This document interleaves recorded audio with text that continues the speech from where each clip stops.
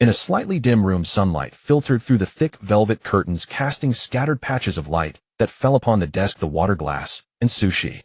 Sushi gently closed the book in his hands. He waited patiently for the simulator to finish loading. Soon, the loading progress reached 99, 99, and with one final jump, the 100 completion chime sounded.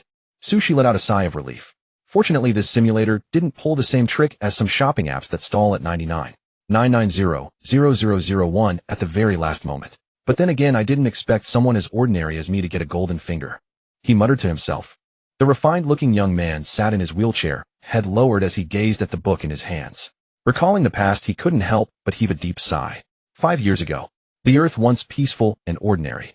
Out of nowhere, countless upheavals began to appear. Some called it the revival of spiritual energy, others called it the return of mythology, and still others called it a new era of human awakening. In simple terms, supernatural powers appeared in the world out of nowhere.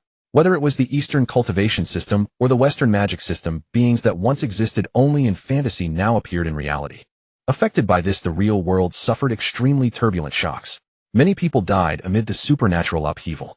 Sushi was slightly luckier. He managed to escape death, but in the subsequent hospital examination, he had to accept the fact that he would spend the rest of his life in a wheelchair. But now the 5 years of wheelchair-bound life that had persisted, could it finally come to an end? Sushi smiled lightly. He summoned the fully loaded simulator panel in his mind. A conspiracy or a trap? This golden finger that appeared out of nowhere. Whatever way you look at it, it reeks of something strange. But then I don't really have any other choice, do I? In this new era of demons running rampant, supernatural battles could break out anywhere at any time. Sushi already crippled. As long as his luck turned bad just once, he would become one of the unnamed casualties reported on the evening news. Therefore, to avoid such a future, whether it was a demon or a devil, after obtaining the simulator She had prepared himself to dance with it. Come on, simulator, show me what you've got. Ding dong, congratulations, host, on successfully activating the beautiful life transmigration simulator. This simulator will comprehensively assist you in experiencing various transmigration lives. Once simulation begins, the host's consciousness will be projected into the simulation world. After each simulation ends, rewards will be distributed based on the brilliance of the host's simulated life. Currently available simulations 1. Then what's the price? Facing the simulator's light screen visible only to himself, Sushi asked vigilantly. The simulator gave no answer. The 4 characters begin simulation at the very center of the light screen flickered slightly, as if saying, just asking if you want it or not. Sushi was silent for a moment. Then, following his heart, he pressed the button. Why not? This was his only hope of escaping his predicament. Simulation launching. World line deduction in progress. Locking transmigration world. Analyzed as a cultivation side world. Talent traits generating. Traits generated.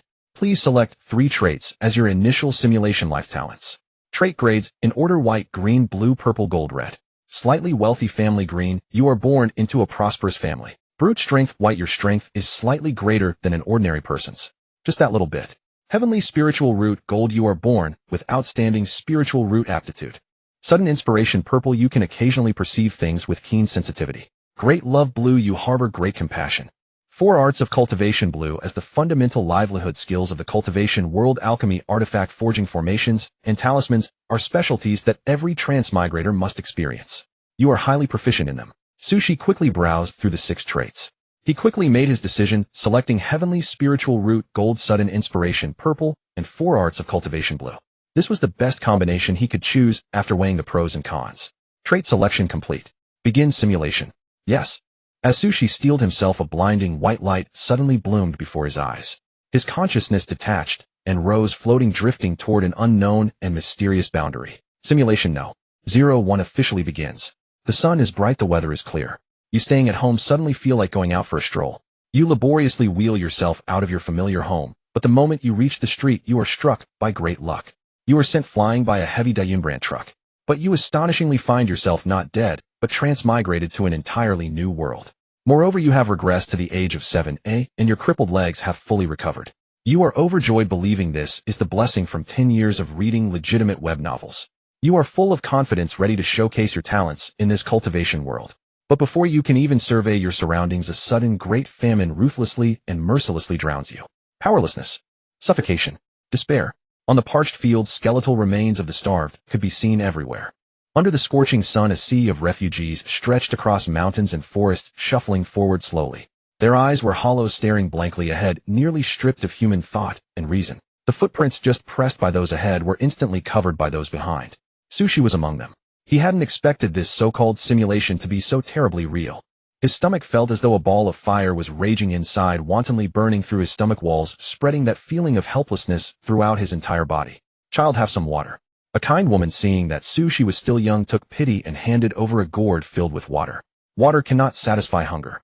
But in a situation where there was no food at all, it could bring some sense of fullness and reduce the pain of starving helplessness. "Auntie Wong, thank you." Sushi politely expressed his gratitude, then drank the water in big gulps. The cool water moistened his cracked lips. Without lingering in his mouth, it was swallowed directly into his stomach, temporarily soothing his rumbling abdomen. Sushi returned the water gourd to Auntie Wong and continued to trudge forward. "I heard that not far ahead there's a mortal city. There should be a porridge relief station there. I need to hurry," Sushi thought silently, holding a wooden stick and propelling himself forward. He didn't want to waste his precious first simulation by starving to death. Another half hour of walking passed. Sushi's footsteps suddenly halted. It wasn't because he had reached his destination, but because his ears had caught the intermittent sound of a baby crying. Sushi thought, a discarded newborn. He stepped forward again, closely following the crowd of refugees. He knew it well. In such an era, it was only too normal for an infant to be abandoned. After all, when parents could barely survive themselves, what energy did they have left to care for a baby? In times of famine, the best thing to do when encountering something like this was to pretend nothing had happened. Sushi thought this as he silently lowered his eyelids. He intended to turn a deaf ear. He intended to look away. The others around him were the same, including Aunt Wong's family, who had given him water earlier. It wasn't that they were unkind, that they lacked compassion. In such a famine, raising a newborn meant reducing the rations of one's own family, diminishing the last hope of survival. Comparing the two, the people preferred their own families. Thud, thud, the heavy footsteps were like a moral condemnation. It struck the hearts of everyone. Suddenly, Sushi stopped. He looked up at the sun in the sky, as if having finally made a decision. Under the astonished gazes of the others, he quickly broke away from the refugee column and sprinted towards the direction where the sound had come from. Although it's just a fake simulated world, it's too real. I can't bear to ignore it. In this time of food scarcity. If I leave it alone, that child's fate might be. Sushi silently increased his speed. He searched through the wild grass, ran on the jagged stones. Gradually, the wild grass rose above Sushi's knees. Every step required him to forcefully push aside the tough branches. The hot wind whistled past his ears, accompanied by the rustling of grass, battling thorns and thistles, pressing forward undaunted, just like in countless fairy tales. Small arms parted the difficulties, tender feet conquered the obstacles. The fearless hero finally reached his destination. Beneath a withered tree, he found the baby girl wrapped in cloth. Sunlight descended from the sky, broken into countless pieces by the bare branches of the leafless, withered tree, scattered and dappled. Sushi crouched down. He picked up the newborn baby, shielding her from the scorching sun. "I finally found you," he said softly. The baby girl's skin was very fair and tender, like a newly bloomed petal with a faint pink blush. Her eyes blinked curiously, watching Sushi's flushed face, red from heat and exhaustion. Her small nose twitched slightly. Her body curled up in Sushi's arms, becoming very quiet. It seemed she felt safe in his embrace. "Seems she's fine." Seeing the baby sleeping soundly, she breathed a sigh of relief. Then, with movements as gentle as possible, he held the baby and headed back towards the original column. Although it would be difficult, she did not want to give up on this child. At least he would try to let her survive this famine. Time passed. The years flowed by like a river. Perhaps because of the simulator, she often felt that time flew by quickly, like pressing a skip button in a game, jumping over several years in an instant. However, Sushi still retained the relevant memories. He remembered how he struggled to survive in Blackstone City, remembered the time spent with his sister Molly, remembered the interactions with the neighbors. Counting the time, it's only 1 year until the disciple recruitment assembly. Inside the narrow wooden house, there were few pieces of furniture. The floor was clean. Sushi pondered, using charcoal to draw a deep mark on the wall. There were already 4 such marks, symbolizing the 4th year. Sushi was nearly 11 years old this year. The inner nature of a time traveler, a mature mind, made him look more reliable than his peers. "Big brother." A soft, innocent voice came from behind. Almost at the same time, a small figure jumped onto Sushi's back, clinging affectionately, revealing a naive and reassured face. "You're always so mischievous." Sushi's tone was helpless. He skillfully lifted the girl by the back of her neck and gently set her down on the ground. "No, big brother is wronging Molly." After landing, the girl retorted discontentedly. She tugged at Sushi's robe as she spoke, smoothing out the wrinkles she had caused earlier. Her expression was very serious, her movements very meticulous, as if handling something extremely important. After everything was done, the girl finally showed a satisfied look. Her smile was pure, lively, and cute. At 4 years old, she was like a flawless porcelain doll, making Sushi unable to resist rubbing her head. Don't rub Molly's head. Hearing the girl's cute protest, Sushi laughed and asked why not. The girl counted on her fingers with a serious expression. Grandma next door said that rubbing a child's head will stunt their growth. Big brother has already rubbed it many times. If this continues, what if Molly doesn't grow tall? Sushi asked curiously. Then what does little Molly plan to do after she grows tall? The girl answered without hesitation, earn a lot, and a lot of money for Big Brother. Ha ha ha, is that so? That's truly something to look forward to. Sushi burst into loud laughter. Amidst the girl's pouty expression, he rubbed her glossy black hair again. Then with a flick of his wrist before his cute sister could get angry, he produced a huge round watermelon. Wow, it's a really big watermelon. Molly exclaimed in surprise. Her eyes were full of delight and joy. She hugged Sushi's thigh and cheered, I want to eat it, I want to eat it. Big brother cut it for Molly quickly. All right, I'm coming, the boy replied with fond indulgence. He made his sister step back, took out the kitchen knife from the house, and cut the watermelon into evenly sized pieces. The sliced watermelon lay in crescent moon shapes. The crimson flesh was soft and powdery with crystalline droplets of juice trickling down its surface, falling onto the wooden table and leaving a small patch of dampness. The girl beamed with delight, cupping one slice in both hands. She was about to take a bite when a thought suddenly struck her. Straining to rise on tiptoe, she lifted her arms higher, offering the flesh side to Sushi's lips. Hee, Big Brother, you eat first. Then I must thank dear little Molly, Sushi said with a smile, taking a gentle bite. It was sweet and delicious. The texture was sandy, the juice sweet, and the taste refreshingly cool. On a scorching summer day, one bite brought a sense of redemption that surged through body and soul, with sweetness bursting on the tongue, bringing happiness and joy. The siblings each held a slice of watermelon. Sitting at the doorstep, they ate while watching the passers-by outside and the ancient tree with its lush foliage rustling in the wind. Big Brother, when will Molly grow tall? How should I put it? I can't really guess. I want to grow up so badly. The girl sat on the threshold, eating watermelon. The wooden threshold was quite high. Given the girl's current leg length, once she sat on it, her feet couldn't reach the ground. Thus her feet rose and fell, swinging back and forth. With each sway of her fair calves, a crisp sound of watermelon being eaten accompanied the motion. One swing, one bite. One forth, one back. Her toes traced soft arcs in the air. In that serene lightness, like a bird in flight, time itself seemed to slow down. Summer, a girl, watermelon. They combined in a tranquil and beautiful way. At least she felt that the scene before him was indeed very lovely. However lovely as it was, the necessary discipline had to be carried out. Sushi gently tapped the girl's forehead with the back of his clean hand. Be quiet when eating, don't fidget around. Big Brother is so annoying. Molly stuck out her tongue, but she obediently withdrew her legs and ate the watermelon quietly. Not long after, all the watermelon had entered the bellies of the two siblings. Molly was still young and couldn't eat much, so most of it was consumed by Sushi. Even so, the girl's belly became round and swollen. She lay lazily on Sushi's back, muttering, It's all Big Brother's fault that I ended up like this. You have to be responsible and let me lie here for a while. The girl was probably truly tired. Her voice grew softer and softer. After a while, Sushi heard a faint snoring sound from behind him. Youth is wonderful. Fall asleep as soon as you lie down. Sushi shook his head, carried the already sleeping girl on his back, slowed his pace, gently supported her with his palm, and walked all the way to the bed. He let the girl lie half reclined on the bedding. The girl had just eaten until her belly was round. If she lay flat directly, she worried it would cause indigestion. So he propped up the bedding behind her back, allowing the girl to rest in a half-reclining position. What a troublesome child, Sushi commented. Before him, the girl slept soundly, her breathing even and gentle, like an extremely adorable young beast, revealing a defenseless, pure, and lovely childish face. Sunlight streamed in through the window, not too strong in threads and strands. It formed a layer of warm gauze, just right, falling on the edge of the bed. Sushi watched beside her for a long time, holding a palm leaf fan in his hand. He fanned her from time to time, driving away the heat and annoying mosquitoes for the sleeping girl. This child, is she a bit too clingy to me? When the disciple recruitment assembly comes next year, I will have to leave. If I don't let her come along, she'll surely cry and make a fuss for a long time, won't she? Sushi clicked his tongue softly. As if thinking of a very amusing scene, a smile curled at the corners of his mouth. According to his original plan, Sushi intended to enter the cultivation sect alone at next year's disciple recruitment assembly. But the girl was too clingy, and Sushi didn't feel comfortable entrusting her to others. Thinking this way, it was better for the two of them to leave together. With such an extraordinary talent as the heavenly spiritual root, he believed the cultivation sect would not refuse Sushi's request. Time continues to flow. You silently await the arrival of the disciple recruitment assembly and propose to your sister that you leave together. She agrees, thinking it's a very cool thing, and she only wants to be with you. 1 month, 2 months, 3 months. Another year passes. It is the 5th year since you transmigrated to the cultivation world. A new disciple recruitment assembly begins.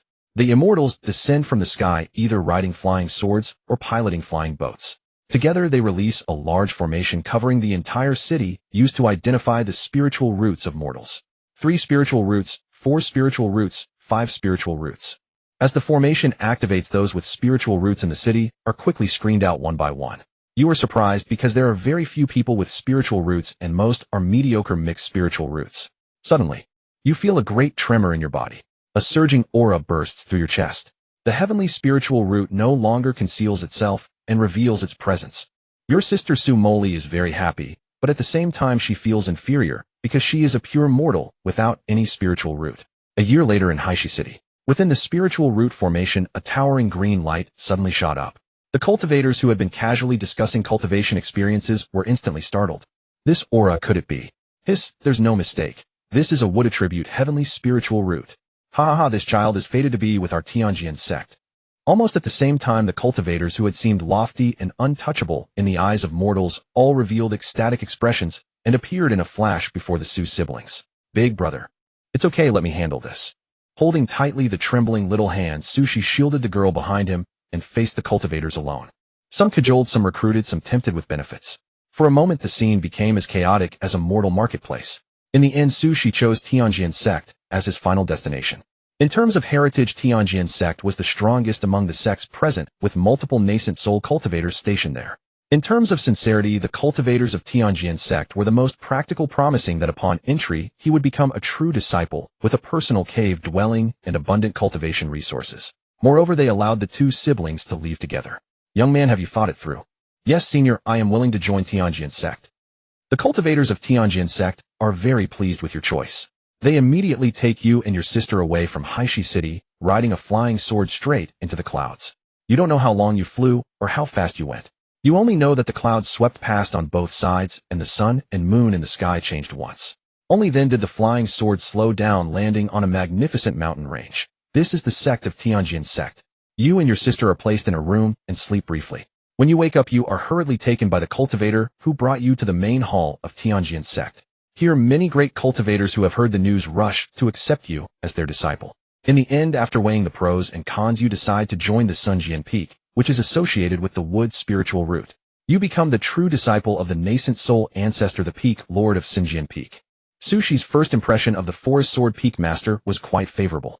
This newly acknowledged master appeared as an exceptionally kind and amiable old man with gentle features and a benevolent countenance. There was not an ounce of the lofty arrogance one might expect from a sect patriarch. Behind his flowing robes, a weathered wooden sword was strapped to his back. Ordinary in appearance, unremarkable at first glance, yet surely an artifact of profound hidden power to be carried by a nascent soul cultivator. Likewise, as Sushi observed the Forest Sword Peak Master, Master Li Wanshou was studying him in return. The older man grew ever more pleased, stroking his white beard. Splendid, splendid. Such a rare, heavenly spiritual root of the wood attribute. This bodes well for the prosperity of our Forest Sword Peak. From among the other nascent soul elders came a grievous voice. Li, the old ghost, by what right does a heavenly spiritual root of the wood attribute belong to your Forest Sword Peak? Precisely. As the ancients say, the 5 elements cycle, and wood begets fire. Our Flame Sword Peak would suit this youth just as well. Ha ha ha. Listening to the envious and sour tone of his fellow cultivators, Li Wanshou burst into hearty laughter. With a sweep of his sleeve, a gale wrapped around Sushi and bore him swiftly toward a distant emerald peak. Let us go, my good disciple. Do not let these spiteful old ghosts harm you. Ha ha ha, what bliss, what bliss. Majestic green hills rose in the distance, secluded and lush.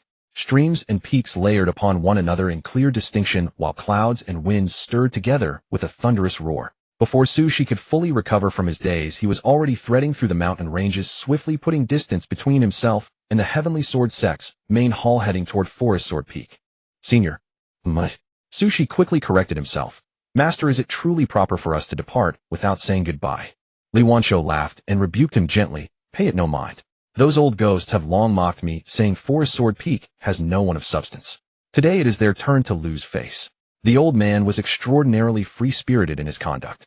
With profound nascent soul cultivation, he rode the wind and shifted space effortlessly. Before long, he brought Sushi to Forest Sword Peak. The architecture here resembled that of the sect's main hall, yet throughout the grounds sword bamboo was planted in abundance. From afar it appeared as though thousands of azure blades stood erect upon the mountainside, their edges gleaming with sharp menace. My good disciple, from henceforth you shall oversee the affairs of this forest sword peak. I have but one true disciple, you, and thus you hold the highest rank among the disciples on this mountain. From top to bottom, in all matters you may make arrangements as you see fit. Should you encounter anything you cannot decide upon or harbor doubts regarding your cultivation, seek me at the Forest Sword Hall atop the peak. Cultivate diligently. Our heavenly sword sect has yet to produce a divine transformation cultivator. Perhaps you shall be the first. Haha. If I can mentor a disciple to such heights, my life's endeavor will have been well spent. After setting sushi down, the old man chuckled merrily, left him a storage pouch and a cultivation manual, then turned and strode into the mountain summit hall, with his hands clasped behind his back, appearing thoroughly indifferent to further responsibility. Sushi caught the storage pouch and manual, his expression complicated. He could not shake the unsettling feeling that he had somehow walked straight into her exploitative workplace. You have successfully joined the nascent soul sect of Heavenly Sword Sect, becoming the senior disciple of the Forest Sword Peak lineage. Within the storage pouch left by your master Li Wansho, you discovered a travel token, a flying boat usable even by mortals, abundant spirit stones, talismans, formation arrays, and magical artifacts. A sudden shock seized you. You felt as though you were destined to belong to Forest Sword Peak. You commanded the flying boat and brought your sister Su Moli to your side, settling into an unmanned cave dwelling upon the mountain. Your talent proved astonishing. Within 1 day you perceived the sensation of qi. Within 3 days you refined essence into energy. Within 100 days you alone broke through to the completion of qi refining. Li Wansho offered an aqua. Boom! Thunder rumbled, endlessly dark clouds blotted out the heavens, and silvery threads descended from the clouds, gradually converging into streams only to be torn apart by fierce winds into a maelstrom of roaring storms and torrential rain. The rainy days of Forest Sword Peak differed significantly from those of Blackstone City.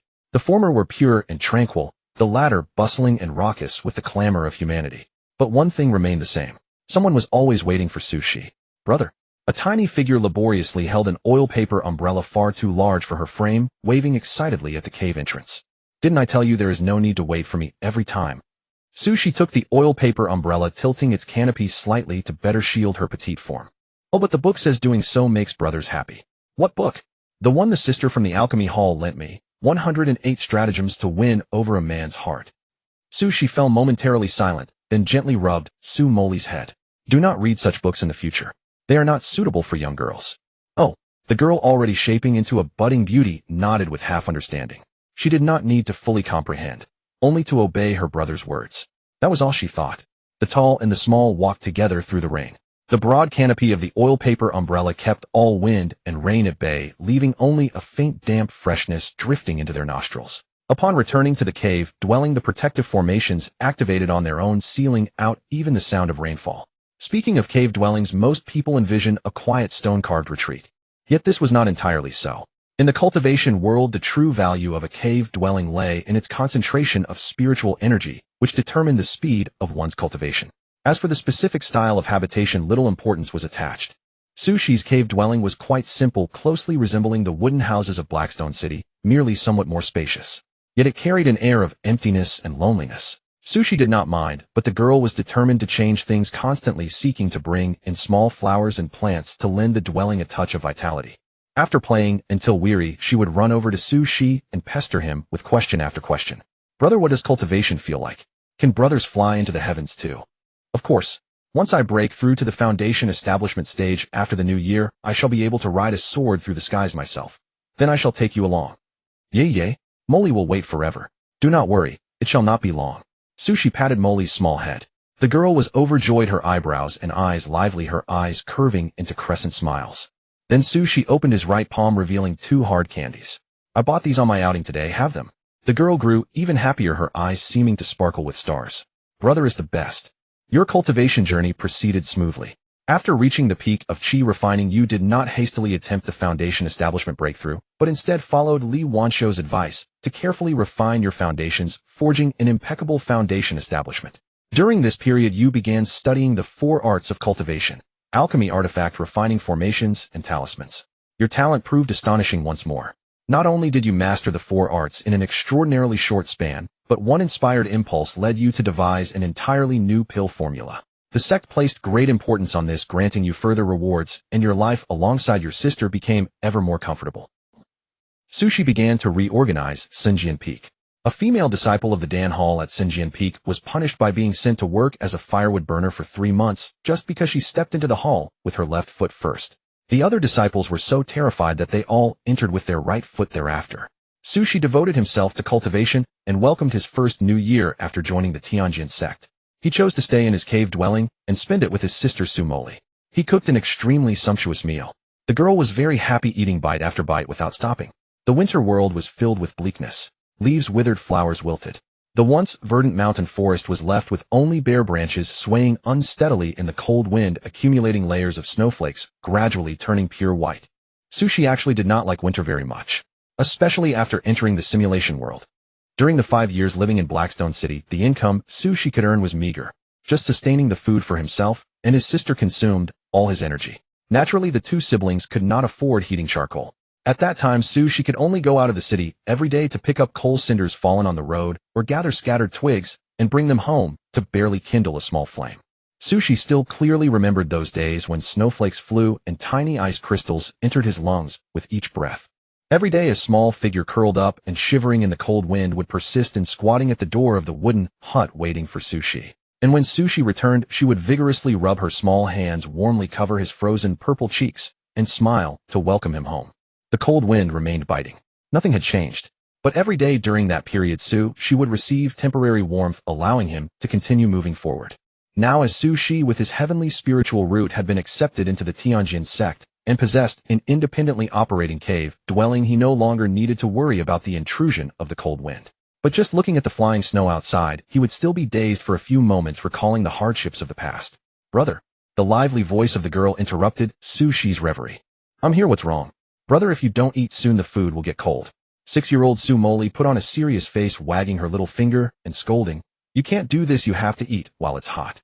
Sushi was slightly stunned, then smiled and said, "Okay." Chopsticks interweaved. They tacitly picked up dishes for each other. Before spring arrived, the cold winter days were indeed hard to endure, but by snuggling together for warmth, they could always wait for the arrival of spring light. Sushi and his sister spent a warm new year. During the transition between the old and new she inhaled pure qi and condensed a perfect foundation, setting the fastest record for foundation establishment in Tianjin sect, becoming a foundation establishment cultivator. He received a reward from his master Li Wanshou, a top-grade flying sword, and a matching defensive artifact. He did not forget his former promise. After obtaining the flying sword, he took his sister on a sword flight. Afterwards, he asked her feelings, and she replied that flying with him was very joyful. Winter passed, and spring came, all things revived. As a foundation establishment cultivator, she shouldered more responsibilities within the sect. To keep his sister from being bored, and for her future, he sent Sumoli to the school. On the first day of school, she looked at him with tearful eyes, mistakenly thinking he was going to abandon her. Fortunately, the misunderstanding was eventually resolved. After some tea. "Very, very long. Brother, is life very short?" "Very, very short." "How can it be both long and short? It feels so strange." "Life is like this." The girl was puzzled, furrowing her small brow for a long time, then gave her own answer. "Life is really troublesome. Molly only wants to be with brother, doesn't need any friends." The girl had her own set of standards. Sushi could do nothing but let it be. Time flew by rapidly. Sushi and the girl spent year after year within the Tianjin sect, their relationship growing even closer. In the 7th year after transmigration, she was 13, his cultivation made another breakthrough. The girl was 7, finishing all school courses in 1 year. In the 8th year, she was 14, breaking through to mid-foundation establishment. Holding the withered vine sword, he crossed realms to kill a false Dan powerhouse. Some prematurely crowned him with the title of Golden Core True Person, but his heart remained calm. The girl was 8, beginning to help she with miscellaneous affairs on Sunjian Peak.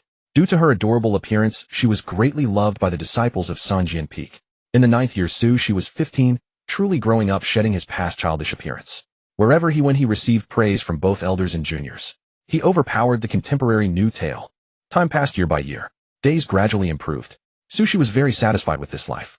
He could continuously become stronger, improving his simulation life reward evaluation, and also take good care of Sumoli, allowing this child to live better. Although he knew this was a fake simulation world, the experiences between people and the emotions derived from them were real.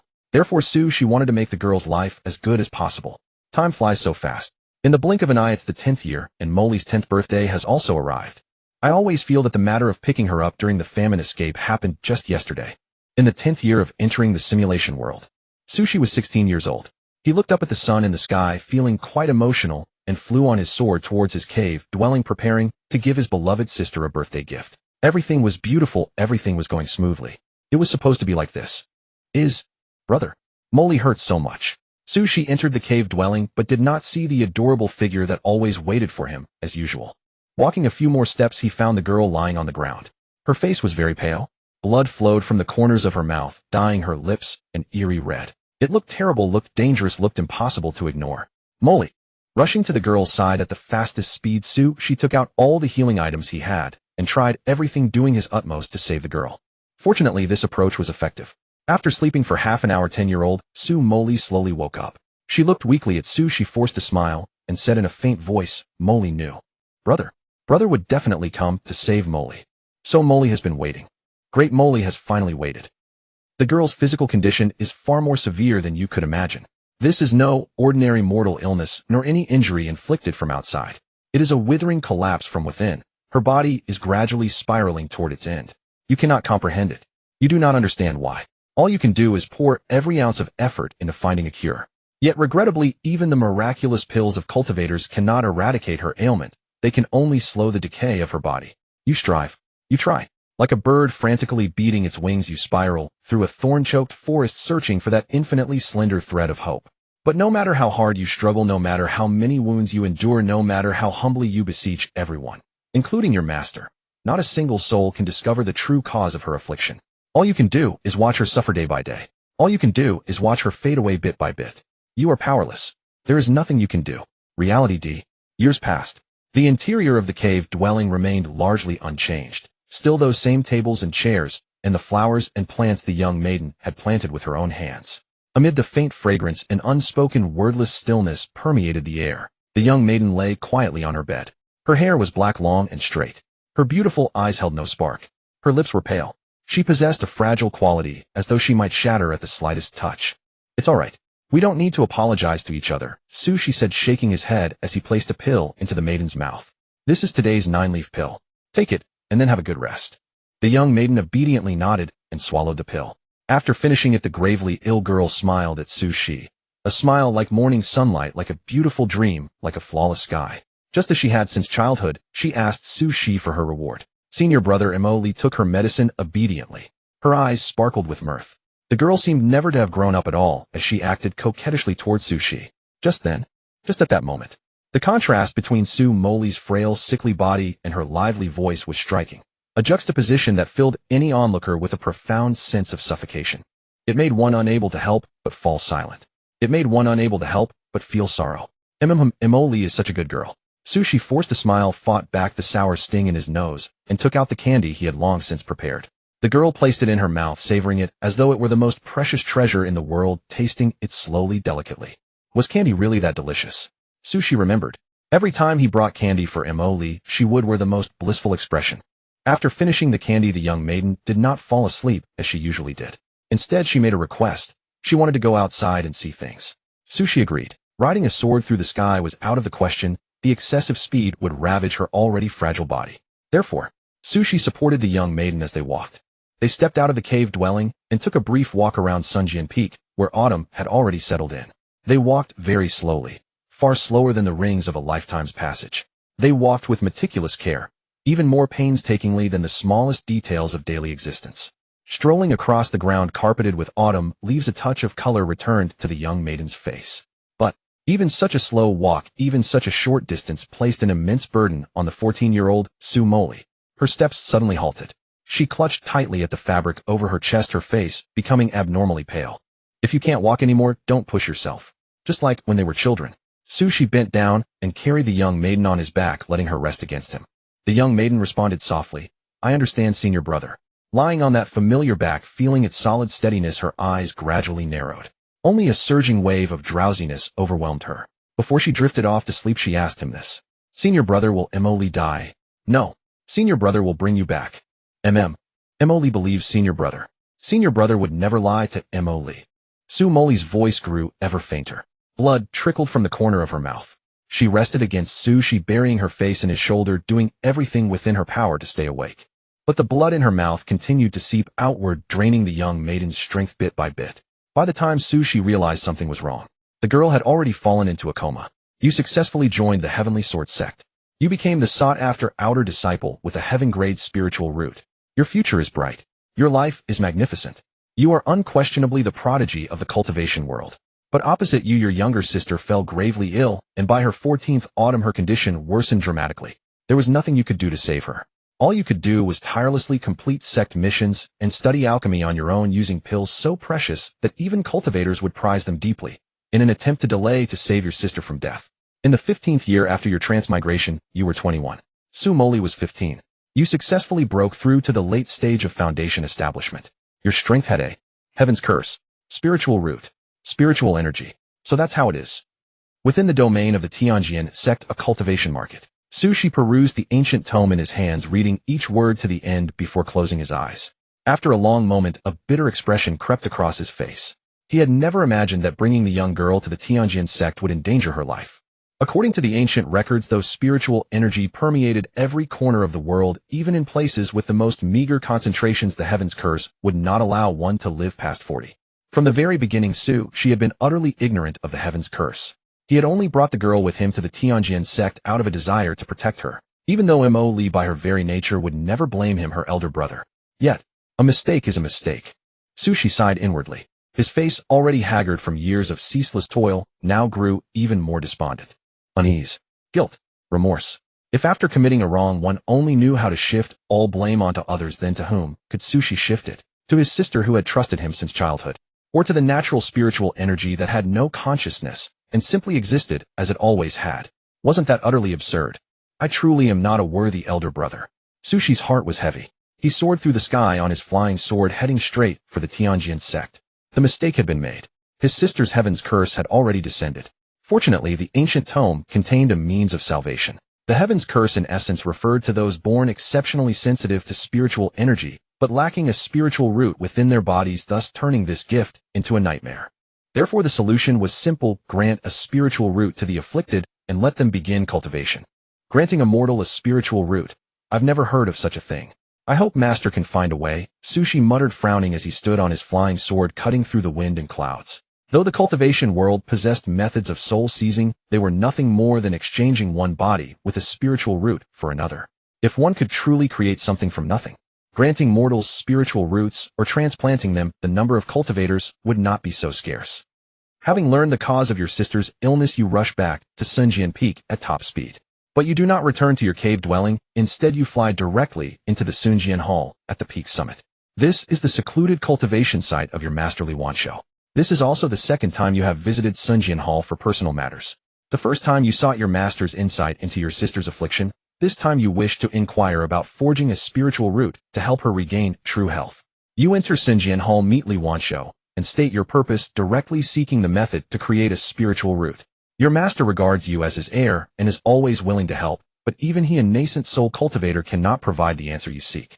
I have lived over 1,000 years and have never heard of a method to fashion a spiritual root after birth.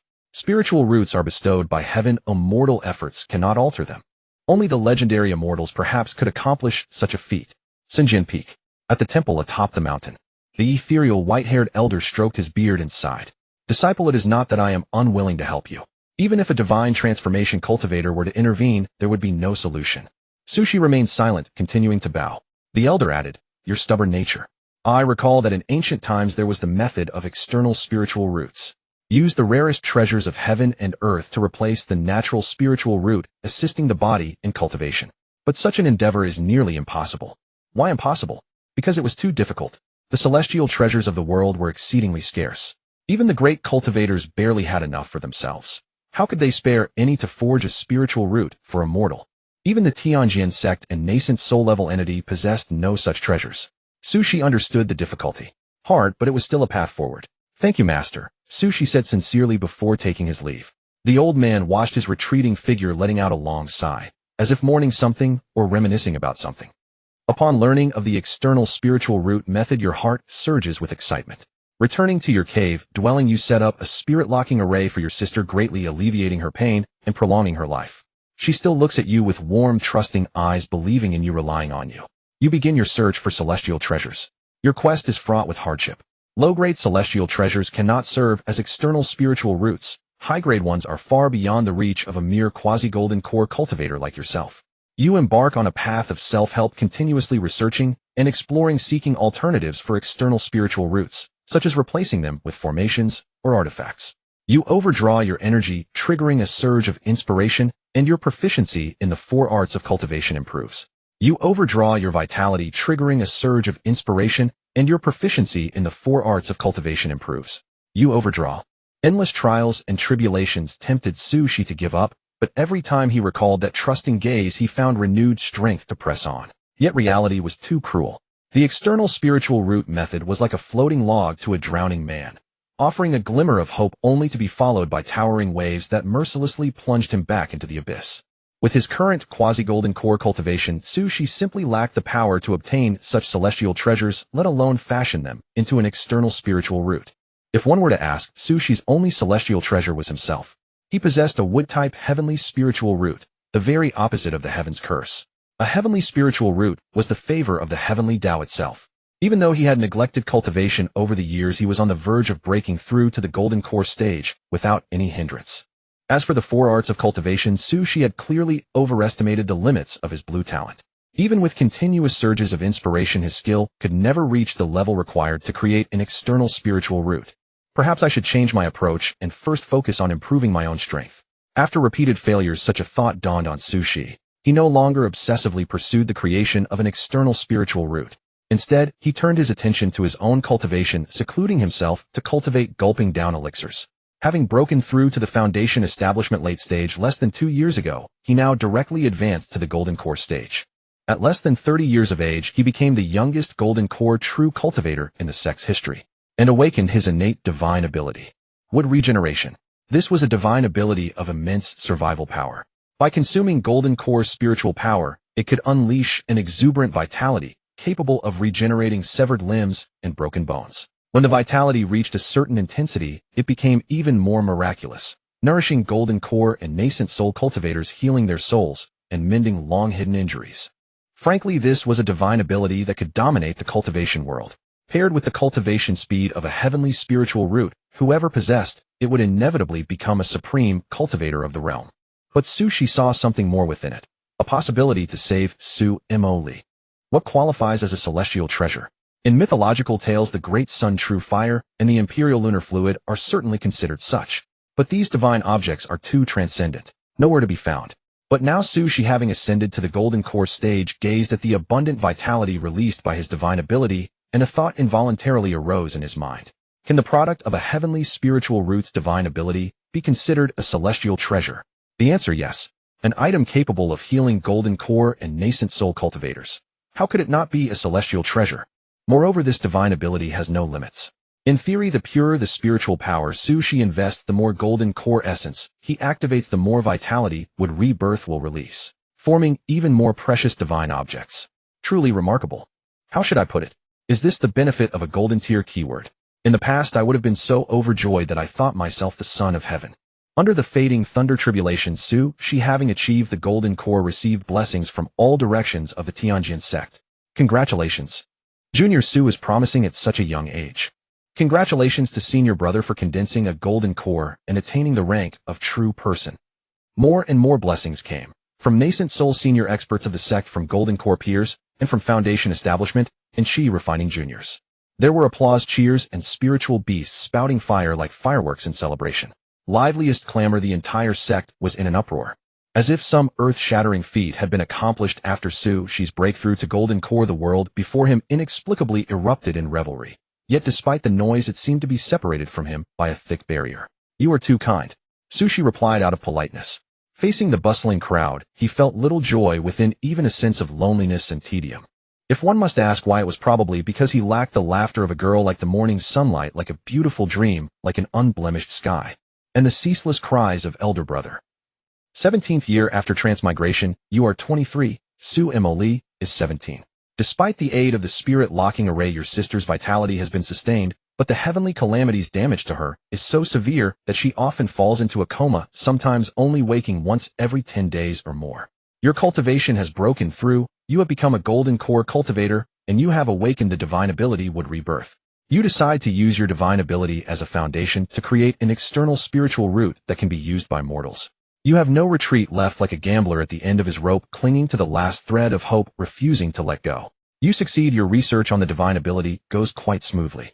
On a whim, you keenly perceive the commonality among the 4 arts of cultivation, and based on this you integrate the divine ability and explore the method of shaping the external spiritual root. But this joy does not last long. Success and cost coexist. Fusud. A spiritual root is a gift of heaven. Whether one has a spiritual root is a matter of destiny. In other words, granting a mortal without a spiritual root the ability to cultivate is an undeniable act of defying heaven.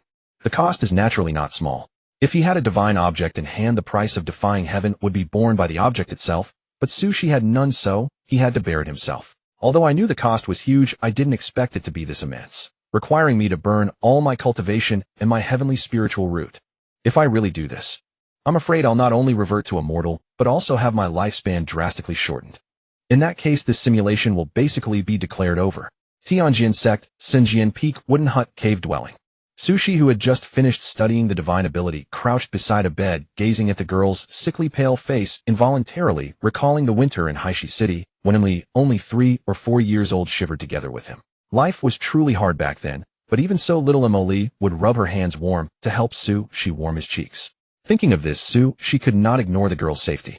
Yes, this was just a simulation. Sushi could easily abandon the girl, this sister with no blood relation, and choose the most pragmatic approach. Continue adventuring in this cultivation world to obtain more simulation evaluation rewards. But Sushi had had enough of the cowardly, incapable self in reality. If even within the simulator he could not be free, could not save those close to him, then what meaning did such a life hold? A person's life. In truth, one need not overthink. Just do what you believe is right. Yes, that's all. Sushi extended his palm and gently brushed it over the girl's face. A faint green light flickered and interlaced, surging into the girl's body in a specific pattern. That was the full spiritual power of a golden core cultivator. That was the golden core essence of a golden core cultivator. That was the burning of an innate divine ability. That was the self-immolation of a heavenly spiritual root. Everything he could mobilize was transformed by Sushi into pure vitality, arranged in rows of array patterns combined into the shape of a seed, perfectly merging into the girl's heart. Elder brother. In a half-awake state, the girl's eyes briefly opened for a moment, but soon fell back into a deep sleep. Go back to sleep, Emily. Sushi said softly. When you wake up, everything will be fine. Elder brother will keep his word. Pain. An indescribable agony instantly spread through his entire body. Sushi could clearly sense that with the burning of his cultivation and spiritual root, his body was gradually approaching its end, and the blood surging in his throat was uncontrollable. Yet the expression on his face grew increasingly radiant. With blood, with tears, with a smile. He looked at the girl on the bed, feeling the life that had begun to pulse anew. How wonderful. This method worked. Sushi tremblingly extended a finger, grinning bitterly, wiping the corner of the girl's eyes that, though she was deeply asleep, had inexplicably become moist. You succeeded. You successfully shaped the external spiritual root, exchanging everything you had to save your sister Emily's life. Having lost your spiritual root and cultivation, you are now so weak that even an ordinary mortal could easily defeat you, and your lifespan is only 3 short years. You feel no regret, it is willingly done. But you know you still need to do something more, otherwise when the girl wakes up she will certainly not accept this fact. And you also need someone to explain to the sect on your behalf. You leave the cave dwelling, take out the flying boat that can be controlled by mortals, which has been in use for a long time, and fly straight to the hall at the top of Xinjian Peak, where you meet your nascent soul master Li Wanshou. This is the first time you see your teacher in a furious rage. He is very angry, and you are scolded to a pulp. Treacherous disciple. Treacherous disciple. Treacherous disciple. Without spiritual roots, how will you cultivate in the future? Within the Sword Forest Hall, tiger murals adorned with cloud patterns, ethereal incense, smoke drifting, ancient trees canopying overhead. Li Wanshou's expression turned gloomy the first time he had ever shouted at Sushi at the top of his lungs. For this usually kind, elderly man to fly into such a rage showed how truly furious he was this time. It's very simple. I simply won't cultivate, master. Sushi answered with a light smile. Perhaps because this simulation had already entered its final phase, he felt no fear whatsoever facing the furious Li Wanshou. A pause. This time his voice was somewhat calm. After all, I don't have many years left to live after this. Whether I cultivate or not makes no difference. Upon hearing these words, Li Wanshou's expression froze.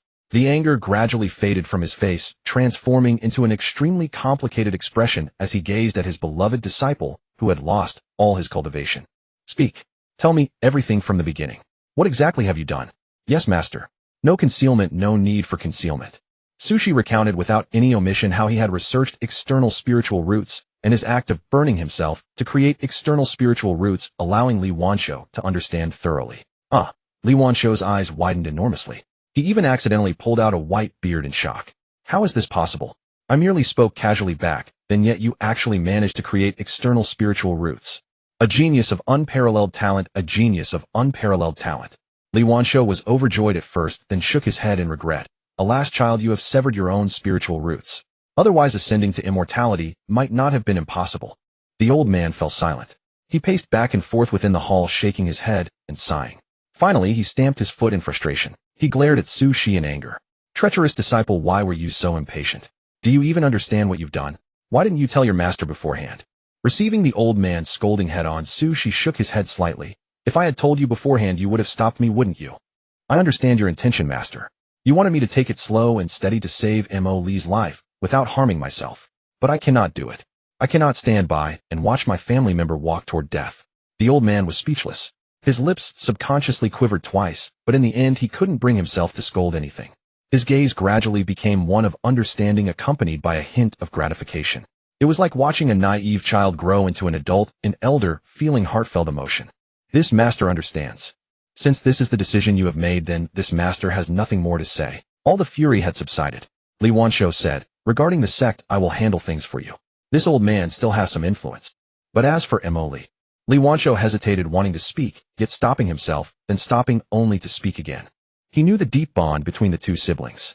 If his sister Su Mo Li learned that her brother had sacrificed himself to save her, her emotions would surely border on collapse. A gentle breeze drifted over, rustling the ancient trees outside the hall, creating wave-like shadows swaying across the forest. In a trance, an ancient bell hummed in the distance. Sushi's pupils flickered with hidden darkness. I don't intend to tell her the truth. After some time, I will leave the Celestial Sword sect. At that time, Mo Li will be entrusted to the master's guidance. Surviving through a sibling's sacrifice, such a cruel reality. Even someone who has weathered countless storms would be overwhelmed by guilt and self-blame. Let alone that girl. The one who had always regarded Su Shi as her pillar of support since childhood, who had been together with him at every moment. After discussing all the matters with his master Su, she carried a plain wooden sword on his back and slowly departed from the Sword Forest Hall. This sword was the one the old man had forcefully pressed upon him. Specifically as follows, get lost, treacherous disciple. Take this sword so you won't be beaten to death by mortals later and embarrass me outside. The old man cursed and stamped, driving Su Shi out of the ancient hall. A bang as the door closed shut. As if he never wanted to see Su Shi again. Su Shi stood outside the hall. The path paved with blue stone slabs wound downward. He reached behind and gripped the sword's hilt tightly, feeling the surging waves of spiritual power radiating from within. With the original owner's permission, even a mortal could freely wield it. This disciple receives the command. Returning to his cave dwelling, Su Shi kept vigil beside the bed for 2 days until the external spiritual root fully fused with the girl's body. The original heavenly calamity silently dissipated. Correspondingly, there was the girl's inexplicable breakthrough in spiritual perception. She hadn't truly begun cultivating yet. Yet relying solely on her innate talent, she had taken the first step toward transcendence. Brother. Su Mo Li's voice was hoarse, carrying the weakness of a recent serious illness. But she quickly noticed that her body no longer ached. There was even an indescribable lightness. That's wonderful. As if sensing something, the girl on the sickbed smiled sweetly at Su Shi. Brother has done what he promised Mo Li. Yes. Su Shi gently held the girl's fair palm that had regained its warmth. Like grasping falling petals, catching the summer breeze. His tired voice was filled with tenderness. Brother promised you that he would save Mo Li, and he definitely would. The girl smiled even more happily, but as she smiled, her eye sockets couldn't be controlled as they turned red. She could only keep wiping with the back of her hand. I'm sorry, brother. I don't know why, but I suddenly feel like crying. It feels like something very sad has happened. How strange. I should be happy right now. For some reason. She didn't know why. Su Mo Li clutched her collar, her fingers white from gripping so tightly. It was as if something extremely important was drifting away, something she absolutely categorically must not lose. More important than her own life. More precious than any conviction. Like a tree's roots, a bird's wings, a beast's fangs. The suffocating feeling of being unable to survive without such a thing. It's all right. Su Shi's soothing voice came from beside her. His palm gently caressed the girl's hair. Only at such moments would the girl's emptiness from losing her precious thing be briefly filled. I think it's because little Mo Li slept too long and her body is a bit uncomfortable. It will get better after some time. No need to worry. Is that so? The 17-year-old girl felt something was off, but upon careful thought, she realized she had no reason to lie to her. Perhaps she really had just cried uncontrollably because she had been ill for too long. With that thought, her emotions gradually settled. Everything would be fine. There was nothing to fear. No matter what trials and tribulations lay ahead, her brother would be by her side. As long as her brother was present, there was nothing worth fearing. Yes, as long as brother is here. Emily proactively gripped Sushi's hand, holding it with great force, unwilling to let go even a little. Will brother leave Emily? No, I won't. This was a lie. You arranged everything with your masterly Wancho. You were acutely aware of how dire your physical condition was. There was no possibility of recovery, so you began to settle your affairs. To ensure your sister could live a better life, you started teaching her covering, cultivation, social conduct, the 4 arts of cultivation, and more. Your sister was very dependent on you, but you deliberately became cold, hoping to reduce her reliance and weaken the bond between you. You believed yourself to be a dying man. You should not become a stumbling block binding the girl's future. Given your current relationship after you left Tianjin sect, Su Moli would undoubtedly come searching for you at all costs. Thus you actively sabotaged the relationship, trying to make her dislike you, even hate you. Only then would she not seek out the missing you. Only then would she not discover the truth. Only then could you leave in peace. Your behavior was quite effective. Under your deliberate naggle, Su Moli felt wronged by your coldness. You did not comfort her, but instead arranged more training sessions. You were anxious. In theory, you still had 3 years of life left, but your body's collapse had already begun to show signs. One day you discovered that your hearing was failing. You disguised it well. The girl did not notice your physical abnormality. You silently accelerated the teaching pace, hoping to train her into someone capable of standing on her own before your body completely gave out. Your excessively strict teaching plan aroused more dissatisfaction and grievance in the girl. She began to doubt whether she held any importance in your heart. Why had it come to this? The elder brother who once doted on her with care and affection, why had he become so indifferent today? More and more grievances, more and more doubts. Su Moli could no longer bear it. 6 months later, inside the cave dwelling, the girl with a countenance pure and ethereal had crystal tears overflowing from the corners of her eyes, her lips tightly pressed together, as if a myriad of grievances swirled within her heart. Her lips trembled slightly. Elder brother, what have I done wrong? Silence. Long silence. In response to his sister's question, Sushi shook his head. You have done nothing wrong. Then why does elder brother? Emily. Sushi interrupted the girl's pursuit, his eyes slightly closed, as if reminiscing. Do you remember how long we have lived together? The girl did not understand why he suddenly asked such a question, but she still answered instinctively. 17 years. 17 years. This was the total time Sushi had been simulating, and also the girl's own age. Yes, it has been 17 years. Sushi spoke softly, his voice heavy with exhaustion and a hoarse numbness that could not be ignored. When I first met you, you were just a newborn baby. To keep you alive, I had to use my last rations to trade with others for some breast milk. I was truly starving back then. But I still worried every day, afraid you would be unhappy, afraid you would be cold, afraid you would be hungry. When you were 10, you suddenly fell gravely ill. It took until this year, when you turned 17, for you to be cured. In between, there were 7 full years. For your illness, I rushed about without rest for 7 years. Sushi's voice was calm, without reproach or blame. It only revealed a bitter weariness. Emily, if it weren't for you, my life could have been much more splendid. I am also human. I have my own dreams. I cannot think of everything for you. I am not that great, you know. You are already 17. You are no longer a child. You should learn to take care of yourself, to live independently. I am tired. Inside the cave dwelling, a heavy and oppressive atmosphere pervaded. The light grew dim and murky. The girl was made pale-faced by his words, her eyes vacant. She seemed to want to refute, but in the end could only utter, so elder brother, do you think Emily is a burden? Yes. His heart heavy, as if falling into a bottomless abyss, all emotions devoured, leaving only a hasty escape. Su Moli choked, unable to make a sound. She ran swiftly. She ran out of the cave dwelling. Only she remained drained of all strength, slumped in a wooden chair, silent and lost in thought for a long time. Humans are indeed profoundly contradictory creatures. Sushi thought to himself.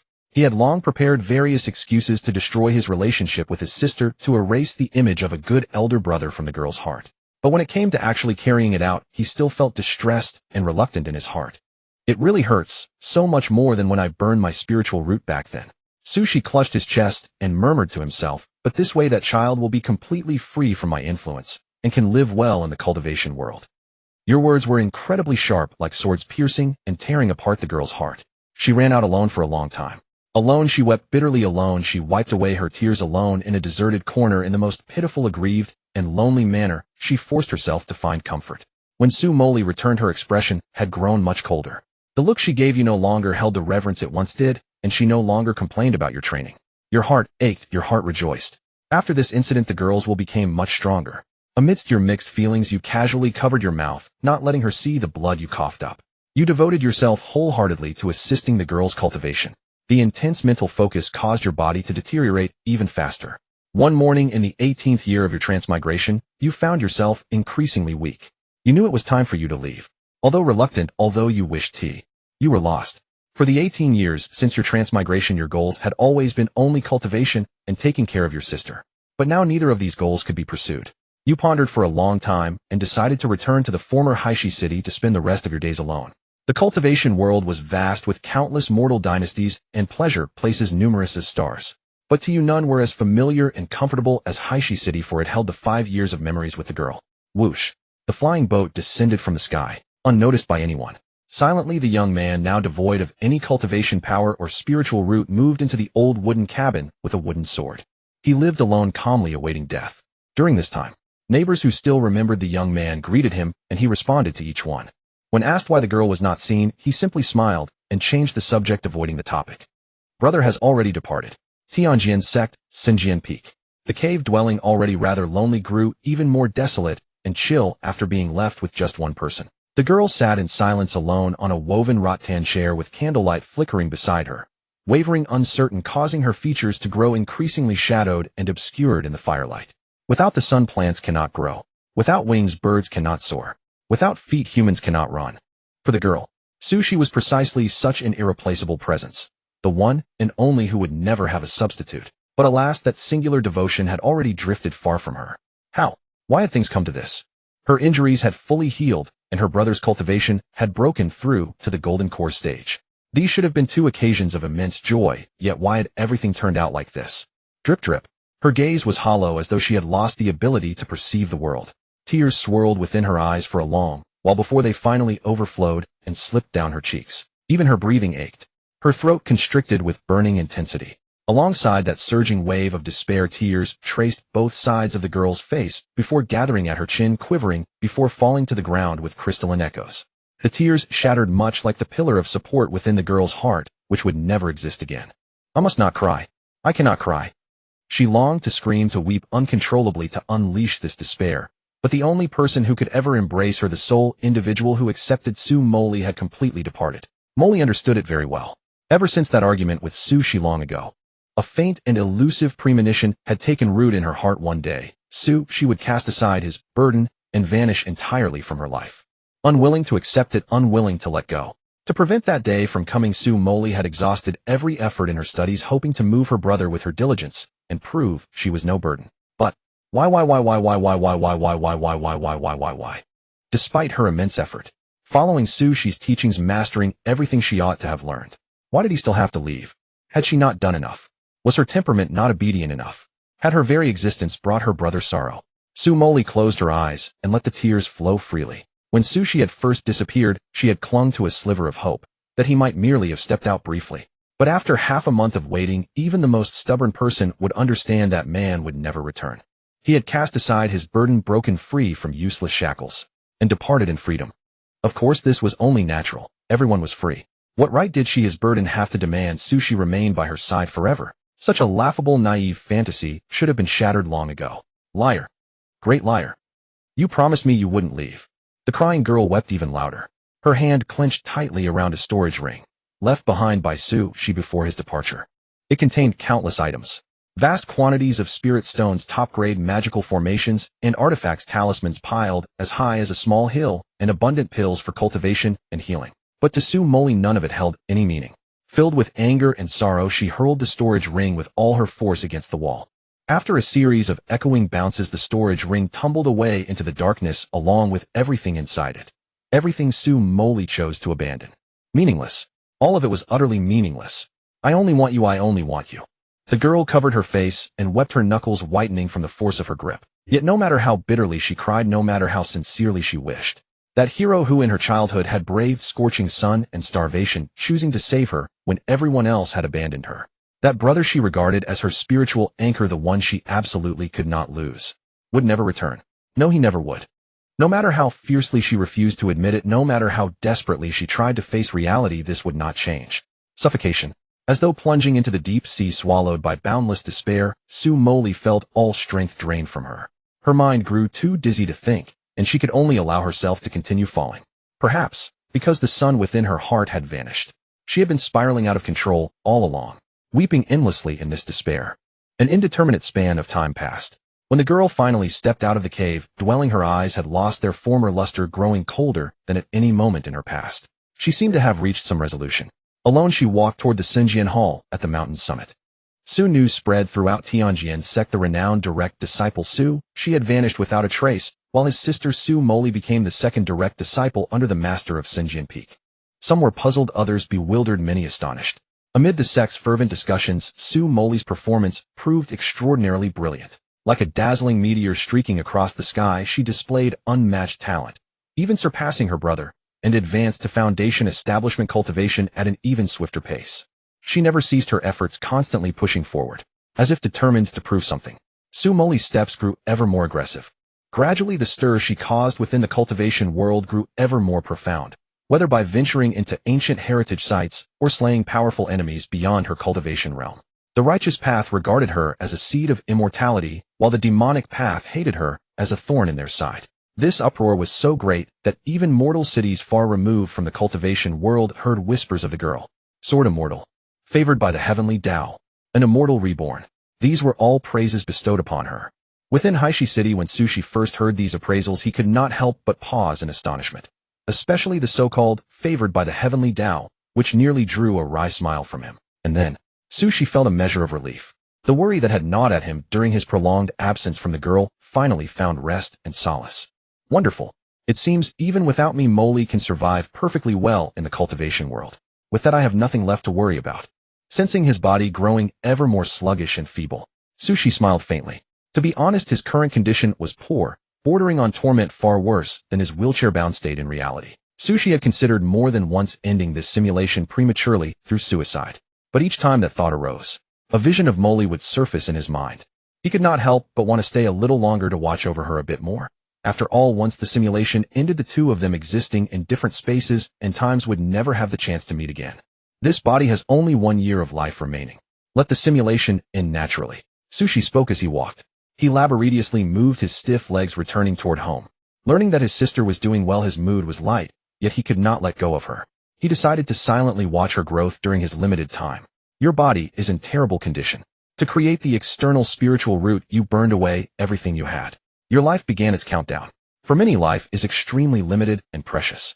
When approaching the end, all cannot help but harbor fear and dread. But you are different. You know clearly that death is merely your return.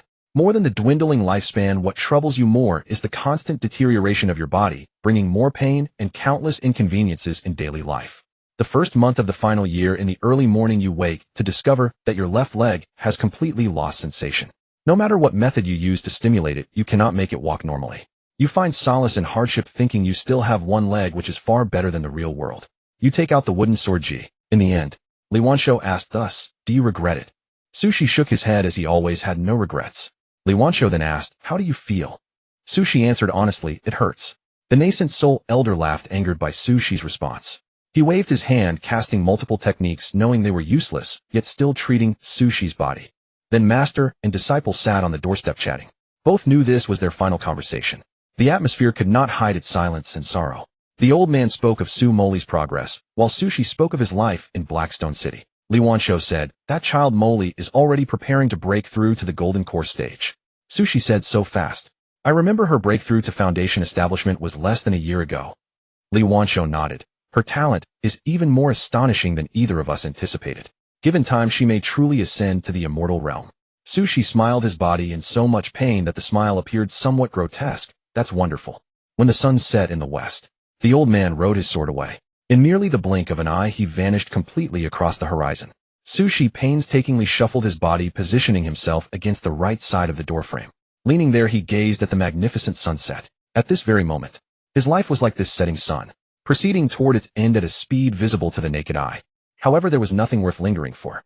Being able to learn of his sister's recent circumstances from Li Wanshou's mouth at this final moment of life, she was already extremely satisfied. With this, he could also rest assured and end this simulation, returning to the real world. 3 days before death, You have almost completely lost the ability to move. You can only lie paralyzed on the bed staring blankly at the ceiling. You cannot cook, but fortunately your spirit remains connected to the storage bag, allowing you to take out pills to satisfy your hunger. You do not want your cause of death to be starvation. 2 days before death, you cough violently. What you cough up is not only blood, but also some bodily tissues you do not recognize. You have a premonition. You are going to die. The final day of life. You lie quietly on the bed reminiscing about all the experiences you and your sister shared from the first year of transmigration until now, as well as all the adventures in the cultivation world. You regret deeply that the cultivation world holds countless wondrous sights, yet you will never have the chance to explore them, never witness the splendor of the immortal realm. You do not regret it. Being able to trade your own life for your sister, Sue Molly's survival, you believe this is an extremely worthwhile trade. You close your eyes, feeling the weakness of spirit and soul, waiting for death's arrival. But what surprises you is that on this final day, an extremely intense battle suddenly erupts in the skies above Blackstone City. The city collapses and crumbles. A large number of mortals are caught in the crossfire and killed. The wooden roof of your house is also destroyed.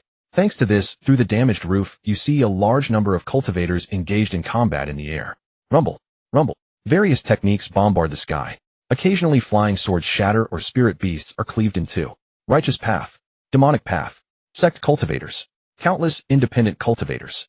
A scene beyond comprehension, unbelievable, appears before Sushi. Could this be war between the righteous and demonic paths? Sushi was filled with doubt. Unexpectedly, it truly evolved into war. Suddenly, Sushi thought of Molly, who was preparing to break through to the Golden Core stage.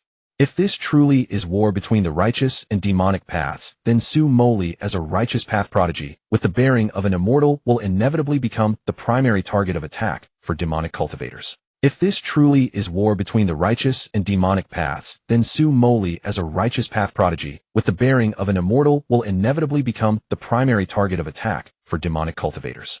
If this truly is war between the righteous and demonic paths, then Sue Molly, as a righteous path prodigy, with the bearing of an immortal, will inevitably become the primary target of attack for demonic cultivators. If this truly is war between the righteous and demonic paths, then Sue Molly, as a righteous path prodigy, with the bearing of an immortal, will inevitably become the primary target of attack for demonic cultivators. What business is this of yours? Haven't you done enough for her already? Now you can barely even walk. What do you have left to save anyone? Give up. End the simulation like this. There's no need for you to push yourself to such extremes for a simulated character that doesn't exist in reality. In a fleeting instant, countless thoughts surged through Sushi's mind, each one sounding reasonable enough to let him ignore the raging battle between righteous and demonic cultivators with a clear conscience. His body convulsed in agony. His spirit was utterly exhausted. The side effects of burning his spiritual root cultivation base and lifespan had tormented Sushi for 3 full years. On this final day of his life, his body had deteriorated to a state even he himself could scarcely recognize. Pale complexion, withered arms, and a completely numb lower body. There was also an itch that burrowed deep into his bones like countless insects writhing within. From time to time, a tearing sensation in his muscles, as if razor-sharp knives were slicing back and forth. Such a wretched state indeed. Sushi endured the pain. He strained every fiber of his being, wringing out the last ounce of strength from this exhausted shell, but even so he could not manage to sit up. It truly hurt, and he truly wanted to give up. A constant ringing in his ears like urgent warnings reminded him that his body had reached its limit. Gradually the world before Sushi's eyes was tinged with red. His body, on the verge of collapse, could no longer hold on. Blood seeped from his ears, eyes, mouth, and nose, blurring his vision, staining his teeth, and as his lips parted, slightly more blood flowed uncontrollably. It soaked the bed beneath him, forming an eerie, icy bloom of blood. Bubbles rose from his throat. Sushi could no longer endure. This pain surpassed the limits of human endurance. He was in too much agony to hold on for even a second longer. He wanted to let the pain drown his reason and end this simulation once and for all. But in his daze, through the increasingly blurred vision, a familiar figure appeared hazily, growing from an infant to a maiden, from health to frailty. Emily will earn lots and lots of money for Big Brother. Emily loves Big Brother the most. Big Brother, will Emily die? Memories of the past suddenly surfaced, clearing the haze from Sushi's eyes. Emily is still waiting for me to save her. I cannot die here. Sushi struggled to sit up from the bed, his pale face twisted in pain, fine beads of sweat oozing from his forehead. Sushi tried to stand and get out of bed, but his body lost balance, and he rolled off directly. The scene jolted. He fell, and he knocked over many items beside the bed, scattering them all over the floor. With a body that could barely stand, could he really take part in a clash between cultivators? And did Sue Emoli truly need his help? Sushi did not know. He only knew that as her elder brother, he had once personally promised to save his little sister at all costs. It had nothing to do with whether he could do it. It had nothing to do with whether the simulated world was real or not. What mattered was that it was a promise he had made with his own lips. Ha ha ha ha. Laughing wildly to mask the cries of pain, Sushi coughed up blood as he laughed. He fell to the ground, groping blindly with his hand until he grasped the wooden sword hilt. The moment it touched his hand, he felt the surging nascent soul magical power within. This power obeyed Sushi's will, forcibly flooding into his broken spirit rootless body, squeezing into every shattered meridian, granting him a fleeting surge of strength. He stood up. He staggered out of the house. His body, unable to withstand the forceful infusion of magical power, began to disintegrate abnormally, bursting into clouds of scarlet blood mist. At this rate, she might not even leave a complete corpse behind. But what did that matter? Big Brother is coming to save you. An astonishing wave of magical power shot straight into the sky, startling the cultivators of both righteous and demonic factions present. By the time they came to their senses, a sword light had already flown far away, speeding toward the direction of the Tianjin sect. You are about to die. The long illness has long since consumed every ounce of your will. Your body has already reached the end of its life, but you have achieved a miracle that should have been impossible. Your will surpassed the limits of humanity, forcibly driving your body to move. Even though the pain you endured during this process was 1,000 times worse than before, you had no regrets.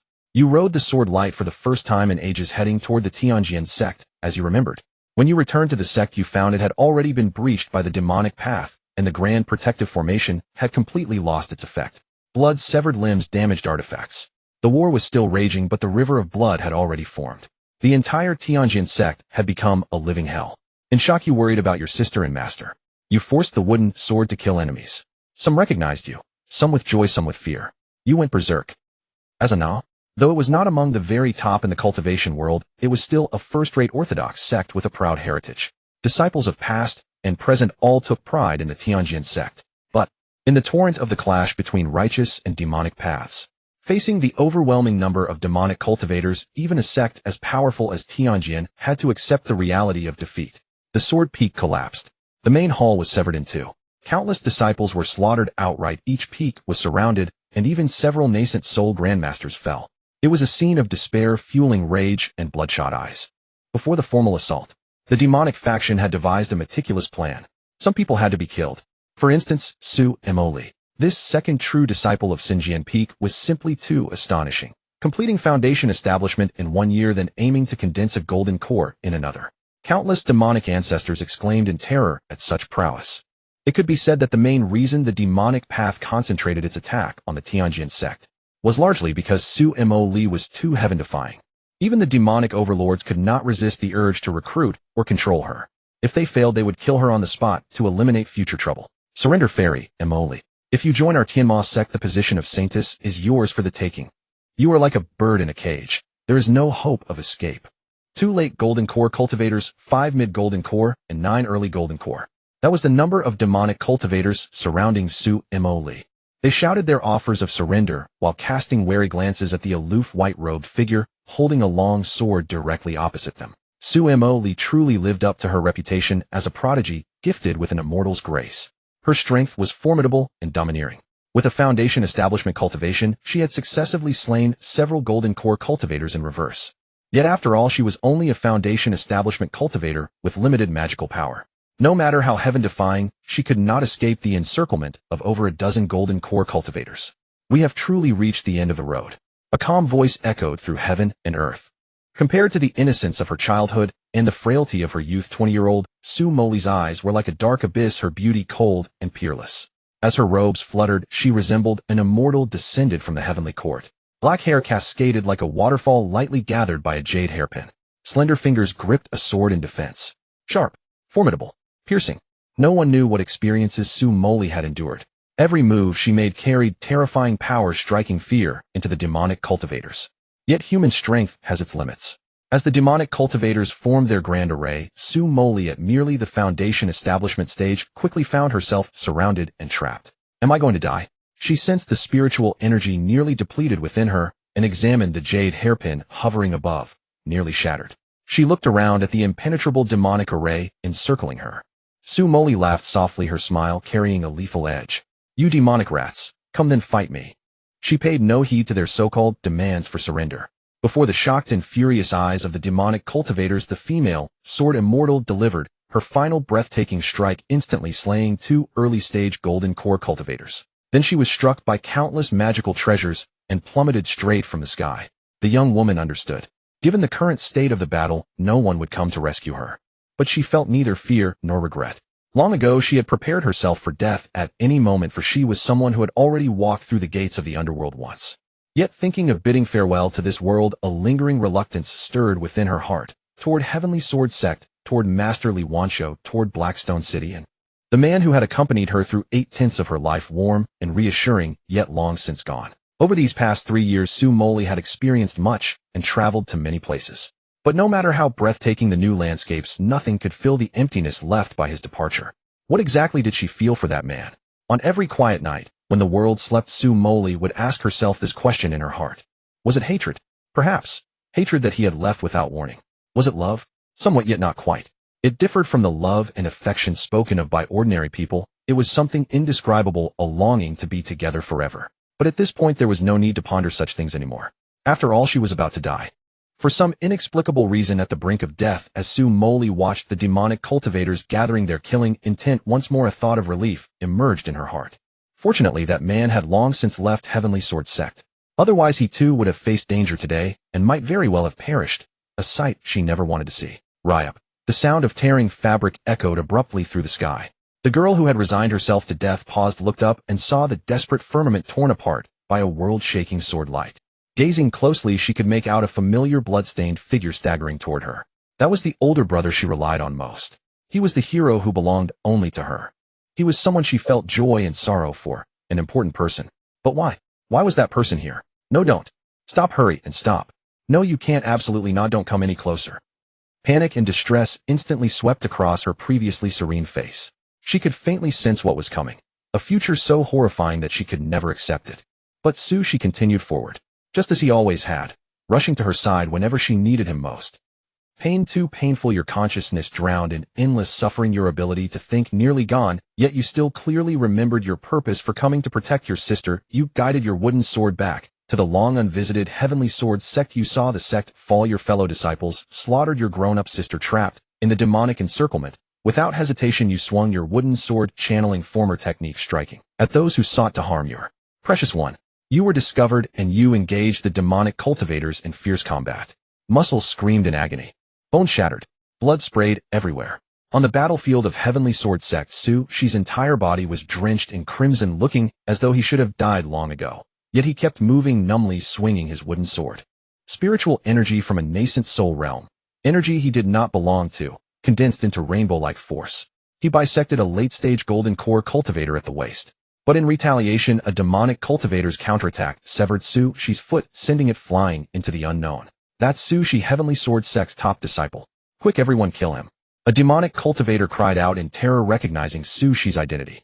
The feat of instantly killing a late-stage golden core cultivator was too shocking. The demonic cultivators were terrified and pressured, forcing them to unite their attacks against She. Brother. Su Moli called out the long-forgotten term, her expression more panicked than ever before. She wanted to shatter the grand array and go fight alongside She, but she was far too weak. Her attacks simply could not break through the array's constraints. She could only watch in utter despair, tears streaming from her strained eyes as that blood-stained figure fell again and again, yet rose each time. Please don't. Another sword light slashed across the sky. 4 golden core demonic cultivators perished, and She paid the price of both legs being severed. He could no longer stand and could only crawl on his hands, advancing in a painfully slow and grotesque manner. Blood continuously flowed from the wounds where his legs had been severed. The soil along his path was soaked with blood, forming long, dragging crimson trails. The demonic cultivators were petrified, unable to tell who the true demons were, but forcing back their fear, they continued their assault on She. This time She burned his entire body to cinders and lost his left arm completely, sacrificing all of it to slay the remaining golden core demonic cultivators. No, please don't. What? I'm just a burden after all. The girl's eyes went blank as she knelt on the ground. She wept uncontrollably. Tears traced down her cheeks, falling drop by drop onto her body and thighs. Her expression was one of utter despair and complete collapse. Please don't. Don't come any closer. Please. Woo-woo. Snot and tears streamed down her face. Her entire body trembled with terror. Watching the figure before her, burned black beyond recognition, with only an upper torso remaining crawling forward painfully on one arm. Her despair nearly buried her soul. Unable to breathe, unable to think. Every subtle movement carried unbearable grief.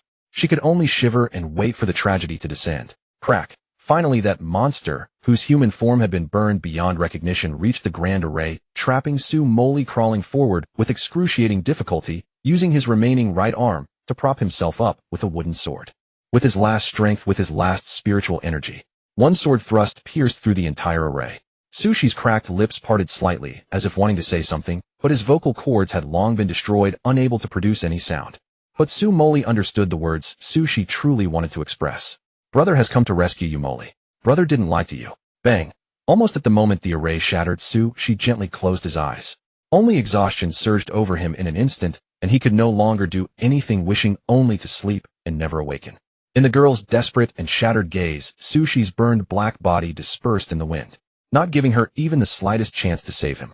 Her mouth hung wide open, wanting to cry but unable to. She could only emit a desperate, tearless wail, repeatedly cursing her own powerlessness. You died. Simulation ended. At the final moment of your simulated life, through your own efforts, you successfully saved your younger sister. Your heart was filled with immense contentment. You died without regrets. Although someone blessed with heavenly spiritual root should not have stopped here, you harbored no remorse, believing you had made the truly right choice. The simulation ended. Collecting brilliant moments. Simulation evaluation calculating. Simulation rewards generating. Post-consciousness returning. Simulation cool down counting down. The familiar ceiling. As if thrown into a washing machine and tumbled dozens of times. A persistent buzzing echoed through Sushi's mind. When he finally regained his senses, he realized he had returned to the real world. He sat semi-reclined in his wheelchair, gazing directly at the white ceiling above. Sushi lowered his head slightly and discovered the book he had held before the simulation began, still clutched in his hands. Its cover was clean, untouched by dust. Years passed in the simulated world, yet reality remains unchanged. So this is what they call time standing still. Sushi breathed a sigh of relief. Fortunately, the two worlds did not share synchronized time. Otherwise, after each simulation, he would undoubtedly end up on the missing persons list. Beep, beep, beep. The simulator's alert sounded continuously, seemingly settling the rewards from his first simulation. Sushi paid it no mind. Instead, he maneuvered his wheelchair to the edge of the bed, laboriously pushing himself upright with both hands, and slowly shuffled onto the bed to lie down. He closed his eyes and rested directly. He was utterly exhausted. Though he had escaped the near-collapsing body upon leaving the simulated world, Sushi's mental state had not refreshed or recovered. Therefore, sleep first, figure the rest out later. Swish. Half asleep, the sound of rain seemed to drift in from outside the room. Rain poured down like a collapsed celestial river, engulfing the entire Tianjin sect in torrential moisture, diluting the thick stench of blood slightly. The downpour was fierce, splashing up countless droplets, but the young girl remained unmoved. She merely knelt where she was, head bowed with vacant, lifeless eyes, her hands slightly cupped as though attempting to hold something. Yet beneath the relentless rain, the mud and soil she cupped slipped through her fingers in vain. She had grasped nothing. The only thing she could find was a tattered strip of cloth, the sole keepsake left by that person after death. Its once pure white fabric had been stained black with blood. Even the fierce storm could not wash it clean. The young girl stood silently, her eyes hollow and desolate, clutching the cloth strip tightly. No matter how unwilling she was to accept it, no matter how desperately she refused to believe. The tearing pain, the soul-grinding regret, the surging hatred, all plainly told Su Moli that her older brother was dead, perishing before her in the most tragic manner imaginable. The brother who would light a fire for her on cold winter nights was dead. The brother who toiled from dawn till dusk using hard-earned money to buy her candy was dead. The brother who never abandoned her side, tending to her while she lay unconscious, was dead. Her brother was truly gone. Allah, that hero who belonged solely to her, the sun forever brilliant and warm in her heart, would never return.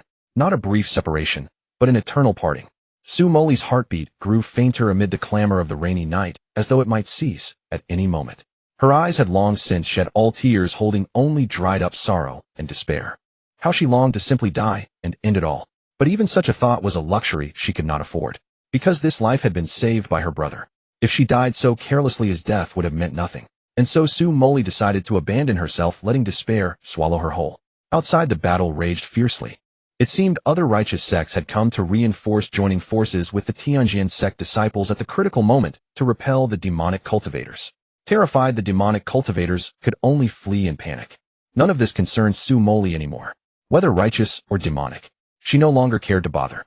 Yet amid those intense clashes of sorcery, the girl's previously lifeless pupils trembled for just a moment. She had heard someone mention her brother. Damn it. These hypocritical virtuosos arrived too quickly. The plan has failed. Retreat quick. And we got our money's worth anyway. This time, besides killing 3 nascent soul cultivators, there was also the #1 true disciple of Tianjin sect. I think his name was Su Shi. What a monster. He killed over a dozen golden core cultivators alone. Good thing he died in the end. A genius. Just a bastard with lucky breaks. Unforgivable. Unforgivable, unforgivable, unforgivable. Unforgivable. Such vile slander against her brother. Unforgivable. Her own utter powerlessness. She absolutely had to do something. Boom. Thunder shook the heavens. In the dim world, a bolt of lightning flashed and vanished, illuminating hundreds of li in every direction. Su Moli rose against the furious wind and rained tear streaks marring her cheeks. Between sobbing and smiling, entirely stripped of will, she moved solely on the strength of a single obsession. She silently picked up the cloth strip, soaked with the blood of her dearest one. She bound it around her long hair at the nape of her neck. Black locks fluttered, killing intent surged. Gripping her brother's wooden sword, she charged alone toward the fleeing demonic cultivators. One strike, the heavens trembled. One strike, even ghosts and gods wept.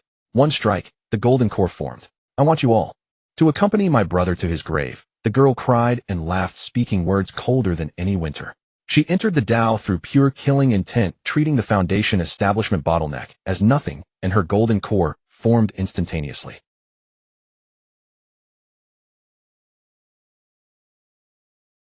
Her divine ability had no name, nor did it follow the ways of the Tao. It possessed only ultimate killing intent, burning her soul, tempering her spirit. Wielding the wooden sword, she unleashed a devastating torrent of bloodlight, causing the heavens and earth, the wind and rain to halt.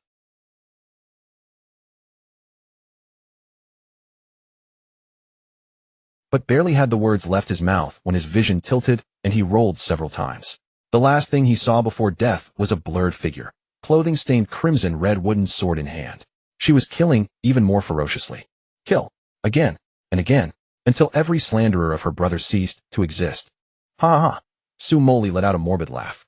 Blood splattered across her exquisitely beautiful face as she tilted her head toward the remaining demonic cultivators pacing through the air. She seemed to walk extremely slowly, yet each step covered an enormous distance, sending chills down the scalps of every demonic cultivator present. They wanted to flee, but escape was impossible. No matter how far they ran, that world-shaking sword light would always catch up, and they would feel their vitality wither away in utter agonizing cleavage. Righteous cultivators had arrived originally intending to help hunt down the enemies. But upon seeing the mountains littered with demonic corpses, they shuddered instantly, daring not approach Su Moli in the slightest. Such a scene was too horrifying. Continuously severed limbs and shattered arms fell from the sky. Blood mixed with rainwater, forming an awe-inspiring, boundless blood rain. At the center of the blood rain, the young girl stood alone, her feet planted upon the mountain of corpses and sea of blood she had forged with her own hands. After slaughtering all the demonic cultivators who had invaded the Sword Immortal sect, the endless despair that had weighed upon Su Moli's heart finally found a moment's respite. She calmly surveyed her surroundings, gazing at those late-arriving reinforcements from the righteous path. No one dared to meet her eyes. Even acquaintances from the Sword Immortal sect were so frightened they stepped back several paces. What kind of gaze was that? Anger? Sorrow? No. It was something far more extreme, the hollow emptiness of having lost everything utterly. It instilled fear in all who witnessed it, and raised an unsettling question: could this young girl before them still truly be called human? Describing her as a living corpse might have been more fitting. Su Moli wore no expression on her face, paying no heed to these righteous cultivators as she mounted her sword and soared toward the Sword Immortal sect. Brother, what exactly happened 3 years ago? The young maiden silently asked herself. She was not foolish, and after avenging her brother, she keenly sensed something crucial. If Sushi had truly considered her a burden, he never would have arrived just in time for the rescue. This proved that throughout it all, she had been quietly watching over her. But then, why had he acted so coldly that year? Why leave the Sword Immortal sect and sever all ties between them? With confusion and questions weighing on her heart, Su Moli flew directly toward the Xinjian Peak at the Sword Immortal sect. If anyone could provide answers, there was no doubt it would be their master Li Wanshou. Before long, Su Moli came across the elderly man recovering from his injuries after the great battle and recounted everything that had transpired to him. Li Wanshou remained silent for a long time before letting out a deep sigh. It is done now. What use is there in keeping secrets any longer? If he appeared before you, he must have already prepared himself for you to learn everything. Gazing at the blood-stained wooden sword in Su Moli's hands, Li Wanshou stroked his beard and shook his head before revealing the full truth of how she had sacrificed everything to create an external spiritual route to save Moli, choosing to depart without explanation to prevent her from discovering what he had done. This truth, this reality, clearly exceeded anything Su Moli had ever imagined. She could never have guessed that the affliction plaguing her for 7 long years, the price of its cure, was her brother's very existence. His life, his cultivation, his spiritual roots, all burned away. How could one imagine what kind of heart sustained him through such torment each day? Even on his final day, he had dragged his broken body to save his sister's life. Su Moli's pupils trembled violently. The tragic image of her brother's death kept replaying before her eyes, deepening her despair and intensifying the pain in her heart. It hurt so much. Agonizing pain coursed through her entire body, worst in her stomach, which cramped and convulsed. Her eyes burned with unshed tears, her wells had run dry, and the ache grew sharper until she could barely see her own hands. Looking down at her hands and feet, she felt only guilt staining her skin. It's all my fault, all my fault. If not for her, her brother would still be alive, basking in glory as the foremost prodigy before the admiring gaze of countless people. Not like this now, no remains left behind. Yes, it was all her fault. She was a burden, a sinner drenched in her brother's blood. Brother. With her soul shattered, the girl left the summit of Xinjian Peak and returned to the cave dwelling where she and her brother had lived for 12 years, frantically searching every corner as though driven mad. After searching for what felt like an eternity, she finally discovered a small storage ring containing vast amounts of cultivation supplies. Everything she had left behind that year. She cared little for the resources within. What mattered was that these were among the few possessions her brother had left in this world, gifts imbued with profound meaning. In the days that followed, the young maiden sealed herself within the cave dwelling, ignoring both cultivation and any summons from the sect. She simply sat motionless in the deepest chamber. She emptied the storage ring completely, letting these belongings steeped in Sushi's presence engulf her entirely. As if by doing this she could conjure the illusion that Sushi still stood beside her. Yet amid the scattered items, Su Moli suddenly noticed something distinct. Not cultivation resources, nor any rare treasure. It was a jar of candies. A jar packed to the brim with sweets. This is... A flicker of life returned to Su Moli's previously vacant eyes. Her arms moved stiffly as she lifted the candy jar and placed a hard candy on her tongue. The taste was familiar, yet somehow wrong. Perhaps it had been stored too long and gone bad. No, that wasn't it. It wasn't about the storage, as she had simply discovered it far too late. Silent tears fell once more. If she had found this jar in the first year after she left, she would have savored every piece, while it still tasted its best. But she hadn't. She was so utterly useless that she came to loathe herself for it. I must atone. I must. Bring my brother back. Her voice cracked with desperation, yet held absolute resolve, no matter the cost. The next day, Su Moli vanished from the Sword Immortal sect. Without a word, without any farewell, she simply disappeared without a trace. Legend speaks of someone who glimpsed her in the mortal city of Haishi, where she used her immense power to relocate an entire wooden house, weeping bloodied tears, as if in profound grief. Later, still witnesses encountered her within a heritage cave realm. By then she had reached the nascent soul stage, striking with formidable force and slaying a soul transformation cultivator against all odds. The title of Slaying Immortal sent shockwaves through the cultivation world. She killed, endlessly, relentlessly, driving the entire demonic path to ruin.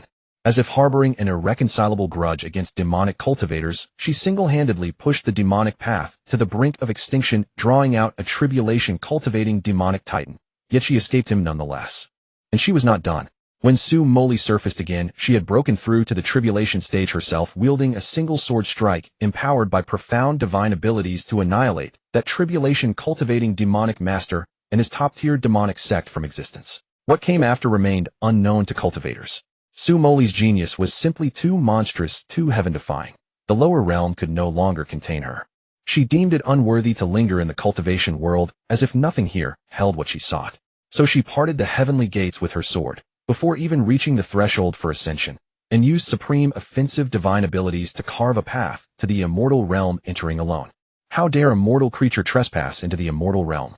Those who fail to bow before immortals bear their names upon the steel of rebirth. Ordinary folk, to behold me is like a well frog gazing at the bright moon. You have entered the immortal path, yet to see this sovereign is like a mayfly peering at the vast azure heavens. She fought her way through, growing stronger with each encounter, facing countless powerful enemies. Yet with nothing but a wooden sword, Su Moli swept through the immortal realm until none dared claim supremacy. The fearsome reputation of the slaying immortal, once renowned throughout the lower realm, spread like wildfire through the immortal realm as well, until even the exalted heavenly emperor could not escape that heaven-cleaving strike. Brother, I can finally make amends. Heaven and earth quaked. The boundary sea churned. After countless ages passed, a cold figure emerged from the immortal realm carrying a blood-stained wooden sword with killing intent that pierced through ancient and modern times and a gaze that suppressed all worlds. Stepping forward, she walked upon the river of time. Beneath her terrifying pressure, the waters, symbolizing the past, present, and future, all boiled violently, splashing forth monstrous waves, each droplet carrying the weight of a small world. Su Moli gently raised her ethereal hand, reversing time upon her palm, rewriting fate itself. How much time had truly elapsed since her brother's death? Su Moli could barely recall the precise chronology. She knew only that from that fateful day forward, she had lost all hope and anchor, with only an obsessive determination to resurrect her brother driving her relentless cultivation. At last, she broke through beyond the immortal emperor, achieving an unprecedented supreme realm, capable of disregarding causality, reversing time. With this power transcending immortal emperors, she would surely save her brother from the past. Contemplating this, her eternally youthful, breathtakingly beautiful face could not help but reveal a hint of a smile. Rumble, rumble. The river of time was blocked. Her pristine jade-like hand moved against the current, precisely grasping from the countless world droplets, one bearing a familiar aura, the very world Su Moli had ascended from. Past years were drawn out, manifesting as vivid, tangible visions. After an immense span of time, Su Moli gazed once more upon that familiar face, watching in the past timeline as her brother raised her with tender, affectionate care during her childhood. She also witnessed at 17 her brother sacrificing his own life to rescue the young girl of that time. Brother, a soft utterance brimming with countless emotions. Time quaked as supreme power concentrated upon her fingertips, gently reaching towards Su, she of the past, intending to drag him to her side. But, with a crisp sound of phantom shattering, the cold woman's fingers passed directly through Su, she unable to affect him in the slightest. Despite exhausting every effort, she could not touch even a trace of him. No, this cannot be. Su Moli grew flustered. She attempted to grasp other things from the past timeline. Everything proceeded smoothly. Before her, power transcending all worlds, temporal limitations posed no barrier whatsoever. Yet she simply could not touch her own brother. Again and again. Again and again. Again and again. No matter how countless the attempts, she could only observe Su, she living in the past, unable to truly touch him. It was like the moon reflected in water or flowers seen in a mirror. Visible, yet infinitely distant, impossible to reach. Why? Why did it become like this? It shouldn't be like this. Why won't you give me a chance to make amends? At last Su Moli abandoned her countless attempts. She deeply realized she could never rescue her beloved brother. Gazing at the memories between two people within the river of time, she wept anew. It was a silent cry, very quiet, profoundly sorrowful. No sound escaped her, only endless tears falling, merging into the river of time. Yet those grief-condensed droplets remained undiminished even when washed by time's relentless current. Brother, forgive me. In the end, the girl who had transcended countless beings and reached an impossible shore, curled herself into a tiny ball, allowing consciousness to sink into endless darkness, fleeing the undeniable, desperate reality. Eyes open, darkness dispelled by warm sunlight. Different from before when he had awakened in the cultivation world, this time, Su awoke in a room of the ordinary world. It feels like I had an incredibly long dream. Bright sunlight, still daytime, streaming through the window, illuminating everything in the room. This was not because Su had slept too little, but because he had slept continuously for over 10 hours, arriving at the second day's morning. After all, what he had done before the simulation ended completely exceeded human endurance. The burden on his spirit was simply too immense. I wonder how Moli has been after my death. With her talent, she probably had no need for my worry. Just thinking I'd never see that child again brings a strange melancholy. Su sat up in bed, his palm catching the sunlight, warm and comfortable, as he spoke with emotion. He was in truth quite an introverted person. Especially after his legs became crippled, he had rarely interacted with outsiders. During this simulation experience, he had enjoyed 17 years of normal life. Honestly, she felt truly fulfilled. Just thinking of the girl's crying, desperate face at the simulation's end, Su could not help but sigh, feeling uneasy in his heart.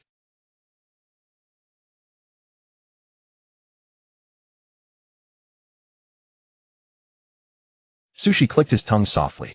He then began checking the system prompts he had been too exhausted to review after the simulation concluded. Ding. First simulation statistics completed.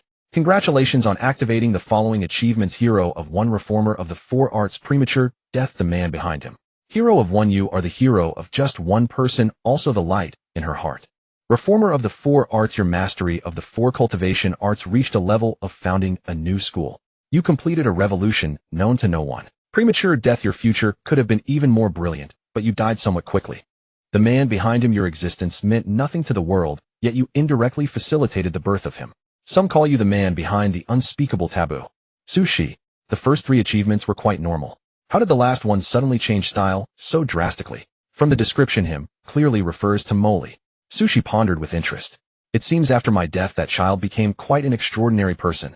His worry for the girl lessened somewhat. Sushi continued examining the simulator panel. Simulation summary. You completely squandered your talent. Despite possessing a supreme grade heavenly spirit root, your cultivation ultimately stopped at the golden core stage. Undoubtedly, this was a waste. But correspondingly, at the cost of your own life, you indirectly accomplished another great cause. Henceforth you were called that man throughout heaven and earth, and your existence was remembered by the world. Simulation number 01, final evaluation S. Rewards generating. Beep. Beep. Please choose any 3 rewards from the following 5 options. Distribution will be immediate upon selection. 1. Peak cultivation from within the simulation. 2. All divine arts from within the simulation. 3. Wood element heavenly spirit root. 4. A storage ring filled with cultivation resources. 5. A jar of candies that will never expire. The simulator considerately provided detailed descriptions for each reward, allowing Sushi to more intuitively weigh the advantages and disadvantages of each option. For instance, option 1 offered peak cultivation. After selecting it, she would obtain golden core cultivation within the simulated life, granting him the ability to defend himself in the real world right away, rather than painfully starting from the chi refining stage all over again. An S-rank evaluation allowed selection of 3 rewards. By that logic, A and B ranks should yield 2 and 1 rewards respectively, or the rewards would be significantly diminished. In that case, I should aim for the highest evaluation possible in future simulations. Sushi pondered thoughtfully, his gaze sweeping back and forth across the 5 rewards. He quickly settled on options 1 and 3. Peak cultivation and heavenly spiritual root. Choosing cultivation would save time jumping straight to the golden core stage, while the heavenly spiritual root would ensure continued growth and power. Both were what Sushi needed most at present. As for the 3rd reward, Sushi turned his gaze toward the final option, a candy jar that seemed extraordinarily ordinary compared to the others. The jar was merely a common vessel, and the candy inside nothing special. Sushi understood this all too well. After all, these candies had been purchased by him at the mortal market. Sushi never expected that the jar of candy he had tucked away in his storage ring as a peace offering to cheer up his younger sister would appear in the simulation rewards. And it had been specially marked, will never expire again. So that means it expired once before. Sushi's expression grew complicated. It seems what I did truly disgusted Emily to the point she wouldn't even taste a single candy. Self-mocking, the young man selected the candy jar as his final reward. He possessed complete memories of his cultivation journey. The Taoist techniques could be relearned from scratch and resources could be collected anew in reality. Only these seemingly ordinary, unremarkable candies were irreproducible, a treasure of special significance from another world.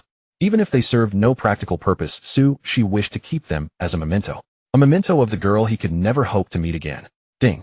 Reward selection complete. Distribution initiating. As the simulator's virtual screen refreshed, Sushi suddenly felt his body grow light. The overwhelming sense of power he had only ever experienced within the simulation instantly flooded through him, rapidly bypassing the chi refining and foundation establishment stages, forming a perfect, flawlessly rounded golden core. The wood attribute heavenly spiritual root took root within his internal cavities. As for the final candy jar, it appeared out of thin air in Sushi's hands. The jar was a cylindrical ceramic vessel, its pale cyan surface gleaming softly. Gently lifting the lid revealed an assortment of sweets within. Chewy candies, crispy candies, hard candies, candied fruit sweets. When he and his sister lived in Blackstone City, their circumstances had been so destitute that Sushi could only purchase inferior candies to satisfy his sister's cravings. That was precisely why, for this final gift of candy, Sushi had been meticulous, buying every variety he could find. It's a pity the candy never reached the one meant to enjoy it. Sushi spoke with regret in his voice. Gripping the jar, he placed it on his bedside table, pushing it slightly back to shield it from direct sunlight. Having done that, Sushi took a deep breath and with practiced ease set his golden core into motion. For the first time in reality, he began cultivating breath regulation as gentle spiritual energy surged and circulated through his meridians. With the golden core cultivation and with spiritual root in place, it was only natural that his innate divine ability, wood revival, also manifested. The wood revival that could restore severed limbs. Of course, it could also restore Sushi's lame legs in the real world. Excellent. Exactly as I anticipated. Since the real world has entered the era of spiritual energy recovery cultivation, here differs little from the simulated cultivation realm. This means I can now employ my innate divine ability. Unable to restrain his excitement, Sushi absorbed spiritual energy from the surrounding air at maximum speed, converting it into his own reservoir of magical power. Then he activated the golden core's innate divine ability, wood revival, and directed it toward his legs which had been lame for so many years. A faint sound of bubbling echoed as continuous vitality merged into his legs, repairing, blending, reshaping until they regained their complete form. When Sushi for the first time in long years tested his legs, they slid beneath him without any obstruction. Walking, jumping, squatting. Everything flowed effortlessly. No different from any ordinary person. Finally, this day has come. In his private room, Sushi couldn't help but cover his face and laugh, loudly laughing for a long while before composing himself. He couldn't blame himself for such undignified behavior. Life with lame legs had been suffocatingly frustrating for far too long. In the past, even a single small step could torment Sushi for hours, often forcing him to detour or beg strangers for assistance. And now a brand new life opened its doors to Sushi. All thanks to the simulator. If he could simulate more times, his life would surely be transformed completely, leading him toward an unimaginable new future. The problem is simulation cannot be initiated at will. Enjoying the rare sensation of walking on his own legs, Sushi put away his former wheelchair and picked up a slightly yellowed apple. With a turn of his wood attribute magical power, the apple instantly restored to peak freshness. One bite, crisp, sweet, and refreshing. Out of the corner of his eye he glanced toward the simulator interface. On the pale blue virtual screen visible only to him, she could see a line of text. Simulation cooldown refresh time, 9999 days 6 hours. Subtracting the time she had been asleep previously, he could draw one conclusion: the simulator's natural cooldown speed recovered one simulation every 10,000 days. This number was rather terrifying, but fortunately the simulator provided a second method ensuring she wouldn't truly have to wait 10,000 days. Recharge anchor mediums to obtain new simulation credits. Please recharge generously to achieve a better life earlier. Ignoring the simulator's advertising-like message, Sushi's gaze focused heavily on the words, anchor mediums. Anchor. Medium. Sounds like some kind of positioning device, Sushi mused, and after probing the simulator with a few more questions confirming the items could be found in the real world, he quietly filed the information away in his mind. He was in no rush. Having just completed his first simulation, she was still in a state of digestion with no intention of starting a second one immediately. A meal must be eaten bite by bite, a road must be walked step by step. This principle applies universally at any time. As for now, she planned to cultivate the Tao at home, restoring the combat prowess befitting the Golden Core stage, and only afterward would he venture out to appreciate the rapidly developing real world transformed by spiritual energy recovery during his years of disability. Previously, his mobility issues meant that although he could learn about the world through his phone, his understanding remained limited. But now that he had become a Golden Core cultivator with healed legs, Sushi truly possessed the qualification to comprehend the face of this brand new era. Spiritual energy resurged. Mythologies returned. Transcendence awakened. Humanity evolved. This new era bore different names in the mouths of different people. Yet everyone agreed that the dawn of this entirely new age began with the Great Cataclysm 5 years ago. That cataclysm shattered humanity's dream of dominance as countless transcendent beings and fantastical entities, once deemed impossible, abruptly manifested in the real world, wreaking havoc. To this day, such anomalies still occur from time to time. Yet it is precisely because of this humans on Earth began to master transcendent powers, and a select few fortunate or exceptionally perceptive individuals could even rise to greatness in a single bound, becoming true powerhouses. 5 years later, the emergence of transcendence has become a norm, with legally defined benefits and obligations. Some envy them, considering transcendence to be superior beings. Some lament, believing transcendents face high mortality rates. But without a doubt, this is a truly magnificent era, a grand, boundless age of infinite possibilities. Half a month later, having mastered the Tao techniques through simulation memories, Sushi, after 5 years apart, walked on his own 2 legs, leaving his home to observe the city streets slowly. Taiji steamed bun shop, psychic hair salon, Dochi horse professional training school.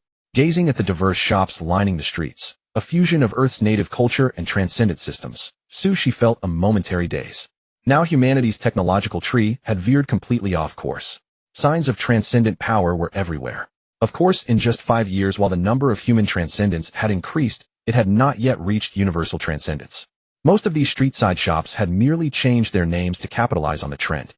True transcendents had almost all joined the Transcendent Administration Bureau, enjoying the high benefits and resource channels granted by the state government.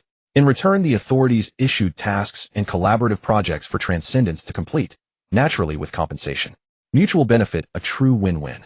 Perhaps I should also join the Transcendent Administration Bureau. If I recall correctly, there is a branch nearby. Sushi walked along the street and bought breakfast on the way. The large meat buns had thin wrappers and generous fillings with plenty of savory juice inside. Delicious overall. Incidentally, the vendor gave him a bowl of sweet tofu pudding. Cultivation is not just about fighting and killing, it's also about human relationships. With my golden core stage strength, joining the Bureau should earn me some attention. Then I can use the Bureau's channels to search for the so-called anchor medium. Even if I can't find it, I can still use the Bureau's resources to enhance my power. He bit into the meat bun, feeling the warm, savory juices burst on his tongue. Sushi mused slightly. He had no intention of imitating those arrogant protagonists who, upon gaining a golden finger, scoffed at the nation's existence, believing they would inevitably reach the pinnacle. Reality had proven such behavior foolish and wrong. In the early days of the spiritual energy resurgence, many fortunate individuals who had gained transcendent powers harbored such attitudes, hiding among ordinary people, believing themselves to be the chosen ones. But when the authorities finally released information, these so-called protagonists were stunned to realize they had already fallen behind. The wisdom of a single person could never rival the roar of the state machinery. As for my cultivation, I can't explain it as an accidental inheritance. Such events have occurred over 100 times since the spiritual energy resurgence. I don't need to hide anything. No time like the present. I'll join the Bureau today. After eating his fill, Sushi opened his phone and searched for the location of the Transcendent Administration Bureau branch. He locked in the coordinates and strode away. The advent of the Transcendent era provided humanity with more energy sources, and even transportation underwent a revolution, far surpassing the speeds of the past. However, Sushi had not walked for so long in ages. Additionally, his mana formed a self-sustaining cycle, leaving him utterly unfatigued. He ambled leisurely for over 2 hours, occasionally pausing to admire newly constructed buildings or to observe the mana elemental hybrid taxis that whizzed past. By the time he reached his destination near noon, the Yinshan City Transcendent Administration Bureau branch, what met his eyes was a towering, magnificent structure resembling a majestic mountain peak with a dense aura of mystery flowing around it. As expected, as one of the gathering places for Transcendence, the Bureau has its own defensive measures. Sushi watched curiously for a while. Then he stepped through the Bureau's entrance. Compared to its imposing exterior, the interior was even more vast, with crowds moving through the expansive space and corridors intersecting. Since this was his first visit, Sushi naturally had no idea where to go. So he stopped a male staff member passing by and asked, "Excuse me, I'm here for the first time. Could you tell me where to register as a Transcendent?" "Oh, you're heading to the registration office. I'm going that way anyway, so I'll take you there." The male staff member was very enthusiastic. Walking ahead to lead the way while clutching a thick folder of documents, he couldn't help asking, "By the way, brother, what kind of transcendent power do you have? Did you awaken it yourself?" Sushi smiled. "I suppose I'm a cultivator. Lucky me, I got an inheritance while lying in bed sleeping." Upon hearing this, the staff member's expression turned noticeably envious. "I'm so jealous. Not only did you awaken transcendent power, but you're also the most famous type, a cultivator. Brother, this is just too absurd. You can cultivate just by sleeping." The staff member's tone carried a hint of sourness. In this era, there were many types of transcendent powers one could awaken, including, but not limited to, Xinxia cultivation, martial arts, magic, and Doqi. But if you asked what transcendent power Chinese people were most passionate about and most desired, without a doubt, it was the cultivator. After all, how many people hadn't fantasized in their childhood about the carefree scene of flying on a sword? Clearly, this male staff member leading the way was a fervent fan of the cultivation system. As he guided Sushi, he stared at Sushi with jealous longing. The mournful, yearning gaze made Sushi quite uncomfortable. "Ahem, just luck, Sushi said. "I've only just begun my cultivation journey and my strength is still weak, and there's a long way to go before becoming an immortal." "That's true." Hearing Sushi's explanation, the staff member's expression improved a bit. Just as they were about to reach the registration office, suddenly shouts and cries for help rang out from the corridor on the right, along with the mad roar of a beast. "Watch out. Everyone ahead, get out of the way. A Foundation establishment beast has broken free from its beast-taming ring and is charging your way." The crowd panicked, scattering in all directions. The physical strength of a Foundation establishment beast was terrifying.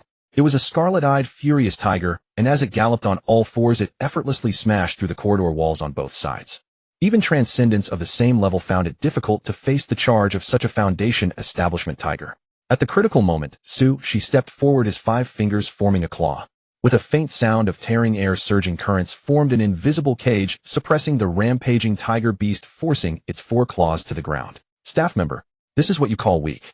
Under normal circumstances, the registration process for extraordinary individuals is quite tedious. One must undergo a series of official examinations to confirm whether one truly possesses extraordinary powers, determine which extraordinary system they belong to, and finally assign a rank to determine their specific benefits. However, there are always exceptions to every rule. In full view of everyone, She subdued a Foundation establishment demon beast with a single hand, and both his performance and oppressive aura left everyone present dumbfounded. They were practically gasping in horror, exclaiming how terrifying it was. As a result, just a few minutes later, She was respectfully escorted to the branch director's office, where someone specially brought him hot tea, saying the director would arrive shortly. This to save quite a bit of time unexpectedly. Inside the office, She sat in the guest's soft leather chair, sipping hot tea, and marveled at the situation. Though he didn't mind following the rules and going through the process step by step, if he could skip it directly, that would naturally be for the best. After all, no one wants to waste time. She closed his eyes slightly, recalling the earlier situation. The Foundation establishment demon beast escaped, yet the people from the Control Bureau couldn't subdue it immediately, and their attitude toward me was respectful.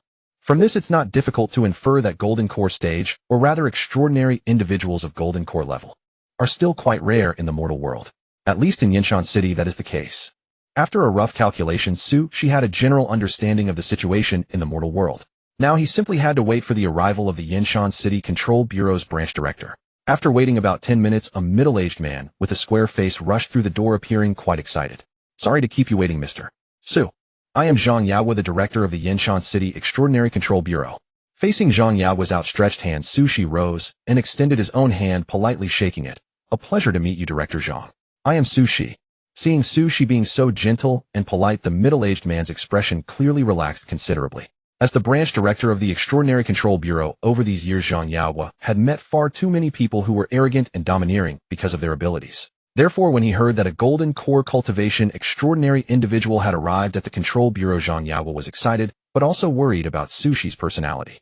Looking at things now, there was plenty of room for cooperation. "Mr. Su, please have a seat." The two of them sat down on opposite sides of the black lacquered desk. Director Zhang worked hard to calm his inner excitement and assumed his usual rigorous and serious work demeanor, speaking to Shi. "I have already understood all the specifics of what happened. On behalf of the Yinshan City Control Bureau, I would like to express our gratitude for Mr. Su's assistance. Also, I heard that Mr. Su is preparing to join the Control Bureau. I warmly welcome Mr. Su's joining, but according to regulations, I need to ask some basic questions." Shi nodded. "I do wish to join the Control Bureau. Please feel free to ask whatever questions you have." Zhang Yaowa was overjoyed. In the 5 years since the spiritual revival, although many powerful individuals had emerged in the country, this branch claimed some, that branch claimed some, and in the end the general administration in the capital took the lion's share. The number of powerful individuals left was truly meager. This was also why when a mere Foundation establishment tiger demon escaped, the Yinshan Control Bureau couldn't capture it immediately. Simply because there truly was no one available to do it. If Shi joined the Control Bureau with such a Golden Core cultivator stationed there, the strength and prestige of the Yinshan Control Bureau would greatly increase. Next, Zhang Yaowa began asking questions. "Zhang Yaowa, may I ask how Mr. Su awakened?" Shi, "I was sleeping at home when I suddenly received the inheritance of a cultivator. I broke through overnight and formed a Golden Core." Zhang Yaowa, "Mr. Su's luck is truly extraordinary. Does Mr. Su know the identity of that cultivator?" Shi, "I only know he came from a cultivation sect called the Tianjian sect. I don't know anything else." Zhang Yaowa, "One final question. May I ask Mr. Su to demonstrate your Golden Core cultivation?" Shi, "Of course." Shi spread open his palm, and his spiritual energy circulated, connecting with the Golden Core within his body, resonating and reflecting, manifesting his life-bound divine ability through the Golden Core. Wisps of Golden Core aura even emanated from his body, resplendent with golden light. Beyond question and impossible to question. The unique life-bound divine ability of a Golden Core true person, along with the radiant Golden Core aura within his body, was more than sufficient proof that Shi was a genuine Golden Core great cultivator. Indeed, it is Golden Core cultivation. Director Zhang's joy became even more apparent on his face. After witnessing it personally, his last trace of concern was dispelled. He hastily began discussing treatment benefits and various matters that might arise after Shi joined the Control Bureau. A base monthly salary of 3 Huaxia coins, and completing tasks or engaging in other official cooperation would bring new remuneration. Moreover, inside the Control Bureau exists an exclusive shopping network for extraordinary individuals, called the Extraordinary Home. Transactions can only be made using credits that circulate exclusively within the Control Bureau. As a golden core cultivator Su, she enjoys a monthly welfare benefit of 100 credits, which he can freely use for transactions within the extraordinary home to exchange for the cultivation resources he desires. Similarly, credits can also be used to obtain intelligence within the extraordinary home. In short, its uses are quite extensive. She pondered thoughtfully, calculating it this way: the 100 credits from the extraordinary home have very high cost effectiveness, far superior to the 3 Huaxia coins mentioned earlier. There were no issues whatsoever. She was very satisfied with this arrangement. I provide martial strength. You provide remuneration. Both parties get what they want, a win-win and a great victory. After signing the contract symbolically and registering his identity information, Shi officially became a member of the Yinshan City Extraordinary Control Bureau. Zhang Yao's expression also visibly brightened with delight. Haha, we are colleagues from now on, Mr. Su. Zhang Yao laughed heartily. Compared to before, he now appeared considerably more amicable, and the way he looked at Su, she carried an added recognition of kinship. With your joining, our Yinshan Control Bureau situation will improve greatly. We no longer need to frequently beg the General Administration for assistance. The first month's 300 Huaxia coins and 100 credits will be deposited into your account very soon. Additionally, this is a small personal token of appreciation from me. Consider it a small gift for joining the Yinshan Control Bureau and for suppressing that Foundation establishment Tiger Demon. Director Zhang smiled as he handed a storage ring to Su Shi. While this storage ring truly was quite small, but as for what was stored inside, that was hard to say. After briefly examining the ring's contents, Su Shi's eyebrows raised slightly. Too decadent, too contemptuous of his composure. He would take it home and give it thorough criticism. Thus, Su Shi decisively accepted the storage ring. He and Zhang Yao exchanged knowing smiles. Brother Zhang, the moment I saw you I knew you were a good person. Haha, brother Su truly has sharp eyes. To awaken and become a golden core cultivator so quickly, brother Su is truly a dragon among men. The two of them laughed again. The air was filled with mirth. After discussing the matter of joining the Transcendent Bureau, she did not leave immediately. Instead, he remained in the director's office, continuing his conversation with Zhang Yao to learn more about transcended beings and the spiritual energy resurgence. In this regard, Zhang Yao, as the deputy director of the Bureau, undoubtedly knew far more than Su Shi. The spiritual energy resurgence, you ask? Sunlight streamed into the office, falling upon the middle-aged man's face, casting a shadow of desolation there. Zhang Yao let out a long sigh. Su Shi, how much do you specifically know about the catastrophe 5 years ago? Su Shi shook his head. I don't know much. I only know that one night many transcendent creatures suddenly appeared and caused massive destruction across the globe. I was one of the survivors back then. If not for sheer luck saving my life, I wouldn't be sitting here today. Director Zhang's expression shifted to one of surprise. I never expected you to have such an experience, old brother Su. Indeed, those who survive great disasters are destined for good fortune. No wonder you obtained a cultivator's legacy. He paused before continuing. Most people's impression of the catastrophe is actually similar to yours. They only know that many transcendent creatures appeared, and that subsequently people began awakening to become transcended beings one after another. Beings that only existed in works of imagination suddenly appeared vividly in reality. Such a thing is indeed inconceivable.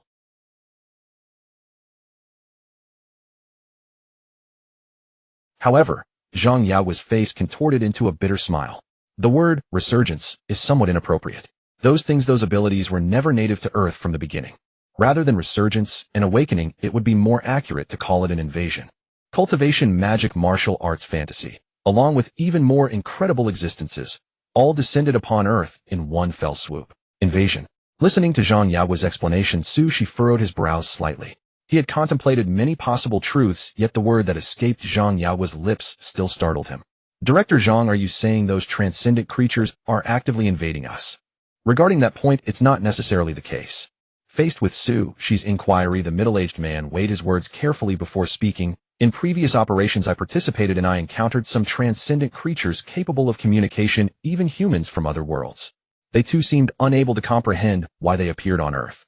Moreover, what appeared on Earth wasn't just transcendent creatures. There were also other things such as vast tracts of terrain, entirely new species, and abundant transcendent resources. The Transcendent Bureau's development to its current scale owes a great deal to these products from other worlds. At this point, the man before Su Shi wore an extremely complex expression. On one hand, he resented how other worlds had invaded and transformed the Earth he knew so well. On the other hand, he was genuinely delighted that with the aid of these transcendent powers, their motherland had advanced toward an even more prosperous future. Finally, Zhang Yao concluded, whether you call it invasion or resurgence, in truth it doesn't much concern us, nor can we change anything about it. All we can do is strive to strengthen our own power to prevent ourselves and others from being caught up in the sudden transcendent disasters. Sushi nodded in deep agreement, finding Director Zhang's perspective entirely sound. Thank you for the explanation. Today I have gained much. Having obtained the information he desired, Sushi rose to take his leave. Now aware of the truth behind the spiritual energy resurgence, and having successfully joined the Transcendent Bureau, he had many things he wished to do. Director Zhang warmly escorted Sushi to the door and arranged for a staff member to serve as Sushi's guide, helping him become familiar with the Bureau's internal layout. For instance, there was a storage room dedicated to holding items purchased through Transcendent Home. Given that most items from Transcendent Home were harmful to ordinary people, all purchases were uniformly delivered to the local bureau. From there, the buyers would personally retrieve their items. Additionally, to help newcomers treading the path of transcendence master their powers, the Bureau offered various transcendent courses internally, though of course none of this was useful to Sushi. After briefly touring the Bureau and roughly understanding the locations of each department, Sushi walked out through the Bureau's gates. Walking in the direction of home, he glanced at his phone. Although Transcendent Home is the internal trading network of the Bureau, it can be used from anywhere.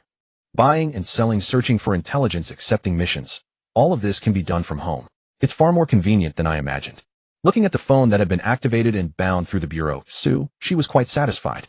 This way, he wouldn't need to constantly travel back and forth between his home and the Bureau. Still, I never expected that the so-called spiritual energy resurgence would actually be an invasion from other worlds and from multiple worlds simultaneously. If things continue like this, perhaps Earth will merge with those other worlds, eh? Sushi pondered, somewhat lost in thought. But he quickly laughed at himself. If it really were as he imagined, what could he possibly do about it? He was merely a lucky fellow who had unexpectedly acquired a simulator, pathetic, small, and helpless, capable of nothing. It certainly couldn't be that this so-called spiritual energy resurgence had something to do with him, could it? Such a thing was of course impossible. In any case, for now I'll head home first. The storage ring Zhang Yaowa gave me contains many useful things for me. I can use them to improve my combat capabilities. Once my strength is stabilized, I'll use the Bureau's intelligence channels to slowly gather anchor point mediums and initiate a new simulation. With this in mind, Sushi's pace quickened. Drip, drip, but his luck took a turn for the worse. Barely had he left the Bureau when the sky rapidly darkened and raindrops began to fall. The drizzle fell like silk, the moisture like mist. The road, which had been scorching beneath the sun moments before, cooled at an astonishing rate, tiny splashes dancing across its surface. As he breathed, Sushi could feel the dampness seeping into his nostrils. Originally, he had intended to conjure a barrier with his spiritual power to shield himself from the rain all the way home. But after some thought, he turned and entered a department store, purchasing a new umbrella. Opening the umbrella and continuing his walk home, rain drummed against the canopy, producing crisp tapping sounds. Sushi loved this sound.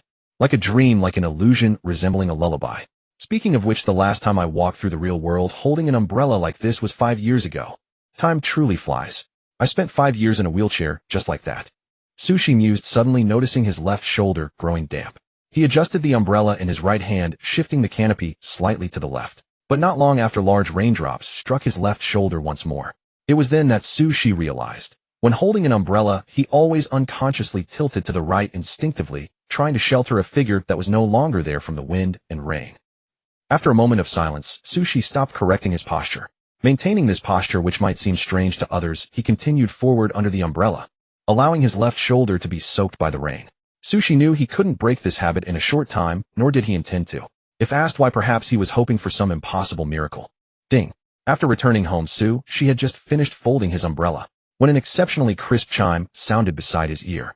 It did not come from the simulator, but from his phone. Your debit card account 9527 has received a deposit of 3,000,000 yuan today, with a usable balance of 323333.00 yuan.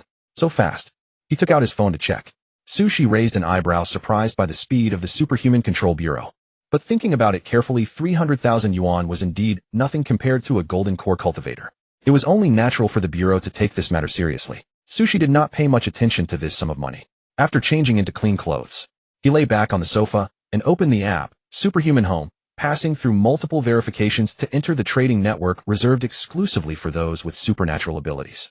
Talismans, combat techniques, blood energy, martial arts, ghost cultivation, secret methods, and the supreme art of union.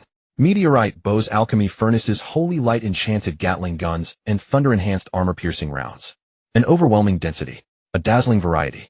As a trading network established by the Chinese official authorities, the product range on Superhuman Home far exceeded Sushi's expectations. He never imagined those higher-ups had even developed enchanted thermal weapons. This is probably what they call keeping pace with the times. Muttering this reflection, Sushi began searching for the items he wanted. As a cultivator, the most crucial matters were cultivation methods and Taoist arts. However, neither was lacking in Sushi's possession. Having experienced cultivation life once before, his mind was full of heavenly sword sect manuals and secret techniques. Superhuman Home has a recycling function. Depending on the value of the items recycled, one would be granted a corresponding amount of points. Perhaps I could find a time to sell the heavenly sword sect manuals. That way I would have sufficient points to purchase other items and gather desired intelligence. Sushi pondered. His fingers swiped across the phone screen. He focused on filtering for the 4 arts of cultivation, the 4 categories of alchemy: artifact forging, formation arrays, and talisman crafting. Pills could assist cultivation, artifacts could enhance a cultivator's offensive and defensive capabilities, formations possessed versatile functions, and talismans offered instantaneous and concise effects. As a former outstanding prodigy in all 4 arts, Sushi naturally intended to make full use of this talent. It must not be wasted. Therefore, Sushi planned to purchase materials from Superhuman Home and refine them himself into a complete alchemy artifact formation and talisman system integrating cultivation, enhancement, body protection, and offensive capability. As for why he did not simply purchase ready-made products, the answer was straightforward: expensive. On Superhuman Home, the price difference between finished products and raw materials often amounted to several times, and there was no guarantee that the desired finished product existed at all. 5 years was ultimately too little time. In such a short period, the Superhuman Control Bureau likely had few formally trained alchemists, artifact masters, formation array practitioners, or talisman makers. Sushi's divine sense flowed, and he quickly identified the reasons behind this awkward situation. After I refine the items I need myself, if time were ample, I could completely purchase materials on my own, craft finished products, and list them for sale on Superhuman Home. Round trip that would form a steady channel for earning points. Sushi spoke to himself, his gaze scanning the phone screen rapidly as he added desirable materials to his shopping cart. What red fox pupils, dragon bone, thunderclap, golden, or buy everything. Only when the screen displayed insufficient points did Sushi reluctantly stop. 1,000 points were still far too little, absolutely insufficient for my spending. Gazing at the other items on Superhuman Home, Sushi felt regretful. Besides the excellent cultivation side items, there were also quite a few other supernatural system products within. Sushi genuinely wanted to purchase several to study. It was a pity that his funds were limited, so he could only prioritize purchasing the needed alchemy artifact formation and talisman materials. Let's do this for now. There's plenty of time ahead. No rush. He closed the Superhuman homepage. Sushi closed his eyes and entered meditation. Time flowed, and in the blink of an eye a month had passed. During that month, Sushi gradually grew accustomed to his new life with restored legs. Most of the time he stayed at home for cultivation, occasionally stepping out for a walk. Following the delivery of the alchemy artifact formation and talisman materials, Sushi refined a complete set of spiritual gathering arrays for himself along with substantial quantities of yellow dragon pills to accelerate his cultivation progress. Additionally, using his innate divine ability would rebirth, he accelerated the growth of a Qianglong vine worth 1,000 points. Forging vines into swords. He crafted his life-bound magical treasure from the Sunjian Peak lineage, the withered vine sword. Finally, Sushi drew numerous talismans. Although their power could not match his own personal strikes, being prepared was always wise. Sushi had no intention of wasting his talents. Joining the Superhuman Control Bureau had not made Sushi overly busy. During this month, Sushi had only taken action twice. Once was to slay a suddenly appearing mutated raptor. It seemed to originate from some fantasy world, spreading its wings to blot out the sky and casting shadows over nearly half the urban district. Sushi held the withered vine sword and struck from afar with a streak of cyan sword light, severing it cleanly in two. Afterwards, apart from the raptor's blood and flesh materials, he also received the Bureau's reward, 1 million yuan and 500 points. The second action occurred mid-month during a bizarre spectacle of 100 ghosts marching by night. This 100-ghost parade was grand and menacing, the numbers of ghostly entities so vast that the Bureau's supernaturally gifted members were pushed to their limits, yet they were all utterly destroyed by Sushi's sword light. His would attribute magical power surged with vitality, making it extremely effective against such ghostly beings. The subsequent reward was 1,500,000 yuan and 900 points. After these two battles, Sushi sincerely reflected that money was truly but a string of digits. He cared for it not at all.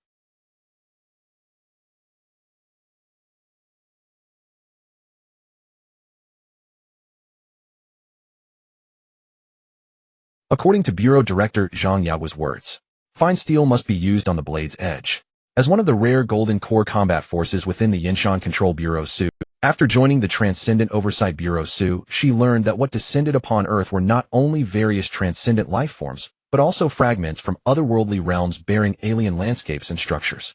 These otherworldly fragments were officially designated as realm ruins. Their hidden value was immense. Through studying them, one could uncover more transcendent system knowledge, and even obtain unique otherworldly products within.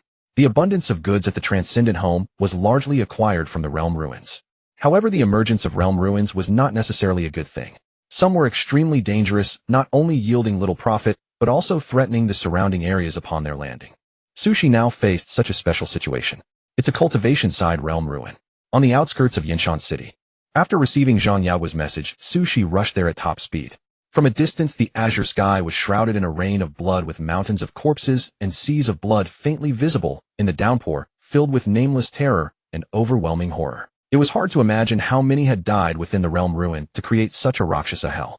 Sushi could vaguely see that the clothing of some corpses inside closely resembled the robes of cultivators he knew. Could this realm ruin be from the cultivation world I simulated? No, not necessarily. There is more than one cultivation realm. Sushi gazed into the distance, observing for a long time. Then he turned to Zhang Yao beside him. What's the situation now? Very bad, Zhang Yao said grimly, his face unbearably dark. This realm ruin appeared an hour ago and is expanding rapidly. If this continues, it will inevitably reach the city center of Yinshan. I've already requested reinforcements from the headquarters. Until then, we can only rely on ourselves. Zhang Yao's voice grew heavier. Vigilant, anxious, oppressed. The director of the Yinshan City Transcendent Oversight Bureau, a middle-aged man who had devoted most of his life to the nation, unconsciously clenched his fist, staring directly at the indescribable scene of the realm ruin. The realm ruin before him was horrifying. A ceaseless rain of blood, echoes of ghostly wails. A mere glance at the mountains of corpses and seas of blood within would strip the faint-hearted of any courage to oppose it. More critically, Sushi sensed an abundance of eerie, sinister energy inside, suggesting that evil spirits or demonic things had likely spawned. Or perhaps the souls of the dead cultivators had turned into ghost cultivators. This is indeed troublesome. Sushi narrowed his eyes. Although he was adept at killing enemies above his level, and his withered vine sword could restrain ghostly entities, there was ultimately a limit. The scale of the Bloody Rain realm ruin was truly immense. He wondered which god of slaughter had created such a grotesque mountain of corpses and sea of blood. Fortunately, though the energy was astonishing, it was still within acceptable limits. Even if he could not eradicate the realm ruin with his abilities, Sushi could safely escape, if needed. Thinking this, she said to Zhang Yao, let those below Foundation Establishment leave. This incident is too dangerous. Only Foundation Establishment and above can have the ability to protect themselves within the realm ruin. All right, Zhang Yao replied decisively. You are a golden core cultivator more familiar with cultivation-side realm ruins. You make the call. Soon over half of the assembled transcendent beings dispersed. Those who remained. All were Foundation Establishment cultivators or transcendent beings of equivalent rank, such as martial artists of the innate realm or formal mages. Those who had reached this realm had shed their novice state and could wield transcendent power with ease, making them reliable combatants. Additionally, due to the immense threat posed by the realm ruin, Director Zhang Yao had summoned another top combatant from the Yinshan City Transcendent Oversight Bureau. A martial venerate powerhouse equal to a golden core cultivator who cultivated the path of blood and qi. Wang Dali, a towering muscular man. My super intellect is telling me it's time to use my super strength to save the world. He was tall and robust, arms powerful, his stride steady like a heavy truck moving forward. Wang Dali laughed loudly, his voice like a drum. He walked over to Sushi, flashing a wide grin, and said boisterously, long time no see, brother Su. Sushi nodded, long time no see. They had met a few times in the past month at the Transcendent Oversight Bureau. Honestly, Sushi held a good impression of this burly man, honest, upright, and with a strong martial aura that fully embodied the essence of blood and qi martial arts. After a brief rest and finalizing battle preparations, all the transcendent beings of the Yinshan City Bureau followed Sushi's lead as they actively approached the realm ruin. As they drew closer, the terror of the mountains of corpses and seas of blood became increasingly evident. The sky and earth were stained crimson, the stench unbearable. Red rain fell from above, quickly forming pools of water filled with softened corpses and severed limbs. Fascia, tangled hair, entwined bone fragments deeply embedded in rotting flesh. Ugh! Among the transcendent team, those with weaker mental fortitude widened their eyes, clutching their chests as they vomited violently. The scene was too much for their sanity. Piles of mangled corpses and ghastly forms of death were stacked layer upon layer into tall mountains of flesh, emitting an unimaginable stench. Hatred, shock, anger, fear. Countless complex emotions were etched on the blurry faces of the dead. One could not imagine what had transpired. Die! Die! Suddenly a corpse brimming with resentment lurched into motion, howling as it lunged at the group. There were also restless souls of cultivators sneering as they attempted to possess the bodies of the transcendent beings. Under Sushi's vigilance, he swiftly slew these evil spirits and wandering souls. However, the confusion on Sushi's face only deepened. Sushi crouched down, pulling a cultivator's robe from the blood, his brows tightly furrowed. He recognized this garment well. At the end of his first simulation, the demonic cultists who opposed him wore such robes. If he remembered correctly, it belonged to a sect called the Heavenly Demon Sect. Is there a problem, Brother Su? Wang Dali asked on guard. No, it's nothing. Let's continue. Sushi shook his head and led the team onward. As they advanced deeper into the realm ruin, they used their transcendent powers to clear the blood and corpses, preventing a vicious cycle from polluting the outskirts of Yanshan City. But soon Sushi made another unexpected discovery. In a pool of blood, he found the corpse of a Heavenly Sword Sect cultivator. Both the attire and the token at its waist matched his memories exactly. A bold guess leaped into his mind. Is this the battlefield of the Heavenly Sword Sect and the Heavenly Demon Sect? This realm ruin originates from the cultivation world I simulated. Heaven-shattering great palm. Martial art wind-chasing leg. Magic fireball technique. As they delved deeper into the realm ruins, the enemies Sushi's group encountered grew increasingly powerful and tenacious. The stench of blood permeated the air, with withered bones crumbling beneath every step. Rivers of blood flowed freely across the scorched earth, swelling the corpses until their faces were unrecognizable. Along the way, more and more corpses of demonic cultivators appeared, occasionally interspersed with those of Tian Sword Sect disciples, causing Sushi's brows to furrow tightly. Most people have experienced dreams. Whether sweet or nightmarish, no matter how deeply imprinted in memory, they remain but illusions. If a dream were to materialize in reality, one would find it grotesque and absurd. Sushi was currently experiencing precisely this kind of hair-raising sensation. He never could have imagined that the simulated experiences he had considered false would manifest tangibly in reality, presenting themselves before him in the form of realm ruins. Absurd, utterly absurd. No, I cannot draw conclusions yet. I need to gather more evidence to verify whether this realm ruin originates from the cultivation world I simulated. Sushi pondered within, growing increasingly bewildered. He turned to Wang Dali. Dali, I leave this to you. I need to investigate alone, probing the dangers within the realm ruins. Wang Dali scratched his head. Brother Su, are you sure you can handle this alone? Sushi replied, it's fine. Even if I cannot defeat them, I have a way to return. Wang Dali suddenly understood, then struck a pose, flexing his muscles, laughing boisterously. All right, go. The bond between me and these muscles is invincible. With me here, you need not worry. With that said, Wang Dali led the other transcended cultivators, charging headlong into the undead ghost cultivators. Fists thundering, chi and blood surging, he shattered all evil with pure brute force, fighting with extraordinary ferocity. It seems I need not concern myself with this for now. Sushi nodded. His golden course circulated within, channeling profound magical power, as he rode his sword, stepping upon the withered vine, sword to plunge into the depths of the corpse mountain and blood sea, continuously scanning his surroundings along the way in search of the evidence he sought. Operating independently, Sushi's search proved remarkably swift. He soon found further evidence, such as the corpses of demonic cultivators who had jointly attacked the Tian Sword Sect. Standard issue flying swords of the Tian Sword Sect, along with standard storage pouches and other items. Indeed, amidst the blood-soaked sky, the withered vine sword erected a magical barrier, completely blocking the crimson rain overhead. Sushi gazed at the evidence, lost in thought. This realm ruin truly originates from the cultivation world I simulated. This should be impossible. It actually comes from the world I simulated, transmigrating to the one that should have been fake. Sushi fell silent. Initially, upon seeing the realm ruins, he had assumed they came from another cultivation world, or later, he had considered they might originate from a similar world. But through various evidentiary verification, the origin of this realm ruin was unquestionably that cultivation world, which she had transmigrated into and simulated. How could this be? Wasn't that a fabricated, simulated world? How could it become genuine reality, manifesting in the form of realm ruins upon Earth? At this moment, Sushi suddenly recalled. Throughout the entire process, the simulator had never stated that the simulated life was false. He had simply subconsciously assumed that since it was a simulation, it must be a non-existent fantasy. Reflecting carefully now, if the simulator could bestow the heavenly spiritual root from the simulated life in real form, then by extension, the life experiences within the simulation could very well have been genuinely existent. It was merely that she had been unaware previously. Yes, that must be it. Sushi was filled with profound emotion. Under no circumstances could he have imagined that the golden finger he had inadvertently obtained would be such an extraordinarily opulent cheat. It could transform simulated experiences into reality, directly affecting the real world. In that case, that child Emily is truly a flesh-and-blood living person, as she genuinely exists. The one I saved in the simulation. She should be living well now, perhaps even having lived out her natural lifespan. After a long sigh, she continued riding his sword through the air. He resumed his search across the corpse mountain and blood sea. The origin of the realm ruin had been determined. However, how to eradicate it or prevent this defiled land from expanding remained a tremendous challenge. On this battlefield of the heavenly demon cult and Tian sword sect, perhaps some intelligence could be found. For instance, who exactly was responsible for creating such a horrifying scene back then? I recall that when the simulation ended, Emily was still quite frail. I hope she was not affected or harmed by this war, especially given how weak she was at the time. Subconsciously worrying about the girl she steered his flying sword toward the summit of the corpse mountain. Along the way, numerous ghost cultivators attacked, heavenly demons who had perished in years past, some of whom were at the nascent soul level. She formed hand seals.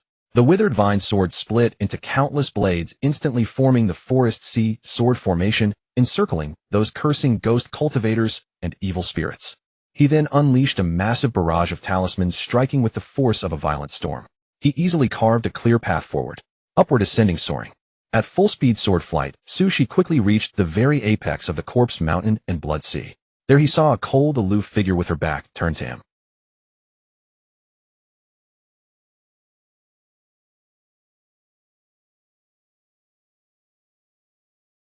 One person, one sword, standing atop the pinnacle of the corpse mountain and blood sea, subduing and slaying countless demonic cultivators. Who is that? The chilling killing intent made Sushi, upon seeing her silhouette, feel an involuntary wave of terror, his body stiffening for a fleeting instant. But the killing aura arrived swiftly and departed just as fast, vanishing completely in the blink of an eye. What emerged next was an inexplicable sense of familiarity.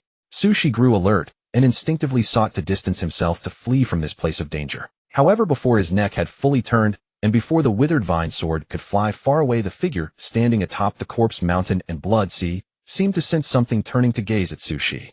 Revealing a face familiar to Sushi, her vermilion lips parted gently. "Found you, brother." Her extraordinarily beautiful face was covered in blood, yet the girl smiled radiantly at Sushi. When a plant regains its roots, it can continue to grow. When a bird recovers its wings, it can soar high once more. When a beast reclaims its fangs, it can advance courageously without fear. Likewise, when the girl found her dearest love again, light returned to her eyes. Deep attachment, profound joy, and an unyielding determination never to let go. Emily. Sushi's pupils contracted. He wanted to do something, but discovered his body could not move. He could only watch helplessly as the girl approached him, treading across the corpse mountain, wading through the blood sea, extending her pale hands stained with blood to gently embrace his body, holding him ever tighter. "Brother, this time I will never let you go again." The girl's voice echoed beside Sushi's ear. She held him even tighter. The overwhelming pressure made Sushi's ribcage ache slightly. Sushi was bewildered and uneasy, feeling that everything happening was far too bizarre. Just as he was about to say something to Molly, before his eyes suddenly disintegrated into countless scattered points of light, dissipating into nothingness with a faint rustling sound.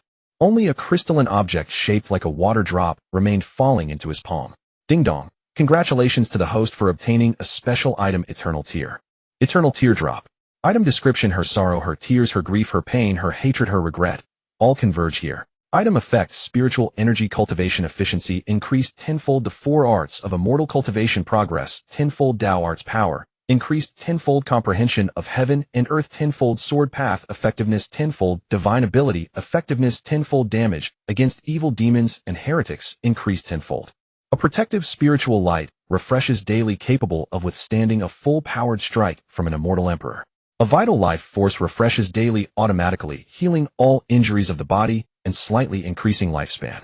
Usage requirement: only you and only you. A pale red drop-shaped crystal slid into Sushi's palm. The touch was delicate. The surface gleamed with a faint glow.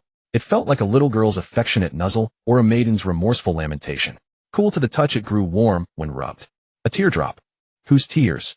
The answer was obvious. Sushi lowered his gaze to the blood-red tear, feeling that everything had happened too suddenly, his mind filled with all kinds of confusion. Why was there the figure of a maiden in this realm ruin? And why did it suddenly transform into the eternal teardrop? After his counterpart in the simulation world died, what exactly happened to Morley that led to the terrifying scene of mountains of corpses and seas of blood? Too many questions. Tangled, impossible to unravel. Sushi gazed at the eternal teardrop while frowning in thought.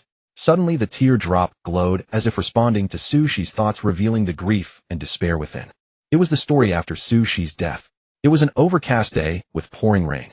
The maiden who witnessed her elder brother's death fell into an abyss of regret and despair. She knelt for a long time on the ground where her brother had vanished, hoping for a miracle of resurrection. But the maiden did not see a miracle, she only heard others' curses against her brother. Her expression shattered her heart, convulsed, her breath nearly ceased. In that extreme hatred, the maiden's face was both crying and laughing, completely out of control. She hated her own powerlessness. She hated others' mockery of her brother. She hated this world where her brother no longer existed. Unforgivable. The maiden's tears mingled with the rain. Tying back her long hair with a blood-stained cloth, she gripped a wooden sword and charged alone at the demon cultivators. The blunt blade of the wooden sword effortlessly sliced through the enemies' necks. Her exhausted body, driven by hatred, no longer felt tired. Kill, keep killing. Slaughter all the enemies who killed her brother. Sue Morley was completely consumed by bloodlust, entering the Tao through slaughter. Whether golden core or nascent soul demon cultivators, all became souls under her sword. Corpses piled up endlessly, forming mountains of corpses and seas of blood. This was the truth. The truth behind the mountains of corpses and seas of blood. It was not a vicious demonic massacre, it was merely a maiden's desperate revenge, nothing more. The vision continued, seemingly describing the maiden's future, but it was too blurry and eventually broke off abruptly. It left only the final scene of the maiden weeping alone. The tears sank and floated in the realm sea, wandered through chaos, and were scoured by the long river of time, finally merging with this realm ruin to appear together in the outskirts of Yinshan City. This was the whole story and the truth. Sushi silently tightened his grip on the eternal teardrop. After my death, so many things happened. That child Morley, how did she get through all these years? She must have been so tired. Sushi let out a long sigh. He knew that he held an extremely high place in the girl's heart. Witnessing his death must have caused her immense trauma. But even if time could turn back Sue, she would still make the same decision. Because if he didn't die, then Morley would. Unlike Sue, she who could return to the real world after death, if Sue Morley died, it would be truly dead, with no rebirth. Therefore Sue, she never regretted his decision. The Morley I saw earlier was just a manifestation of the eternal teardrop, not her real self, which is why she suddenly dissipated. I don't know if there will be a chance to meet again someday. He tightened his grip on the blood-red tear in his hand. Sushi's fingers bent slightly, outlining a strand of mana to form a cord, threading it through the center of the teardrop, crafting a unique bracelet, and wearing it on his wrist. This was not only because of the special significance of the eternal teardrop, but also because of its various heaven-defying effects. To be honest, Sue, she found it hard to imagine how powerful his sister must have become to imbue a single tear with the ability to withstand an immortal emperor's attack. For Sue, she who was at the golden core stage, even the weakest immortal was a being far beyond his reach. Could it be that the script I got is not the traditional level up and get stronger, but rather living off my little sister's success? Sushi sighed and put on the eternal teardrop. In an instant, he clearly felt an endless surge of power bursting forth from his entire body. That overwhelming sense of strength felt as if he could drag down a true dragon and use it as a jump rope. Sushi didn't take it seriously, he knew it was an illusion after a sudden power surge. However, with my current golden core cultivation under the amplification of the eternal teardrop, I should have combat power at the late nascent soul stage. On this basis, using sword techniques against evil demons and heretics would definitely deal damage at the divine transformation stage. Sushi clicked his tongue lightly. After all, the eternal teardrop could also enhance cultivation speed. This meant that before long, Sushi's realm would break through at an extremely fast pace, and by then the increase in combat power would become even more exaggerated. Living off someone's success is good. Sushi gave a sincere evaluation. Then he looked down at the mountains of corpses and seas of blood beneath his feet, and raised his head to gaze at the crimson sky. Perhaps because they had lost the suppression of the eternal teardrop, the ghost cultivators and evil entities became more restless. In just a few minutes, the foul chi within the realm ruin multiplied several times. Moreover, one after another evil creatures awakened, emitting piercing shrill howls. Sushi held the withered vine, sword, his eyes gleaming with determination. His original plan before entering the realm ruin was to delay its expansion as much as possible and buy time for reinforcements from the headquarters of the Extraordinary Administration Bureau.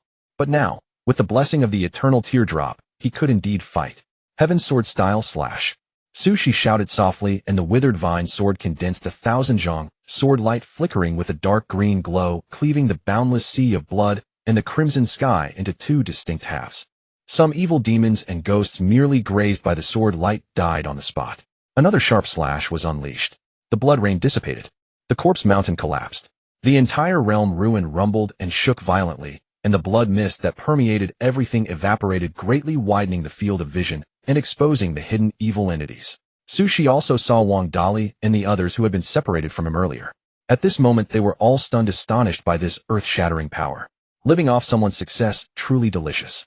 The corners of Sushi's mouth lifted slightly. One sword stroke shook heaven and earth. Two sword sweeps banished all fiends and specters. With the blessing of the eternal tear, Sushi effortlessly dismantled the mountain of corpses and the sea of blood.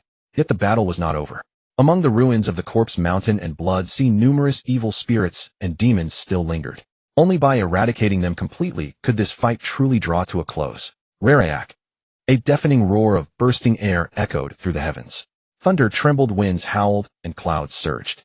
An extraordinarily conspicuous blade aura split heaven and earth asunder, severing at their source the very foundation that sustained this ruined realm.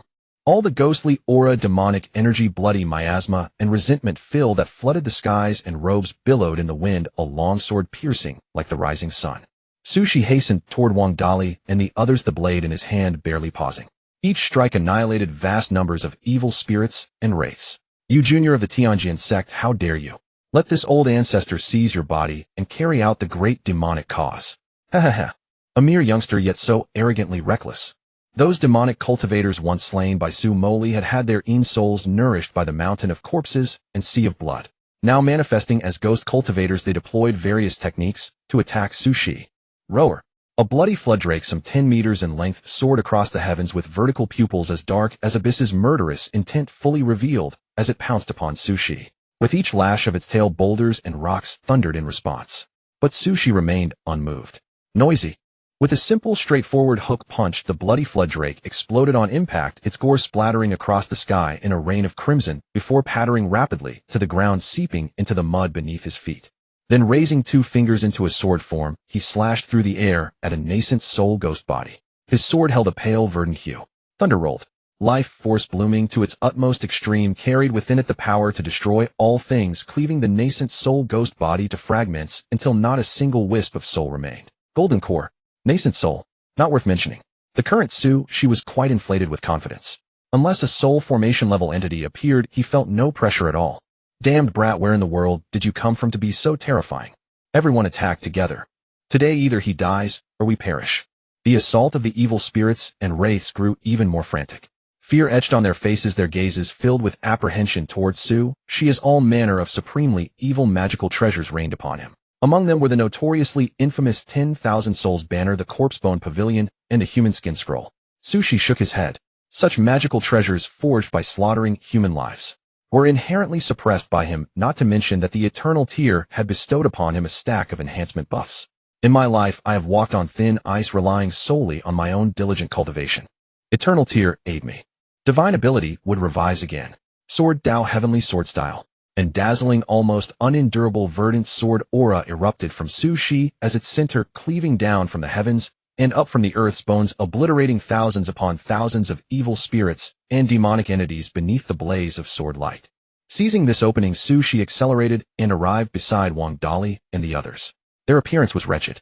Many bore wounds. This was only natural.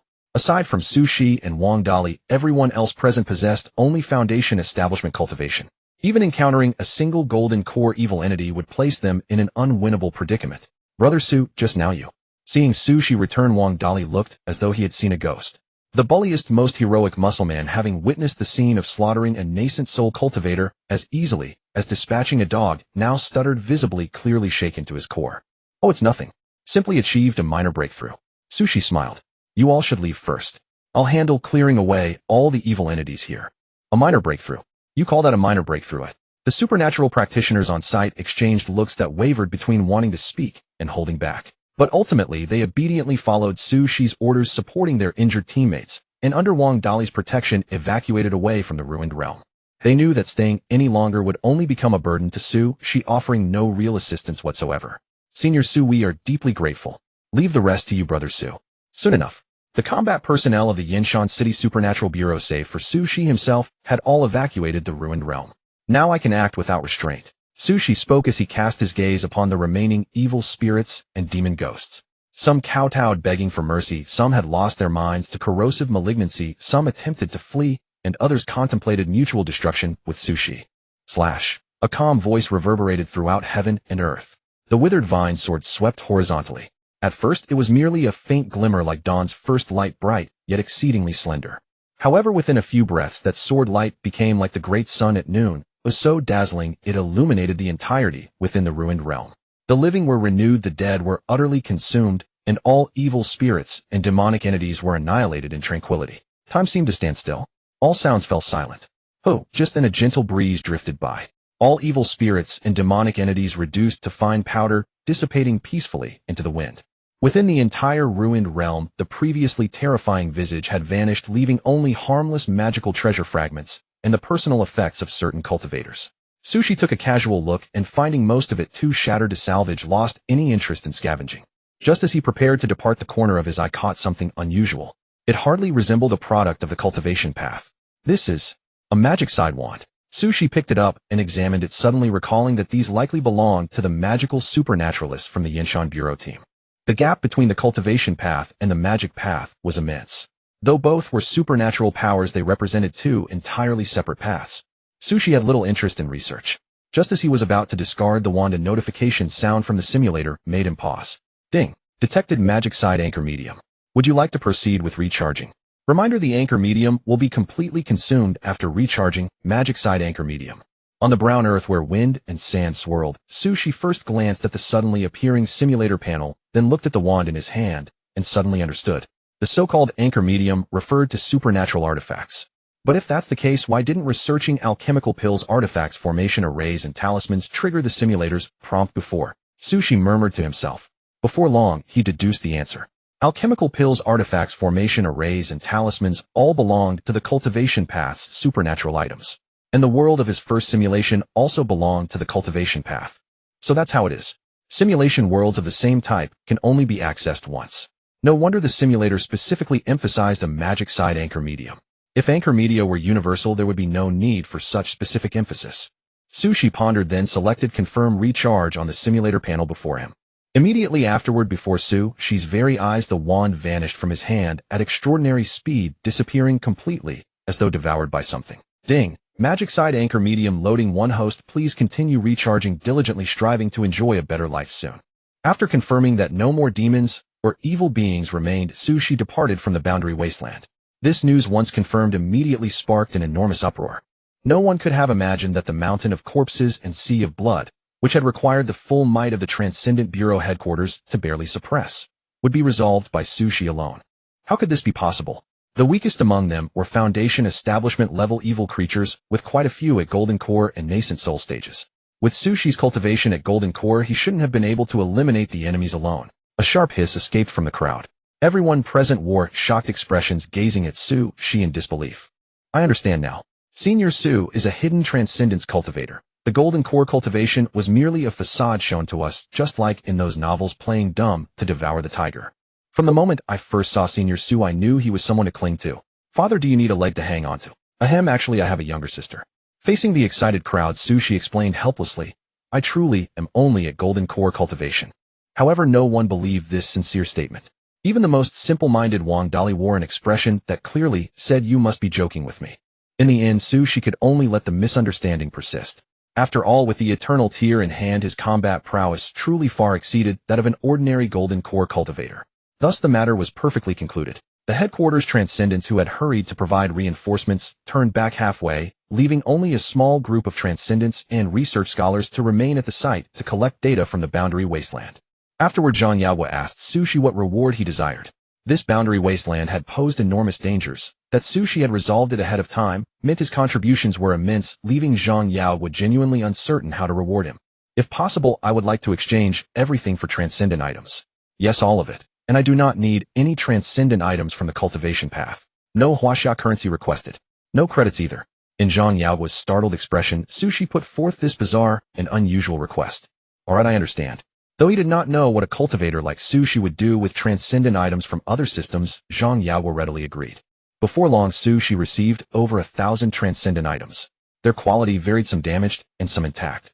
Sushi deposited them all into the simulator, advancing much of the loading progress. Unfortunately, due to the excessive variety of transcendent items, the increase in progress for the anchor mediums also differed greatly. In the end, not a single loading percentage reached 100. This meant that Sushi needed to continue his efforts pouring even more transcendent items into the simulator. The highest loading percentage currently belonged to the magic side anchor medium, reaching a full 83. Since that is the case, I shall begin with the magic side. Upon returning home, Sushi immediately began his grand undertaking of alchemy, without delay. Purchasing raw materials from the Transcendent Home, refining them into finished pills, selling them on the Transcendent Home, then using the earned credits to purchase more materials. Repeating this cycle, endlessly constantly squeezing his rest time, Sushi finally arrived at the final moment of harvest. 20 or so days later. During the night, as the copper lid of the alchemy furnace flew open, dozens of golden yellow pills floated in the air. Sushi lightly flicked the porcelain bottle, and the pills flew into it on their own, all sealed away. He exhaled a long, heavy breath of turbid air. Exhaustion was unmistakably written across Sushi's face. These are the last batch of Huanglong pills. Tomorrow, after selling them, my credits will allow me to purchase another batch of magic side items to fill the remaining magic side progress to completion. Finally. All these days, alchemy by day, alchemy by night. I feel like I'm being refined myself. He shook the porcelain bottle in his hand, listening to the pills clinking against each other. Sushi sighed deeply once more. Then he stored all the pills into his storage ring. Glancing at the night sky beyond the window, seeing the bright moon hanging high, he no longer suppressed his overwhelming fatigue. Walking to the bedside, he lay down peacefully. A cultivator at Golden Core has long replaced ordinary sleep with meditation cultivation. One can go without rest indefinitely. But Sushi was simply too exhausted. 20 consecutive days of non-stop alchemy had left his spirit utterly haggard. All he wanted was to sink into deep sleep and forget about everything else. Soon, in the quiet room, soft breathing sounds arose, indicating the master had entered a state of sleep. Moonlight like water, the night serene. This was an exceptionally quiet and peaceful evening. Pure white moonlight, cool and crisp, faint and gentle, twinkling alongside the stars' radiance. Moonlight was neither as brilliant as sunlight, nor did it possess that scorching temperature. But on dim nights in the mortal world, moonlight passing through windows, piercing the gaps in thick curtains, instantly illuminated the entire room with an incomparably gentle posture, gilding everything in the room with a silver-white sheen, including the cold, quiet figure that had appeared somehow standing motionless by the bedside. Even the ends of her jet-black flowing hair were tinged with silver. "Brother," she called out thus. Her voice trembled lightly, carrying infinite longing. Her fingertip pressed against Sushi's chest just like in childhood. Bending down, tilting her head, she let herself lie prostrate in her brother's embrace. Feeling the familiar chest, the familiar warmth, the familiar scent. That restless, guilt-ridden heart finally found some solace. Brother had returned. Brother truly had returned. Witnessing her brother's existence with her own eyes, touching her brother's existence with her own hands, hearing her brother's existence with her own ears, Su Moli finally obtained the answer she had longed for. That hero belonging solely to her, that son belonging solely to her, had truly returned. "Brother, we shall meet again very soon, certainly." Lying upon her brother, the maiden whispered thus. Finding the brother she had yearned for should have been a joyous occasion, yet for some unknown reason her brother had appeared in this frail and insignificant realm of time and space. As such, Su Moli's true form simply could not enter here.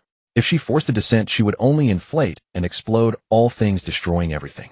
She had no desire to commit such an act that would displease her brother. Therefore, at the infinite and distant shore of time and space, Su Moli, who had already ascended beyond the immortal emperor realm, was rapidly destroying cultivation worlds one after another, fusing their fragments with Earth's timeline, preparing to enhance Earth's inherent bearing capacity through this method, until it was sufficient for her true form to descend. Then the maiden would fulfill her wish and live together with her brother once more. However, that her true form could not descend did not mean she could not make contact. By leveraging the eternal tear that Sushi wore, Su Moli could sense Sushi's existence at any time, a wisp of power descending to Sushi's side. Just as now, a wisp of power, a single thought, and a body capable of walking could be constructed. The reason she had not dared to acknowledge or contact Sushi for so long was largely due to fear. Fear that her brother would not accept her greatly transformed self. Fear that her brother would blame her. Fear that her brother would not welcome her arrival. She knew her brother was not that kind of person. He had always doted on her, the most cared for her more than anyone else. And yet, Su Moli felt an unease in her heart, fearful of such things, so she could only dare to appear stealthily when night was still and deep, waiting until Sushi fell into slumber to touch him secretly. "Good night, brother." Resting her head upon Sushi's chest, the girl, bathed in moonlight, slowly closed her eyes. She had not fallen asleep. She merely wished to savor this tranquility as fully as possible, to enjoy these precious moments spent with her brother after such a long absence. She remained in that position, lying upon him, resting her head, feeling his warmth, until the sun rose the next day. Only then did she reluctantly fade away, her form dissolving into the air. Before departing, the girl, who had grown into one of peerless grace, cast her gaze toward the magical supernatural artifacts in the corner of the room, her brows slightly furrowed. For no reason she could name, an ill omen surfaced in her mind. Not fatal, not dangerous, yet deeply unsettling. It was the same petty resentment she had felt as a child when classmates tried to snatch her candies. Half an hour later, morning sunlight pierced through the curtains, its fierce brilliance far exceeding the gentle moonlight, rousing Sushi from his slumber. Strange, why does my body feel so exhausted?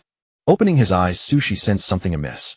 His entire upper body, particularly his chest, carried an inexplicable heaviness, as though a heavy weight had pressed upon him all night. Could a golden core cultivator like himself even encounter sleep paralysis? Sushi was puzzled, but dismissed it, attributing the sensation to the toll his alchemy work had taken on his body. The pressing matter now is to sell these pills first. Rising from bed and washing up, he had a simple breakfast. Sushi swiftly opened Supernatural Home, and with practiced ease listed the pills for sale.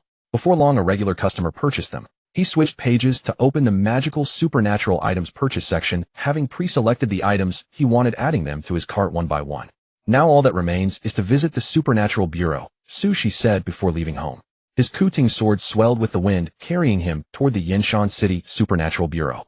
Supernatural Home was convenient. Any transaction could be completed through a phone or computer, but the actual distribution and signing for items required a visit to the Supernatural Bureau. The Bureau maintained a dedicated logistics department responsible for handling Supernatural Home transactions. This explained why Sushi had encountered so many people during his first visit. Looking for a team? I'm a grand dosher from the mystical side, here to heal and tank. New supernatural practitioner seeking a team, please boss, take me along. Haha, my son has the bearing of an immortal, and he's actually a 3-spirit root. The hall of the Yenshan City Supernatural Bureau buzzed with various sounds. Supernatural practitioners calling out for teammates, ordinary people erupting in joy upon discovering their supernatural aptitude. Occasionally one could even encounter existence with a more novel aesthetic. Supernatural merged with technology, ancient with modern. This was the spiritual energy resurgence. This was a brand new era. Though not my first time witnessing it, every sight still fills me with fresh awe. Sushi reflected, quickening his pace into the bureau amid polite greetings of Senior Su from others.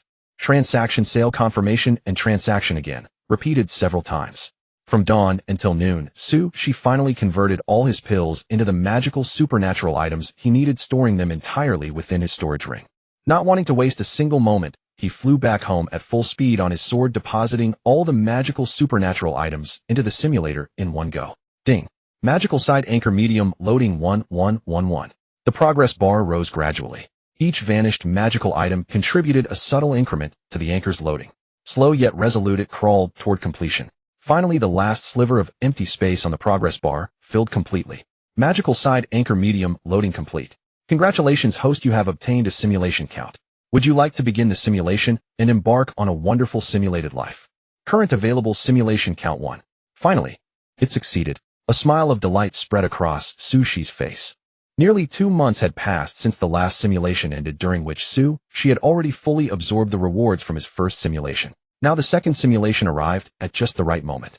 The gap between the magical side and the cultivation side is enormous, perhaps entirely unrelated. I wonder what benefits I might gain from this simulation. I hope the final result won't disappoint me. He summoned the loaded simulator interface, smiled lightly, and decisively pressed the button to start the simulation. Simulation initializing. World line deduction in progress. Target world locked, magical side world. Character traits generating. Generation complete. Please select 3 traits to serve as your talents for this simulated life. Trait tiers: white, green, blue, purple, gold, red. Melee mage blue. As a qualified mage, your close combat skills are astonishing, even when a night closes and you can hold your own. Elemental perception purple. Possessing exceptional elemental awareness, there is a chance you may forge a pact with elemental spirits, potentially becoming the elemental mage who shapes the era. Dream mutters gold. You frequently dream of wondrous incantations, gaining profound benefits from them, though your sanity will deteriorate at an alarming rate. Sprint white. You run fast, much faster than the neighbor's big yellow dog. Mortal's wisdom red. Your capacity for learning is extraordinary. Should you choose, you can master anything, yet everything you achieve remains within mortal bounds. Observer purple. Your perception surpasses ordinary humans, allowing you to pierce through appearances and discern the truth. Sushi scanned through the list of traits. He found the traits this time particularly impressive. A red tier trait, the highest grade, had appeared. Mortal's wisdom. Able to learn anything. Could this make me a destined child of sorts? Sushi pondered briefly, then quickly selected the 3 traits: elemental perception, purple mortal's wisdom red, and observer purple. Although Dream Mutters was a golden trait, its side effect of sanity collapse made Sushi unable to accept it. The simulated life was 100% real. He had no interest in becoming a drifting, deranged madman. Trait selected. Begin simulation. Confirm. The familiar sensation of consciousness detaching washed over him. In a daze as a golden core cultivator she felt the surroundings glow brightly, and with uncontrollable swaying, he broke through the boundaries of space and time. Simulation number 02 officially begins. Today the weather is unusually overcast. A sudden heavy rain pours outside. You staying at home have absolutely no intention of going out. A heavy truck roars past your house. You dismiss it, believing you are safely indoors and impossible to be hit. You were careless. You failed to dodge. The rain-slicked roads are too slippery. A Deben heavy truck's tires suddenly lose traction heading straight for your house, and you happen to be directly in its path. Once again you cross paths with misfortune. You are thrown violently aside. You experienced a painless transmigration. When you opened your eyes you found yourself in a world of steam and magic, and your body had become that of a 15-year-old, frail and ordinary. You had no identity papers, no money, not even a bowl to start with. As a transmigrator you were not too flustered. You calmly surveyed your surroundings, ready to build a life from scratch in this world. Though your 15-year-old body was not yet fully developed, it was already capable of self-sufficiency. This was your greatest capital and confidence. You cheered yourself on internally and struggled to climb out of the filthy water. The roar of steam engines, interlocking gears, efficient magic. At night steel and steam magic and mystery together formed the central hub of the immense city. What awakened Sushi was a piercing, drawn-out whistle. Do. He opened his eyes. To the left and right, towering red walls blocked the view, leaving only the middle space revealing the dim sky and the faint yellowish glow of streetlights. Suddenly scorching white steam erupted from an unknown source. It shot high into the sky, colliding with the cold evening breeze. It formed dense droplets that filled the field of vision, then dissipated once more into mist, slowly and uniformly flowing into every corner of the city. This mist greatly obscured the view, and from time to time curses echoed from various parts of the city. Then, Sushi saw it. A figure in a robe holding a magic wand floated in the air. With a casual wave, a massive storm of flame appeared in the sky, devouring the mist entirely. The city fell silent once more. Praise be to all-powerful magic and the honored god of fire. Thus the people prayed. This era was truly wondrous. The faith of the gods spread across the land, exalting the might of magic while embracing the convenience of steam. Yet in the grand corners, there were also shadows overlooked by many. How should I put it? Couldn't the simulation give me a decent start? Sushi struggled. He laboriously climbed up from the alley. The alley was covered in black, filthy water reeking of foulness, while also possessing a strange corrosiveness. Compared to the famine-stricken start of the previous simulation, the misery was on par. Sushi suspected that this simulator was deliberately messing with him. Anyway, first find a way to solve the basic necessities of food, clothing, shelter, and transportation, then consider studying magic. After standing up, Sushi staggered out of the alley. In this brand-new simulated world, he possessed not a shred of supernatural power, nor did he have the eternal tear, so he couldn't live off his sister's support. Fortunately, with 3 talent traits, self-reliance was still possible. You took the first difficult step. Through inquiries, you learned that you were in Alanson City, located in the northern part of the world. This was a large city equipped with high-efficiency steam machinery, primarily worshipping the god of fire, the god of smiths, and the goddess of harvest. As a newcomer, you chose to earn your first pot of gold through manual labor. You succeeded. Though exhausted to the point of collapse, you earned your first meal with your sweat, as well as a paltry sum of 3 copper coins. You counted them for 10 minutes. You were immensely gratified. Everything was proceeding according to your plan. You decided to temporarily settle in the slums where food was cheap and housing required no rent. A few sheets of iron on a patch of muddy ground became your new home. A year passed. In that year, you successfully grasped the basic intelligence of the world and knew what to do next. This was an era ruled by gods. Countless people gained the ability to wield magic through the slums. Ignoring the pervasive stench around him, she sat expressionlessly in his home. If that patchwork of iron sheets perched on muddy ground could be called a home.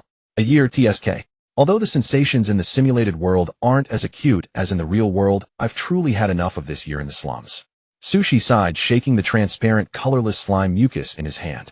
The mucus was contained in a transparent bottle with a good seal, slowly tumbling back and forth as Sushi shook it. Cultivating with slime mucus? That was an impossible task. But Sushi was different. Long ago, when Sushi chose the magic side as his new simulated world, he had prepared extensively, having readied a meditation method for practicing magic and studied various cultivation notes. And in this simulation, he possessed the special trait of elemental perception. Thus, a miracle that should have been impossible was born in the slums. You became a magic apprentice. Through meditation, you successfully sensed the life element within the slime mucus, and your mind was remarkably calm, reaching the upper limit of mortal capability.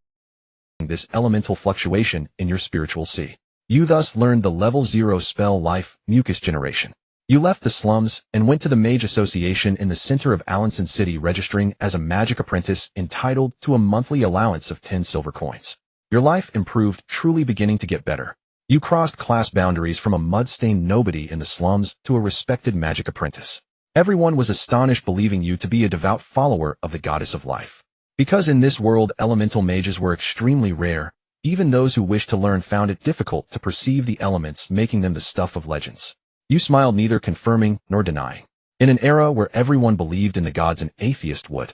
You left the slums, but your legend continued to echo within them, and you were hailed as the man of myth. After your departure, the underworld forces of the slums fawned over you ruthlessly, teaching a lesson to the scavenger who once clashed with you. You were feared and dreaded, known as the invisible godfather of the slums. You moved into a district near the city center. The city center was pleasant, free from the nauseating stench and chaotic sewage that plagued the slums. Your mood grew exceedingly joyful, and your study of magic accelerated. You triggered elemental perception, mortal wisdom, and observer, mastering more attributes by the 3rd year. This year you turned 17. You became a composite elemental mage of earth, wind, water, fire, thunder, light, darkness, life, and death. Apart from the elusive time and space, you had no weaknesses. That was the domain of gods. No more precisely, the domain of the supreme god, far beyond the reach of mortal wisdom. You felt no R. Though the first simulation was supposed to be a newbie bonus, this second one granted Su-Shi an unprecedented thrill. The 3 traits complemented each other, their combined effect far exceeding 11-13. Being an elite mage at just 20 years old, Su-Shi was confident that before the end of this simulation, he would step into the realm of Saint Domain Archmage, or even catch a glimpse of the demigod level. If after this simulation I can replicate all the realms within it into reality, just like last time, then I would truly be invincible. If I recall correctly, the demigod level in the magic system corresponds to the loose immortal in the cultivation system. If I can become a Saint Domain Archmage by analogy, that would be the Mahayana stage. Walking alone on the street, Su-Shi strolled slowly, pondering what would happen after the simulation ended while absent-mindedly chewing on bread. To return home faster and delve into a new round of magical research, Su-Shi turned into a narrow alley. His boots stepped into muddy puddles, splashing dark brown water. His clean, neat clothes stood in stark contrast to the surrounding stench-ridden environment. Occasionally the movement of his boots would collapse the rough coverings. Beneath the broken bricks and tiles, dried bloodstains were revealed. This city was never beautiful. The lofty nobles fought with power, while those at the bottom resorted to the most primal violence. Hence blood was a common sight here. But it had nothing to do with Su-Shi. After all, everyone in this city knew him, and no one would be foolish enough to provoke a formal mage. Stop. Give me the bread. Hand it over. A trembling voice came from ahead, stuttering and quivering, as if the speaker was already terrified to the extreme. Su-Shi halted his steps and looked at the small figure ahead. It was late October now. The weather had turned cold. That dirty figure wore a tattered short shirt on its upper body and an oversized, unsightly pair of dark green wide-legged pants on the lower half. Judging by its raggedness, they might have been salvaged from the trash. Her hair was matted with grime from mud and water, and a scar on her forehead was faintly visible. Her eyes were a pale gold, but devoid of joy or sorrow. Only hollow emptiness and fear of the unknown, giving the illusion of black pupils. No matter how you looked, all you could sense was emptiness and lack of light. Su-Shi's gaze dropped. He saw the small knife clutched tightly in her hand. Though her body was trembling with fear, though her hands shook violently, she still gripped this only weapon tightly. Yet, she wanted to rob a formal mage with a small knife. Was she overthinking? Su-Shi frowned, activating the observer trait. He saw more anomalies in the small figure before him, the eerie details that set her apart from ordinary people. For instance, a broken horn hidden in her hair, scales beneath the skin that no normal human could possess. I see. A hybrid of human and demon blood. Judging by her appearance, she must have been abandoned and only recently fled to Alunson. No wonder she dared to rob me. She simply doesn't know who I am. Su-Shi took a few steps forward. The scars on the girl's face, the bruises on her arms, her trembling, fearful legs. Every detail of her body came into clearer view. How pitiful. Su-Shi lowered his eyes, sighing inwardly. Since this world had gods who ruled over all beings, it naturally also had demons who opposed the gods. Most demons were large and hideous, but a few races resembled humans, arousing strange attractions in some people. Thus, impure offspring, neither human nor demon, were born. Such descendants were almost never acknowledged. 99% of them were discarded immediately after birth. Only a rare few due to their power were kept and trained used as unconventional soldiers. Clearly from the girl's fearful trembling, she belonged to the absolute inferior category, lacking the strength of a demon and the normal appearance of a human to blend into ordinary life. She was among the most tragic. "No, don't come closer," the demon girl cried out, growing even more terrified as Sushi approached. The girl gripped the small knife tightly in both hands, her sole source of security. The oversized dark green trousers, so wide that the pant legs dragged on the ground, rustled and billowed with every tremor of her quivering legs. Despite her role as a would-be robber, her unease and terror made her resemble more a tormented victim than a threat utterly devoid of any intimidation. "Stop! Give me the bread." The girl realized her inadequacy. She strained to appear ferocious, pointing the sharp blade at Sushi like a young beast baring its newly erupted teeth, and screamed hysterically, begging Sushi to cease advancing toward her. Her gaze heavy with longing fixated on the partially consumed white bread in Sushi's hand, its surface marred by bite marks. Unable to restrain herself, her throat long parched and depleted, managed a painful swallow. Truth be told, the atmosphere in this scene was uncanny, bordering on the absurdly theatrical, almost comical in its strangeness. At dawn, the colossal steam engines of Alenson City roared to life, their vast plumes of vapor rising like miracles to obscure the dome above as mages occasionally flashed through the steamy expanse.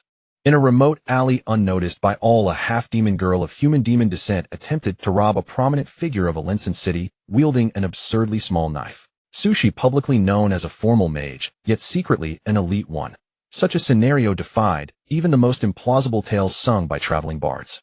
Setting aside Sushi's magical abilities entirely, any grown man's physical strength alone could have subdued the frail, barely standing demon girl with ease. Yet Sushi refrained from such actions. Instead of unleashing magic to punish the demon girl's disrespect or raising his voice in anger, he simply regarded her with calm detachment and asked, "Are you hungry?" The girl hesitated briefly before nodding. Sushi tore away the bitten top layer and extended the rest toward her, though she didn't immediately reach for it. Instead, maintaining a wary distance, her eyes fixed carefully on him. Confusion and bewilderment flickered across her eyes. She had never imagined obtaining food so effortlessly. 1 step, 2 steps. With painstaking caution, the girl inched closer, knife in one hand, and the other reaching for the bread, her movements measured and tense. Once her fingers closed around the bread, she bolted back into the alley's shadows, collapsing onto a rotting crate wedged against the wall, her bare feet sinking into the yellow mud. Under Sushi's watchful gaze, she nibbled tentatively at first, then devoured it greedily once she was certain it was safe. Rumor held that pureblood demons possessed extraordinary resilience, able to survive an entire year on nothing but mana. Given this, a half-demon of human-demon descent would likely inherit some capacity to endure hunger. Watching the girl wolf down her food, Sushi shook his head. He couldn't fathom the length of her exile or the suffering that had reduced her to such a wretched state, soiled, scarred, and broken. After a while, the girl finished the bread and turned her hollow gaze back to Sushi, not on him directly, but fixed on the breadcrumbs he'd torn away, marked with the impressions of his teeth. Only at such moments, when food came into view, did something resembling longing flicker in her empty eyes. Can you give it to me?" Perhaps Sushi's act of offering food had earned her a sliver of trust, for this time she didn't brandish the knife. Instead, she stammered her plea. Unconsciously, her voice carried a trace of supplication and desperation. Her gaunt frame rose from the decaying crate, bare feet sinking into mud and grit as she stumbled toward him. She reached for the breadcrumbs in his hand, but Sushi paid her no mind, swallowing them whole before walking away without a backward glance, leaving her alone in the alley. Why? The girl froze. The faint spark in her eyes dimmed once more, returning to its hollow emptiness. Her footing gave way, and she collapsed onto the slick, fetid ground. Pain surged through her as blood trickled from a wound on her forehead. She didn't cry out. Such suffering was nothing new to her. Nor did she rise, remaining where she lay, lost in the muck and despair. "Mother, have I done wrong again? Mother, why is this happening? I'm so hungry, mother." The torment of starvation clawed at her once more. Those violent, wrenching contractions far worse than the bleeding on her brow, and she let out a keening wail. She curled into a tight ball, arms wrapped around her stomach, rolling repeatedly through the muck as though movement might dull the agony. Tears would have come, but they'd long since abandoned her, shattered across countless cycles of despair. All that remained was a broken figure lying motionless in the filth, with vacant eyes fixed upward, waiting silently for death. Death would end the hunger, a simple thought crossing her mind. Then footsteps approached from nearby, drawing closer until they stopped before the demon girl.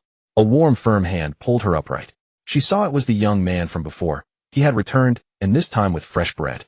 "Eat." Sushi explained that the earlier bread was contaminated from his teeth, so she should have the fresh loaf instead. He showed no concern for the stench clinging to her, or the mud dripping from her body. Sushi extended his palm and channeled fifth-level life magic, his vast reserve of vitality flowing into her to mend her wounds. Then he helped her to her feet once more. He positioned her in a cleaner spot to eat. The girl remained bewildered throughout, unable to comprehend what was happening. Only when Sushi placed the bread in her hands did she snap out of it. She ate mechanically, bite after bite, clearing the entire bag in short order. Sushi summoned a large water sphere through water magic, providing hydration and washing away the grime caked on her body. Finally, Sushi crouched down to meet her gaze level, summoning every ounce of gentleness he could muster. In that filthy, chaotic alley where not even rats would linger, he extended his hand toward the girl. Real, tangible breathing. His invitation was simple: come with me. The girl, quiet as a doll, stared at him with empty eyes. She resembled a puppet controlled by another, her face revealing not a shred of self. She still didn't understand what had transpired, yet something deep within compelled her, whispering, to obey. And so she did. Both hands slowly closed around the man's palm. Yes. Her voice trembled. The autumn wind brings tidings of falling leaves. The bitter winter of the northern lands is about to descend. You encounter a demon girl of impure blood on your way home, her body covered in wounds, even more gaunt than the beggars you've seen in the slums. You treat her wounds, give her food, and bring her home. You do not consider yourself noble or grand, you merely extend a small kindness within your means. Yet to her this is a salvation as dazzling as the sun. The thick soles of the boots. Tread upon the withered leaves on the path. Emit crisp, subtle sounds. Sushi led the girl, guiding her through that sunless alley, away from the foul stench of decay, across a small ditch, and up a few steps. A white-brown courtyard came into view, clean and peaceful. This was Sushi's residence in Alunson City. Go inside. Faced with the clean courtyard, the demon girl appeared somewhat timid, so Sushi exerted a bit more force, half dragging and half pulling her into the courtyard. Pat pat, pat pat. Treading on the gravel path of the courtyard, footsteps echoed in the ears, making the courtyard feel even more secluded. Exposed to the sunlight, the girl appeared very uneasy, constantly squinting and trying to lower her head to escape the dazzling light that made her uncomfortable. And yet, with her small hand tightly held by Sue, she could not escape as she used to. Gradually, she attempted to open her eyes. What met her eyes was a dreamy play of light and shadow, soft sunlight streaming through brick lattices, then scattered and fragmented by plants and flowers, casting intermittent patches of light upon the path. In the stillness, the chirping of insects arose. If one listened carefully, one could also hear the hiss of steam engines in the city center. So beautiful. The girl murmured, her eyes reflecting Sushi's figure. For the first time, she realized how wonderful the world of light was. For the first time, she discovered that she too could stand in the sunlight. As long as she held this man's hand, she could muster courage. You brought the demon girl home. The first thing you did was take her into the bathroom for a thorough cleansing. The girl had been wandering for far too long, always among garbage heaps. The water magic you cast earlier was nowhere near enough to clean her completely. You summoned a water elemental spirit to join you in casting a water purification spell. You succeeded. The filth on the girl was completely cleansed. Splash, splash, splash. In the bathroom, the sound of water splashing echoed continuously. Sushi pressed the valve, and with the unique hissing noise of mechanical operation, steaming hot water flowed from the pipe, which he directed onto the girl's head. Gray hair, is it? Sushi murmured in surprise.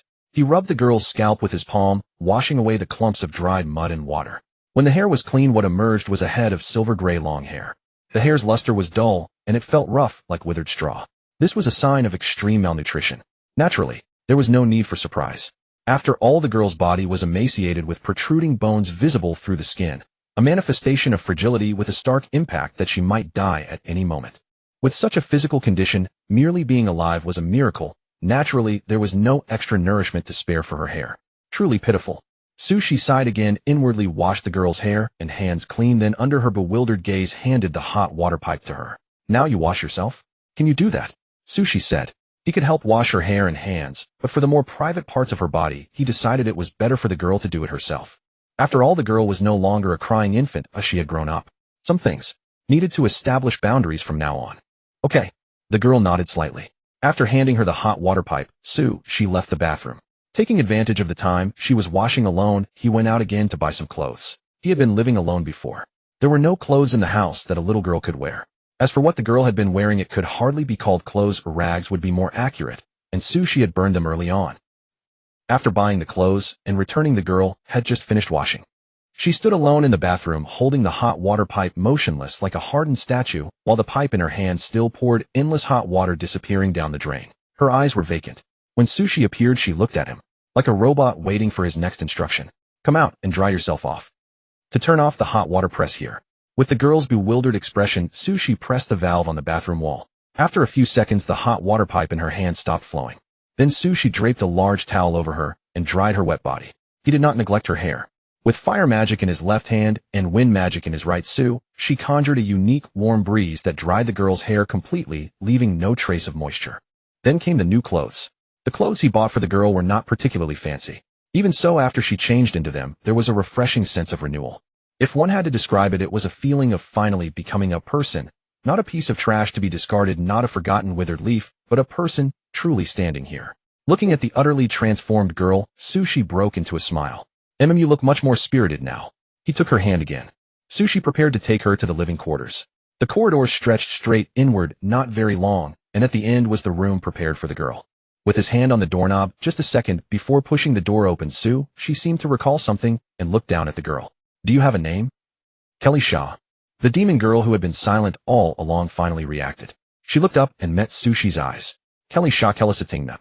Her eyes remained vacant and lifeless. No feedback to the world could be seen in them. But faintly, Sushi seemed to catch a glimmer of expectation. Kelly Shaw, what a beautiful name, Sushi said softly, stroking the girl's hair. He pushed open the wooden door and led her inside. You learned the demon girl's true name. Kelly Shaw Kelisitingna. You thought this name was beautiful, and you said it aloud as well. You settled everything for Kelly Shaw. From this day onward, you officially adopted her, adopting a witch.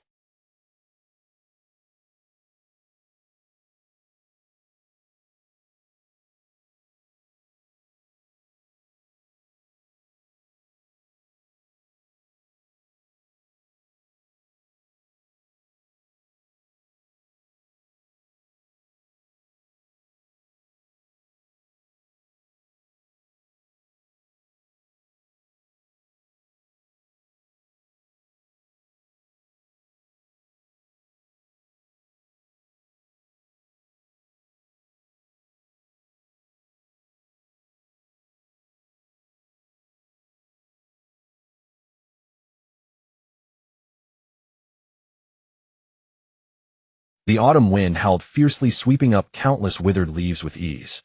In the courtyard slightly closer to the city center, and far from the slums, the girl of about 11 or 12 years old still had vacant, lifeless eyes like a machine devoid of self-will. Before her were placed 3 items. The first was a maid's uniform. The second was a magic apprentice's attire.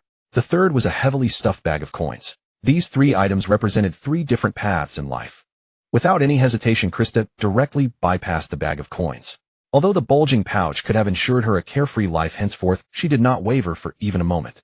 Maid, she murmured. Krista's gaze fell upon the maid uniform. She had no interest in supernatural powers and had never desired to become powerful. Being able to stay by Sushi's side as a maid, as his personal possession, the girl felt was already the happiest outcome possible. As she thought this, Krista reached out her hand toward the maid uniform. But suddenly she noticed a hint of disappointment in Sushi's eyes. More than anything, the witch did not want to disappoint Sushi. So she tentatively extended her hand toward the magic apprentice's clothing instead. This time she saw it. Sushi's eyes revealed gratification.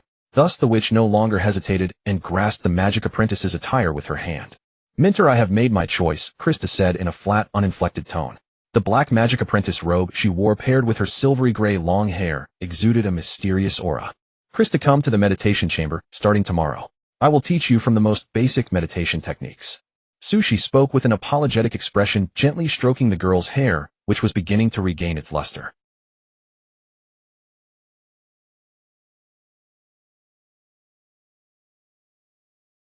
Sushi felt somewhat guilty, yet simultaneously relieved. In this magical world, without power, one could not control their destiny. Compared to humans, demons possessed considerably longer lifespans, making them true long-lived species. Even a half-demon hybrid, which could easily live for hundreds or thousands of years. Sushi did not know exactly how many years he could live in this simulation, but it was likely less than the girl's lifespan. To prevent the girl from suffering inhumane abuse or even a tragic death at others' hands after he departed, Sushi felt it was very necessary to teach the girl genuine power capable of protecting herself, that is magic. Given Krista's demonic bloodline, it would be impossible for her to practice magic through faith in the gods.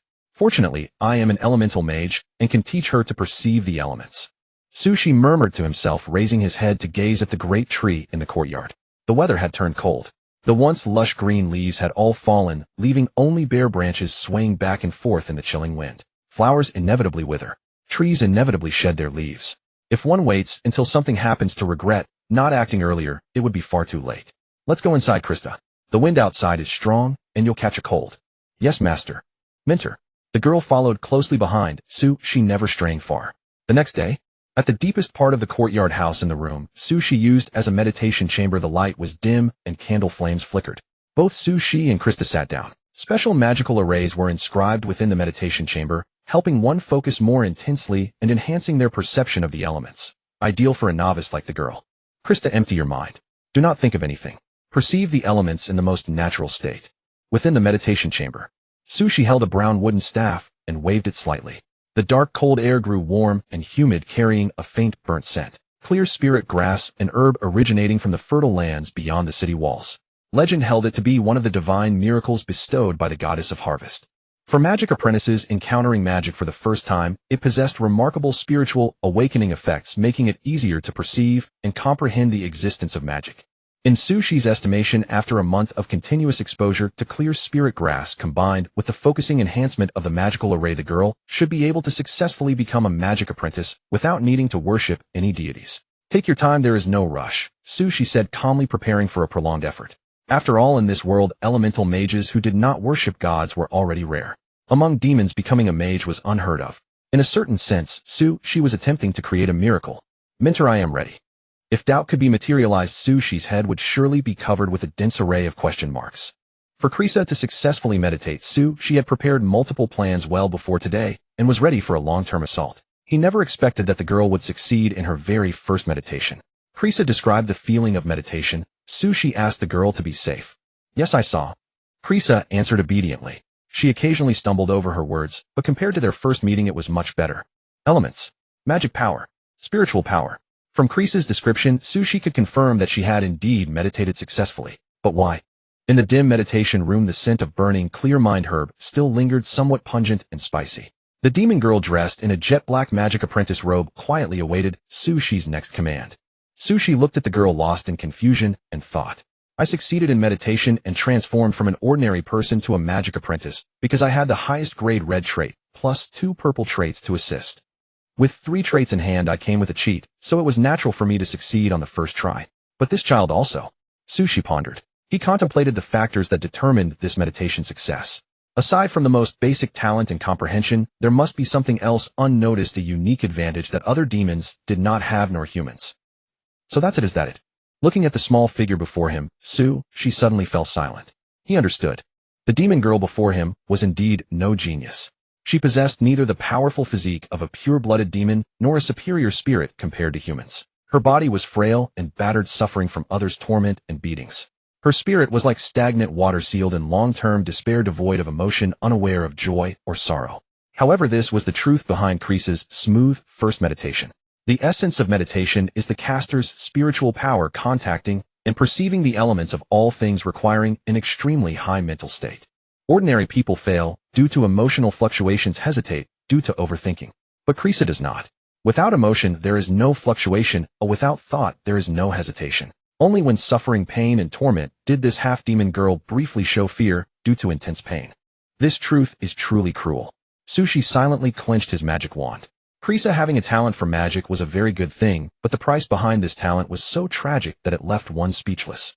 Sushi sighed inwardly. To verify this view, he had the girl perform several more tests. Everything went smoothly, everything was fluent. Just like the meditation attempt, in the subsequent processes of sensing elements, establishing connections, and absorbing magic power, Krisa performed like a super genius. Well done, Krisa. Sushi crouched down and praised the demon girl, who had remained quiet. Do you feel any discomfort? No, master. Kalisha Kelly Satingna shook her head. Her small face was expressionless, devoid of any childlike innocence or liveliness, only a kind of grayness that seemed to swallow the light gold of her eyes. It was a kind of indescribable emptiness. It made one silent. In a sense, the girl was a complete failure. Besides physical defects, she was also severely lacking in emotions, unable to give the responses others wanted. But it was precisely this lack that unexpectedly gave the girl the aptitude of an elemental mage. Sushi paused the girl's training. Master. Krisa tilted her head blankly to look at him, seemingly puzzled. Sit down, Krisa. Sushi sat cross-legged on the floor, patting the spot beside him to indicate the girl to sit next to him. Sushi realized that there was something more important than making the girl stronger. That was to understand her past, her experiences. Only by understanding could he better help her move toward the future. If he knew nothing, actions he thought were kind might cause secondary harm to the girl. Krisa obediently sat down. The magic apprentice robe was slightly too large for her thin body, and as she sat it covered her legs directly. Her overly long silver-gray hair touched the ground at the ends, spreading gently and slowly over the meditation room's floor tiles. A breeze brushed Krisa's cheek. It was the warm breath from Su, she who was too close. A strange feeling surged in the girl's heart, making her inexplicably at ease. Then Sushi asked, Krisa, can you tell me about your past? You mean? Anything. I want to know you. I understand, master. The girl didn't actually understand what there was about her worth knowing, but she knew she just had to obey Sushi. As a private property, obeying the owner was the most basic. So under Sushi's gaze, the demon girl, only about 11 or 12 years old, slowly began to tell a story from long ago, a reality that had occurred before she came to this world. In the year she was born, the girl saw her biological mother. She was a female demon named Succubus, by humans, with huge curved horns, a fiery physique similar to humans, and a large iron ring firmly locked around her neck. She looked at the infant Krisa with gentle eyes that seemed to seep water, full of maternal love. Krisa had never seen her father, because from the first day of her life, she was hidden by her mother. After hiding for about 3 or 4 years, Krisa finally saw her father. It was the first and last time. Father dragged her viciously out of the room, threw her out the window, tossed her into the wilderness, into a remote and desolate place. Her mother tried to resist, but was looked at by father with disgust. Trash. Bastard. What right? Die. At that time, Krisa couldn't hear everything father said. She only knew that along with her, her mother's head was also discarded. To this day, Krisa still clearly remembers how tragically her mother's head was burned rough to the touch, the carbonized hard surface, and the huge horns mercilessly severed. Run. The demon race's life was tenacious. Even beheaded and burned, her mother's head still spoke to the young Krisa at the last moment of her life. So obedient, Krisa ran away. Far away from that home. Krisa wept as she fled. She ran far, far away, so far that the knights sent by her father could no longer find her. From then on, the young Krisa began a life of wandering, ceaselessly oscillating between near death and barely alive. Her demonic identity was all too easy to recognize. Kind-hearted people who initially wished to take her in would let out terrified shrieks upon seeing the horns atop her head and quickly flee. Why? Why must it be this way? The young Krisa could not understand until she grew older and realized the source of people's fear. This was a grand era ruled by the gods, benevolent and merciful deities who shielded humanity with their boundless divine power. Demons, however, were wicked, foolish creatures that slaughtered humans and opposed the gods. Thus people harbored an innate loathing for demons. Get out, get out. Great sun god, send down your blazing fire and burn this witch to death. Some drove her away with disgust, while others pursued her with swords and knives. Krisa could find no place to settle, so obeying her mother's last words, she continued to flee. Flee to a place farther still where even she could survive. With this thought, Krisa wandered for a long time. She had laughed once when she picked a fallen fruit by the roadside and bit into it, the sweetness reaching her heart. She had wept once when she tried to join the games of human children, only to be ostracized and pelted with stones until she was covered in wounds. Later, both laughter and tears vanished. Only fear remained. The older Krisa grew, the more pronounced her demonic traits became. Anyone who drew near could clearly see the horns on her head and the scales on her body, the unmistakable symbols of a demon. Thus more violence descended. They hurled hard stones and rotting, foul-smelling food at the girl from a distance, leaving her body reeking and covered in wounds. They relentlessly unleashed their aggression, kicking, whipping, and taking pleasure in her pleas and screams.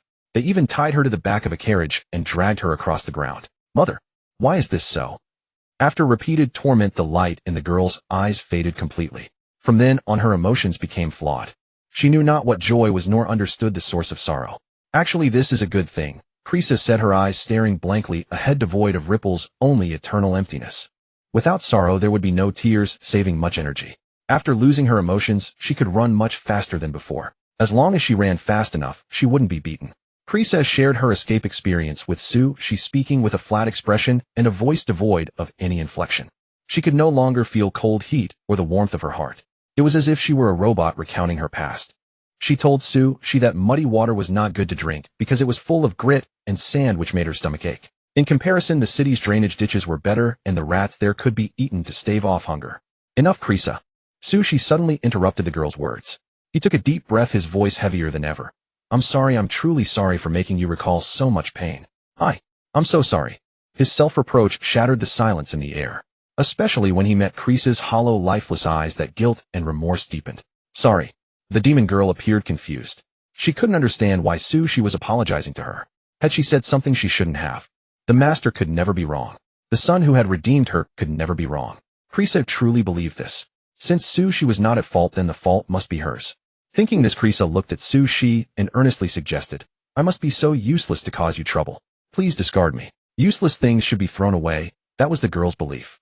After all, that was how her father had cast her out. The witch considered herself to have no merits except for being exceptionally obedient.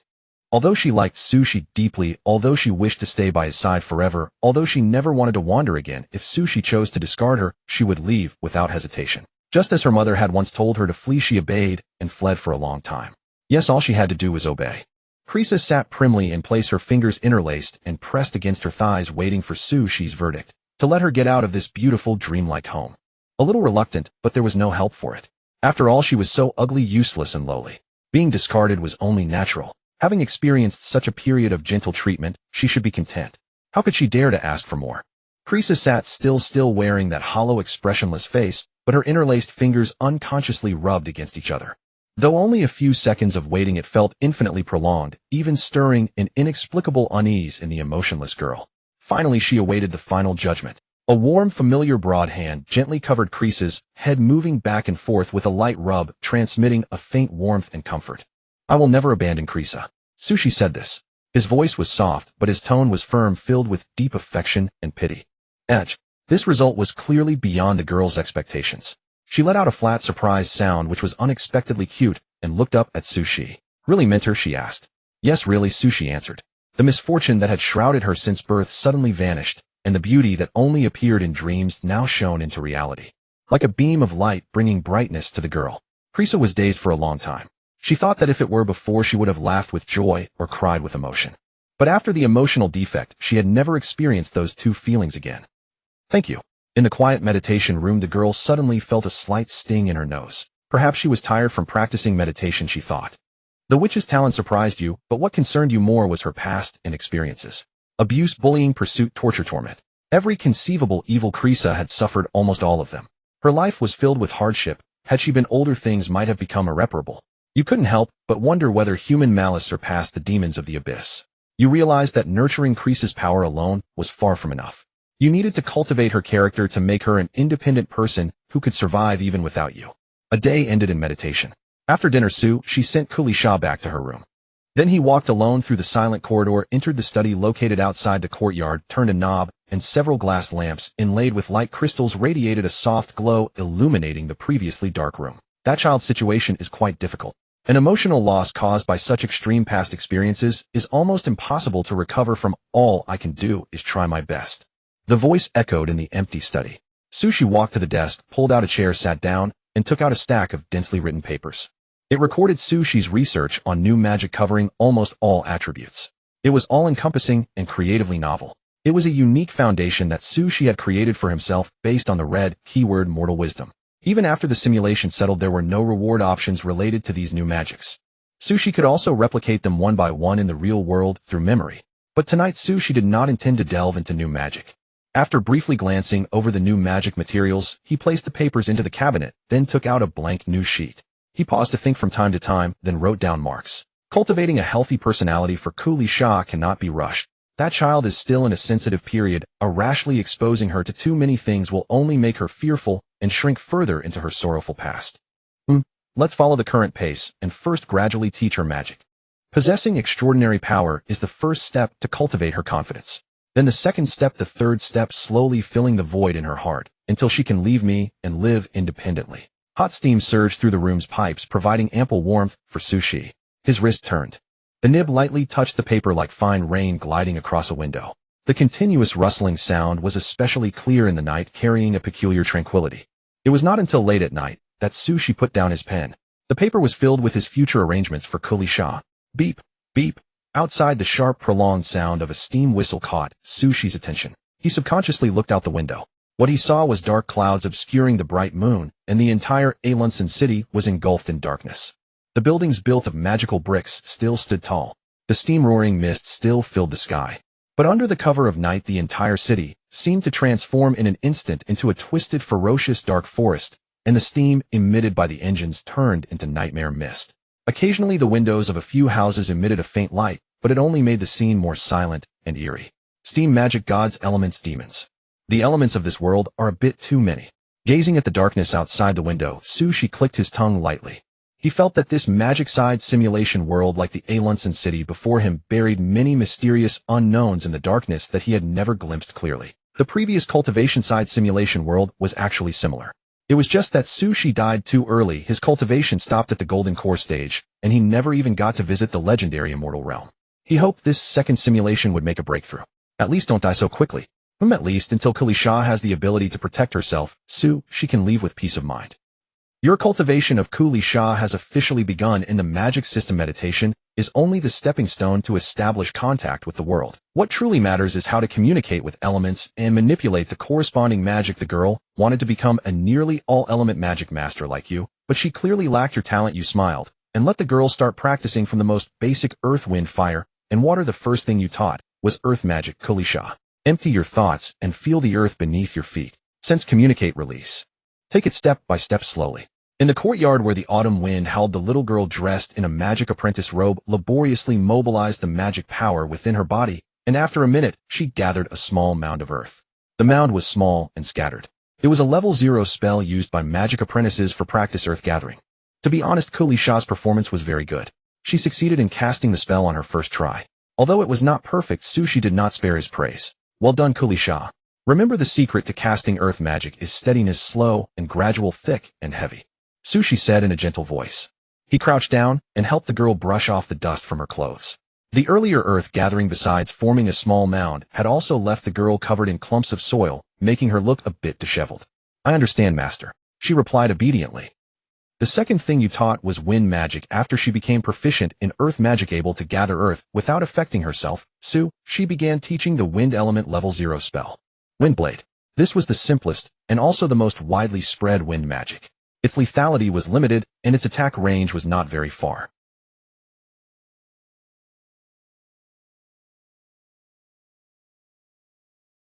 Compress, fix, and finally release. Sushi slowed down his movements and demonstrated the entire process of casting wind blade in front of Kulisha. The girl looked bewildered. She seemed to understand, but not fully. After mobilizing wind elements for a long time, she finally compressed a decent wind blade and tried to launch it at a large tree, but the wind blade dissipated halfway. Keep trying, Sushi said tactfully. The third thing you taught was water magic among the 4 natural elements. Kulisha seemed to be most adept at the water element. Sushi taught the level 0 spell, water generation. In just 10 minutes, Kulisha learned to use water generation, and without being taught, she grasped another water element level 0 spell, water arrow. Sushi couldn't help but exclaim, my disciple Kulisha has the potential to become a water element Saint Magus. As soon as he said that, the girl, due to magic exhaustion, lost control of the generated water, and with a splash she was drenched. Thus that day, Sushi lightly tapped the girl's head. She was admonished not to be careless. The last thing you taught was the fierce and dangerous fire element among the many magical elements. The fire element was considered one of the more dangerous ones. Because the stability of flames was extremely poor, if one was not careful, the caster themselves could be burned by the fire.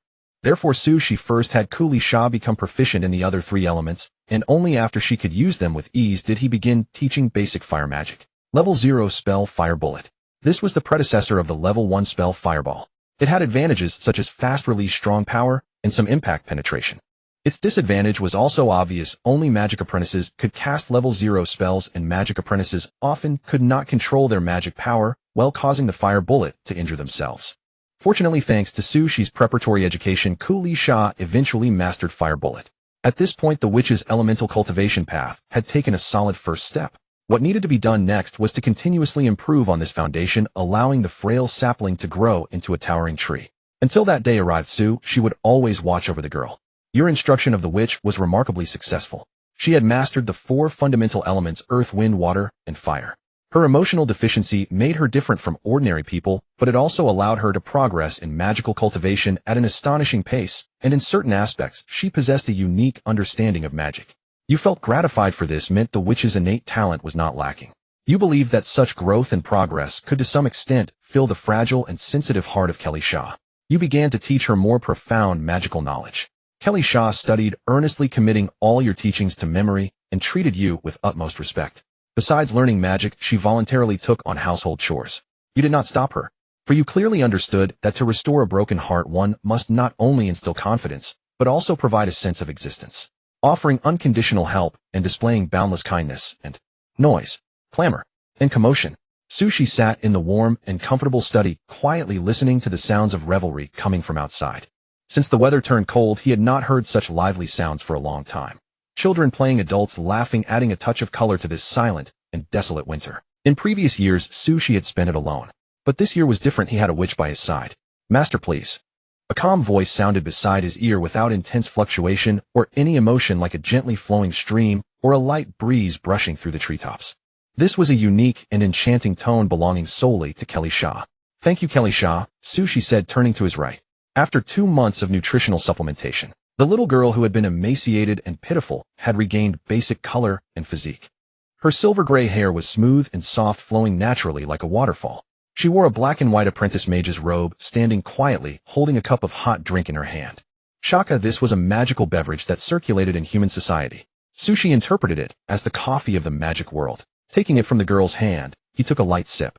The warm liquid flowed down his throat, nourishing his body, while also sharpening his mind and deepening his perception of magic. Such was the effect of Shaka. 1 gold coin per cup. Rip off. Sushi smacked his lips, feeling that this so-called Shaka was nothing special, far inferior to his 3 traits.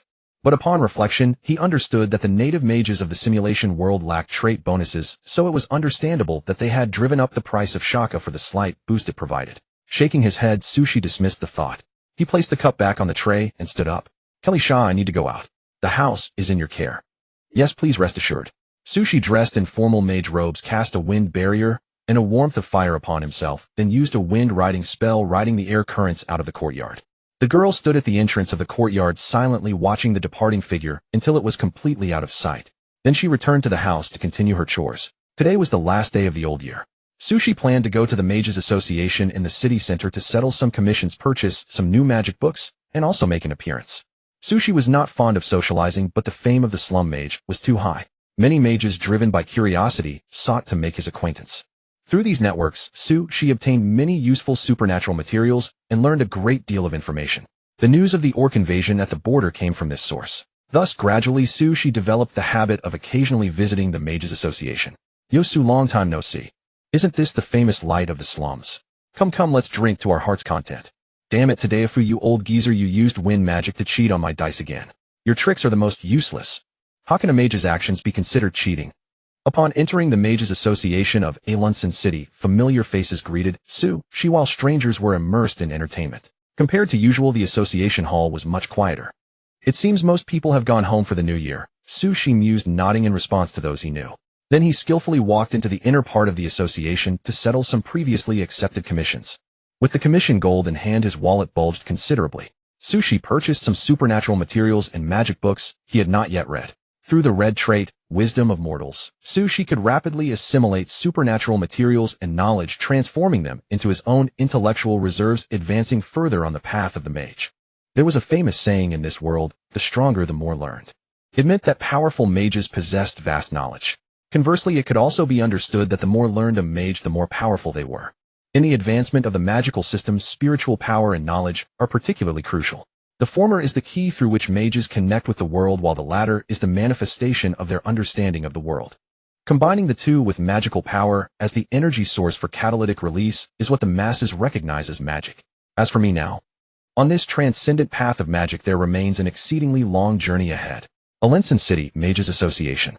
After redeeming the items he needed, she gently ran his palm across the cover of the magical book, feeling its frosted texture, and couldn't help but sigh with emotion.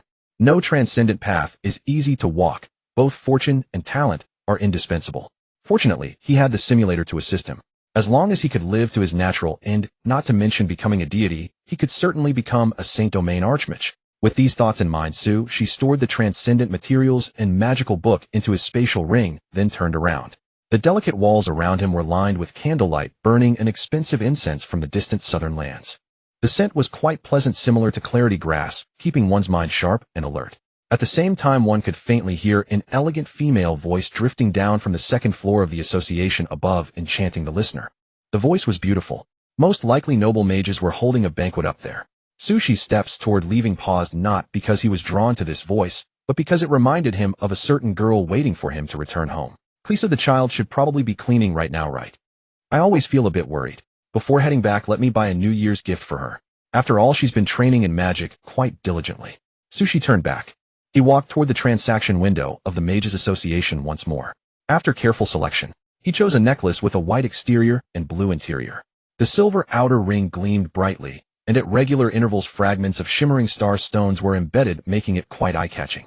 Nested in the inner groove was a deep blue aquamarine, a transcendent material from the small Albion Sea with magnificent waves of light. When light struck its surface, there would be sparkling ripples rising and falling like real tides. It refracted a radiance that immersed people in its beauty. I hope Lisa will like it, Sushi said, gazing at the necklace in his hand.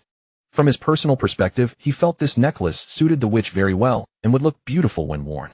At the same time, the water attribute aquamarine could provide some water magic enhancement, a quite useful effect. But with gifts, whether one likes them or not still depends on the person receiving them.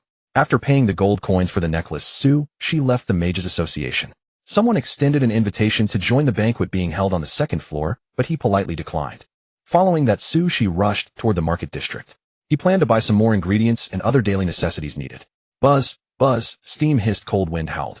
In this winter harsher than previous years, the steam equipment in Alinson City operated even faster. It was as if thousands of flying birds were screaming as steam collided with cold air and burst forth, gathering into massive cloud-like clusters. However, it wouldn't be long before these cloud clusters would be scattered by massive steam airships or torn apart by mages flying at high speeds. Steam and magic blooming in tandem. This is truly miraculous. I wonder how the humans of this world came to walk this path of wondrous coexistence.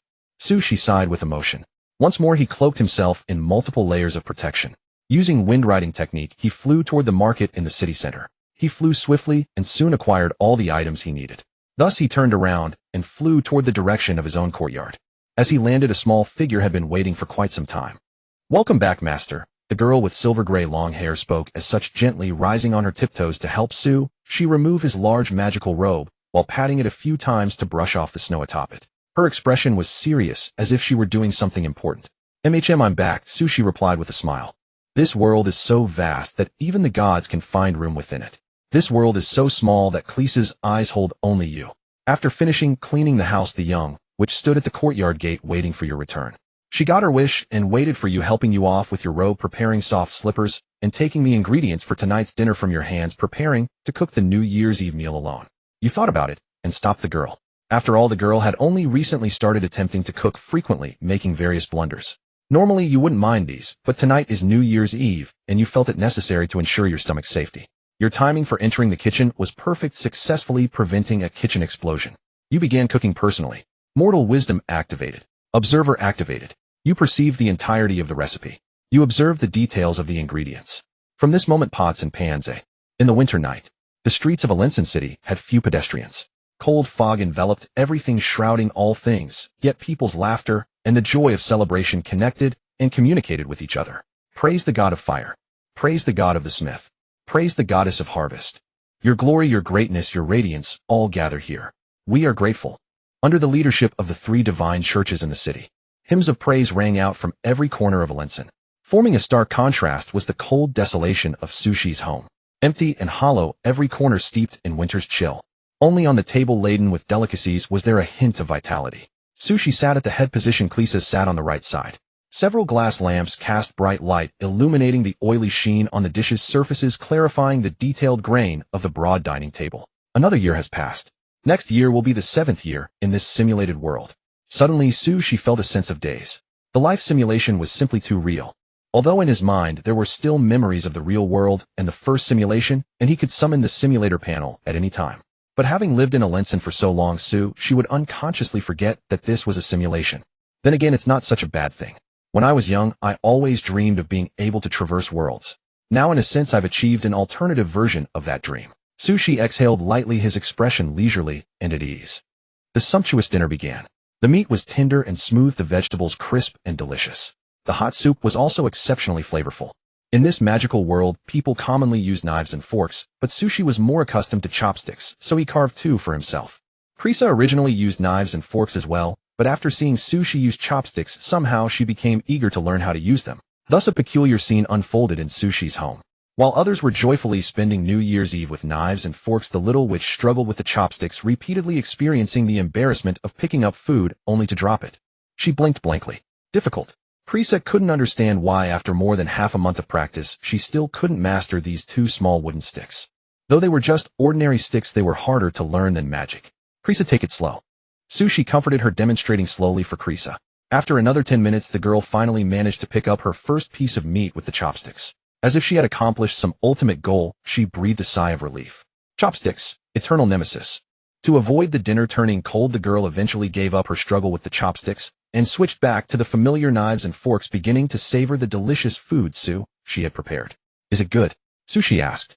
Master, it's delicious, Krisa replied, her eyes slightly widening.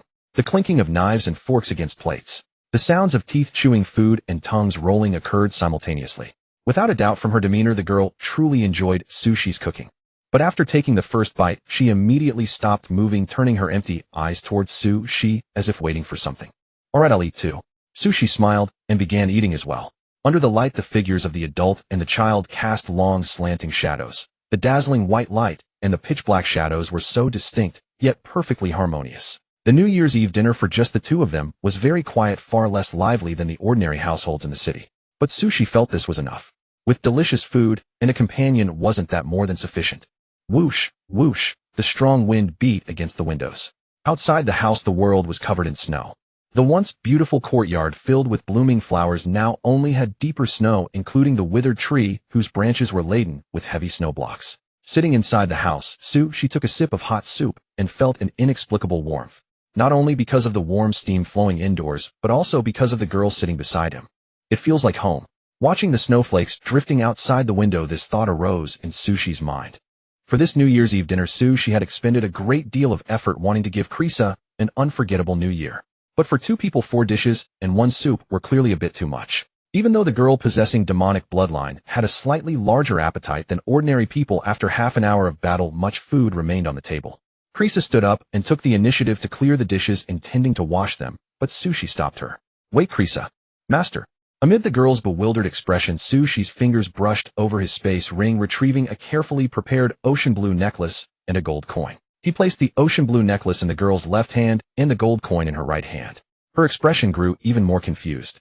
Sushi explained, in my hometown, every new year when the old year gives way to the new, there is a tradition of giving children gifts and blessings. So I chose this necklace for you.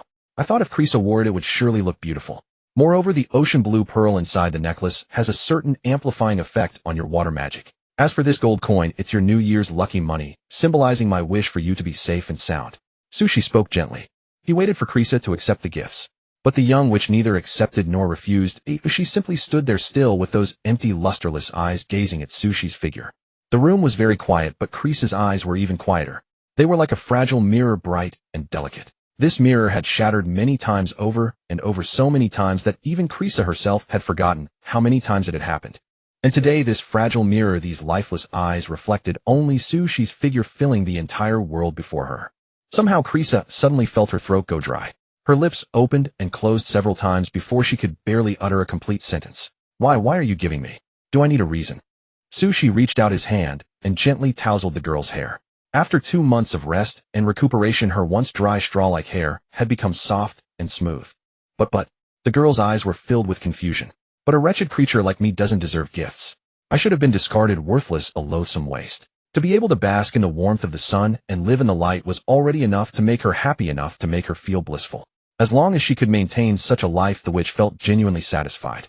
Yes, how could a flawed failure like her dare to ask for more? There is no but, Krisa.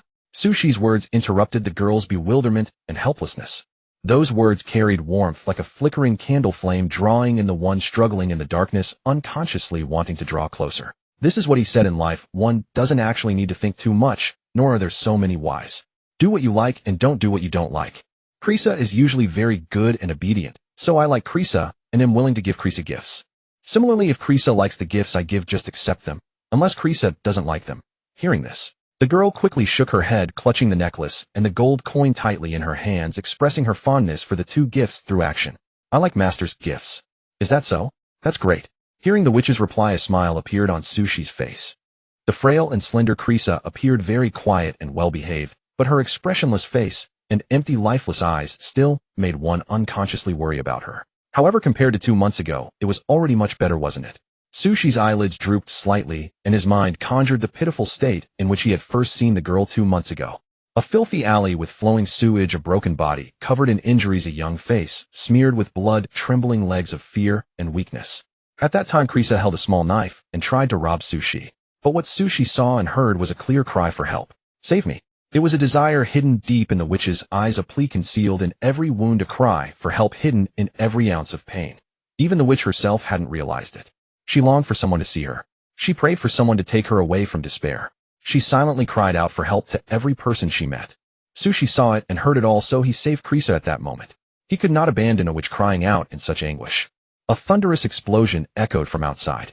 It was a high-level fire magic spell that shot up into the sky and burst at a single point. The brilliant flames illuminated even the darkness of the night.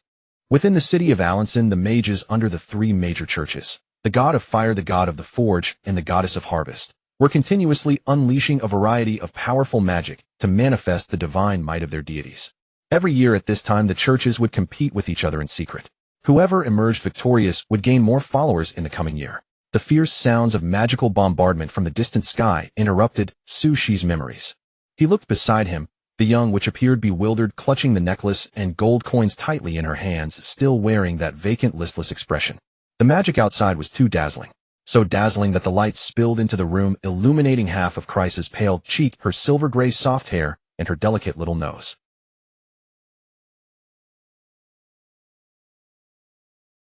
Krisa seemed to want to put on the necklace, but she didn't know how, because in her tragic past, she had only known pain and torment, and her understanding of necklaces was limited to seeing them. Her slender white fingers brushed over the necklace's clasp, clumsy and cautious, touching it lightly before quickly withdrawing, afraid of accidentally damaging it. Her movements were awkward, her fingers helpless, evoking compassion. Krisa, let me help you. Okay. Sushi extended a helping hand, taking the ocean blue necklace from the girl's hands. He walked behind her, grasped the 2 ends of the mithril chain, and gently passed it around her neck. As he fastened it, his fingers brushed against the girl's neck. It was a strange sensation, making Krisa feel a little ticklish, a little warm, and a little fond. She subconsciously rubbed her neck, bumping against the chains on both sides, producing a pleasant tinkling sound. But soon she realized this might cause unnecessary trouble for Sushi. So she stood still again, feeling the warm hands lift her hair, guide the 2 mithril chains to cross at the back of her neck, and finally pressed the silver clasp with a click, securing the ocean blue necklace. Snow fell heavily, and the outside was bustling with noise. Under the gentle care of the man, the mithril necklace, embedded with the ocean blue pearl, settled calmly on the girl's slightly warm neck. Why was it warm? The witch did not understand. This was an experience she had never had before. Not bad, not bad, Sushi said, stepping back a few paces to look over Krisa, now wearing the necklace with a satisfied expression. Just as I imagined, this necklace suits you perfectly, Krisa. Sushi smiled, his praise genuine. Winter was harsh and cold, and even on a lively New Year's Eve that did not change. But at this moment right now, Sushi felt he had witnessed something beautiful enough to melt the winter chill.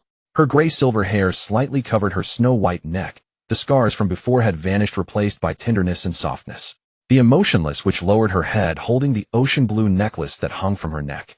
Reflection. In the swaying, the hazy, dreamlike blue glow reflected in Krisa's hollow eyes. At first glance, those eyes seemed to regain their vitality. Though only for a brief moment, it quickly faded as the light grew unstable. But Sushi still felt that this moment was extremely magnificent. A sense of pride and admiration welled up in his heart. My witch is truly beautiful. Then Sushi asked the expressionless girl, Krisa, how do you feel? Do you like it? The girl nodded gently. I like it. Then she added politely, thank you. The night grew late. It was time to part ways on New Year's Eve.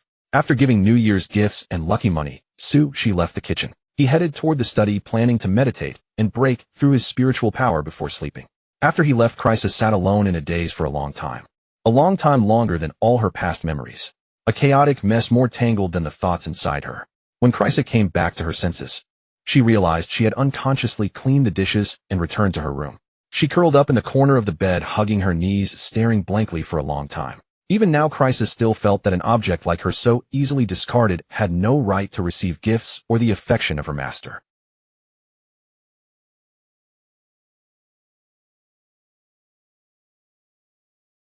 An object should have self-awareness. It should not long for more than it deserves. But obeying the master was also necessary. Since her master told her to accept it, she could not refuse. Chrysa held the deep blue necklace against her chest, her eyes bewildered, yet carrying a hint of disturbance. So much like. She liked this gift very much. The heavy feelings kept accumulating in her chest, growing heavier, more unsettling, but she couldn't understand what they were. For the emotionless, which comprehending these feelings was too difficult. But it was not a big problem. Chrysa had her own solution. She neither needed to understand nor to vent. She only needed to stay by Su Shi's side, listening to his words and following his orders. A tearing sound. The sunlight from outside caught Chrysa's attention. Only then did she realize she had been staring blankly in her room all night, not even noticing the rising sun. On the first day of the new year, the sun's radiance was unprecedented.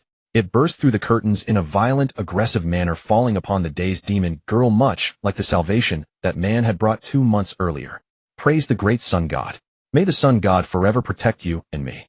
Outside, the citizens of Alanson City gradually left their homes, praying to the sun on this first day of the new year, hoping the sun god would watch over them. The sun. Chrysa lowered her head, burying her face between her knees. In a voice only she could hear, she said, "Thank you, sun." Not thanking a deity, but thanking the sun that had broken into her world, brought her out of the abyss of despair, and brought her light and hope, a sun that belonged only to her. In the repeated cries for help only he had heard the witch's voice, and was willing to reach out his warm hand.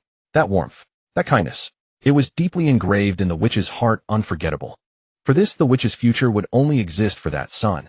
If she lost that gentle radiance that gazed upon her, she would completely lose her reason for being. She would fall into an abyss that even she herself feared. Spring leaves emerged, and the earth revivified. A new year's spring had arrived. Your life fell into a 3-point routine, cycling between meditating to enhance your mental power, delving into new magic spells, and teaching Cliché. Only on rare occasions did you visit the Magic Association in the city center to purchase supernatural materials and gather intelligence from others. You overheard an unsurprising piece of news. The border tribes had been repelled by the Church of the Gods. Returning home, you resumed your magical studies, beginning to ponder how better to nurture the witch, ensuring she could survive steadily in this world even after you were gone. The great snows that once submerged the city of Alinson had entirely vanished. Bright spring sunlight cascaded freely, splendid rays descending from the heavens upon all who and what needed warmth, including the withered tree at the garden's edge, which silently sprouted new buds. Su Shi sat at the courtyard entrance. The gateway above him formed a natural shelter, shielding him from the sun and casting a cool shadow. The first step in nurturing Cliché was helping her acquire the ability to protect herself. That goal was nearly within reach. Another half year, and Cliché would advance to formal mage. A formal mage can learn 1st to 3rd tier spells. Unless a higher tier mage intervenes, Cliché's talent would make her virtually invincible within her level. As for ordinary people, no need to mention them. Even the current Cliché could handle them with ease. Then it was time to prepare for the second step. Within the shadow beneath the gateway, Su Shi held a thick magical tome, his eyes half closed in deep contemplation. To grant Cliché an independent and self-reliant personality, to enable her to survive steadfastly on her own after his simulation ended, free from hostility and pursuit, required preparation in advance. Some matters demanded early resolution, such as Cliché's demon bloodline. Objectively speaking, Cliché's temperament was docile and obedient. She had never harbored thoughts of harming others. Even drawing near to strangers made her uneasy, let alone causing them injury. But this world cared nothing for reason. The gods reigned over the earth, and the church served as their eyes and ears. In a world where all revered the gods and viewed demons as enemies, even the slightest connection to the demon race marked one as a foe. For Cliché to integrate into human society was nearly impossible, unless her power were strong enough to suppress all dissent, or others believed Cliché had no connection to the demon race. Su Shi murmured to himself. The former was far too difficult to achieve. Even if this life proceeded smoothly, he had no certainty of ascending to godhood, much less overpowering all deities. As for the latter, it held a certain degree of feasibility. This world's method of identifying demons is unexpectedly primitive and crude. At first I assumed there would be searches and identification targeting the soul, the bloodline, or even the very concept itself. But from the materials reviewed thus far, both the Magic Association and the Divine Church relied solely on outward appearance to identify demons. In other words, as long as I could conceal Cliché's demonic features, she could appear openly without fear. Moreover, there had never been a precedent of a demon mastering magic. Should any suspicion arise, Cliché could prove her innocence through magical demonstration. Su Shi mused over this, finding it highly viable. Of course, he was not so naive as to believe such concealment could deceive the heavens. Even if it could fool humanity, it certainly could not deceive the lofty gods. But Su Shi's demands were modest. He merely wished for Klisha to venture outside to interact with more people and experiences so that her fragile and sensitive heart would not lose its footing the moment she stepped away from him. Therefore, by restricting Klisha's range of movement, the likelihood of discovery could be reduced. Let me ask the child her opinion. Klisha's demonic features were few. She possessed neither expansive wings nor a slender tail. In this regard, Sushi's luck was favorable. This meant he only needed to address the horns upon Klisha's head and the scales scattered across portions of her skin. Upon completion, Klisha would assume a normal human form. I hope everything goes smoothly. Within the dimly lit meditation chamber, cool and silent, profound, and still it resembled some cultist's sacrificial sanctum. Click. Sushi switched off the inadequate steam lamp and instead manipulated magic to gather light, illuminating the space. Not far from him lay Klisha, calm upon the stone slab. Klisha, this may hurt slightly. I trust you, master. Her pale golden eyes held no emotional fluctuation, yet beyond that hollow gaze one could sense the presence of absolute trust. The surgery began. The procedure commenced under Sushi's precise magical guidance, each spell carefully applied to transform Klisha's demonic traits into those of a mortal human form. Do you feel any discomfort, Krisa? In the meditation room, a faint ticking sound echoed. It originated from the mechanical clock hanging on the wall. The hands swept across the dial, producing a steady and elegant ticking sound, each click and each turn carrying time into the next more precise moment. Sushi extended his hands, wrapping them around Krisa's arms and waist, helping her bewildered figure sit up. The girl's reaction was somewhat sluggish. After a moment, she shook her head dully. No. That relieves my mind. His furrowed brow relaxed. Sushi helped the girl sit upright, took out a roll of self-made suppression bandages, and wound them around her body layer by layer with meticulous care. Those concealed demonic features were in a highly sensitive state. If left untreated, they might manifest again. In more severe cases, it could even affect the girl's control over her body. Therefore, Sushi wound the suppression bandages layer by layer, using this magical material-made tool to firmly press down Krisa's residual horns and scales, rendering them completely dormant. One layer after another, the white bandages wrapped around most of Krisa's body, especially the residual horn on her head, which was tightly wrapped without leaving a single gap. Sushi reached out and touched it, then stepped back a few paces to examine, ensuring no omissions before letting the girl stand. Krisa, you must keep the bandages on for the next few days. If you feel any discomfort, remember to tell me. Sushi instructed. Yes, I will remember. Krisa replied softly.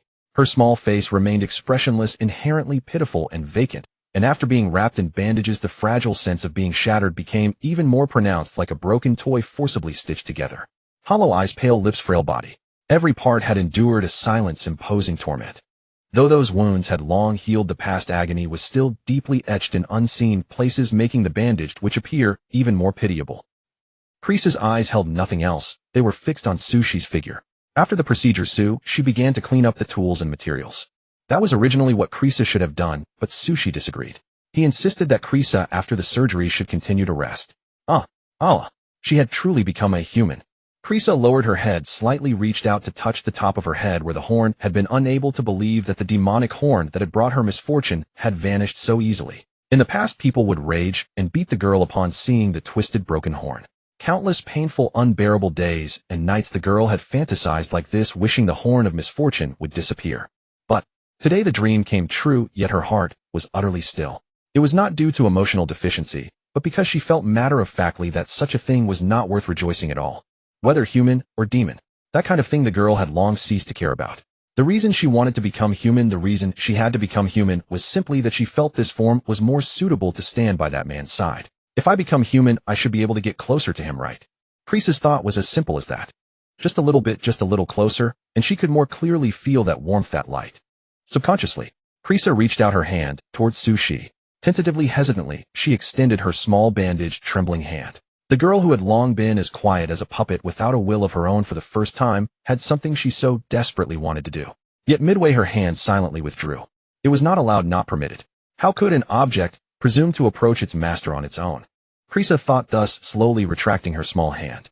Despite her deep affection for Sushi and her desire to stay close to him, she had to recognize her own status. Krisa. Suddenly, Sushi noticed Krisa's movement. Seeing the girl's hand frozen midair like a half-closed mimosa, neither advancing nor retreating, he seemed to misunderstand something. He took the girl's hand proactively, his tone carrying apology. Sorry for taking so long today. Krisa must be exhausted. I'll take you to your room. With that, Sushi led Krisa across the floor step by step, carefully and gently toward the room that belonged solely to the girl. Several times along the way, Krisa wanted to speak. to say she was not tired, to say she could walk on her own. But somehow feeling the warmth from that palm, all words stuck in her throat, unable to utter a single syllable. She only wanted to feel more, to experience more. She even wished for time to stop forever at this moment. I'm sorry, mother. Krisa has become a lying bad child. As this thought surfaced, Krisa instinctively tightened her grip on that warm, large hand. Only at this moment. She absolutely did not want to let go. Your modification of the witch's outward appearance was very successful. After 4 days of tight bandaging, you removed the bandages for Krisa, and what appeared before you was a very beautiful human girl. No twisted, distorted horns. No raised, unsightly scales. From head to toe, Krisa showed no trace of demonic physical features. Anyone who saw her would only think she was a human girl. You were delighted because this meant that from today onward Krisa's life would be completely transformed. You have adopted Krisa for nearly a year. Although she never expressed a desire to go out or to meet anyone other than you, you always felt that Krisa's life should be richer, not confined to this small courtyard. Seizing the opportunity, you decided to gift a wand to Krisa. The witch, who had advanced to a formal mage, urgently needed a suitable wand to unleash her true power. The wand was brownish. Its body was carved from ashwood, slender and graceful. It was also embedded with multiple magic gems, allowing a large amount of magical energy to be stored in advance as a strategic reserve for the mage. This wand, named Grey Resurgence, was not cheap, but Sushi felt it was worth the high price. So Sushi bought the Grey Resurgence and gave it to Krisa. In addition, he also bought a spatial ring separately. For a mage, a wand and a spatial ring were indispensable necessities. Thank you, I like it very much. At the moment of receiving the gift, Krisa's face was still expressionless, but from the slight quiver of her eyelashes, she felt she must have liked it. Try it and see if it suits you. Sushi smiled and began to teach Krisa how to control the wand more conveniently, along with various experiences a mage needed to know. Kelly Shaw treasured the magic wand you gave her and found it very useful. She became more dependent on you. With the wand's enhancement, Kelly Shaw's strength greatly increased, and her control over magic improved significantly. You felt gratified and began teaching her more spells. In the past, as a mere magic apprentice, Kelly Shaw could only learn the most basic level 0 spells. Now you could teach her level 1, level 2, and level 3 spells. After 2 months of instruction, Kelly Shaw learned many new spells from you and mastered the composite technique of fire and wind magic. The witch grasped your ingenious idea, the hairdryer technique. From then on, Kelly Shaw could hold fire magic in her left hand and wind magic in her right, releasing a warm breeze in combination. Previously, you had used this technique to help the girl dry her wet hair after bathing, but now she could do it alone. You felt gratified, yet for some reason the girl's mood seemed a bit downcast. You were puzzled. Looking at the scene outside, the witch seemed a bit hesitant, not daring to step out. But just as she had been led into the courtyard by Sushi back, then this time, she also held her hand, encouraging her to step beyond the courtyard. Kelly Shaw, see, there is nothing to fear. After walking she comforted her in a gentle voice. The witch was in a daze, looking at her legs that had already stepped out of the courtyard, then turning back to gaze at the courtyard gate. Suddenly she understood something. As long as Sushi was by her side, no matter where she was, she would not be afraid. The fear in her heart had dissipated. In its place was a sun that would forever exist in her heart, bringing her courage. I am no longer afraid. Thank you. After your meticulous teaching and her own talent, Kelly Shaw's strength became astonishing. Across the entire Aelunson city, you could count on one hand the mages of her level who could match her. It was not that their talent surpassed the witches, but rather that their cultivation time was far too long and comparable to the witch who had only trained for a year and a half. To be safe and avoid the witch's true identity being recognized, you did not let Kelly Shaw join the Mage Association of Aelunson City. Kelly Shaw had no objection, as she only wanted to be with you and had no interest in anything else. Your life together was exceedingly peaceful. There were no thrilling adventures nor stirring legends, but you felt that such a calm and tranquil life was the most precious. Your only goal was to train as much as possible to break through to higher realms as soon as possible and to watch the girl grow up safely. Beyond that, you had no other wishes. Time passed again, the ninth year. In the courtyard near the city center, the deepest, most secluded meditation room. The light was dim and the lanterns flickered. Sushi sat cross-legged, gazing down at his left palm, where fluorescent light danced, sometimes turning into raging flames, sometimes into surging waves, sometimes into howling winds. This is already the limit. Sushi murmured. Through the wisdom of mortals and elemental perception, I have mastered the magic that an elite mage can control to perfection. It is time to advance to Grand Mage. The cultivation system of the Immortal Path and the magic system were different. Although he had experience breaking through the Golden Core stage, Sushi still approached this breakthrough with 200 caution and care. With utmost seriousness, following the experience notes he found in the Mage Association, he concentrated all his spiritual power and communicated with the elements of the world. Sensing, contacting, establishing a connection. Unlike before when he simply controlled elemental power this time, she had to merge his spiritual power with the elements, becoming one with them. According to the records in the association, this step has stumped many magic geniuses, keeping them stuck at the elite mage level. That is also why the number of elemental mages is decreasing. Compared to the Church of the Divine, where devout faith in the gods can bring breakthroughs, the path of elemental magic is far too torturous. However, with the trait of elemental perception, this is not difficult for me. Sushi pondered channeling his spiritual power into the surrounding earth, wind, fire, and water. Everything went as expected. No, it was even easier than anticipated. Sushi encountered no obstacles at all. It was as smooth as drinking water or eating. His spiritual power perfectly merged with the elements, forming a harmonious relationship of oneness. Grand Mage achieved in an instant. Like a surging tide, the vast spiritual power carrying a torrent of world elements rushed back into Sushi's body. At that moment, Sushi's body became a bridge. He established a connection with the elements of all things. It was an extremely special, indescribable, exhilarating sensation that made his eyes shine. Previously, using magic required hard work to mobilize elements with spiritual power and then arrange them into the desired form. Now, it seems I only need a thought, and the elements line up by themselves. The whole process is more efficient and convenient. Inside the meditation room after the breakthrough, she was surrounded by various elements. He suddenly realized. No wonder the names of the magic system's realms were so straightforward and crude. Grand Mage. An upgraded and enhanced version of a mage. It made perfect sense. The breakthrough to Grand Mage makes it easier for me to control elements. If this trend continues, higher-level mages will inevitably become even more adept, perhaps even controlling all the elements of the world. Sushi paused, thinking of the gods who stood above the world. Perhaps the true nature of those deities in the sky was not so mysterious or majestic. They were also mages, but they were the strongest mages at the pinnacle of the magical world. This world indeed hides many secrets. I hope to have the chance to explore deeply in the future. As for now, it is time to take Kelly Shah and leave Alunson. Sushi met Kelly Shah in the late autumn of the 6th year of the simulation. Now it is the 10th year of the simulation. In other words, nearly 4 years had passed since she rescued Kelly Shah, led her out of the filthy and stinking alley, and granted her a life worthy of a human being. 4 years of time, 4 years of companionship. How heavy a weight was that? Even Sushi, who had lived through it, could not give an accurate answer. Clop, clop. Pushing open the door of the meditation chamber, Sushi, who had successfully advanced, walked along the corridor. The somewhat thick soles of his boots produced heavy, dull echoes that reverberated continuously in the air. The buzzing repeated, lasting without end. Suddenly, Sushi stopped, raised his head slightly, and gazed at the azure sky and the brilliant sun outside the corridor. The sunlight today is truly dazzling. The overly glaring sunlight had completely evaporated the water vapor that perpetually lingered over Alunson City. The sun was so bright that Sushi instinctively squinted his eyes. The halo triggered memories. As his vision blurred, she recalled many things, the bits and pieces of his life since arriving in the simulated world. In his total 10 years of simulation life, Sushi had spent 6 years living alone and the last 4 years living with the witch. How wondrous. Although the former period far exceeded the latter, he had not remembered many details of it. What he remembered were all the daily moments shared with the witch. For instance, 2 years ago, Kelly Shah painstakingly practiced cooking and finally produced a decent dish. Though the surface was slightly charred and the taste a bit bitter, she still finished it all. Another example, a year ago, Kelly Shah was practicing level 3 water magic. Her talent for water element was so strong that it caused a deluge to wash through the courtyard, stripping all the flowers and plants bare. She herself was drenched, water dripping from head to toe. Kelly Shah immediately apologized to Sushi. Sushi smiled without blaming or reproaching the girl. He simply took her to change into dry clothes, and for the first time in a long while used a composite wind-fire spell to help her dry her wet hair.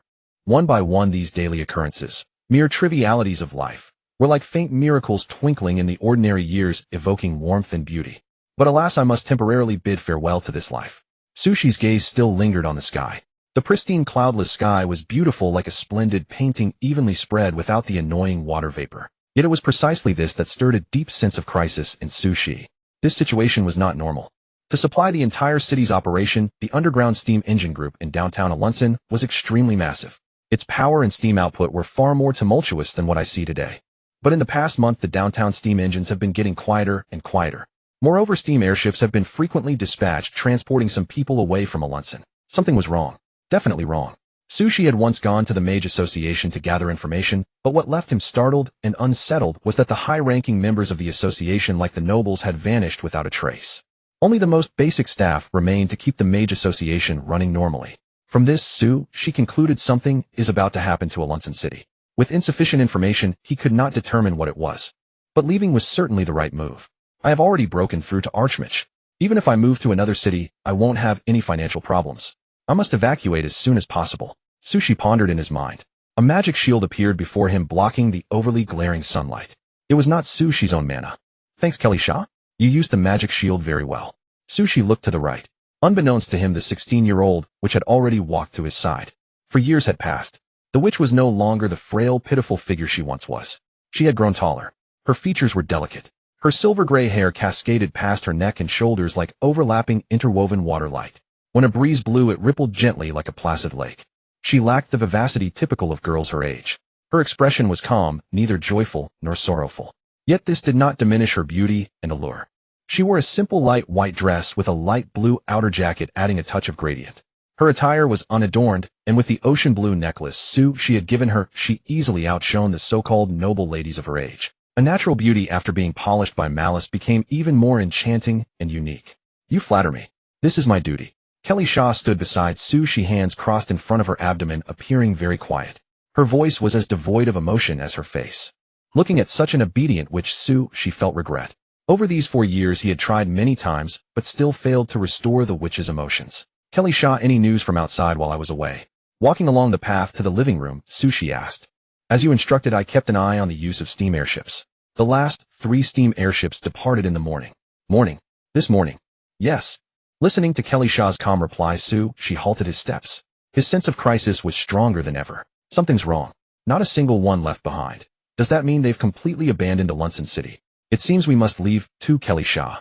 Leave today. Sushi took a deep breath, closed his eyes briefly, then opened them again. He turned to the girl. Kelly Shah, go to the market now. Buy as much food and daily necessities as you can. Put them into the space ring and bring them back. No need to conceal your magic anymore. Go fly directly using the wind control art. Yes, as you wish. Without asking why, Kelly Shah nodded lightly, then took out her wand, gray rekindling. With a wave of her arm, wind elements enveloped her body as she shot into the sky. As for he quickly strode into the study on the outer side of the courtyard. He pulled 2 magic books from the bookshelf. The sense of crisis in his heart grew ever stronger. Intuition told she that relying solely on level 4 and level 5 magic would never be enough to handle the unknown danger. Therefore he would use the brief time, while Kelly Shah was shopping, to learn level 6 and level 7 magic, which only an archmage could employ to bolster their evacuation efforts. The atmosphere of Alunsan City had turned strange. You keenly observed something. The observer trait activated. Continuously activating. You sensed the crisis hidden behind the events. The departure of all steam airships made you realize that perhaps soon, even today, the crisis would descend upon Alunsan City. You dispatched the witch to urgently purchase supplies. You began learning magic to increase the feasibility of evacuation. The mortal's wisdom trait continuously activated. You observed the workings of the world, and your understanding of magic improved efficiently. You learned the first level 7 spell, then the second level 7 spell. You began to create new magic. Bustling, noisy, chaotic. Today Alun City remained as prosperous as ever.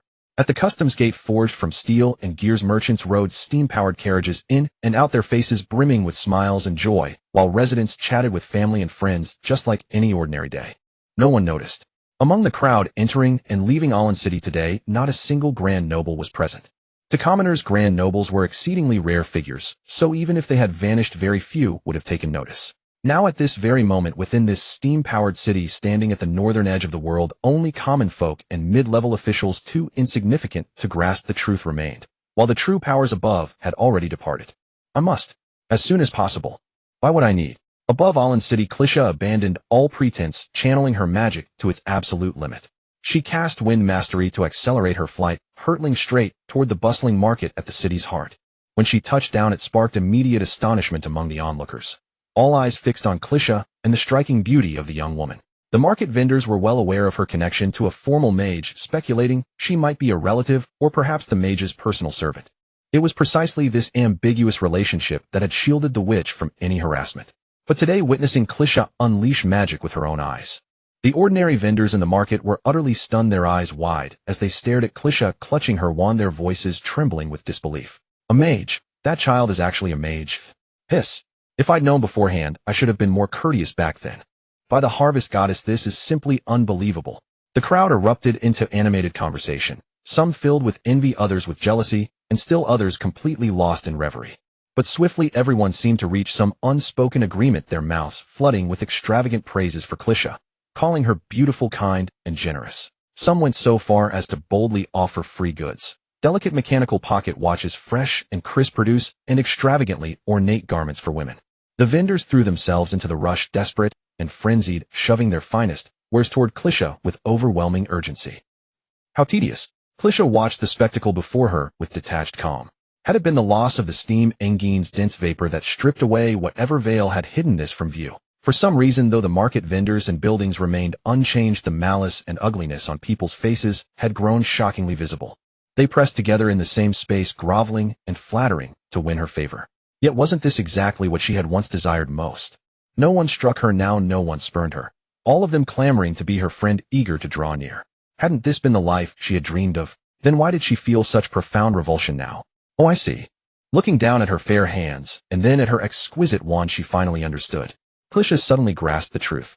The people around her weren't drawn to Clisha herself, but to the beautiful female mage bearing her name. A mage with a promising future compared to ordinary folk. They never cared for the witch nor for Clisha as a person. From beginning to end, only one person had ever extended a helping hand to the witch, embracing her like the sun and offering warmth and hope. Always only that one person.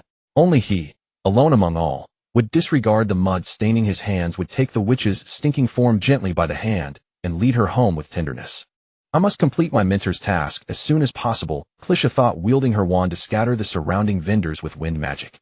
Amid the vendors' fearful, shrinking gazes, Clisha quickly identified various items: food, daily necessities, clothing, and supplies. She used wind magic to gather everything, sorted the items into designated areas, and stored them all with a spatial ring. The entire process took no more than 3 minutes. Magic was indeed so convenient. With this I can head back now. Clisha checked her spatial ring, feeling it packed full, gave a slight nod, and tossed a bag of coins to distribute among the vendors. Equal exchange. This was the first lesson she had taught the witch, and she held it close to her heart. Wind gathering. Without giving the vendors any chance to speak, Clisha waved her wand, and the roaring wind elements enveloped her once more as she took flight back toward the courtyard. She completed the task swiftly, the round trip taking less than 10 minutes. Perhaps her mentor would praise her. With that thought crossing her mind, Clisha increased her magical output, making the wind stronger and her flight faster, eagerly longing to return to Sushi's side. But why? Why did her chest ache with such heaviness?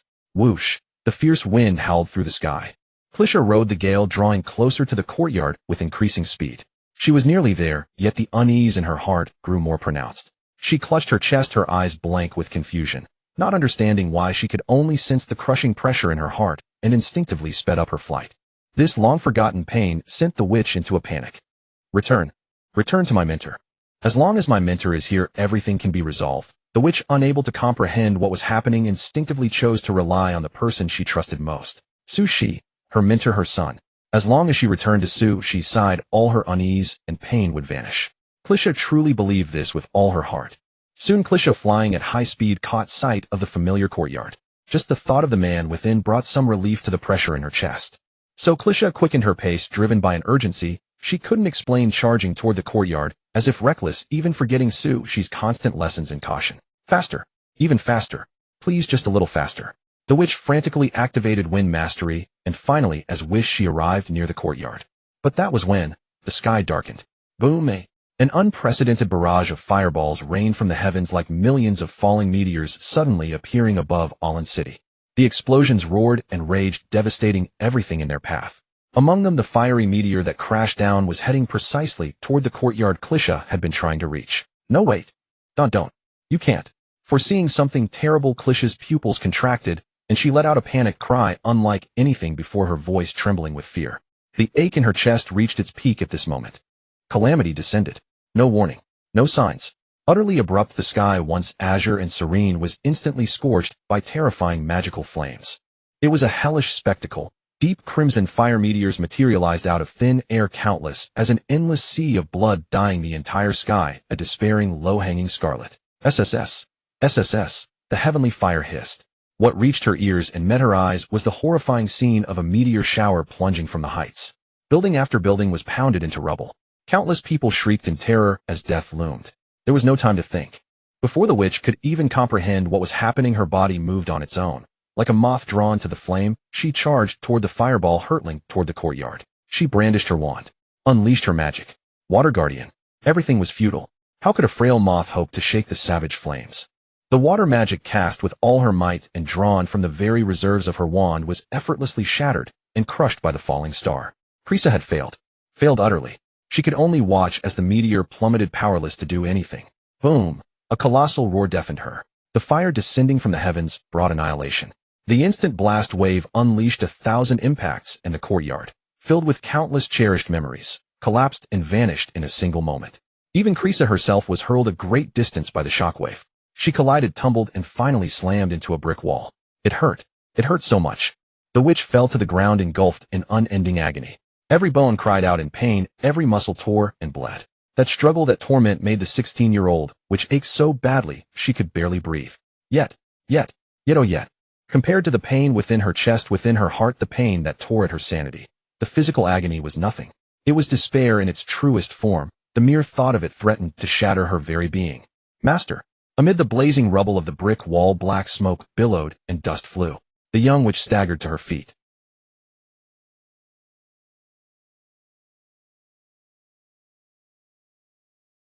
She grabbed her wand, no longer exquisite, and even chipped at one end and cast another spell. Wind control art. Her voice, calm, yet trembling, rose into the air. Wind elements once again enveloped Krisa, lifting her injured body with difficulty, and she flew toward the direction of the courtyard explosion. The blast wave from earlier had hurled Krisa far away, so she had to make her way back. The distance was not long, very short in fact, but for the wounded Krisa it felt like an endless chasm. Burning houses, collapsed ruins, and countless ordinary people dead or injured. This was all the witch saw. It was brutal, horrifying. She sped toward the courtyard. Suddenly her body racked with intense pain, and the wind control art was disrupted. She fell heavily from the air, tumbling several times on the ground. Not only were her clothes torn to shreds, but her delicate skin was covered in scrapes. Her face, hands, legs, every wound looked utterly miserable. The blurred flesh was caked with grit and dust. But the witch paid no heed. Master, master, master. She murmured these words, her gaze fixed solely on the burning ruins ahead, straining with all her might to reach them. If magic failed, she would walk. If walking was impossible, she would crawl. She must see him again. With this conviction, Krisa struggled to her feet once more, ignoring the lost wand, and staggered toward the courtyard. Her mind was consumed only with concern for Sushi's safety. He must not be hurt, must not die, must not suffer any mishap, not even the slightest wound. The girl would never allow that to happen. If even a wretched creature like her, an abandoned waste, could cling to life in this world, how could the one who was as warm as the sun simply die? Ow, ow. Just imagining such a thing made her heart clench violently, sending a pain through the girl that made her tremble. Faster, faster. Not fast enough. Krisa quickened her pace. The sudden acceleration caused her injured body to lose balance, and she tumbled to the ground. But it didn't matter. Such things were irrelevant now. Ignoring the searing pain in her calf after the fall, ignoring the cheek scraped by pebbles, ignoring the body that had begun to twitch uncontrollably, the witch pressed on. She fell and got up, fell again and got up again. Finally, after rounding a large pile of collapsed rubble, she saw the courtyard she had been striving to reach. Gone was the serene beauty of bygone days. Gone were the lush flowers and trees. Above all, gone was the one person she cared for most. All that met her eyes was a shattered ruin engulfed in raging flames, devoid of any familiar memory. Even the sturdiest meditation chamber inside had been blasted to pieces. The fire surged and roared, smoke billowed high into the sky and radiated outward, and a scorching hot wind blasted her face, parching her skin. A dead silence reigned. Nothing was left. Yes, nothing at all. Thud, as if all her strength had been drained in an instant. Krisa suddenly stopped. Her legs gave way, and she collapsed to her knees on the spot, staring blankly at the distant ruins. The flames rose, reflected in her face, both scorching and frigid. Her eyes remained vacant. For she was a witch who knew neither joy nor sorrow, devoid of emotion. Yet within that beautiful fragile shell, within that lonely shrinking soul, was there truly no feeling at all? Krisa did not know, because the only one who could answer, the only son that could give the witch courage, was gone forever. Oh, why was this? The young witch knelt there, her eyes even more hollow and lifeless, staring at the blazing courtyard, trying to find an answer in the surging sea of fire. Why was she a mere personal belonging, still alive when her master had died? Why hadn't she been faster, stronger to block that fireball? Why couldn't it have been her instead? What was the reason? Without a master, an object had no reason to exist. Without the sun, the witch had no future. Without that warm gaze upon her, Krisa could not take a single step forward. Her being, her soul, were sustained only by that person's existence. If that person ceased to be, even if the witch survived, her life would be utterly meaningless. Trembling, the witch reached out her hand and pressed it against her chest, feeling the overwhelming pain that begged to be released. So, she too could feel sorrow. An immense sorrow filled the witch's heart, more mournful than autumn leaves, more grievous than the afterglow of sunset. Though she stood amidst a blazing inferno, the gaping void within her heart allowed the witch to feel only cold and a suffocating sense of drowning. Having lost all meaning of existence, her very soul seemed to slip away. She sank into an ocean named despair, allowing her thoughts and reason to plummet endlessly. It's all my fault. If only I could have returned sooner, she murmured as if broken, her vacant eyes fixed on the distant courtyard still ablaze. The strings of her heart snapped, leaving only regret. The pain was so intense, she could not breathe, could not think. The collapse from within completely overshadowed her physical injuries. At that moment, Krisa longed to weep, yet her eyes remained hollow and dry, without a trace of moisture. The overwhelming grief was trapped within her chest, tormenting her heart repeatedly, spreading numbness and weakness through her limbs, ultimately plunging her into endless self-blame. Why? I can't even shed a tear for my master. Someone like me, so useless, what right do I have to live? The 16-year-old Krisa knelt on the ground, her eyes void of light. Her pupils trembled, flashing with pain. She hugged her head and slammed it against the hard ground again and again, hating her emotionally deficient body more than ever before. Once, twice, thrice, 4 times. The witch continued to strike, as if she felt no pain. Or rather, she deliberately used this self-torture to replace her sorrowful tears, to dilute the guilt and collapse within. But it was ultimately futile. No matter what she did, the only person who mattered would not return. When she realized this, Krisa stopped, her head banging. Blood dripped from her forehead, sliding past her eyes, cheeks, and the bridge of her nose. Finally, it gathered at her chin, like tears of blood slowly dripping to the ground. At last, despair crushed the persona named Krisa, causing her pale golden eyes to dim. This was not a description of her mental state, but a physical fact. Her pale golden eyes turned black from the inside out, like a black hole devouring everything, consuming the original gold, as well as the girl's thoughts and mind. Just fade away, just sink into silence. It no longer matters. A world without master holds no meaning. The girl thought dully, remaining motionless on her knees, unmoved, even as the flames crept toward her. She almost welcomed the fire to consume her. But just then, a hand appeared, blocking the encroaching flames. A broad, warm hand appeared before the girl, as if by miracle, disregarding the dirt and dishevelment, and helped the despairing Krisa to her feet. Along with it came a voice she knew intimately. "What's wrong, Krisa? Are you injured? Let me treat you first." The familiar voice awakened her self-sealed consciousness. A miracle had occurred. The witch looked up dazedly at Sue, she standing before her. Her half-gold, half-dark pupils trembled, then slowly regained calm, as if redeemed. How wonderful, how truly wonderful. Master was safe. The snapped strings of her heart were reconnected, her soul escaped despair and returned to itself, and even the immense sorrow trapped in her chest dissipated with her breath. No reason needed, no why required, simply because the sun had reappeared before her eyes. "I'm fine, master. As long as you are here, I will be fine." Afraid it was a dream, afraid it was an illusion, her slightly trembling hands tightly grasped the man's palm, unwilling to let go. Sushi was silent for a moment. Looking at Krisa's pitiful state and her strange eyes, he could not come to the conclusion that she was fine. Earlier, Sushi was practicing magic alone in his study. The observer trait suddenly activated on its own, alerting him to the attack from above, so he timely deployed a defensive spell and successfully protected himself.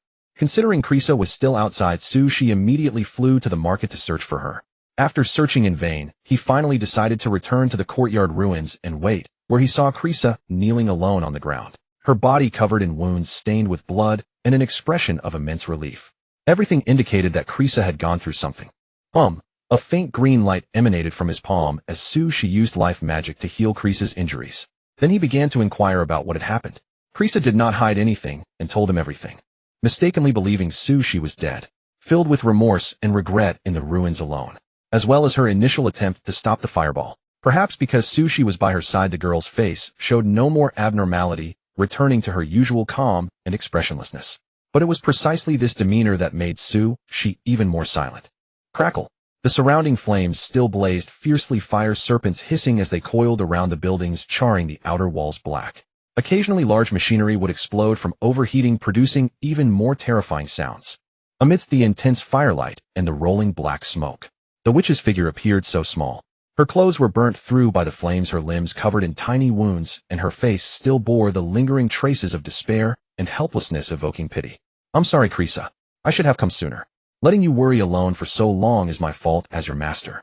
Gently stroking the witch's hair, and with tender, careful movements wiping the blood from her face, Sushi spoke with deep apology. He could have done better.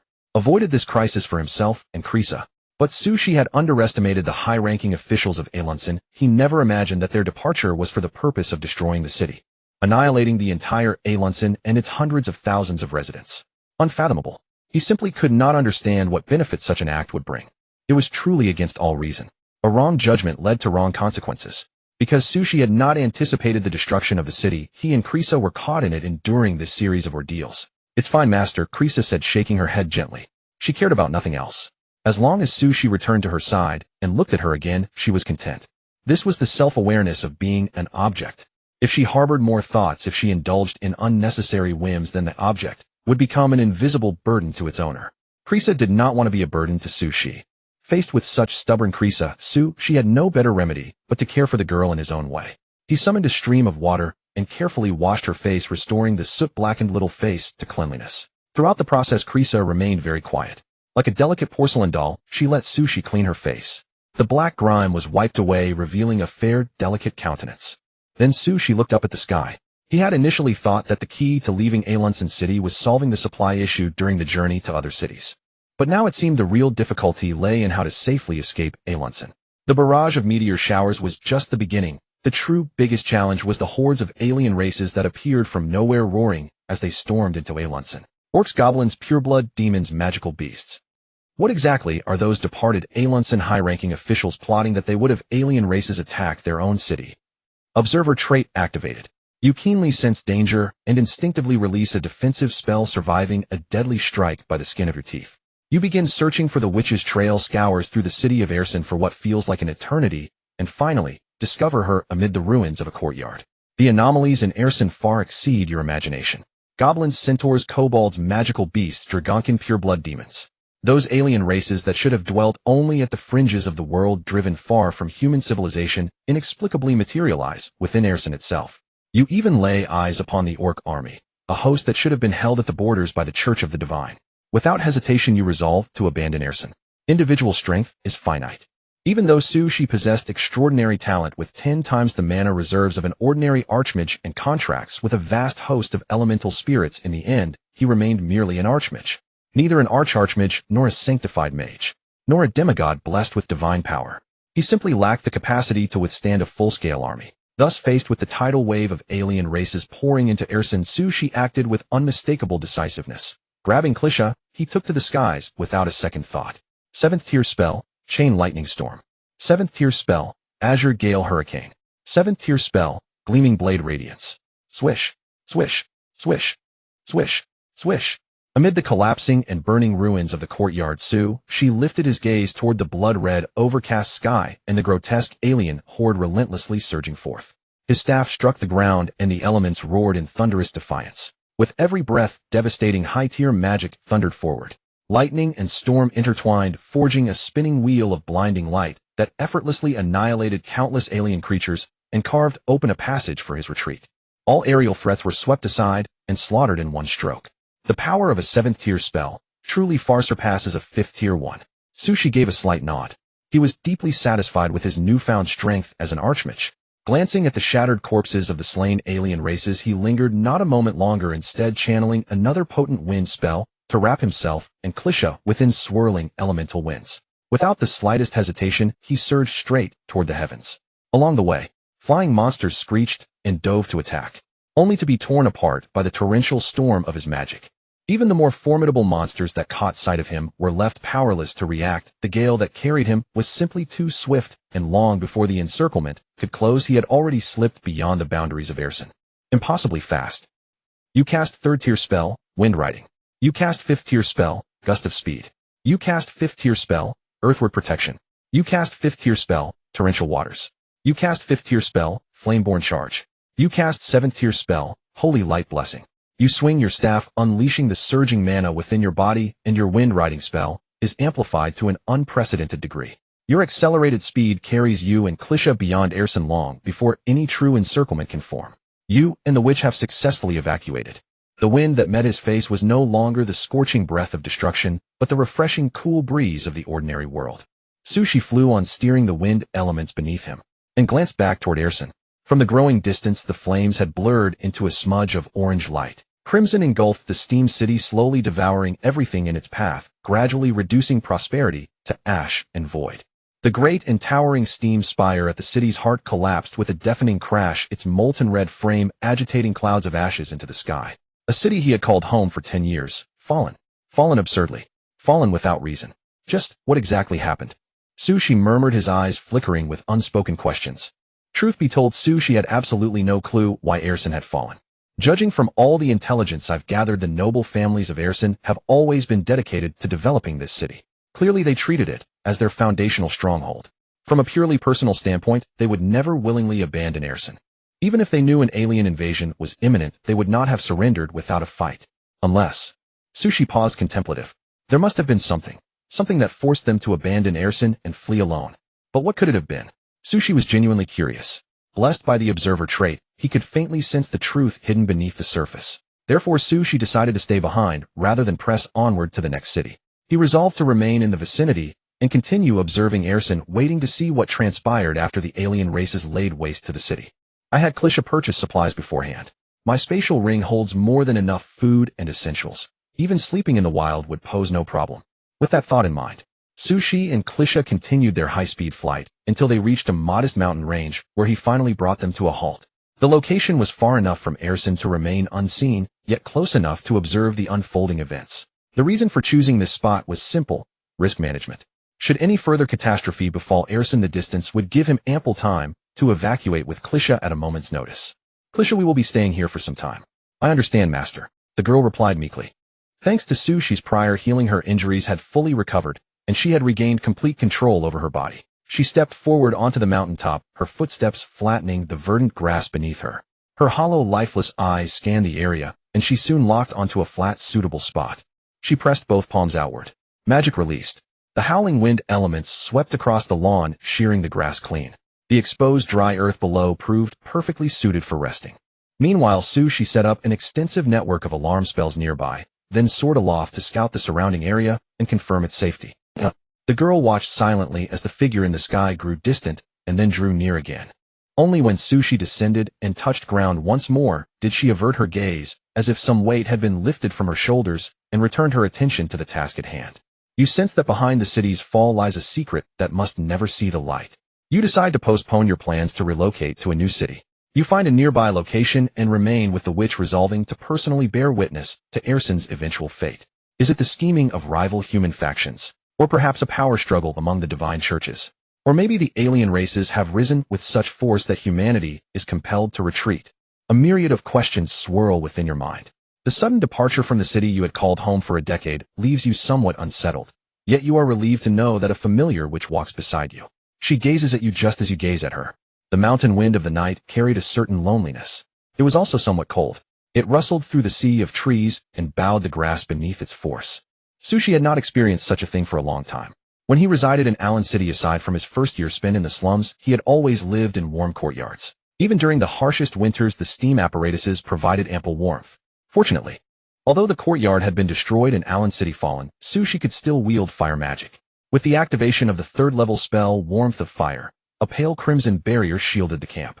The biting cold was driven away, the fierce winds held at bay, and warmth returned to this world. Master, please. The calm voice flowed like a steady river. Its rhythm was tranquil, measured, and steady, devoid of inflection, yet possessing a peculiar beauty. Sushi knew only one possessor of such a voice. You've worked hard, Kirsha. Sushi took the hot soup from the girl's hands. The scalding broth steamed vigorously with oil slicks floating on its surface, loaded down ingredients. The substantial chunks of meat packed the modest bowl to the brim. The aroma was faintly pungent. It seemed to account for the evening chill. Some warming spices had been added to counter the cold. Without the lamps from the courtyard, the light was inevitably dim. Sushi rotated the bowl in his hands several times, angling it until he could make out the clear broth by the firelight, noticing the crushed fire leaf herbs sprinkled across the surface. This was a pungent herb beloved throughout the magical world. Gulu. He took a small sip, the hot broth flowing across his tongue before sliding smoothly down his throat and settling directly into his stomach. Sushi could clearly feel his body heating up at once. The fire leaf herb was remarkably effective. You've done an excellent job, Kirsha. Your cooking has improved tremendously, Sushi said with a smile, praising the witch who waited anxiously nearby for his assessment. Kirsch's culinary talent was far from exceptional. She had once caused an embarrassing kitchen explosion. But she had learned from her mistakes and pushed forward with relentless effort over the past 4 years. Her cooking had finally reached a commendable standard. Of course, Sushi's stomach had also developed a decent resistance to toxins, a rather unexpected bonus. Yes, thank you for your praise. Kirsha stood quietly, her silver-gray hair flowing with an ethereal beauty against the dim night, its silky sheen enhanced by the flickering firelight. She had long since replaced the clothes scorched by flames with her former black and white apprentice robes, since the robes were loose and voluminous. The witch still fit comfortably in them, even now that she had grown.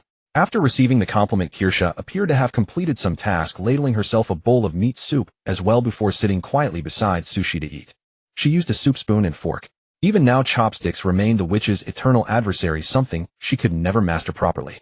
The sight was rather comical, and every time he witnessed it he couldn't help but chuckle. I have a feeling you're thinking about something rather unpleasant.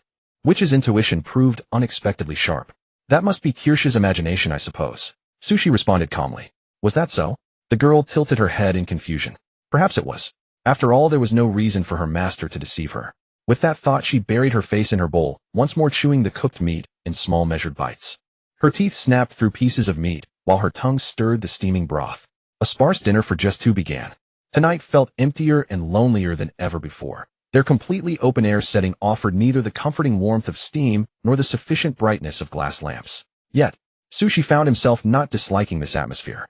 Whoosh! He pressed his lips to the rim of the bowl, gently blowing to cool the freshly served soup before sipping it in small mouthfuls. Warmth erupted from within, spreading through his limbs and body. It brought a touch of comfort to this bleak night. Such an experience is indeed rare. Sushi thought that perhaps throughout the entire magical world one would struggle to find another scene quite like this. A great magician merely in his early 20s accompanied by a 16-year-old, which both squatting on a remote hillside, eating heartily, without concern for their dignity. However one viewed it, this scene carried an air of the absurd. Pop! Crack! Embers burst forth as dry branches burned. Beside the campfire, two shadows, one tall, one short, stretched long across the ground, merging seamlessly into the darkness, blending indistinguishably with the silhouettes of flowers, grass, and trees. Dinner passed quickly, for neither was particularly hungry. They had prepared the meal merely to maintain their strength and warmth. Kirsha rose to her feet, volunteering to employ water and wind magic to cleanse the cauldron and utensils of their grime. This approach proved not only efficient but convenient. This was hardly her first time doing so. She was quite practiced. The fierce winds drove the currents of water, effortlessly scrubbing away the oil residue from the surfaces, and the price the young girl needed to pay was merely a fraction of her magical energy. This was precisely why Kirsha took the initiative in household chores, and Sushi never objected. It was not that he intended for the girl to suffer hardship, but rather that with magic as their aid all tasks grew considerably simpler. Kirsha, come here a moment. The midnight wind had grown fiercer, howling relentlessly in their ears. Sushi cast his gaze toward Allen City, where flames still raged, the unextinguished light blazing conspicuously against the night, and countless demonic shadows lurked and wrought destruction. Overall, however, everything seemed normal with no unusual occurrences. And so, Sushi called the girl over to his side. He wanted to examine Kirsha's eyes. The pupils that were half gold and half dark presented a clear anomaly compared to their usual pale golden hue. In truth, she had already noticed something amiss when they had reunited with Kirsha. At that time, the situation had been too urgent to allow for any examination. Now he finally had the opportunity to investigate. Kirsha, sit across from me. Let me see your eyes. I understand, master. Obediently, the girl sat calmly directly opposite him. By the firelight, Sushi could clearly see her delicate features and the subtle movement of her nostrils as she breathed. The witch seemed determined to be helpful to Sushi, so she strained to open her eyes wide. However, set against that placid, expressionless face, the effort came across as somewhat vacant. I can manage this myself, Kirsha, Sushi said. Hearing his words, the girl obediently ceased her unnecessary effort and sat quietly in place. Next, Sushi channeled light magic with his left hand, casting a level 0 illumination spell at a brightness gentle enough not to harm her eyes. Slowly drawing near Kirsha, with his right hand he extended his thumb and index finger, gently parting the girl's youthful eyelids to reveal the fragile eyeball within. Previously, the witch's eyes had been a pale golden hue, radiant in their beauty. Yet now Sushi observed not only gold, but also a deep, shadowy blackness. It sat jarringly at the center of her iris. The golden section and the darkened section were worlds apart, as though two entirely unrelated things had been forcibly stitched together. But there was one thing that remained unchanged. Both eyes clearly reflected Sushi's figure, as they had always been unaltered. Sushi had spent 4 years with the Demoness. During those 4 years he had watched her grow up. He believed no one knew more about the demoness about Klisa than he did. Yet despite such familiarity, Sushi had seldom truly observed Klisa's eyes. What kind of words could possibly describe them? The bonfire blazed in the darkness, warmth and soft light interweaving. The weather had turned cold breath, forming visible mist. Her bright, yet fragile eyes blinked gently. Those eyes were nothing like the magnificent descriptions given to protagonists in novels and biographies. They held no mysterious or brilliant colors, no trace of steadfastness or fearless resolve, no purity or kindness in their beauty. Those qualities, those descriptions were entirely unrelated to this emotionally vacant demoness. All Sushi could perceive were hollow, lifeless eyes, not a spark of vitality, devoid of any emotion, like an insubstantial thing with no presence at all. Only in the fleeting moments of blinking could one sense the owner of these eyes was truly alive. Her eyelashes trembled faintly, and the watery sheen covering the eyeball's surface illuminated by the bonfire amplified that tranquility and indifference. Sushi was curious.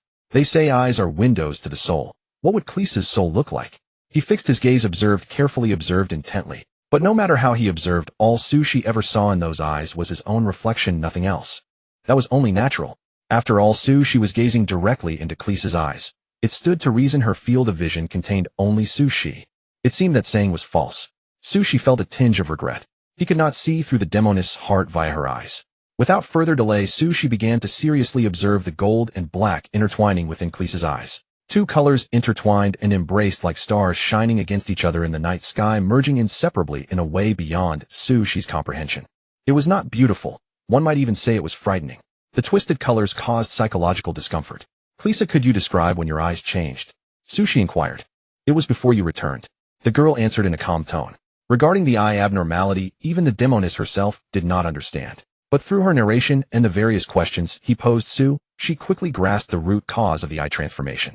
Was it despair and sorrow? No, more precisely, it was emotions that were overly intense and stimulating. The reason Klisa's eyes appeared pale gold was because she possessed half demonic blood. Then viewed from another angle, did the eye changes correspond to changes in her bloodline?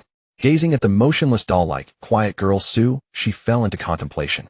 He had considered many possibilities, but among those countless possibilities, demonic blood remained the prime suspect. Thus Sushi extended his palm, gently covering Klisa's head, rubbing the location where the twin horns had previously been removed. Somewhat rough, somewhat raised, with the slightest hint of regrowth. As expected, Sushi's speculation was confirmed. Wind whistled past their ears. As night deepened, the evening breeze grew more savage, but the magical barrier blocked it all. Only its sound remained, making despondent echoes. Regarding demons, Sushi knew very little. He had only glimpsed a few fragments from books in the Magicians' Association. For instance, demons were born without magic, but possessed powerful physical forms, being world pests despised by the gods. These records were far too subjective, lacking more detailed content. Therefore, Sushi could not determine whether Klisa's changes were good or bad. Klisa, do you feel anywhere different? Sushi dismissed the illumination spell and asked the eye's owner. She shook her head. Her ash-silver hair swayed with the motion. Mentor, I don't have that feeling, Klisa answered truthfully. She felt neither physical discomfort nor any improvement anywhere. Apart from her pupil's change of color, everything remained as usual. Is that so? The bonfire burned intensely, and Sushi abandoned his investigation of the eyes. His knowledge of demons was far too scant, almost a complete void. With intelligence so scarce, even the wisdom of an observer and a mortal could provide little assistance. If he wished to penetrate the truth behind this, he would have to travel to other cities, consult more books on demonic lore, and observe the girl's daily changes. Fortunately, this transformation had brought no pain to Klisa. The only issue was that her eyes looked unsettling.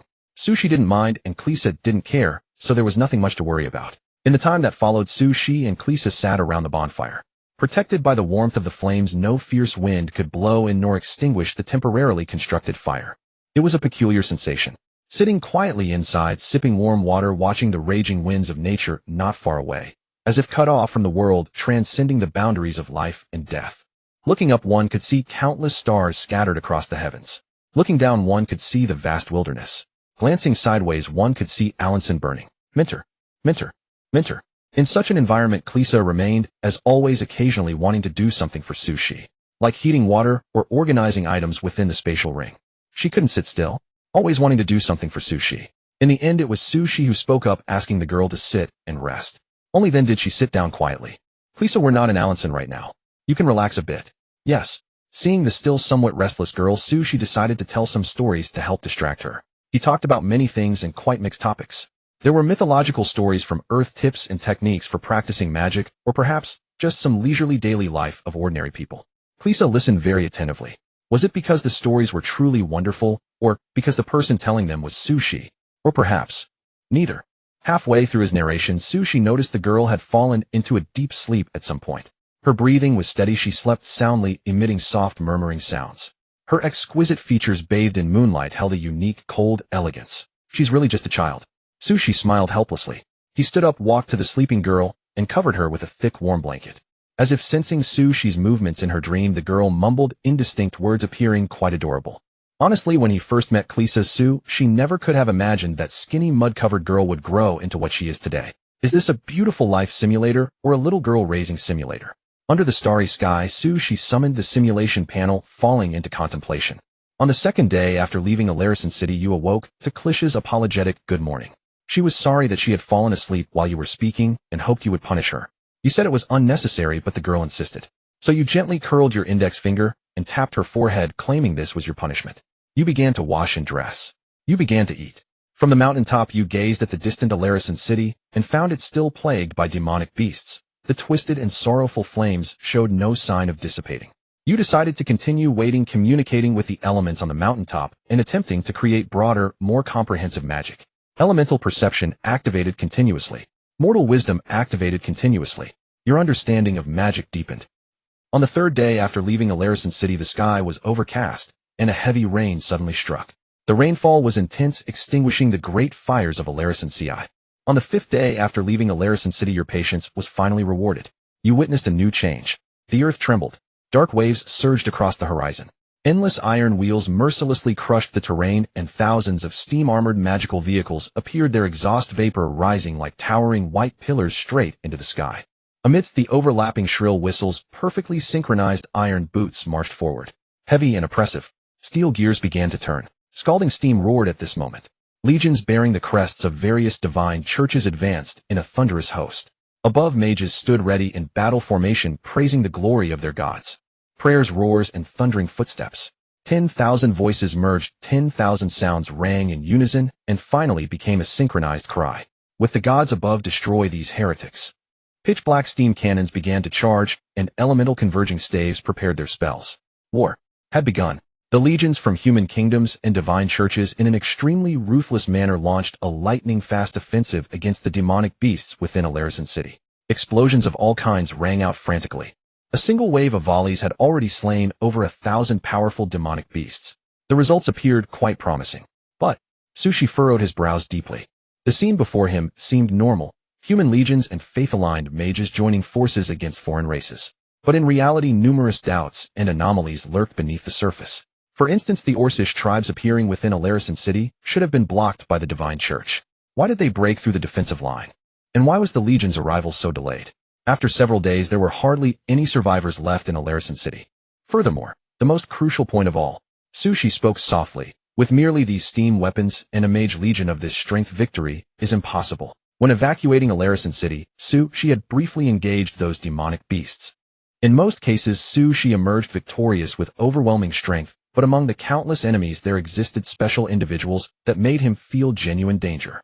Those were enemies at least at the level of archmages, perhaps even sanctified archmages. And according to Sushi's observations, the maximum damage these legions could inflict equated to no more than archmages, merely useful for clearing weaker foes unable to truly reclaim Alarison City. Those high-ranking officials, those who truly hold power, no one could be unaware of this. What exactly is being planned? Sushi gazed at the distant battlefield, his expression grave, sensing that the truth was drawing ever closer. You witnessed a sight that surprised you. Countless legions arrived from afar bearing the crests of different human factions, and divine churches magnificent and terrifying in their assault. But your brows furrowed. You sensed the matter was far from simple. Observing patiently, you noticed the human legion's combat gradually stagnate. They discovered in terror that their proud weapons could not pierce the demonic beast's defenses. Massive and hideous Drake-type creatures stormed into the convoy with unstoppable momentum. With a single swipe, flick, and stomp, they reduced those towering armored vehicles to rubble. Mages soaring through the sky via wind step also came under attack from poison wyverns, blood bees, and other aerial demonic beasts. They fought back swiftly, eliminating many demons, but were soon surrounded on all sides. The situation reversed, wails echoing everywhere. You found it increasingly incomprehensible. Were those high-ranking officials sending legions forth? Meryl, you were puzzled. You were bewildered. You fell silent. Suddenly you heard fierce prayers erupting from the battlefield. Under the crushing pressure of death, more and more soldiers lost their composure, begging the gods to save their lives. Save me, great gods who created the world, I beg you, save me. I don't want to die. Atona! Atona! No, no, someone save him. Don't come near me, you monster. Off. Cries for help, cries of anger, cries of terror. On the battlefield of flying flesh and blood, whether ordinary soldiers or element-wielding mages, all revealed fear in the face of death, spirits fragile and helpless. They called out, imploring the mercy of the gods above to salvage their humble lives. But could the lofty gods truly hear the pleas of mortals? Sushi could not give a definitive answer, but at least, at this moment at this place, he had indeed witnessed the descent of a god. The heavens changed color, darkness swallowing all light. Thunder rolled across the dark clouds, lightning illuminating the earth. A single light, infinitesimally small yet capable of illuminating the world, descended slowly from the firmament, pressing down upon the earth until it crumbled in silence. At that moment, all sounds fell silent, listening to the gospel of God. What is a god? The immense power that transcends mortal beings. The authority that governs the world. The sublime that defies description. God said, "Let there be light." The world, shrouded in darkness, was left with nothing but blazing white as all things and beings rose and fell in the light, warm and scorching. The thunder in the clouds, the sun in the sky, the boundless earth, the rising vapor, the howling storm. All were lost in the pure radiance. 3 days later, Sushi arrived with Kelly Shah in a new city named Wage, the new settlement he had chosen. In the newly purchased house, Kelly Shah was checking for any missing items, seeing what else needed to be bought. Sushi sat in the soft chair in the living room. He recalled the divine punishment from 3 days ago. Unbelievable. I suppose it's to be expected of a god, to effortlessly accomplish such a feat, annihilating the monsters in Alanson City in one strike, while protecting the surviving soldiers. The terrain around Alanson City has almost been reshaped. How much power was used? 10. No, perhaps not even 1. Sushi closed his eyes in contemplation, holding in his hand the magic staff that was shattered almost beyond recognition. That day the deity's main target was the monsters, but his attack was so magnificent that even from a great distance the violent shockwave forced Sushi to unleash all his trump cards. He had cast dozens of 7th-level magic spells in succession, barely managing to offset the residual wave of that light, striking the ground, protecting himself and the witch. Such an experience was perilous and dreadful, but it was worthwhile. Through witnessing the deity's descent firsthand and the fervor of the rescued soldiers, Sushi finally pieced together the truth of the matter. Extra! Extra! The voices of newsboys shouting excitedly could be heard on the streets outside. The northern city of Alanson was brutally invaded by monsters, several major armies were defeated, and the city was nearly destroyed. The great god of light descended and saved the survivors. Extra! Extra! The god of light bestowed divine grace. The shouts spread farther and farther, and more passers-by noticed the news, eagerly buying newspapers and reading with curiosity and fervor. When they saw that Alanson City had been invaded, sorrow filled their faces. When they saw that the human army had been defeated, fear crept into their expressions. When they saw that the god of light had descended, fanaticism shone in their eyes. Praise the great god of light, praise the Lord of infinite radiance. May light endure forever in this world, sheltering the weak until death. Thank you for saving us once again. Some believers of the god of light immediately offered hymns and praises. People sighed, prayed, and their expressions gradually grew devout. The excited ones wept freely. Even those who were not believers, swept up in this fervent atmosphere, could not help but be influenced, murmuring a few words of gratitude to the gods. Sushi took in all of it.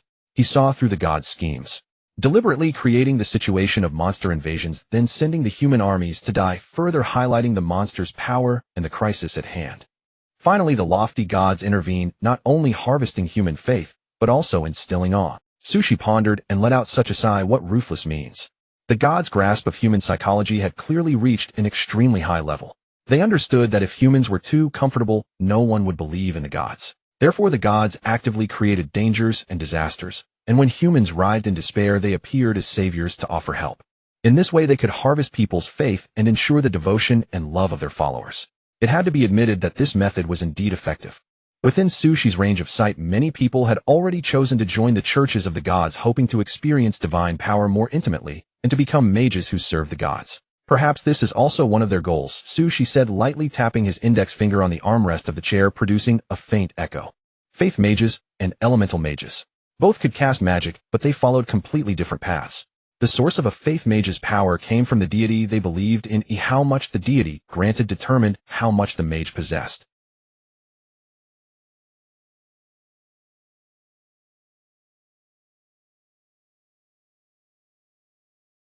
But elemental mages were different. This school of mages observed the world, comprehended truth, and could truly ignite divine fire and ascend to wield the authority of the world. The gods seemed unwilling to allow new deities to be born, so they used various subtle methods to gradually promote the convenience of faith mages and reduce the living space of elemental mages. In this way the gods could sit securely upon the clouds, overlooking the ignorant masses. If that's really the case, then I'll have to be more careful in future actions. She clicked his tongue lightly. He had a gut feeling that in this magical world, he was likely the most powerful elemental mage.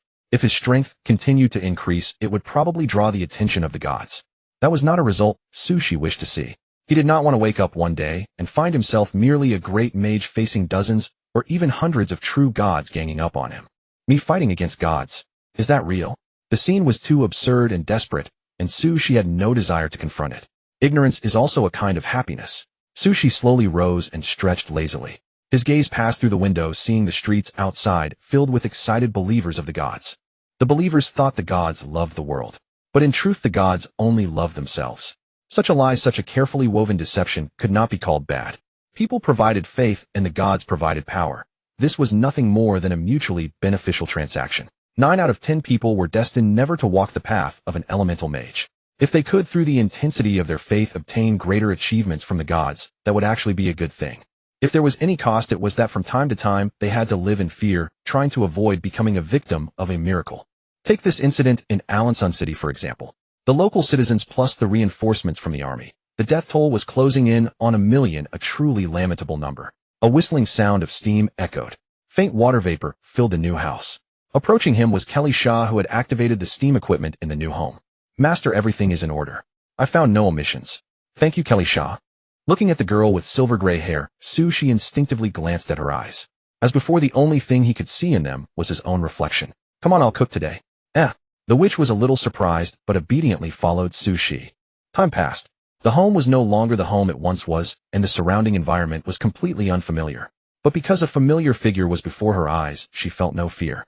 On the way to the kitchen, Kelly Shaw also heard the frenzied shouts from outside, offering blessings to the gods. She paid them no heed, following step by step the god, who belonged only to her. For the first day in the new home, you decided to cook a meal yourself. Your mortal wisdom was activated. The observer was also activated. With remarkably precise techniques, you prepared a table full of exquisite dishes. Your culinary skills had improved, and you handled kitchen utensils with greater mastery. You felt somewhat regretful that this world held no concept of a god of cuisine, or perhaps you could have given it a try. At the dining table, Clissa offered her praise for your cooking. Master's cooking is the most delicious. She spoke with a calm, yet genuine tone, her compliment carrying sincere warmth. Having eaten too hastily, a trace of broth clung to the corner of her lips. You carefully wiped it clean for her. The dinner was delightful, not merely because the food was exquisite, but because you had finally left behind your wilderness existence and returned after a long time to the comfort of a proper home.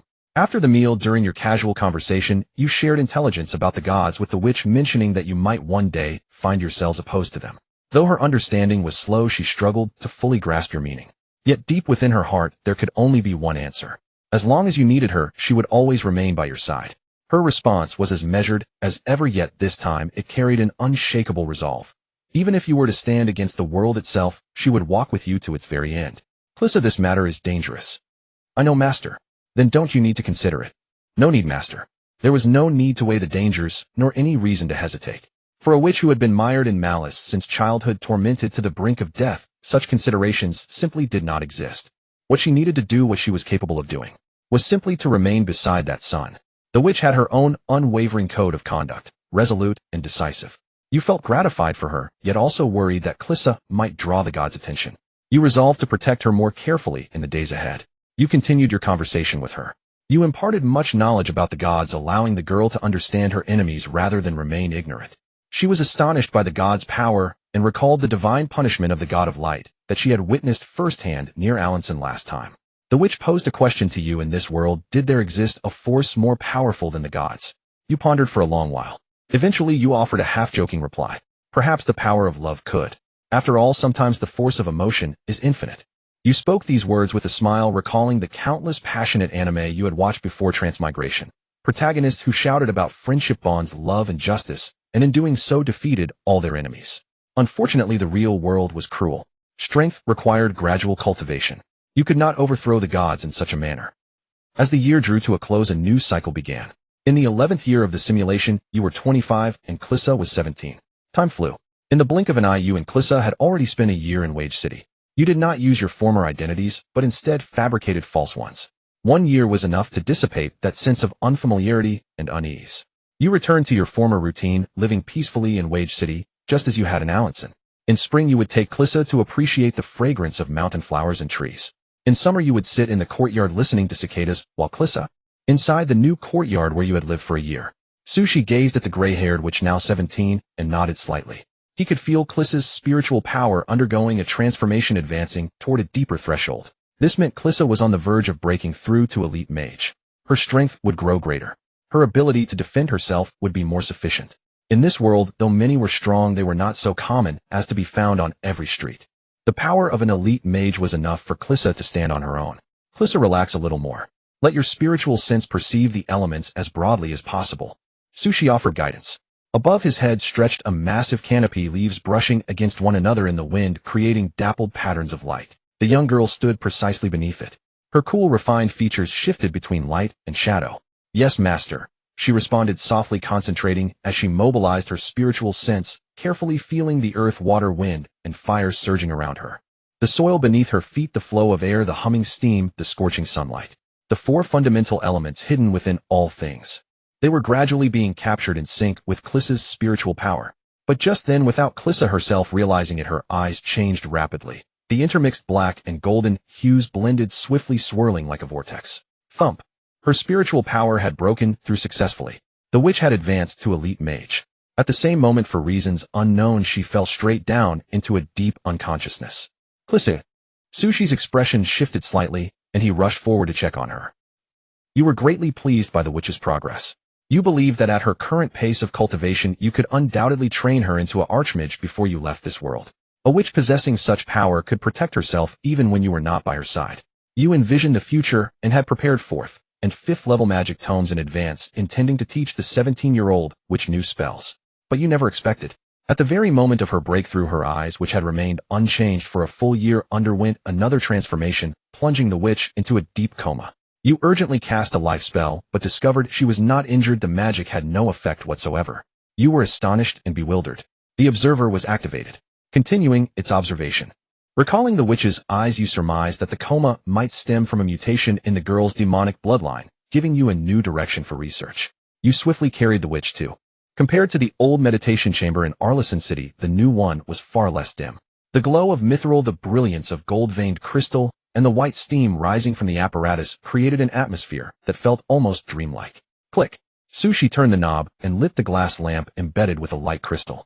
The light diffused slightly through the mist, soft and hazy, falling just right upon Sushi and the gray-haired girl lying unconscious nearby. Occasionally a flicker of pain would cross the girl's face, and she would briefly stir to consciousness. But soon, she would slip back into unconsciousness. Over and over, ceaselessly, as though in eternal torment. Yet strangely enough, despite how perilous it all appeared, the girl's life force remained unharmed. No signs of death whatsoever. Sushi had already checked. Both life magic and death magic revealed that Kreesa's condition was perfectly stable. But why is this happening? What exactly is occurring within Kreesa's body, those eyes, and the demon bloodline? The fact that Kreesa's life was not in danger was certainly good news. But remaining in such painful unconsciousness indefinitely was clearly not an option. Sushi turned his head slightly, glancing toward the corner of the meditation chamber where the young witch, who knew neither joy nor sorrow, lay pale-faced and unconscious on a temporarily laid magic stone slab. A fine sheen of sweat covered her forehead. Her breathing was chaotic and rapid. Her fingers trembled involuntarily. For a moment, gazing at this frail 17-year-old witch, Sushi couldn't help but recall for the first time in a long while that little girl, ragged and scarred, trudging through mud and filth in a foul alleyway, her hollow eyes begging for salvation amid despair. At this moment, in Sushi's eyes, the grown witch and the child witch slowly merged into one silhouette. Both were so utterly helpless. It's hard not to worry about you, Kreesa. Sushi sighed softly. His voice echoed through the empty meditation chamber. Then, with the clicking whir of mechanical chains, Sushi pulled out the wall-embedded desk and chairs, sat down, placed several ancient tomes upon the surface, and began searching for information on demons. Occasionally, he would rise to observe and record the girl's condition. During her brief moments of waking, he would keep her company and exchange a few words. But most of the time he sat alone at the desk flipping through books quill in hand, annotating and marking passages about demons beneath the glass lamp, whose light was neither bright nor dim. So that's how it is. Such things truly exist. Long before the gods descended upon the world, demons were already active upon it.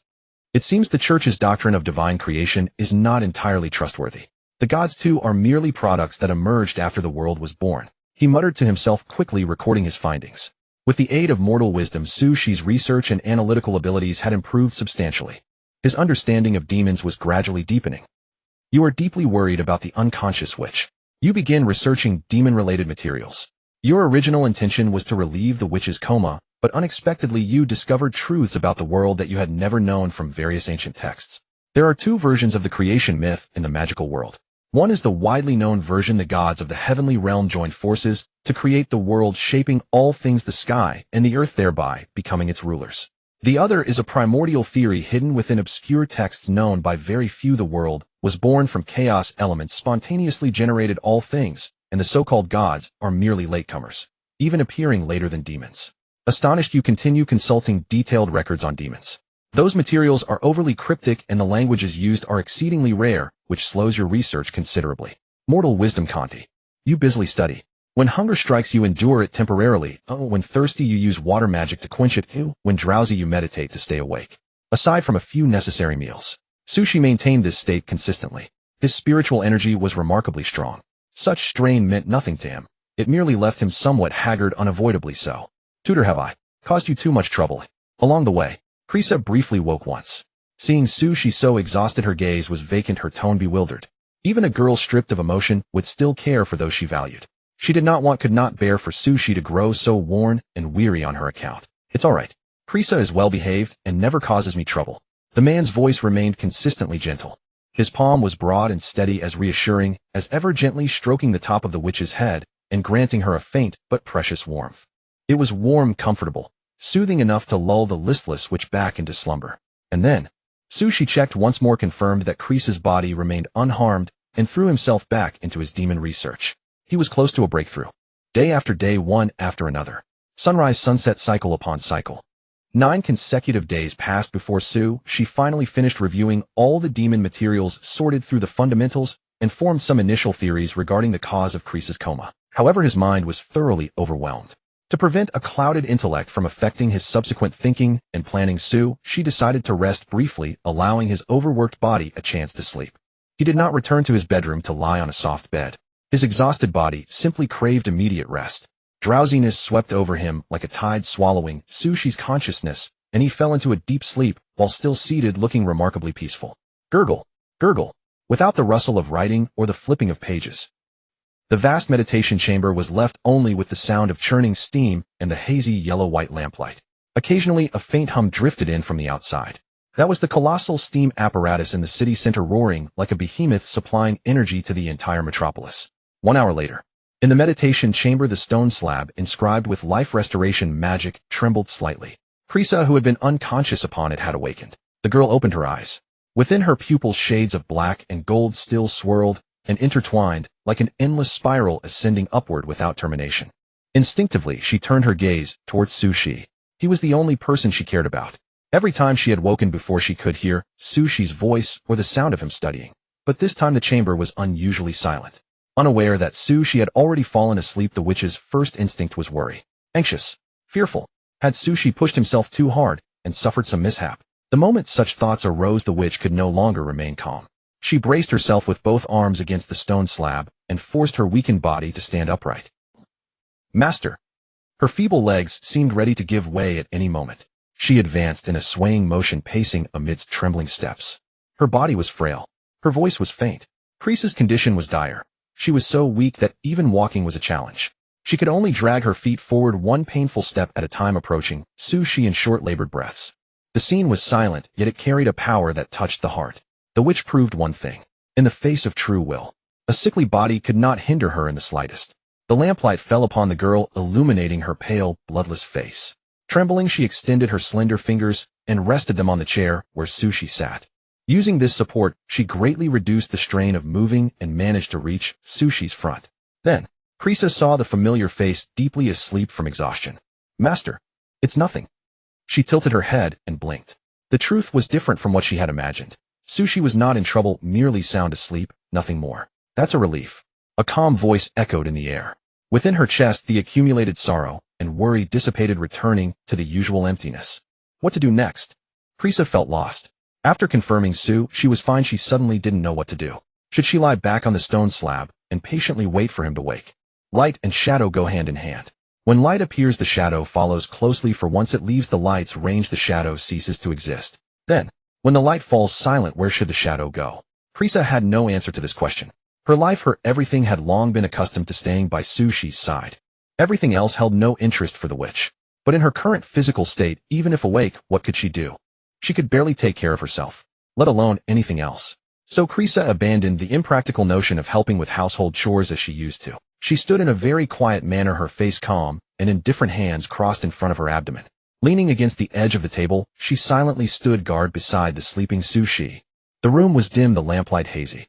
The blurred and illusory rays seemed to touch the old days. Delicately and tenderly they enveloped the figures of the man and the girl. The former slept. The latter stood. This was the only thing the witch could think of doing at this moment.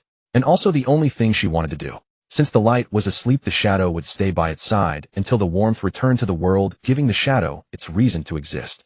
But, how to put it? This feeling was subtle and strange. Master's face. Krisa murmured. She was not as tall as Sushi, although she could usually see his full face. She had never observed many details. Now with Sushi sitting and sleeping, the standing girl could see his entire visage. It was the first time she had observed him so closely. The witch saw his eyes swollen from long hours of reading. The witch saw his fingers still holding the writing posture, even in deep sleep from endless copying. The witch saw his pale lips, his weary face heavy with exhaustion. She saw everything. She saw the passing of time at his temples, the trembling of breath at his nostrils. She saw the depth of his sleep and all that he had sacrificed behind it. So this was it. A heavy feeling pierced Krisa's heart, in an instant causing her pupils to dilate slightly. Previously the witch thought that when the light faded, the shadow would lose its refuge. But now, reality told the witch. Even if the light faded, even if the sun temporarily extinguished, its lingering warmth still penetrated the soul, providing a path for the shadow to follow. The witch did not know what words or actions could repay that blazing and warm light. Feelings accumulated, thoughts grew chaotic, and impulses piled up in her chest. The witch was too clumsy, as she had no idea what to do. Thus, based on her own understanding, she did the best she could think of. She cautiously extended her 10 fingers, and with the gentlest motion gently cupped Sushi's cheeks. She bent down, pressing her forehead to his, her nose tipped to his. Strands of gray-silver hair fell, a few sliding across the man's face. "May you be well." Krisa Christina whispered her wish. In her calm, flat voice there seemed to be a fleeting moment where various emotions intertwined, yet the overly composed words made one wonder if it was an illusion. Touching, pressing, feeling the warmth of the light. Time seemed to stand still. A few seconds felt like an immensely long transformation as countless unprecedented sensations burst forth in the witch's heart. What was that? Krisa felt she was guilty. She kept her forehead pressed against his, unwilling to let go of that warmth and closeness, even though she knew that as a personal belonging, such transgression was improper. Suddenly, it seemed Krisa's movement disturbed the man's sleep. Sushi frowned slightly and let out a muffled groan, very soft, yet it startled the 17-year-old witch into fleeing. With her feeble legs, the witch somehow managed a speed she had never achieved before. She scrambled back onto the stone slab, as if escaping. She grabbed the bedding Sushi had prepared for her, jumped and hid inside, curled her body into a ball.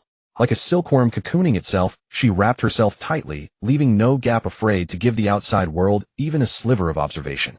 She trembled slightly, wriggled gently, quite adorable.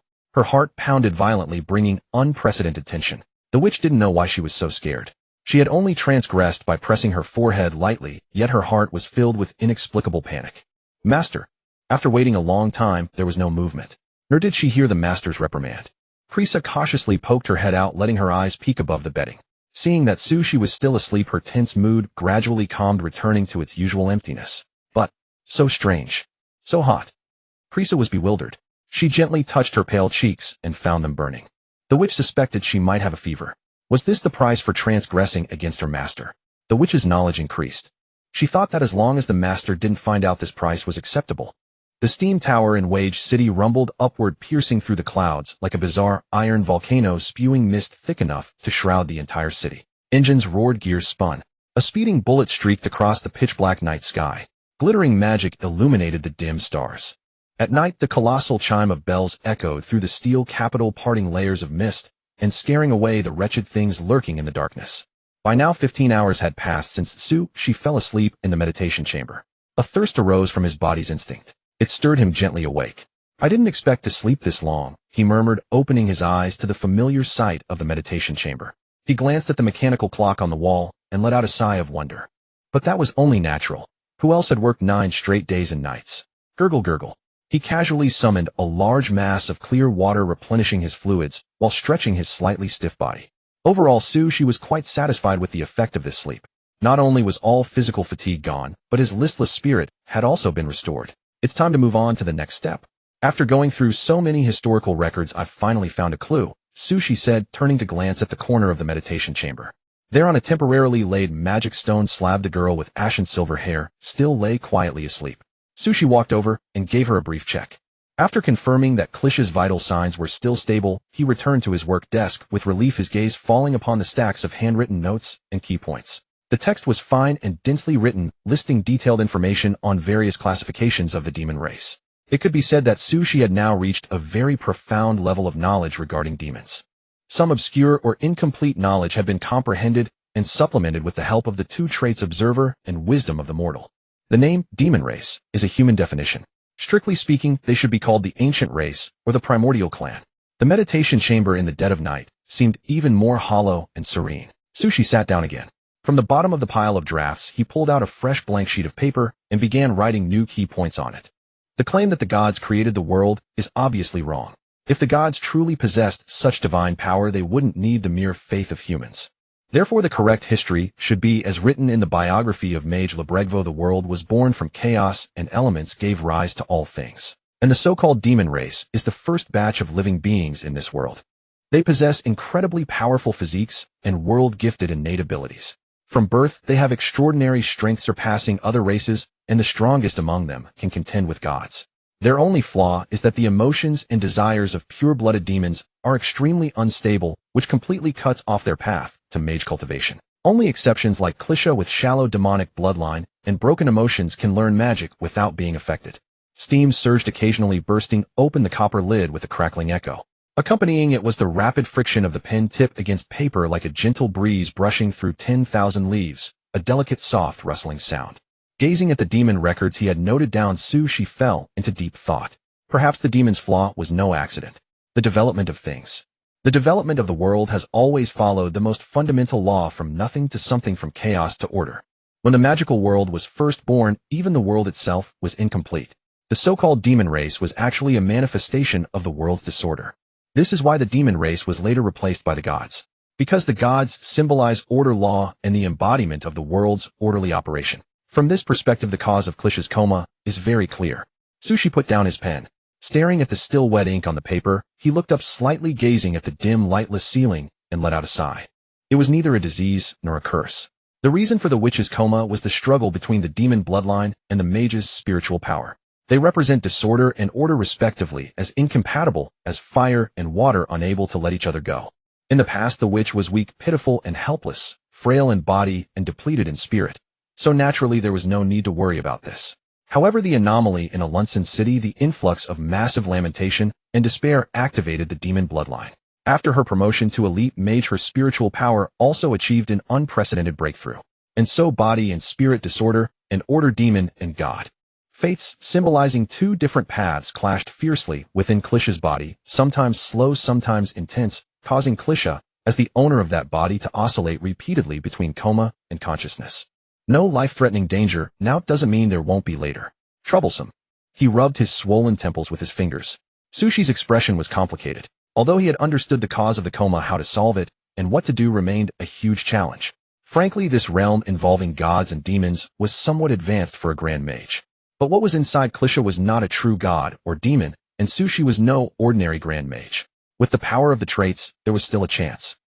You have uncovered the truth of the witch's coma. Your understanding of the magical world has deepened. You have perceived the truth of the world. Outstanding performance and keen observation have improved your observer trait, expanding your observable range. You begin to ponder how to correctly and effectively rescue the witch, and you conceive 2 methods. The first, strengthen the demon bloodline or spiritual power alone, letting it completely devour the other. Thus, without opposition, the witch would awaken. The second balanced disorder and order, allowing the power of demon and god to coexist within the girl. After much deliberation, you choose the second method. For the witch, for Clisha Christina, both body and spirit are indispensable. Lacking either would cause her great harm, and you cannot bear to see such tragedy. Wisdom of the mortal is activating. Observer is activating. You begin to explore the essence of balance. You joyfully discover that in an unconscious state K, superimposed, interlaced, mixed, under Su Shi's watchful gaze, Clisha successfully awakened, breaking free from the chaotic state of intermittent unconsciousness. However, the matter was not yet concluded. Once the magic array was dispelled and the clearing grass took effect, the collision between order and disorder would still plunge Clisha into unconsciousness.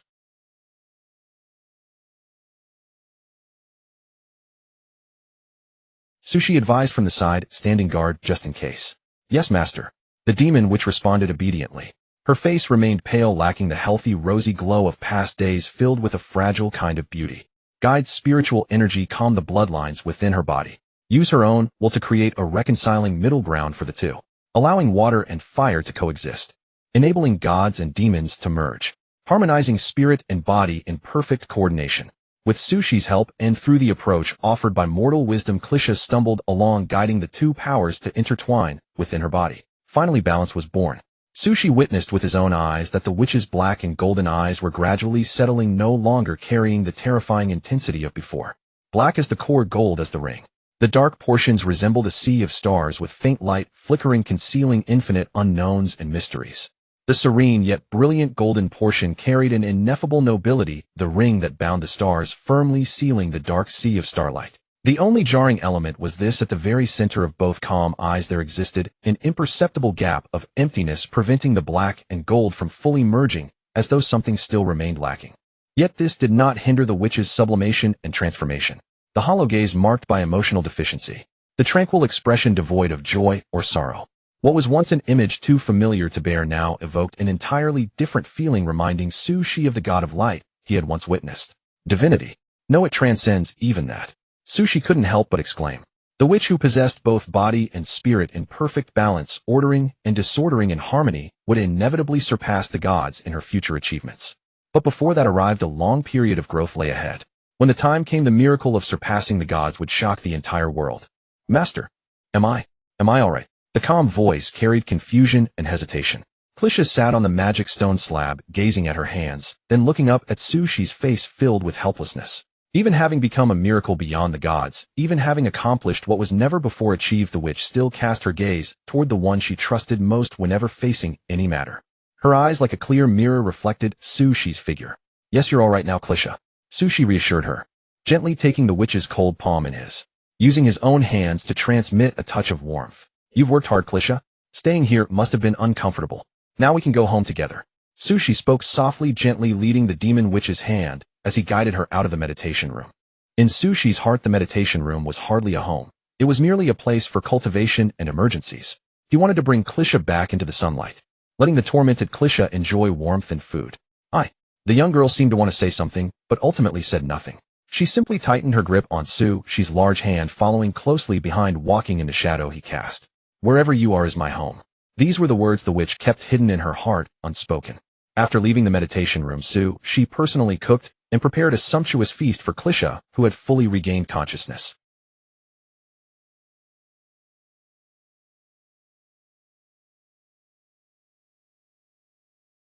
This far exceeded her usual intake. Clisha felt utterly bewildered. She could not understand why her appetite had suddenly become so enormous. Su Shi observed all of this. It appears the demonic bloodline within Clisha's body is taking effect. Her body is undergoing evolution and transformation, naturally requiring more nourishment. With these thoughts, Su Shi smiled and comforted Clisha, telling her not to worry about it. The fusion of demon and god was a path never before trodden. Physical changes were merely the first step. In the days ahead, Clisha would likely reveal even more astonishing and extraordinary qualities, some even challenging human cognition. You successfully rescued the witch and created a miracle beyond all things. Balancing order, balancing chaos, even balancing the world itself.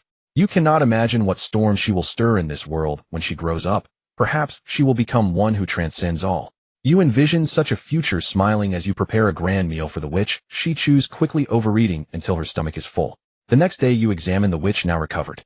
You are amazed to discover that her already extraordinary magical talent has received a terrifying boost rivaling even the wisdom of mortals, if not exceeding it. Furthermore, the witch's frail body continues to strengthen. Though her appearance has not changed, her inner being has transcended humanity. From now on, you need never worry about her catching a cold or fever again. You feel joyful and gratified. All along you had worried about Klisha's safety, feeling her strength was insufficient to protect herself. But the witch is compel. Sushi was 27 years old, Klisha 19. The passage of time inevitably left its marks upon the body. Even though Sushi possessed life magic and his body brimmed with abundant vitality, his face, his body, and his limbs still bore traces of worldly experience and maturity brought by the years. This was entirely reasonable, also normal. But Klisha was different. The 19-year-old, which still maintained the youthful appearance she had 2 years prior at 17. Although proper nutrition and physical exercise had given her figure a fuller appearance, there was no doubt that Klisha's body had ceased growing, forever frozen at 17. Immortality. Or perhaps eternal life. Within the courtyard of Wage City, Sushi, clad in his wide mage robes, gazed at flowers withering in the wind, not far away, feeling a sense of reflection, though not entirely surprised. After all, long ago, Klisha's lifespan had already far exceeded his own. Now it was merely a matter of stretching that gap of hundreds or thousands of years into eternal infinity. For mortals it remained equally unattainable. Life, such a thing that withers in the blink of an eye. In the autumn wind, the withered sea of flowers sways and struggles. Petals continuously fall from branches, tumbling slowly through the wind, sometimes pausing, sometimes flying far away, drifting toward destinations even they themselves cannot comprehend. Sushi gazes at this scene, sensing the unique melancholy and solitude of autumn. He extends his finger, precisely catching a single petal. Flowers in Wage City are indeed more fragrant than in Allenson City. Could it be because this place generally worships the goddess of nature and the goddess of life? However, the timing of withering is remarkably consistent. Gorgeous fresh flowers will inevitably face wilting. Tender green sprouts will also turn yellow and fall. The vast majority of life in this world is so fleeting and hasty. Though humans can live somewhat longer compared to eternal deities, they are ultimately too insignificant. Like a droplet splashed up from the vast river. Tiny, humble, unable to draw anyone's attention. Sushi harbors no particular desire regarding lifespan. In truth, even if the simulation ended now, he would feel it was absolutely worthwhile. Since the simulation began, he has acquired numerous abilities and knowledge, including, but not limited to, magic usage, elemental control, spiritual energy application, magical artifact creation, mystical observation, and compound multi-element manipulation. The elemental attributes of the world that Sushi commands alone number more than a dozen, encompassing even life and death. Only space-time remains beyond his reach. Such harvests, such achievements, are they not rich enough? Moreover, Sushi is only 27 years old now, still a considerable distance from his true lifespan's end. Before the simulation truly concludes, his gains will continue to expand. Therefore, regarding lifespan, Sushi maintains a serene perspective, never lamenting the finite life of mortals. What truly troubles him, in fact, is the witch with her eternal lifespan. After he departs, can she live alone? Will she become despondent? In countless nights, gazing at the moon, the man has contemplated these questions more than once. Mentor. A sudden call interrupts Sushi's reverie. His fingers instinctively loosen. The half-withered petal slips free, brushing past his cheek, grazing his nose, finally settling into the soil that nurtured it. What is it, Klisha? Sushi turns around. Before him stands the witch, who still retains her 17-year-old appearance. Her silver-gray hair has become more lustrous, flowing like light and water, gently spreading across her back. Some strands hang gracefully at her collarbone, making that fair complexion appear and disappear. Eternal youth brings the witch beauty that will never fade. Sushi believes this should count as something good. Yet Klisha herself harbors deep anxiety about this matter, feeling fear toward unknown changes. Mentor, I do not want to become like this. Her limited life experience prevents Klisha from comprehending the meaning of immortality. She only knows that she has become different from her mentor. This is absolutely not permissible. This must never be allowed. The witch's entire existence is devoted to drawing closer to the sun. How could such a thing of separation exist? Gazing at the anxious Klisha, Sushi consoles her. It's all right, Klisha. Immortality is not a bad thing. In this world there are quite a few who covet it. The girl looks somewhat dazed, so it is actually a good thing. Sushi falls silent, unlike his usual self of immediately answering the witch's questions. He lifts his head, gazing at the sky, watching birds spread their wings and dive toward the treetops, passing through gaps with precise and graceful posture, soaring magnificently in the sunlight. It's neither particularly good nor particularly bad. Sushi offers an ambiguous reply. The life ahead is still long. The witch can experience it herself, and then define whether immortality is good or bad. Klisha feels uneasy about her own changes. She vaguely senses that the distance between her and you is gradually widening.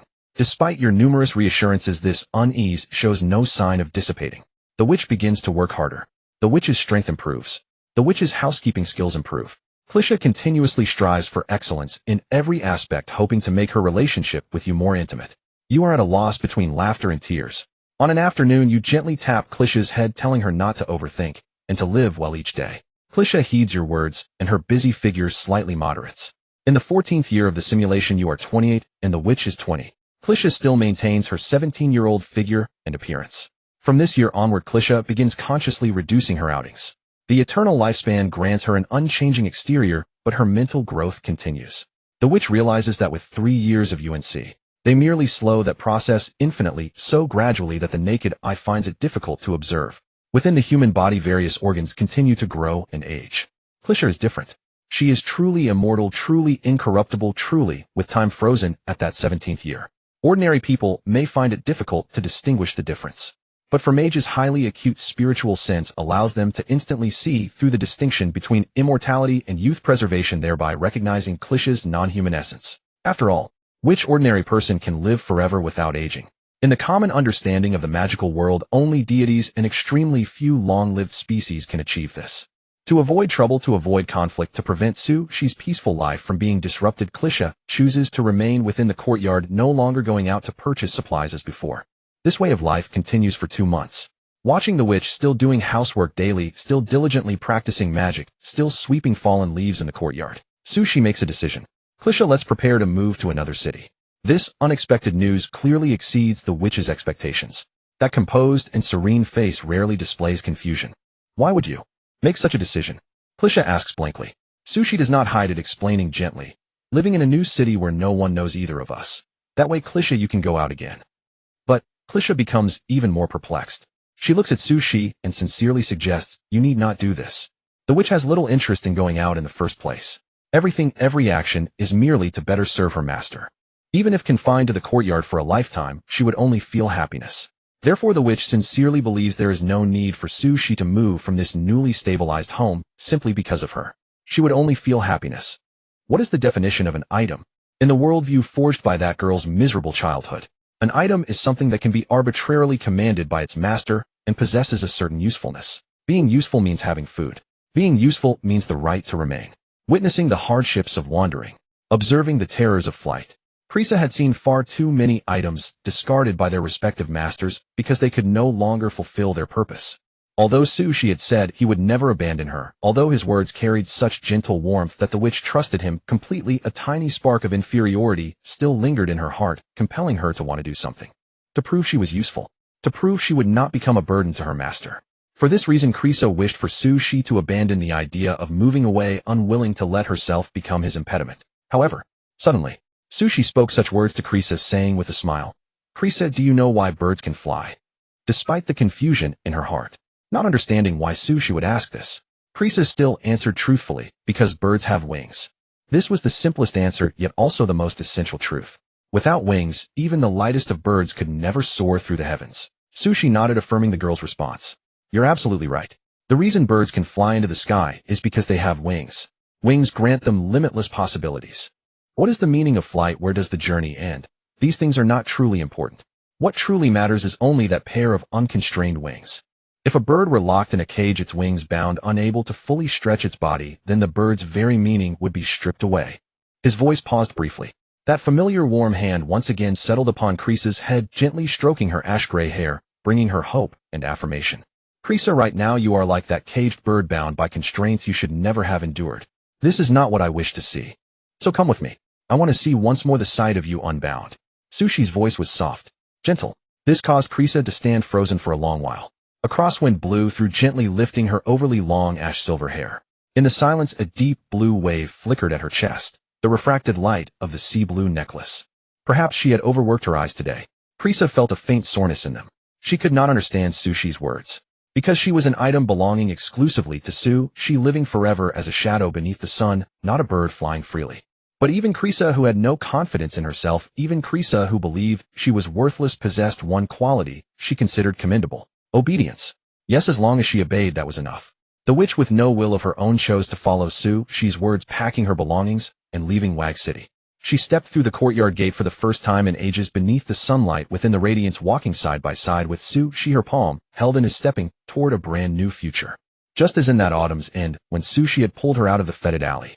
As long as Su Shi was beside her, the witch could fear nothing. Bearing witness to falling petals treading upon flying leaves, walking through shadows of the sun, toward a magnificent new beginning she had never dared to imagine. You witnessed the troubles immortality brought upon the witch. You resolved to change this matter. You abandoned the plan of living concealed in the same city for too long. Within your finite life you wished to show the witch more varied experiences of the mortal world. You departed Wag City boarding a steam locomotive toward a more southern coastal city. This was the witch's first glimpse of the sea.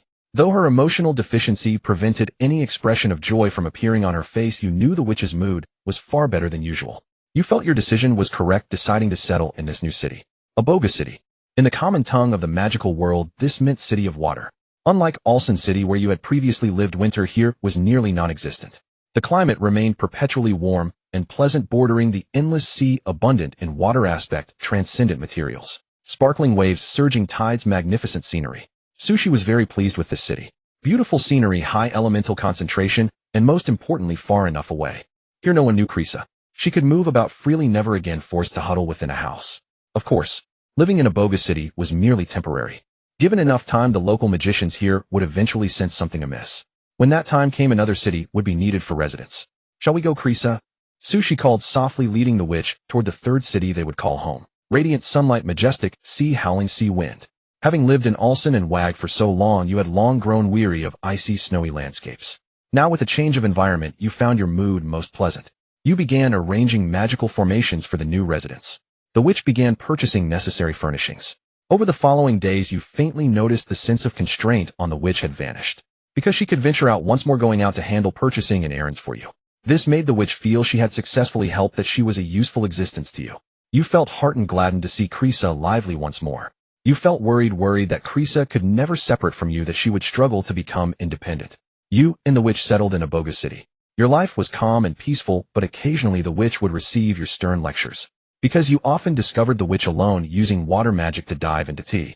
In Aboga City, within a steam-powered manor by the shore, in the deepest meditation chamber, the black floor was inscribed with a pale blue spiritual meditation formation using the blood of a transcendent creature. The 29-year-old Su, she sat cross-legged upon it, his staff resting flat. Invisible, yet torrential spiritual power was forming a hazy field of distortion around him, drawing in and influencing various elements, rising or falling, sinking or floating. Spiritual power merged and connected with the elements as if breaking through some kind of restriction. A tremor resounded abruptly through the air. The trembling sound grew increasingly piercing, striking directly at the eardrums, penetrating deep into the mind. When the frequency of trembling reached its peak, Su Shi's spiritual power expanded accordingly. At first it resembled a gentle stream, but within seconds it transformed into a raging torrential river, sweeping through, striking against, devouring everything, wantonly enveloping the surrounding elements. Still not enough. Su Shi murmured softly. He reached out and grasped the magic staff, and over a dozen contract magic arrays materialized from thin air, causing element spirits to descend from the void.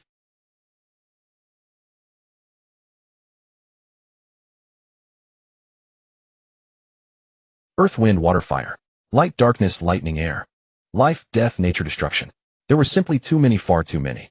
Over a dozen element spirits traveled through their respective elemental planes to arrive, providing Su Shi with an endless tide of elements. Only such an exaggerated elemental tide could satisfy Su Shi's extraordinary tenfold mana and his vast surging spiritual power. Boom! Elements, churned mana surged. Finally, through repeated elemental washings, Su Shi's spiritual power was purified, and he successfully gained control over all the raging elements. Not communicating like an apprentice, not resonating like an official mage, but commanding, with his own will overriding the elements, achieving comprehensive control over them. Great Archmage. Promotion successful. I never expected this breakthrough would bring such a tremendous increase in strength. Su Shi exhaled a breath of turbid air. Around him cracking sounds rang out from time to time. His spiritual power was too overwhelming, continuously and unceasingly affecting everything around him. When his eyes closed, there was an intangible brightness and sharpness within. These were signs of spiritual power manifesting externally. Su Shi sat quietly in meditation for 10 minutes, calming the joy and excitement after his breakthrough. Slowly his eyes returned to their usual normal appearance. Great magician. Great Archmage. Judging by the names alone, the difference between these two realms is merely a change of one word. But in terms of actual power, the gap between them is like heaven and earth. The latter has departed from ordinary spellcasters embarking on the path toward divinity. Having familiarized himself with his dramatically increased strength, Shi spread open his palm in the dim meditation chamber. A hazy glow flickered in his palm. The light was so gentle and delicate, radiating intense warmth even in its weakness. Gradually, it transformed from light into fire, and from the flames came gushing water. Elemental power shifted according to Shi's will. Fire and water, wind and earth, light and darkness, life and death. In the end, all elements condensed into a single point, flickering and swaying at Shi's fingertip until he withdrew the spiritual force controlling them. Only then did they suddenly dissipate with a soft chime. This was the power of a great archmage, or rather this privilege. To wantonly manipulate the elements one is familiar with. Shaping, extending, commanding. If this mastery were developed to its extreme combined with profound spiritual power, it would form an elemental domain unique to the individual, elevating them to the rank of Saint Domain Archmage. Truly awe-inspiring. Shi made such a remark. From the rank of Great Archmage onward, the magical system embarks upon the path of divinity. The status and essence elevate step by step until one ignites the divine flame and grasps divine authority, becoming a true world controller in every sense. This was a road leading to immortality. Refining knowledge, commanding rules, comprehending the essence of the world. The journey to the end was extremely arduous, no easier than the cultivation path. No, to be more precise, there simply was no extraordinary path that was easy or gentle. An immortal deityum. What a pity. Unfortunately, this time I cannot ignite the divine flame and experience the joy of ascending to godhood. Shi clicked his tongue softly. Waving the magic staff, he sent all the element spirits circling around him back to their respective elemental planes. Residual elements drifted in the air, dreamlike and illusory, radiant, with dazzling colors, creating quite a spectacular sight. Shi gazed calmly at this enchanting scene. Mortal's wisdom was simply too overpowered. In merely 15 years of simulated life, it had elevated Shi from an ordinary person to a great archmage commanding the elements. Within the limited span of mortal life, Shi could be certain that his advancement to Saint Domain Archmage was an inevitable certainty. But that would be the extent of it. Not to mention ascending to true godhood, even demigods and false deities would never again be within Shi's reach. Mortal's wisdom granted Shi unparalleled talent. Be it cultivating spiritual power, learning magic, or comprehending the truths of the world, all received tremendous assistance. However, correspondingly, the price of acquiring this wisdom was that everything about Shi remained confined within the bounds of mortality, including his lifespan. In the silent meditation chamber, aided by the yellowish lamplight, Shi lowered his head and gazed at his hands that had already reached 29 years of age, slender and agile as if nothing had changed. But upon closer inspection and investigation, traces left by time could be discovered. The river of time is indeed difficult to cross, but what a pity. I don't even have a chance to attempt crossing it. Shi's tone carried regret. He raised his eyes to look up at the ceiling of the meditation chamber. The ceiling, constructed of special steel stones, was exceptionally hard and durable, its thickness sufficient to isolate everything. Shi's eyes were calm and deep. As if penetrating the steel stones, he beheld far greater and more distant scenery, the infinitely lofty celestial realm, and the gods gazing down upon all living beings with cold indifference. According to my current cultivation speed, with the assistance of mortal's wisdom, even though breaking through to Saint Domain Archmage is extremely difficult, it won't take me too much time. Based on this logic, I should still have plenty of spare time to research how to break through these limitations and truly ascend to godhood. Unfortunately, Shi sighed softly. The deities of this world have comprehensively suppressed the laws of the elements. When one was weak, this could not be detected. But after ascending to Great Archmage and becoming one who commands elements, Shi could clearly sense that the elemental laws of the magical world were extraordinarily bland. Undoubtedly, this was the work of the gods, a shackle specifically designed to restrict those who would come after, making it so that elemental mages whose cultivation was already difficult enough found it even harder to perceive the truths of the world, and thus ignite the divine flame and grasp divine authority. With mortal lifespan limitations ahead and deities blocking the path behind, Shi could not conceive of any possibility for himself to become a deity. He laughed magnanimously. It seems in this lifetime I can only stop at Saint Domain Archmage. This was enough. This was truly enough. Shi was already very satisfied with such an outcome. Yet deep in his heart there remained just that tiny bit of lingering regret. After all, someone who had read many web novels would to some degree have fantasized about the glorious moment of becoming immortal and ascending to godhood. Since I cannot become a deity, I'll learn more of other things in the time to come. After all, it's rare to have obtained a red modifier. I can't waste mortal's wisdom. And also, before I die I'll cultivate Klisa more. His tone carries a sense of finality and resolution. Having accepted his fate, She turns his attention to what truly matters in his remaining years, cultivating Klisa. With this final statement, the meditation room falls into profound silence. Kalisha's cultivation had been a matter of thorough consideration for Shi. He had pondered countless times over how to nurture the witch, and had already formulated a corresponding plan. First and foremost was magic. After Shi broke through to become a Grand Magister, the spells he commanded had advanced to the 9th tier. Beyond that lay the forbidden spells wielded by Saint Magisters. Shi intended to impart to the witch every attribute spell he had mastered, from the 1st to the 9th tier, as well as the forbidden spells he had yet to grasp, teaching them one by one. Having balanced body and spirit, bloodline, and elements, Kalisha's talent had become exceedingly formidable. She could now attempt to master more attributes rather than being confined to earth, wind, water, and fire. Furthermore, there was one crucial aspect of her training. Shi wanted to try before the end of this simulation to cure the witch's emotional deficiency. With a click, he pushed open the door to the meditation chamber. He traversed the corridor where light and shadow interweaved. His footsteps were slow yet resolute, like the steady beat of a small drum echoing within the chest that cradled his heart. The sound startled the seabirds on the eaves into flight and sent several tiny insects scurrying away. Kalisha. Shi had just turned the corner when he saw the gray-silver-haired girl who had been waiting for a long time. She stood by the wall, her posture upright, her face in the shadow cast by the wall, yet a few strands of her hair caught the sunlight, gleaming with a pearly luster. Master, congratulations on your advancement. The witch uttered a blessing devoid of any inflection, her tone as flat as plain water, devoid of any emotional color, so insipid that one might doubt whether they heard correctly. But Shi knew that this was the best Kalisha could manage. She had once tried to welcome him with a smile, but the stiff, crooked corners of her mouth only appeared more eerie, like a motionless corpse. Shi had been unusually silent at that time. He did not criticize or scold her. He merely hinted tactfully that Kalisha should abandon the idea of smiling to welcome him. Kalisha was obedient, she did as he said. Thus she reverted to her expressionless state, her tone as flat as a series of mumbled affirmatives.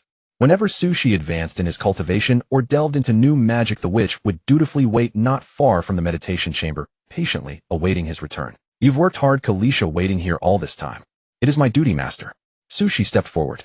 He joined the witch and they walked side by side toward the main hall. Along the way they chatted about scattered daily life matters or knowledge and techniques related to magic. Kalisha, while I was meditating and breaking through, did anything happen outside? Rest assured, everything is normal. Is that so? Good. How is your recent magical training? Any problems? The witch's tone was as calm as a machine as she explained her doubts to Shi. Yes, regarding the ice magic derived from the water element, Shi patiently instructed her, pointing out where she had erred and what needed improvement. Such was the way they interacted. A dull, yet ordinary daily life. After returning to the main hall, the witch voluntarily stopped to ask, and prepared a warm, invigorating drink for Shi. She busied herself alone in a manner she deemed useful to Shi, her expression meticulous. She washed the porcelain cup spotlessly clean, then carefully dried it with a pristine white cloth. Finally, she poured a cup of scalding hot drink. The liquid was a pale green infused with mind-clearing herb. Its taste was slightly astringent, but for a mage who had just broken through after meditation, it had the effect of relieving fatigue. Thanks, Kalisha, Shi said as he took the cup, thanking her while instinctively meeting her beautiful black and gold eyes. He paused. Not because there was anything peculiar about the witch's eyes. He had seen them countless times over the years and was no longer surprised by them. What made Shi freeze was that he once again saw his own clear reflection in Kalisha's vacant eyes. However, compared to the time of the evacuation from Alunson, this reflection had noticeably changed. Changes in appearance and posture and habits. No, perhaps it wasn't that obvious. But indeed, through Kalisha's eyes, Shi perceived that his own time had begun an inevitable countdown. This year, Shi was 29. He was at the prime of his life. But soon before many years passed, this body would without his notice transform into a decrepit visage he himself would not recognize. Such was life, fleeting and ephemeral. Is something wrong, master? Seeing Shi frozen, the girl thought there might be an issue with the drink, so she asked. No, nothing. Just suddenly thought of some things. Shi shook his head and took a light sip of the hot drink, feeling the bitter liquid roll over his tongue. There was no sweetness after the bitterness, not a trace of aftertaste. The mind-clearing herb concoction was pure bitterness accompanied by an astringency that numbed the tongue. Shi drank slowly, his gaze drifting out the window. Unlike the courtyard he had lived in before, which was hemmed in by city buildings and afforded little scenery, this time in Aboga City, he could see the azure sea from his home. It was the height of scorching summer. The sunlight was fierce, the rays stinging the sun, burning the air into a distorted haze. Rumble. The central steam engines of Aboga City began to operate. Towering steam columns like pillars reaching the sky shot straight into the heavens only to be swept and dispersed by the sea breeze, forming a humid, stifling mist. Countless people playing by the seaside scattered in haste, unwilling to endure the assault of the hot mist. Time was short. If anyone ran too slowly, they would be trapped in the enveloping hot mist. Though not lethal, their bodies would become drenched in hot sweat, quite uncomfortable. Time is running out, Sushi said in a low, haunting voice as the witch looked on in bewilderment. It was unclear whether he referred to the people outside or something else. The witch did not understand. She tilted her head, took the empty cup from Sushi's hand, and refilled it with a fresh mind-clearing herb concoction. So bitter, Sushi finally couldn't help but comment. Master, what exactly is time? I suppose it's a joke. A joke? Yes, too much is too much, too little is too little, making people fickle. Don't you think it's rather like a joke? Your cultivation of the witch officially begins. You place great hopes on the witch, wanting her to learn all your magic not for any other reason, but to grant her greater self-protection abilities. Elements, spirit mana. Under your meticulous guidance, Kuli Shah advanced further and deeper in the path of magic. Her talent grew stronger over time, and her learning speed astonished and gratified you. Simulation year 16. You are 30, Kuli Shah is 22. The 22-year-old, which still retains the appearance of a 17-year-old, still young, still fair, still full of beauty. Now when you go out together, people often regard you as siblings. The appearance of a 30-year-old. Sushi found it amusing. His eyes had grown steady, his face matured, after the tempering of the years. Even Sushi himself felt this body had become unfamiliar. After all, Sushi in the real world was only in his 20s. I never expected to see my future appearance in advance through the simulation world. I'm a bit looking forward to what I'll look like when I'm old. Sushi murmured to himself, his gaze falling on Kuli Shah, who was practicing magic diligently in the courtyard. Ever since the cultivation plan began, Kuli Shah had always been hardworking, gifted, and diligent. The result was that the witch's power soared rapidly. Boom! Under Sushi's watchful gaze, a tremendous explosion resounded in the courtyard. The momentum was immense, the power formidable, and more importantly, it was a level 7 magic. Yes, Kuli Shah had advanced again this year, breaking through from elite mage to grand mage, progress far exceeding that of before. Without a doubt, it was the power of chaos and order that aided Kuli Shah. Kuli Shah's strength broke through again. This gave you peace of mind. You had always worried that after you left this world, Kuli Shah would not be able to protect herself, but from her current performance, your worries seemed somewhat unnecessary. You were gratified by the witch's growth, but also somewhat melancholy. Vaguely you understood why your masterly Wansho in the cultivation world had looked at you with such a complicated gaze. It was exactly the same as the way you looked at the witch. It contained a mix of anticipation, reluctance, lament, and memories. Simulation year 17. You are 31, Kuli Shah is 23. Thanks to your teaching and her own transformed, terrifying talent, Kuli Shah successfully learned new attributes, and the number continued to increase. You decided to take the witch away from Abogu City. You chose to leave by sea, crossing the vast ocean with the witch to the other side of the sea. The plan to cultivate Kuli Shah had two aspects. One was power. The other was emotion. In terms of power, Kuli Shah was earnest and diligent, repeatedly practicing every time. New magic was quickly mastered in her hands. As long as she continued to improve step by step, Kuli Shah would eventually become a true powerhouse. Therefore, Sushi shifted his focus, deciding to spend more time on mending the witch's emotional deficiencies. How to mend? How to do it? This was a question worth pondering. Sushi thought of many methods and finally decided to take the witch to experience more of the world's beauty, slowly nurturing that fragile heart. Woo! On the vast sea, a melodious long cry echoed across the sky. Sushi held his magic wand and gently tapped it, whereupon vast seawater transformed into an elemental giant whale, carrying him and the witch toward the unknown shore of the sea. Endless waters rippled with emerald waves. They reflected the azure of the sky. The spray was white, and continuous ripples crashed and combined into a magnificent tableau, in which various supernatural fish darted back and forth, forming thick underwater shadows.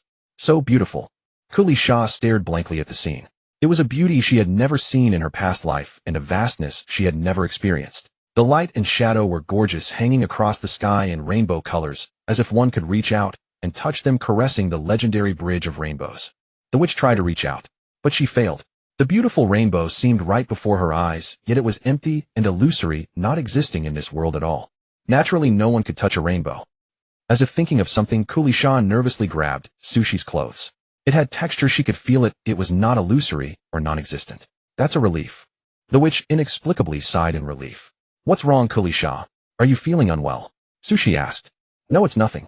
The girl gently shook her head, her gray-silver hair swaying with emotion like a flowing silver waterfall. Her hand still gripped Sushi's clothes. She held tightly, unwilling to let go. You used level 8 magic aqua beast summoning. You conjured a gigantic water whale carrying you and Kulisha on a long journey. You plan to cross to the other side of the ocean, a place you've never been, and you are full of interest. Along the way you pass the Shao Lidian Sea. This is a very bustling sea area with many ocean-going merchant ships drifting about, their purpose being the supernatural materials of this sea. You still remember that the first gift you gave the witch, the sea blue pearl on the sea blue necklace, came from the Shao Lidian Sea. Kulisha, do you want a new sea blue pearl? Thank you for your kindness, but one is enough. The gray silver-haired witch said, bringing her thumb and forefinger to her chest and gently pinching the sea blue necklace she wore every day. A blue halo flowed, water light shimmered. That hazy, dreamy blue glow once again reflected into Kulisha's hollow eyes, granting them a fleeting moment of color. Kulisha was indifferent to the necklace itself. She was also indifferent to the so-called pearl, but she cared deeply about the warmth and sentiment within the necklace, within the pearl, the warmth and heart from the sun. That was unique, a one-of-a-kind with special meaning. You and the witch continue your journey. The giant water whale sped across the sea surface. With your magic replenishment, its speed was so fast that it raised small waves. Your whale racing behavior on the sea startled many sea creatures, and you accidentally caused a marine rampage, throwing the ecology of this sea area into chaos. Simulation year 18. You are 32, Kulisha is 24. You successfully arrived at the other side of the ocean. The long-lost land made you slightly dizzy, but at the same time the sense of solid ground gave you peace of mind. Steam airships passed overhead, roaring trains sped before your eyes. The steam technology here was equally advanced, and there were many divine churches renowned for their superb magic wand crafting and magic device crafting techniques. This was exactly what you came for. You and the witch settled down locally, beginning to learn the knowledge of magic wands and magic devices. The wisdom of mortals continues to take effect. For years later. In the 22nd year of the simulation, Sushi was 36 and Krisa was 28. Compared to before Su, she had undergone a tremendous transformation, a change known as aging. Krisa remained young, still maintaining the appearance of a 17-year-old. Now, when they went out together, no one ever mistook them for siblings anymore. The disparity in their appearances was too stark. People firmly believed they were a father and daughter. Upon hearing such remarks, Krisa's eyes grew even more hollow. Her fingers unconsciously tightened. She felt a dull ache in her chest. Yet the witch could not articulate the precise nature of that pain, nor the source of its weight. She could only hide helplessly behind Sushi. As before, she concealed herself deep within the shadows of the light, seeking that fleeting momentary peace of mind. It's okay, Krisa, let's keep moving. Sushi comforted the frightened witch just as he had when he first met her. He reached out his hand and gently led her forward. The path of life is painful. It is also twisted and uneasy. Sushi knew that alone Krisa would find it difficult to walk fearlessly to the end. Thus, for as long as he could still act, he would keep holding Krisa's hand and guide her until the very end. The summer cicadas chirped and waves of heat surged. Beneath the sunlight, the leaves of the forest shimmered with an emerald luster. When the wind blew, they turned into deep green waves, rustling incessantly. At the base of a thick, thriving tree, Sushi and Krisa sat resting. Krisa, this is a new wand I prepared for you. Try it, Sushi said, running his fingers over his spatial ring and producing a brand new wand. The wand was long and slender, of a yellowish-brown hue, crafted from a branch of the tree of life. It possessed a natural restorative effect and could enhance the wielder's meditation. At the tip, set in a concave setting, was a smooth, crystalline orb, the essence of an elemental fairy, which amplified the power of magic. Thank you, I like it very much. No matter what you give, I will like it. Krisa took the wand, her eyes blinking, still hollow and vacant. Her fingers gently traced the wand, feeling its wooden grain and rough texture, adapting to the new implement in this way. The newly made wand had no name. Sushi asked the girl to name it herself. Krisa held the wand to her chest, gazing at She with her blank eyes, and finally answered, Gray Rekindling. That was the name of Krisa's first wand, the one she had given her. During the Ellenson crisis back then, she had accidentally lost it. Now she chose to bestow that same name upon the new wand.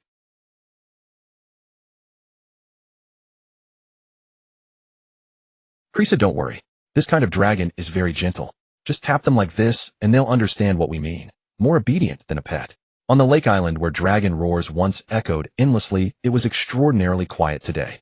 Countless lesser dragons lay prostrate on the ground, trembling, casting terrified glances at the terrifying pair of teacher and student nearby. Look, Krisa. On the head of a pure crimson dragon, Sushi smiled and waved his wand.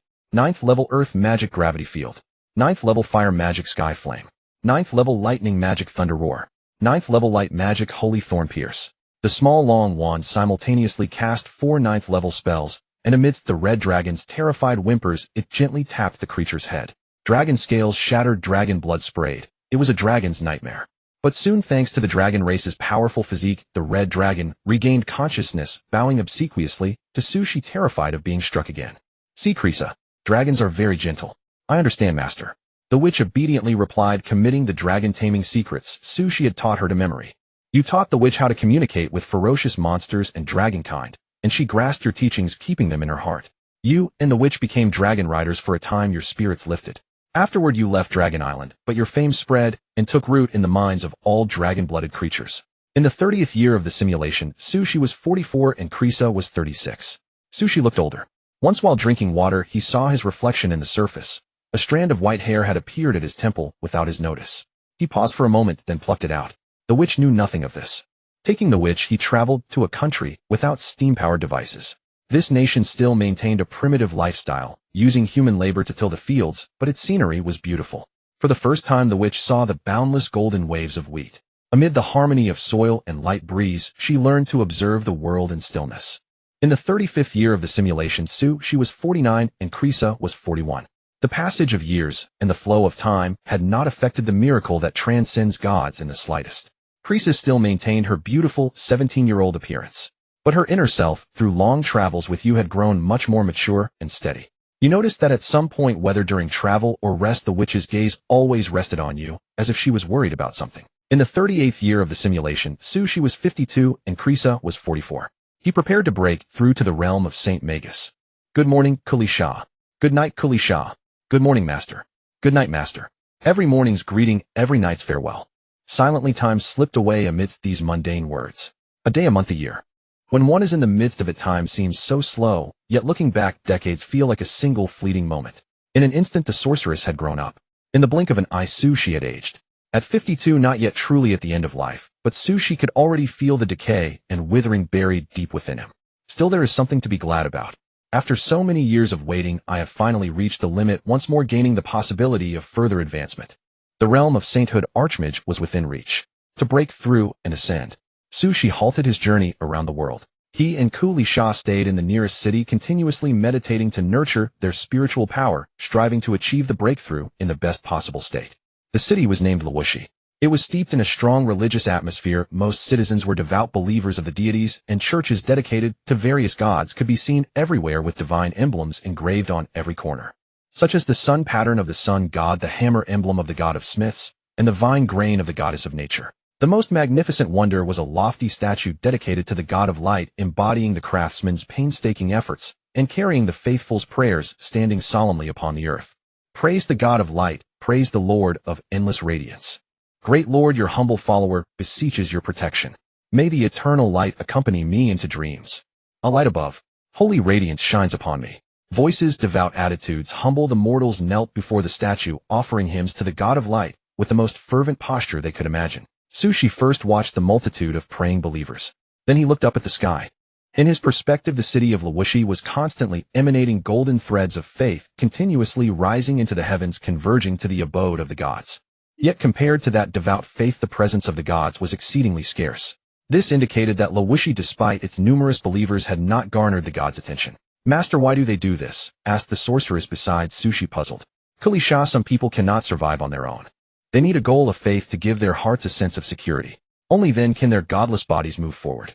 This is not about right or wrong, it's simply different ways of living for different people," Sushi said, so his voice slightly deeper with age, bearing the marks of time and contemplation of human life. The sorceress felt she understood, because she was also such a person.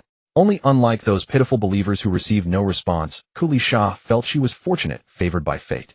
Now standing beside Sushi within the radiance of the sun, she could experience that precious light and warmth, filling her body and mind with warmth. "Let's go, Kuli Shah. Before the sainthood promotion, we have many preparations." "Yes, master." Kuli Shah quickly followed her light black dress, swaying with her steps. Amidst the interplay of light and fire, the mingling of wind and air, the sorceress followed her deity. "You decide to go into seclusion for breakthrough in Lawushi City. This city is remote and insignificant place in the eyes of the gods. You think the commotion caused by your breakthrough will be smaller here. The breakthrough to sainthood Archmage is an essential sublimation, a grasp of the world's authority. Within a certain range you will have unimaginable control over the elements, second only to the gods above. You are 1,000 vigilant toward the gods, believing that besides suppressing the laws, they must have more means. Therefore, before formally advancing to sainthood Archmage, you have set up numerous contingencies. Let me see. Large-scale linked concealment magic generator. Using the shadow orb as the core paired with the water-attributed siren skull, this array for temporarily masking aura is complete. Plus the preconceived aura-concealing forbidden spell to be used immediately after the breakthrough. It should buy a bit more time. Besides these measures to conceal elemental fluctuations, I have also left some contingencies in other cities to create disturbances and divert the gods' attention.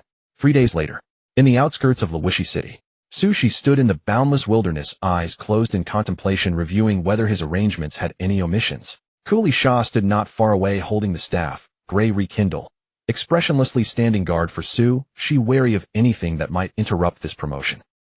Soon, with a breath of turbid air exhaled by Su Shi, the promotion to sainthood Archmage officially began. Wind rose, clouds surged, earth quaked, fire roared. Water burst, light blazed, darkness lurked, thunder rumbled. Sushi mastered too many elemental attributes, and naturally the domain he condensed was also multi-composite. Converged. The surging spiritual power solidified into substance following the staff swing, turning into an overwhelming howling tide, instantly drowning the numerous elements between heaven and earth. Forcibly amalgamate, forcibly piece together with an absolutely violent posture, smashing the attributes of different elements together. Again, another wave of spiritual impact. Sushi's eyes glowed, air exploded around him, spiritual power overflowed and affected reality.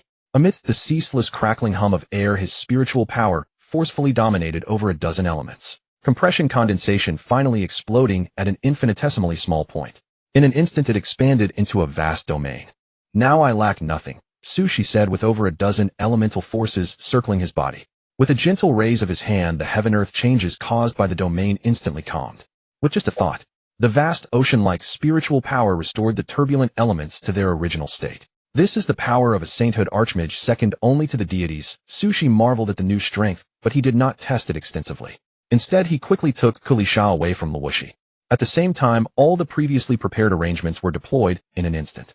Chaos, noise, panic, disturbances appeared everywhere in the magic world. Countless believers begged for the gods' protection, and many faiths were interrupted. The divine power from the heavens descended. Not one, not two, but all the gods arrived together. Invisible wills clashed in the high heavens, swiftly sweeping over the vicinity of Lawishi City, but after lingering for a long time, they could not capture anything. On the ground, the citizens of Lawishi knelt devoutly, believing that their day and night prayers had attracted the gods' compassion. They shouted the names of the gods, begging for the gods' blessings. But what answered them was endless thunder, terrifying in momentum, as if to destroy the world. That was the wrath of the gods. Find him, we must find him. This world will never allow any new god to divide our authority. Your plan succeeded. The arrangement to conceal your aura prevented the gods from pinpointing your location at first glance. The chaos sweeping across the world distracted the gods' attention. By the time the gods confirmed that the domain's power originated from Lodge City, you had already led the witch far away, completely vanishing from their search radius. You were cautious and ever vigilant. You concealed yourself with the witch for an extended period, only emerging a month later. Gazing upward, you noticed the gods' blockade upon the cosmic laws had grown even tighter. Even endowed with elemental perception, glimpsing the true essence of the elements became exceedingly difficult. You felt profound regret. It meant the already slender probability of ascension to godhood was now converging towards zero. The sole solace was that the witch's power of equilibrium far surpassed that of the gods. Her cultivation remained scarcely impeded, advancing at a pace you could not fathom. Leven. Decades of relentless back and forth. After advancing to the rank of Holy Domain Archmage, your fate had finally crystallized. Alanson City, where it all began, was chosen by Su Shi as the ultimate destination. He assumed a fabricated mundane identity alongside Klisha, settling into a residence near the city center. As before, it boasted a private courtyard all their own. There was no longer any need to fear exposure of the witch's ageless countenance. The power of the domain was formidable. Sushi could now, leveraging the domain's life and death attributes, craft an appearance and aura of natural aging for Klisha. Such a ruse would not deceive the gods, but it was more than sufficient to shield their spiritual sense from ordinary mages. Klisha, we shall make this our home from now on. Yes, master. It may be a bit dull. Do you mind? Not at all, master. Then let us go in. Very well, master. Klisha's expression remained unreadable as she followed closely behind Sushi, stepping across the threshold of their new home. The witch remained eternally youthful. Alanson was still Alanson. Yet the courtyard rebuilt from the ruins was no longer the same one. The sun's decline was equally inevitable. The warm sunlight was gradually fading, barely able to sustain its own heat. Simulation year 41. You are 55. Clisha is 47. 2 years had passed since you settled in Allenson City. During this time, the divine churches continued their frantic search for elemental mages. You remained calm, entirely unfazed. What did the hunt for elemental mages have to do with you, a holy domain archmage? Did it? Clearly nothing at all. This year, under your meticulous guidance, Clisha also grasped the true essence of the domain. The power of equilibrium once again proved its worth. The witch breached the god's blockade and advanced to holy domain archmage without triggering the slightest ripple. You could not help but sigh once more. My disciple Clisha possesses the talent to transcend the gods themselves. Simulation year 46. You are 60. Clisha is 52. Age had carved deeper lines upon your face, yet your spiritual presence remained robust. Such formidable divine sense often caused others to overlook your senescence. Each year you continued to exercise your mortal wisdom, absorbing vast new knowledge. Through self-study, you crafted the compendium of forbidden spells. Your earth attribute forbidden spell was elevated. Your wind attribute forbidden spell was elevated. Your thunder attribute forbidden spell was elevated. You passed the compendium to Clisha. She received it with solemn reverence, and under your tutelage began studying the mighty forbidden spells she had never encountered before. Simulation year 48. You are 62. Clisha is 54. Your cultivation plan for the witch appeared to have failed. Decades of emotional supplementation had still not restored her capacity for feeling. To this day you had never witnessed the witch smile, nor had you seen her weep. You sat in solitude. In the study of the new courtyard Allenson City, Sushi at 62 lay reclined. His closed eyes bore deep creases and an overwhelming weariness. The ravages of time had only intensified. In his present state, even without relying on Clisha's perception, she could clearly feel the corrosion and weakness within his body spreading incrementally throughout every limb and organ. This was precisely why she had attempted to breach the threshold of demigodhood. Alas, the path ahead had been severed. He possessed no viable means to ascend to divinity. Clisha, on the other hand, continued to grow stronger, bolstered by the wondrous equilibrium between chaos and order. It was as if the world's elemental forces actively drew toward her. Forget it. This outcome had been anticipated long ago. Rather than lament the ruthlessness of the gods' measures, it would be wiser to dedicate these final moments to instructing Clisha.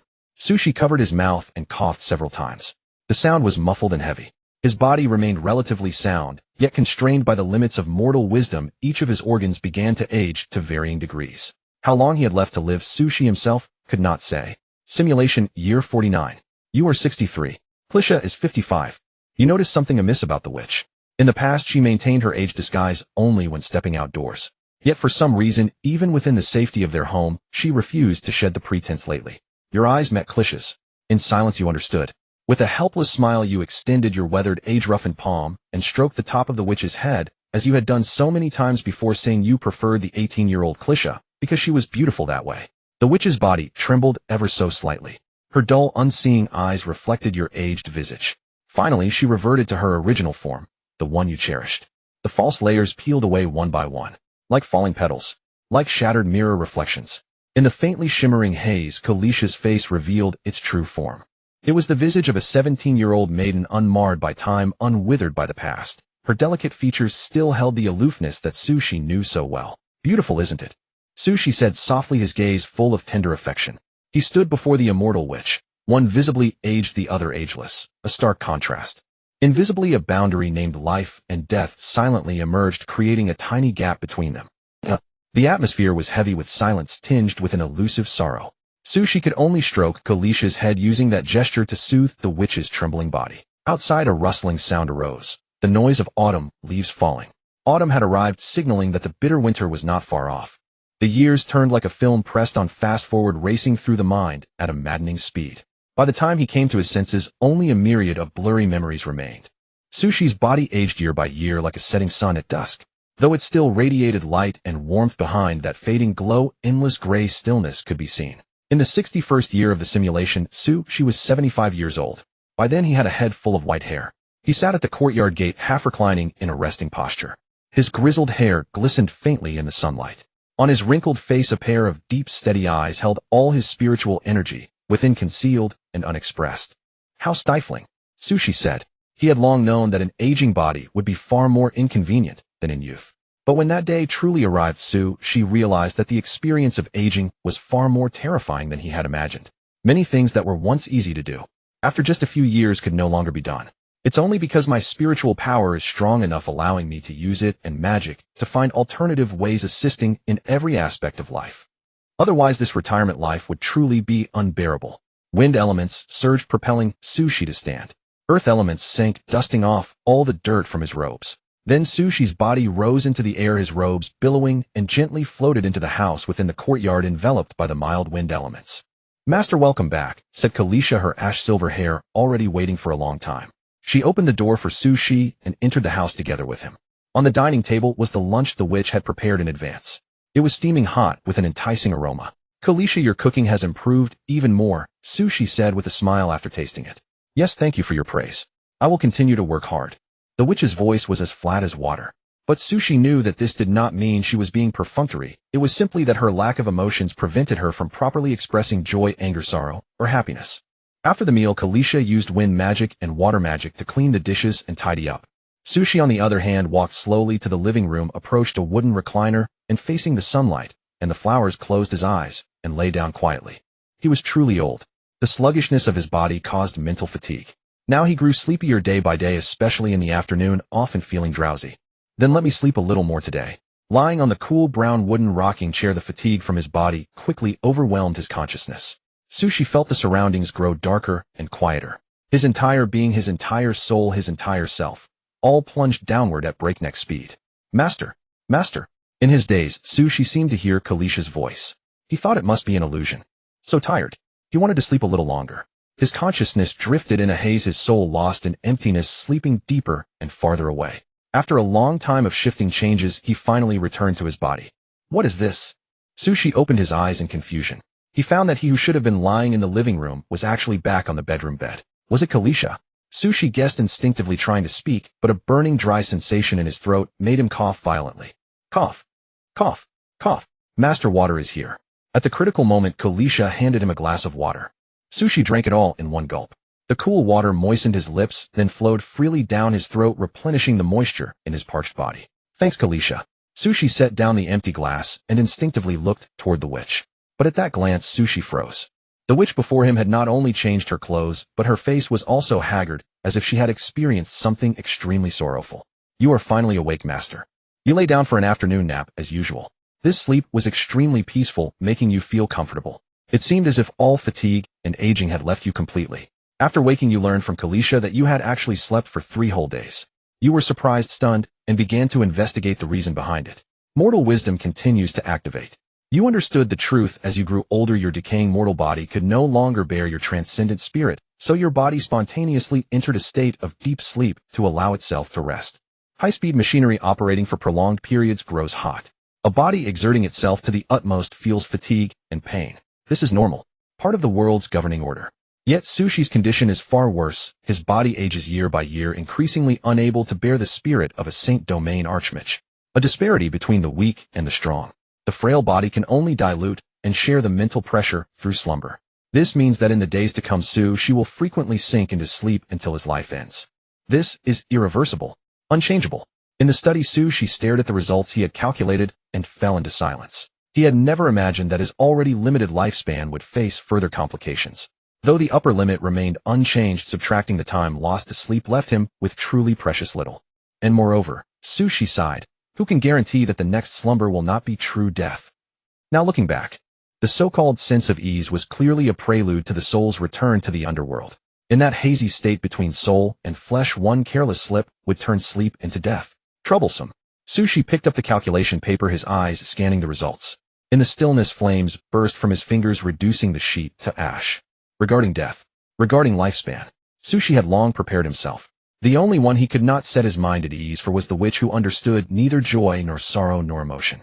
In this magical world, Krisa could rely on only Sushi. If Sushi were to die suddenly, the consequences were utterly unthinkable. This matter cannot be hidden from the child.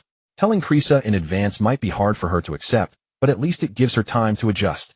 If I keep it from her until the end, when I truly die, Krisa will only be more despairing.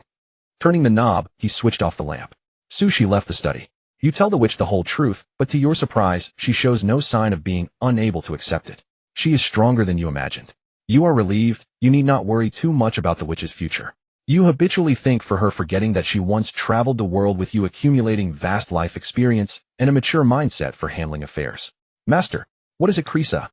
Please entrust everything to me. Everything. Yes, said Krisa, her voice flat and colorless, hands folded, sitting across from Sushi. Please allow me to take charge of all matters in the courtyard, including caring for you during your slumber. In her calm, unwavering voice, there was an unexpected note of resolve. I will take care of you and everything that belongs to you, promised the immortal witch. Then I leave it to you, Krisa, Sushi said with a smile, offering his trust without reservation. Simulation year 62. You are 76, Krisa is 68. With your tacit approval, Krisa takes charge of everything in the courtyard. Your flowers, your books, your documents, your magic. Even you yourself are placed under her care. Sometimes you wonder if this is a form of inheritance, but you dismiss the thought because you are still alive. Simulation year 63. You are 77, Krisa is 69. Your sleep becomes more frequent and longer. In the latest episode, you sleep for a full half-month. When you wake and hear from the witch how much time has passed, you feel an overwhelming sense of disorientation. Simulation year 67. You are 81, Krisa is 73. What once amazed you, a half-month slumber, is now your minimum. Often you wake to find the seasons have changed.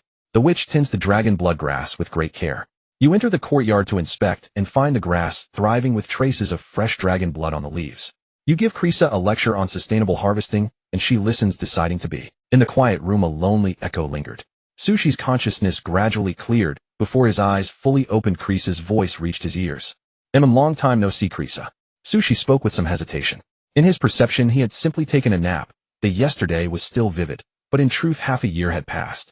This strange dislocation of time made Sushi feel a tightness in his chest. Only after drinking a glass of ice water did his body feel better. Growing weaker and weaker, Sushi murmured, his eyes downcast, staring at his hands, the wrinkles, the dull, sallow skin. To be honest, if it weren't for the fact that during his waking hours he could still learn new knowledge with mortal wisdom, and that he could never stop worrying about Krisa, wishing to teach her more and see her grow strong enough, this agonizing cycle of sleep would have ended the simulation long ago. He shook his head slightly, dispelling the clutter, and turned his gaze to Krisa. He wanted to ask about her recent affairs to ensure nothing bad had happened while he was away. Krisa, what have you been doing while I was gone? Keeping you company. What have you been up to lately? Keeping you company. The witch's answer made Sushi pause. Her voice was always so calm, carrying no lie, only truth. Since you fell asleep, I have been in the room with you, going out only when necessary to tend the courtyard. I kept you company the day before yesterday, and today until you woke. She described her actions with simple words. No ornate rhetoric. Plain yet profoundly heavy. In countless lonely days and nights, the immortal witch sat quietly in Sushi's room, expressionless, gazing at that familiar aging face, waiting for the long-awaited reunion, the long-awaited warmth. Why was it that every time Sushi opened his eyes, Krisa's greeting reached him instantly? Why was it that each time he uncurled his gaze, Krisa's face was the first thing he saw? The answer was simple. So simple that it left one breathless. Every time he slept, every time he fell into slumber after witnessing Sushi lie down, Krisa would sit quietly by the bedside, keeping him company through the passage of time with nothing but a small wooden chair. She sat in stillness, watching the sun and moon rise and set in the heavens. She waited, witnessing the 4 seasons of the world transform. Krisa accompanied him in silence, waiting within her solitude that knew no other soul. Motionless, her eyes holding only that increasingly aging figure. Was it painful? Was it boring? Krisa did not think so. Because when that figure fell into silence, the world visible to the witch was nothing but gray. She could sense no vitality, could see no colors, and she had willingly shut out everything. It was not until Sushi awakened that the witch's desolate world began to function, once more regaining its normal colors. I have always been waiting for you, master. Sunlight streamed through the window into the bedroom. Due to its angle, it formed an enchanting composition, half bright, half dark. The 85-year-old Sushi displayed the signs of advanced age, lying in bed precisely on the illuminated side, every wrinkle and strand of white hair rendered starkly visible by the light. And not far from Sushi's bedside, Krisa sat within the shadows, perfectly composed, her hollow eyes reflecting the form of light. Her serene, exquisite features were utterly expressionless, yet when her light silver hair trembled gently in the breeze, it seemed as though countless emotions were surging forth. Waiting for you. Always waiting for you. Thus spoke Krisa Christina. She was a heartless witch, possessing no joy of her own, no sorrow of her own. Her entire existence was that of an object, obeying her master's commands. Therefore the witch had always remained by Sushi's side, awaiting his awakening, awaiting his next command. That was the sole meaning of her existence. facing such a Klisa, a witch who had waited through countless days and nights. For a moment, Sushi himself did not know whether he should criticize and educate the witch, urging her to cease this meaningless behavior, or praise and commend her for that unwavering persistence. In the end, Sushi neither criticized nor praised, because that did not matter. He gently took the witch's hand, grasping her slender fingers, drawing them into the reach of sunlight. Come take a walk with me, Klisa. Lying in bed for so long, I feel like my body has lost all sensation. As you wish. Klisa was obedient and compliant. She walked alongside Sushi as he descended from the bed, passing through the bedroom door, traversing the silent and deserted corridor, and finally stepping into the sunlit green courtyard filled with flourishing flowers, grasses, and trees. Sushi walked very slowly. A sensation of weakness spread through his body, gradually extending toward his legs. The feeling was peculiar. Each step allowed him to clearly perceive his body's sluggishness, as though it were a performance that might conclude at any moment. How beautiful! Suddenly, Sushi halted his steps. Before him lay the courtyard's luxuriant flora, meticulously tended by the witch. Intertwining branches and leaves, fragrant blossoms drifting on the air, clusters of crimson dragon's blood grass bending low in the wind, undulating like miniature waves upon an emerald sea. Klisa, you have managed this place excellently. I am very satisfied. Thank you for your kind words, master. Sushi turned his gaze toward the witch standing beside him. With her ash-silver tresses cascading past her shoulders, she remained so detached, so indescribably empty, as though she existed in isolation from everything in this world. This very trait was precisely the same as when Sushi first encountered her all those years ago.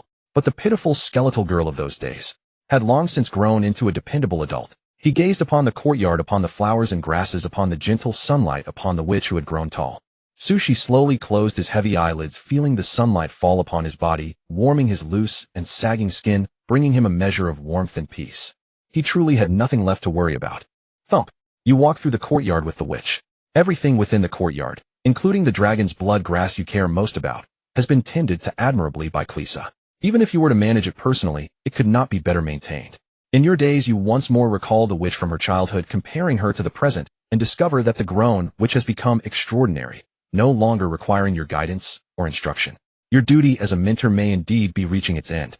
You find release, you sigh with contentment, you smile softly. For so very long you have fretted over the witch's future, and now you can be certain that even without you the witch shall fare well. The worry that has sustained your endless awakenings has vanished. Your consciousness suddenly falls into stillness, your aged body pitching forward, nearly collapsing to the ground, till the witch catches you in time. The you who had been awake less than an hour sinks once more into slumber. Master!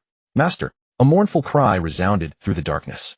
Sushi was utterly exhausted, too tired to respond even upon hearing the voice. Like a small boat tossed upon angry waves, his consciousness, his soul, his very thoughts, all were swallowed by the endless darkness, assimilated into eternal tranquility. Only a tiny fragment of self remained tenaciously persisting. Year 72 of the simulation, you are 86, Klisa is 78. Since the day you collapsed in the courtyard, a full year of slumber has passed, yet still you show no signs of waking. Klisa speaks, not merely keeping vigil at the bedside, awaiting your return. She witnesses another full cycle of seasons within these walls. Year 73 of the simulation, you are 87, Klisa is 79. You continue to slumber.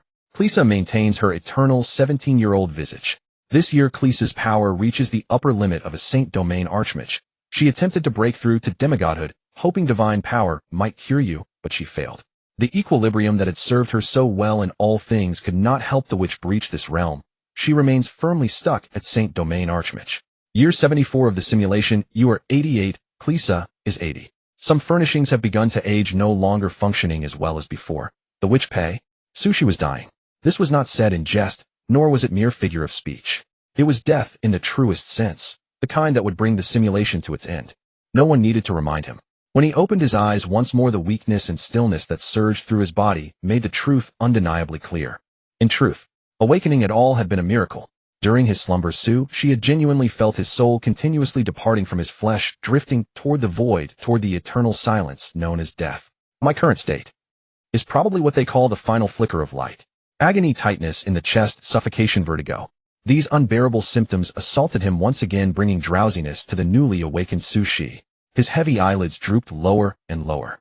He knew this slumber was different from all the others. He would not wake again, would not continue. He was truly stepping toward death. Thus, with a hoarse voice, Sushi called out the witch's name. His voice was so feeble that it was barely perceptible, like the gentle vibration of air. His withered, aged face struggled to part his lips and produce sound. Krysa. I'm here, master.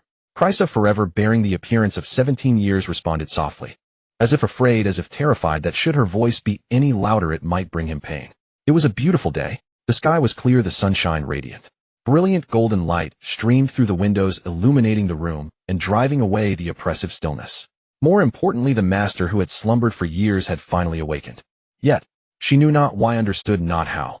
The heart that should have been overjoyed instead wailed in sorrow. The heart beating within her chest had unconsciously begun to slow. Apologies, Krysa, for letting you see me in such a sorry state. With the witch's assistance, Sushi braced his arms against the bed and with great difficulty managed to sit up, offering the witch a strained smile. Please, please don't. Please say no more. The sorrow within her chest continued to accumulate.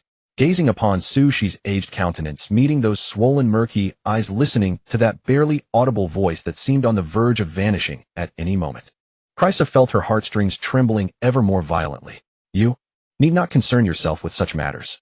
The witch cared nothing for Sushi's decrepit form. To her, appearance and flesh meant nothing. What truly mattered was Sushi himself, her son, her light, her salvation. Yet aging signified something else, something the witch absolutely did not wish to face, yet something that would inevitably come to pass. Master, I'll prepare lunch for you. Krysa suddenly rose and moved toward the door. The witch had sensed what was coming. She did not want to listen, dared not look, and feared facing it. Thus she chose to flee. But Sushi's voice called the witch to a halt. Cough, cough, cough. There's no need, Krysa. I think I won't have the chance to eat. In the heavy, oppressive room, Sushi managed to smile. With an utterly exhausted demeanor, he forced himself to speak words meant to sound light. Krysa's body trembled even more violently. Are you tired, master? Please don't worry, I will continue waiting, no matter how long it takes. Krysa, I will always wait for you, forever waiting. Krysa. Sushi called the witch's name again and again. His voice was extremely frail, his breath barely present, as if a gust of wind might scatter it into nothing. Finally, the witch grew still. She stood with her back to Sushi, motionless, making no sound. Only her body continued to tremble, as if enduring some inexpressible anguish. Come here, Krysa. There are things I wish to tell you. The bitter winter would surely come, freezing the depths of one's heart. Even if one refused to face that chill, no matter how much one resisted, winter would not vanish because of human desire. It was inevitable. Yes. The witch returned to Sushi's bedside. Sit down. The witch complied. Under Sushi's gaze, she settled onto the small wooden chair beside the bed. The chair was not tall. When the witch sat upon it, she happened to be within reach of Sushi's hand. Thus, Sushi extended his withered, aged palm, gently placing it upon Krysa's head. For the final time, he stroked that ashen silver hair, savoring its silky texture. Krysa, I'm about to leave for a very long time. The witch's body trembled even more violently. Yet beneath the comfort of his palm, she slowly regained her composure. All this time I've troubled you. It should have been I who cared for you. Yet these past decades it was you tending to my sleeping form.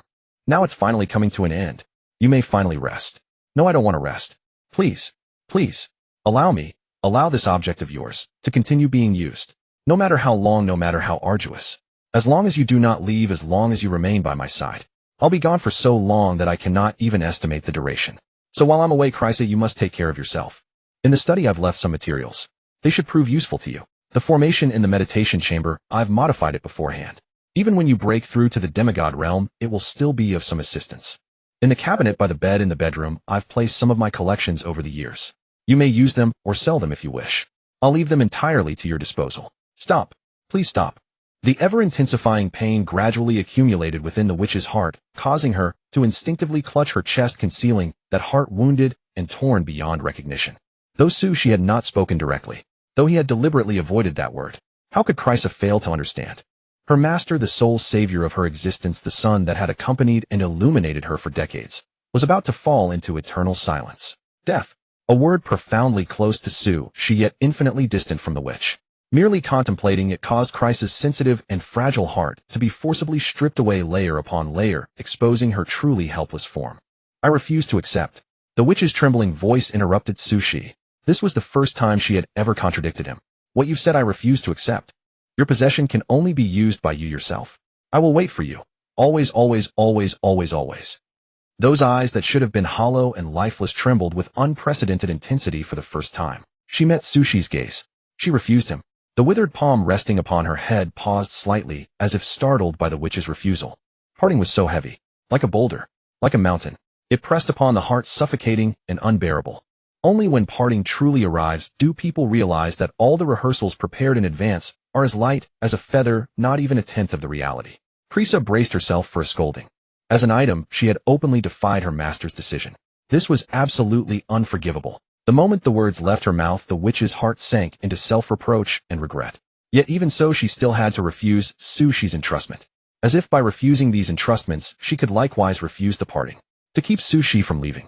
To allow the warm sun to continue shining. Please. The exquisite face lightly caressed by withered hands trembled as she spoke. Say no more.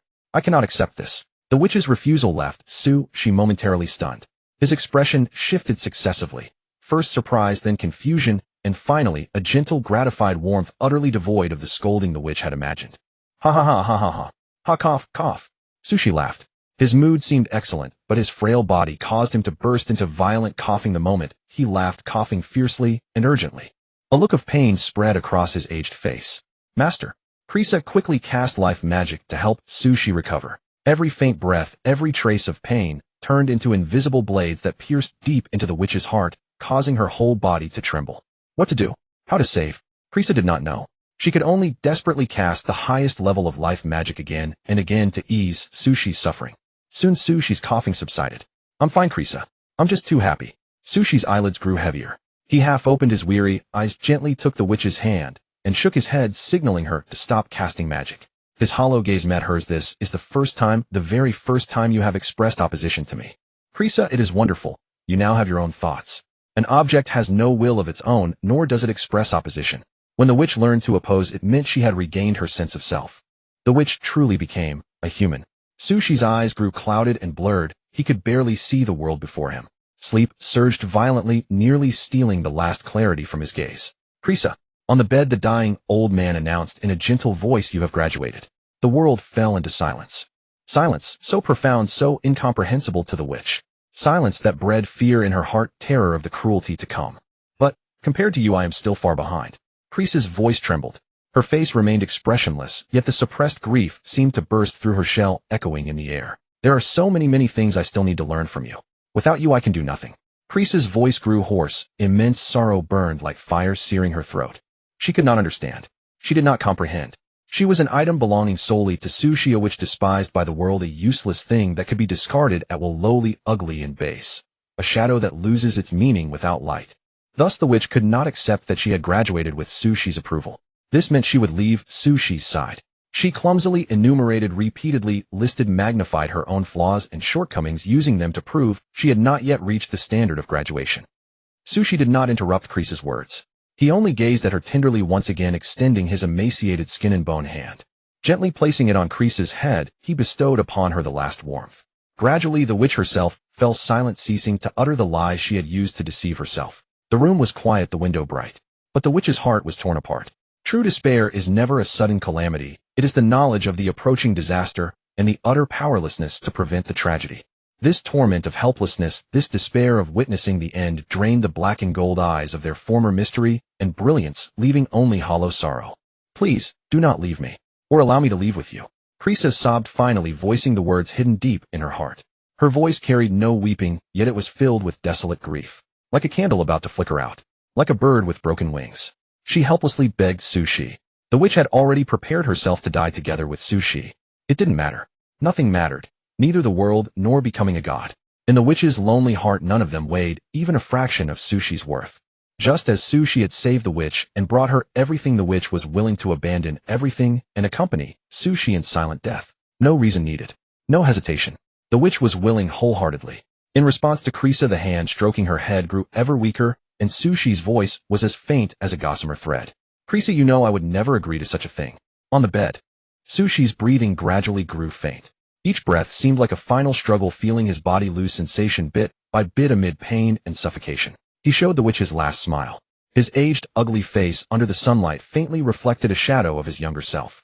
Please live well, Krisa. This is my request. Do not grieve for my departure. This is not an eternal farewell, only a long separation. One day we will meet again. The powerless, withered hand could no longer stroke the witch's hair. It lost all strength and came to rest on top of her head. The spark of life was about to be extinguished. The shadow of death pressed closer. Sushi spoke his final words to the witch. It is a pity that until now I have never made you truly smile. Suddenly Sushi froze. His pupils dilated slightly. The sudden astonishment even delayed the arrival of death for a moment.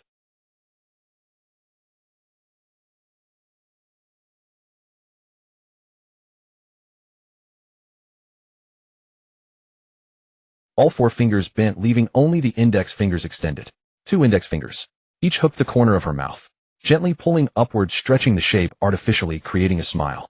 The smile was so stiff and tears kept welling up, spilling from her already brimming eyes, silently soaking her hands.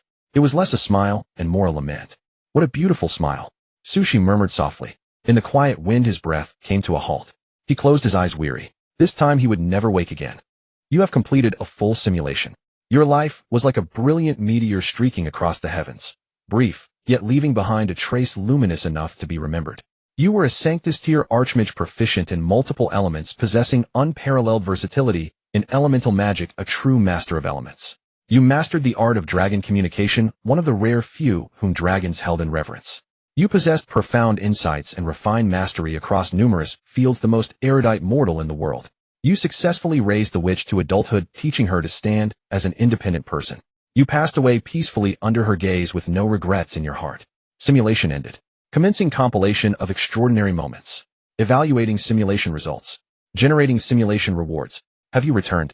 His eyes opened and closed. The scene before him silently transformed, shifting from the architectural style of the magical world to that of the real world. Sushi found himself seated on the living room sofa. A slight buzz echoed in his head, but it quickly subsided. The vitality bestowed by his youthful body once again flooded every corner of him. No wonder so many emperors throughout history sought to reverse the aging process. The taste of aging. Truly an unpleasant experience. He clenched his fist, slightly feeling the power surging within, then exhaled a breath of stale air. Back in the magical world, he had clearly felt his physical faculties declining day by day, watching himself weaken until even walking exhausted him. That feeling, Sushi truly did not wish to experience it a second time. I wonder how that child Krisa is doing after the simulation ended. Sushi leaned back, his body sinking limply into the sofa, waiting for the simulator to finish its settlement. Sushi harbored some concern. After his death, would the weak, pitiful, and helpless witch be discovered by the gods in the heavens, thus forcing her back into a helpless life of flight? Within the quiet house, Sushi's thoughts were somewhat chaotic, eventually dissolving into a soft sigh. Silence. An unbelievable silence. In the courtyard inside the house, by the bedside, in the bedroom, everything and all living things fell into absolute stillness. No, there was still sound. The sound of tears falling, the crystallization of despair, made manifest, heavy with grief, as it struck the ground. It hurts. My heart hurts so much. The witch sat dazed and vacant by the bedside, her hands clutching that cold, aged palm, attempting to warm it with her own body heat. But it was useless, completely useless. The once warm sun had lost its heat. The light that once brought salvation would never appear again. His voice, his appearance, everything about him had grown dim and lifeless, dragging the witch down into a bottomless abyss alongside him. Master, you lied to me. The power of love is far from infinite. Krisa whispered softly. Tears continuously streamed down, wetting her cheeks, eventually dripping onto that cold, aged hand. She loved deeply. She loved Sushi eternally. Yet that intense love which consumed her entire being had not granted the witch the power to save everything. She could only watch helplessly as Sushi silently passed away before her eyes, unable to grasp that fluttering, withering flower.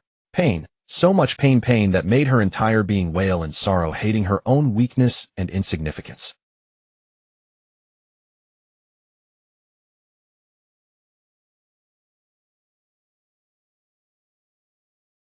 Master, I will wait for you always until we meet again. Krisa could no longer endure the grief in her heart. Ah. She sobbed hoarsely, her 10 fingers tightly pressing against her despairing face, as if trying to cry out loudly, but her throat had long grown too raw to continue. In the end, only crystal-clear tears continued to fall, forming glistening spots of water upon the floor. Gradually accompanying the witch's hoarse lament, the pure white center of her black and gold eyes began to shift and distort. A supernatural red began to emerge. It was the color of blood. It was the color of the heart. It was the color of love. The witch's eyes completed their metamorphosis, displaying the illusory tricolor of black, red, and gold. An invisible and mysterious power surged within her body, helping her break free from her shackles, and in utter silence, she ascended from a Sanctus-tier archmage to a demigod. Elements drew near to her, the world grew closer, all things bowed in goodwill. In stark contrast to the witch was Sushi's already dead, aged corpse. The breeze moaned mournfully. The body turned to fine invisible dust, disintegrating bit by bit before the witch's eyes, carrying away her last hope, her last reliance. The too fragile mortal body, having endured the prolonged suppression of Sanctus Tyr's spiritual pressure for many years, had long since decayed beyond recognition. Now, it finally met its natural end. Master. The witch watched quietly, sitting still, as if separated from the entire world. Her heart was nearly dead.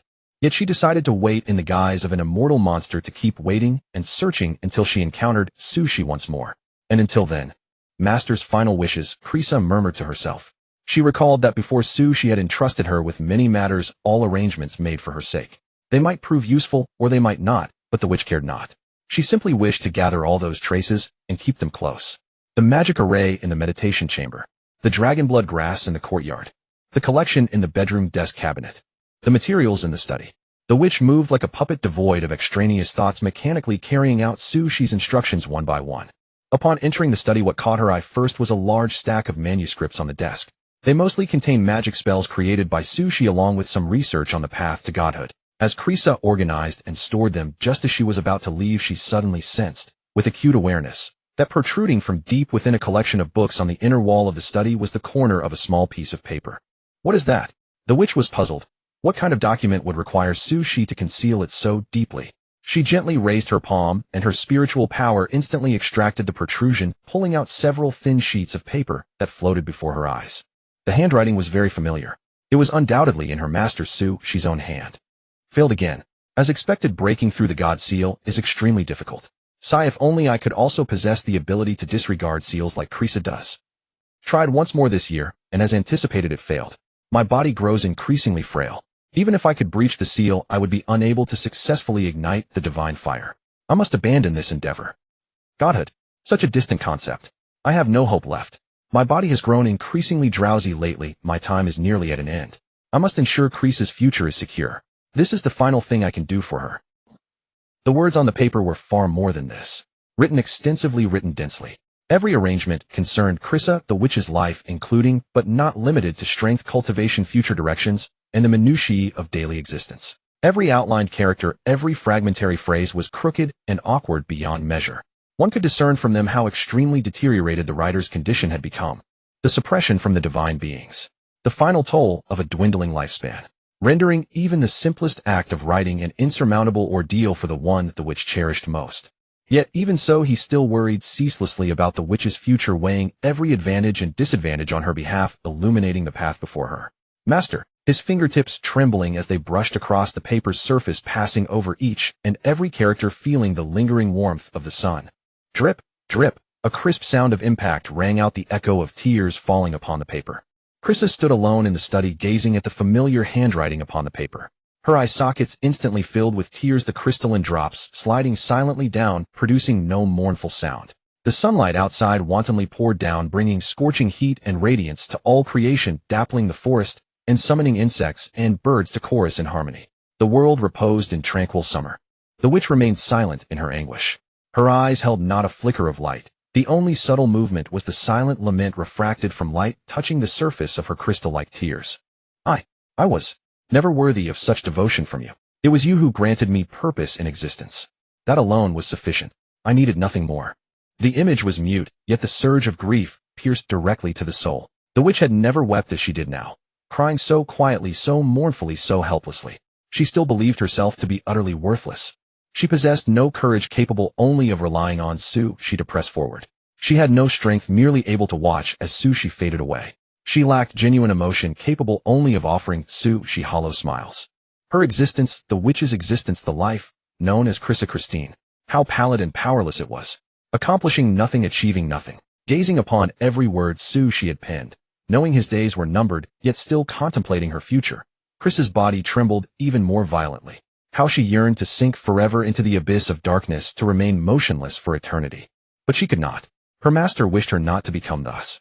He hoped, he encouraged, he desired for the witch to unfurl her wings and soar freely into the vast heavens.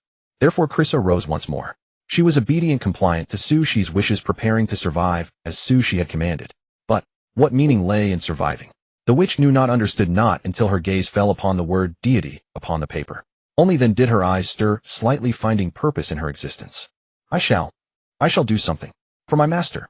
even if it means becoming enemies of the divine.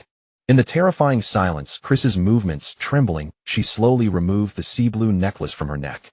After caressing it gently, she placed it within the spatial ring. Immediately the staff materialized in her palm. Creak. The courtyard gate was pushed open, the rusted latch producing a slightly harsh sound. Chris's gaze vacant, she walked through the gate, her entire being haggard and worn. Sunlight enveloped the witch, yet all she could feel was cold. Her mental state was dazed and absent. She did not even notice the stones beneath her feet. The witch fell. After lying motionlessly for several seconds, her delicate fingertips pressed against the ground, her palm bearing down, and she rose by her own effort. She understood that from this day forth no one would ever help her rise again. Therefore she must learn to stand on her own. Only thus could she spare her master from worry. Only thus could she truly live on. The noonday sun blazed brilliant and bright. Along this road light and shadow intertwined. Slender wisps of sunlight filtered through gaps in the dense foliage, falling upon the witch's shoulders as she walked ever onward, like an unspoken gaze witnessing her depart ever further. Henceforth, the witch would transform into an immortal aberration dwelling alone in this world. She had departed the courtyard forever, left behind this place that was no longer a home. No one knew whither the witch had vanished. It was not until 4 or 5 years had passed that the nearby mortals sensed something amiss, realizing the courtyard had long fallen silent. Some, driven by curiosity, scaled the walls to investigate, only to find it thick with dust. This anomaly swiftly drew the magical association's inspection, yet they discovered nothing. All items related to Sue, she had been gathered and taken by Krissa. Only an empty, desolate dwelling remained, its doors and windows swaying in the wind, perplexing all who beheld it.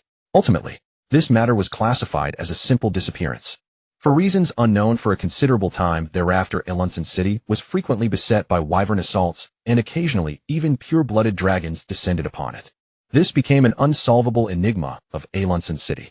30 years later, under the mandate of the divine beings, numerous god churches continued searching for traces of Sue, she seeking that archmage who might ascend to godhood. But shortly thereafter, a shocking incident astonished the entire magical world. Within a single night, every god church on the northern continent was uprooted entirely. No, annihilation would be the more fitting term. Simultaneously, at different locations, immense divine power descended from the heavens, causing the gods faithful to perish in tranquil silence. The gods descended in their fury. Hoo-hoo. Disrespect toward the divine warrants only death. Wait, this power. Could it be? You have ignited the divine flame. The gods who descended to the mortal realm were not their true beings from the celestial realm. Even so, the gods still possessed might that towered above all mortals. Yet even such lofty gods, despite their numerical advantage, could still do nothing against the witch. In the end, both sides reached a stalemate, and the witch departed unharmed. This incident ignited a crisis of faith among the gods. Countless souls came to revere the witch as the sole true deity, provoking the gods' fury as they ordered the witch's capture. Another 20 years elapsed. Krissa appeared once more. She stood above the heavens, her staff striking the void vast, and overwhelming magic surging with elemental forces, forming a world-devouring tempest. One strike annihilating every foundation of divine faith. No matter where they stood, every god church was precisely destroyed. While people cowered in fear and dread, they believed the witch surely bore a blood feud with the gods. Even the gods themselves held this belief. No, remaining in the celestial realm has grown too perilous. That being will inevitably come to strike. If you wish to fight, then you shall do so alone. Some gods lived in terror, some in fear, seeking to flee the celestial realm. The magical realm, though vast, was not the sole existence within the cosmos. With their divine power, the gods could easily discover new worlds or conceal themselves within elemental planes. No god wished to perish. The witch's terrifying magic caused even deities to tremble in fear. Yet by this very moment, escape had become far too late. Earth, wind, fire, and water thundered and roared, insidiously enveloping and sealing the entire celestial realm. The gods had descended in fury. Who dares to defy the heavens invites only death. Hold this power. Could it be? Have you ignited the divine flame? Master, the injustices you once suffered, I will repay them one by one. The magical world, above the vast boundless ocean, layer upon layer of waves surging forward and backward, forming giant waves that crashed and swept, seeking to engulf that thin and frail figure. But she merely grasped her wand, and all fell calm. Even more, the power of the raging sea was turned to her control.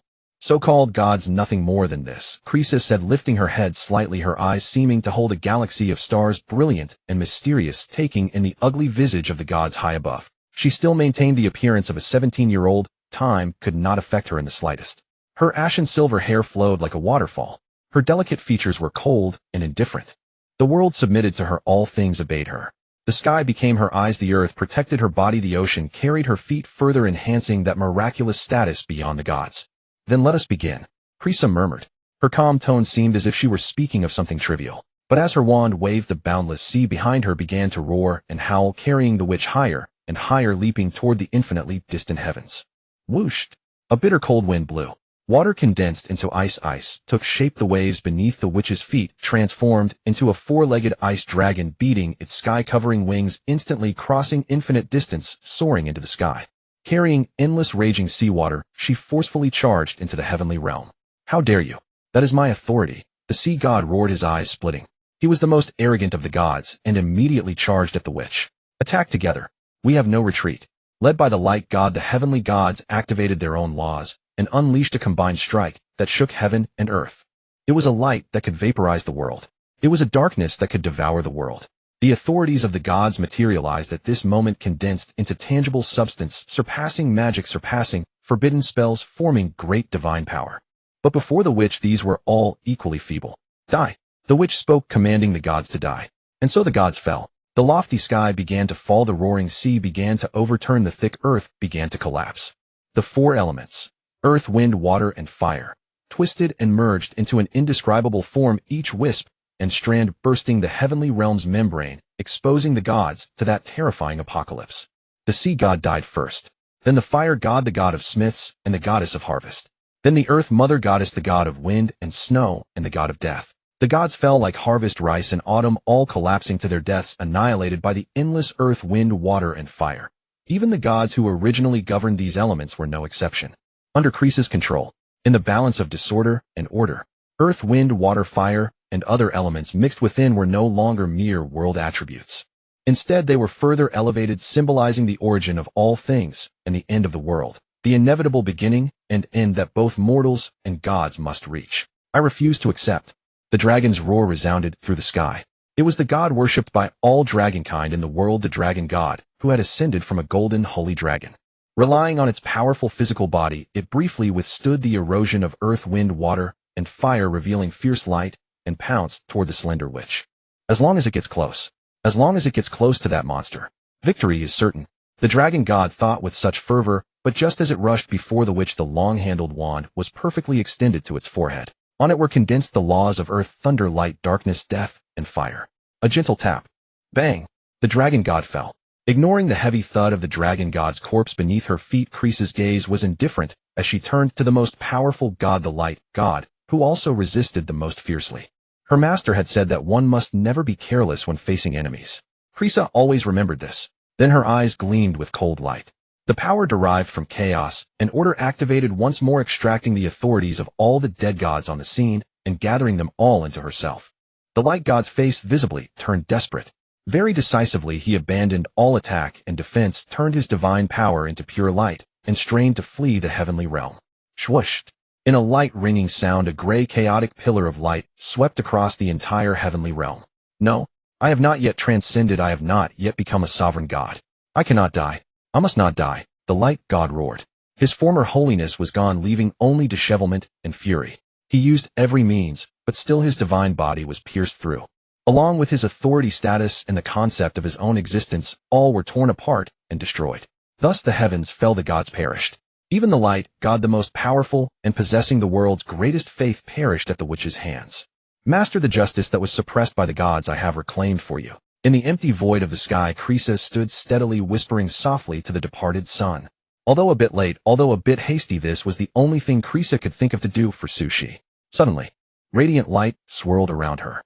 The vast and profound power of the world swept up the remnants of the fallen gods, crushing them, grinding them fine, and finally coalescing into a bright and resplendent crown. Invisibly a voice appeared in Krisa's ear. It was the instinct of the world. It was the intimacy of heaven and earth. The gods who once held authority and governed the world were gone. The world needed a new ruler. Thus the world chose the witch, wanting her to wear the crown and become the true lord of the world. However, the witch refused. This kind of thing, I don't need it. As she said this, her fingers gently pinched the sacred crown before her, and with a slight exertion, the interwoven power of chaos and order shattered it completely. Why? The world consciousness transmitted this doubt.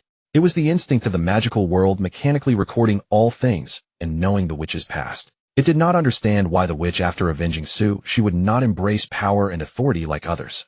The witch's answer was simple. She would wait for Su Shi until they met again. Amid the world consciousness's confusion, Krisa held her wand, took a gentle step forward, and crossed time and space, stepping outside the world. Before her appeared a vast, brilliant multitude of worlds. They interlaced with each other, floating in a chaos, without concepts of time and space, shimmering with different lusters. The witch decided to begin searching for traces of Su Shi and in the process continuously eliminate ugly gods. That direction seems to have many gods. Krisa tilted her head blankly. She set sail through the chaos. The crown gifted by the world after shattering had not completely dissipated, but still hung behind her, shimmering with a miraculous brightness. Mortals have their own realm divisions. Gods have their own realm divisions. Minor divine power, weak divine power, intermediate divine power, great divine power, supreme divine power.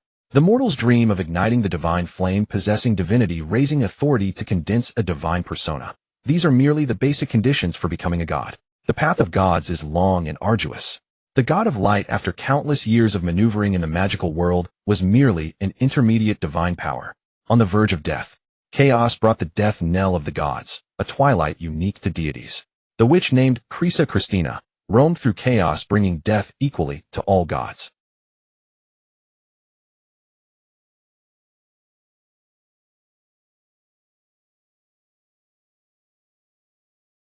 How dare you, defying the divine radiance?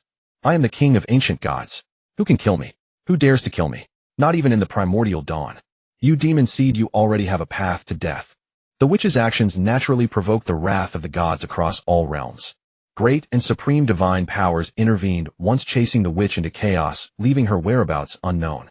But after a period, the witch returned in an even stronger form, stronger with each battle without end. Countless years passed unknown. Even in the timeless chaos, the sea of worlds underwent evident changes, becoming scattered, fragmented, the marks of the witch's battles with the gods. In the end, the witch emerged victorious. She absorbed the authorities of the chaotic gods, gathering all concepts of order and disorder. Only a very few benevolent gods were spared by the witch. From then on, such praise spread across the myriad realms. The age of gods has passed, the soul supreme has been born, immortal and unique, omniscient and omnipotent, creation and termination. The eternal, which regarding the crowns of 1,000 realms as nothing, stands upon the corpses of the gods, awaiting the next cycle of endless ages. Mentor, I will always wait for you, forever and ever. Krisa murmured softly, waiting in the chaos where she alone remained. The authority of time and space manifested at her fingertips. With a gentle stroke, vast amounts of the past materialized. Every moment of the witch's childhood spent with Su Shi. The witch immersed herself in such memories, allowing false warmth to envelop her. She had already tried. Even the supreme authority of time and space could not save the departed Su Shi. Therefore, the obedient Krisa decided to continue waiting. Wait for the next day, the next year, the next epoch. The witch did not understand what emotions were nor what freedom meant. She only knew she wanted to wait. Mentor, eternal life seems to be a good thing. It allows me to have the chance to meet you once more. In the lonely currents of chaos, the eternal, which sat quietly expressionless, with time eternally frozen at 17, unable to increase or decrease, unable to pass or stay. Behind her were the radiant crowns bestowed by billions of worlds and planes. Those crowns were all rejected and shattered by the witch. Yet they refused to leave. They formed a new miracle, illuminating the entire universe, lofty and sacred, the crown and throne exclusively belonging to the Supreme. But the eternal, which did not need them to prove herself. The real world. Su Shi lay back on the sofa, still worried about the witch's situation. I hope that after I'm gone, Krisa will be more prudent. Even if she can't defeat the gods, she should know to flee quickly. With Krisa's talent and comprehension, as long as she has enough time to develop self-preservation, should be fine. Su Shi pondered. He couldn't let go of the witch he had raised since childhood, who wept helplessly at his death. Suddenly, the prompt sound from the simulator interrupted his thoughts. The sound of simulation completion. Ding dong. The second simulation statistics are complete. Congratulations, host. You have activated the following achievements. Element Master, have a beginning and an end. Redemption of the Witch Dragon Speaker. Physical Architect of the Twilight of the Gods. His only one. Element Master. In terms of elemental mastery, you have successfully stood at the pinnacle of mortals. Your breadth of attributes is so vast that even gods would marvel. Have a beginning and an end. You began in Old Alanson City and ended in New Alanson City, living a peaceful and serene mortal life. Redemption of the Witch. You are the light that illuminates the witch, giving hope and future. You hold an irreplaceable and important place in the witch's heart. Dragon Speaker Physical. You are very adept at dealing with dragons. Every meeting inevitably involves bloodshed. Architect of the twilight of the gods, your death led to the extinction of the gods. Even the world was shocked by your deeds. His only one, she is the sole one revered by all realms, but to her only one is you. So many achievements. Sushi was slightly surprised. At the end of the first simulation, he had only 4 achievements. Now he had a full 6. More achievements is a good thing, indicating that this simulation was very successful and the corresponding settlement evaluation will be higher. But what exactly happened after my death? Sushi's current state was very similar to when he first taught Krisa, feeling a bunch of question marks above his head, full of incomprehension. The extinction of the gods, the sole ruler of all realms. Could it be that Krisa, after my death, single-handedly annihilated the gods of the celestial realm? Sushi seemed thoughtful. While speculating, he no longer worried so much about the witch's future. The words from the simulator panel were enough to prove that the witch's future was limitless, the radiance of her existence so great that even the world would respect it. After knowing this, she was completely relieved. He continued to look down. Simulation summary: you perfectly utilized your talent and became the number 1 under the gods. Without a doubt, you are the strongest Saint Domain Magus in human history. You did not break through the shackles of fate and take the final step to become a god, but your death prompted the birth of the supreme god. You are worshipped by countless worlds, praised as the father of the supreme. Simulation No. 02 Final Evaluation S. Rewards generating. Drip. Drip. Host, please choose any 4 of the following 5 rewards. They will be issued immediately after selection. 1. Peak Realm in the simulation life. 2. All Magic in the simulation life. 3. Enhanced Elemental Perception. 4. Faith Power Manipulation Technique. 5. A Damaged Burnt Wand. Choose any 4. At the end of the first simulation, I could only choose 3. Is it because the simulation evaluation rose from S to S? Indeed, the quality and choices of simulation rewards are linked to the simulation evaluation. Sushi gave a soft exclamation of surprise. Then he checked the descriptions of the different rewards. Option 1 was Strength, Option 2 was Skills. These 2 were self-explanatory and easy to understand at a glance. Option 3 was an enhanced version of the Elemental Perception ability. Sushi guessed that it should have risen from the original purple quality to the golden quality, equivalent to the Heavenly Spirit root. Option 4 was the Method for Gods to absorb faith. Option 5 was Krisa's Lost One, the first one, Gray Rekindling. After careful deliberation, Sushi made his decision, selecting options 1, 2, 3, and 5.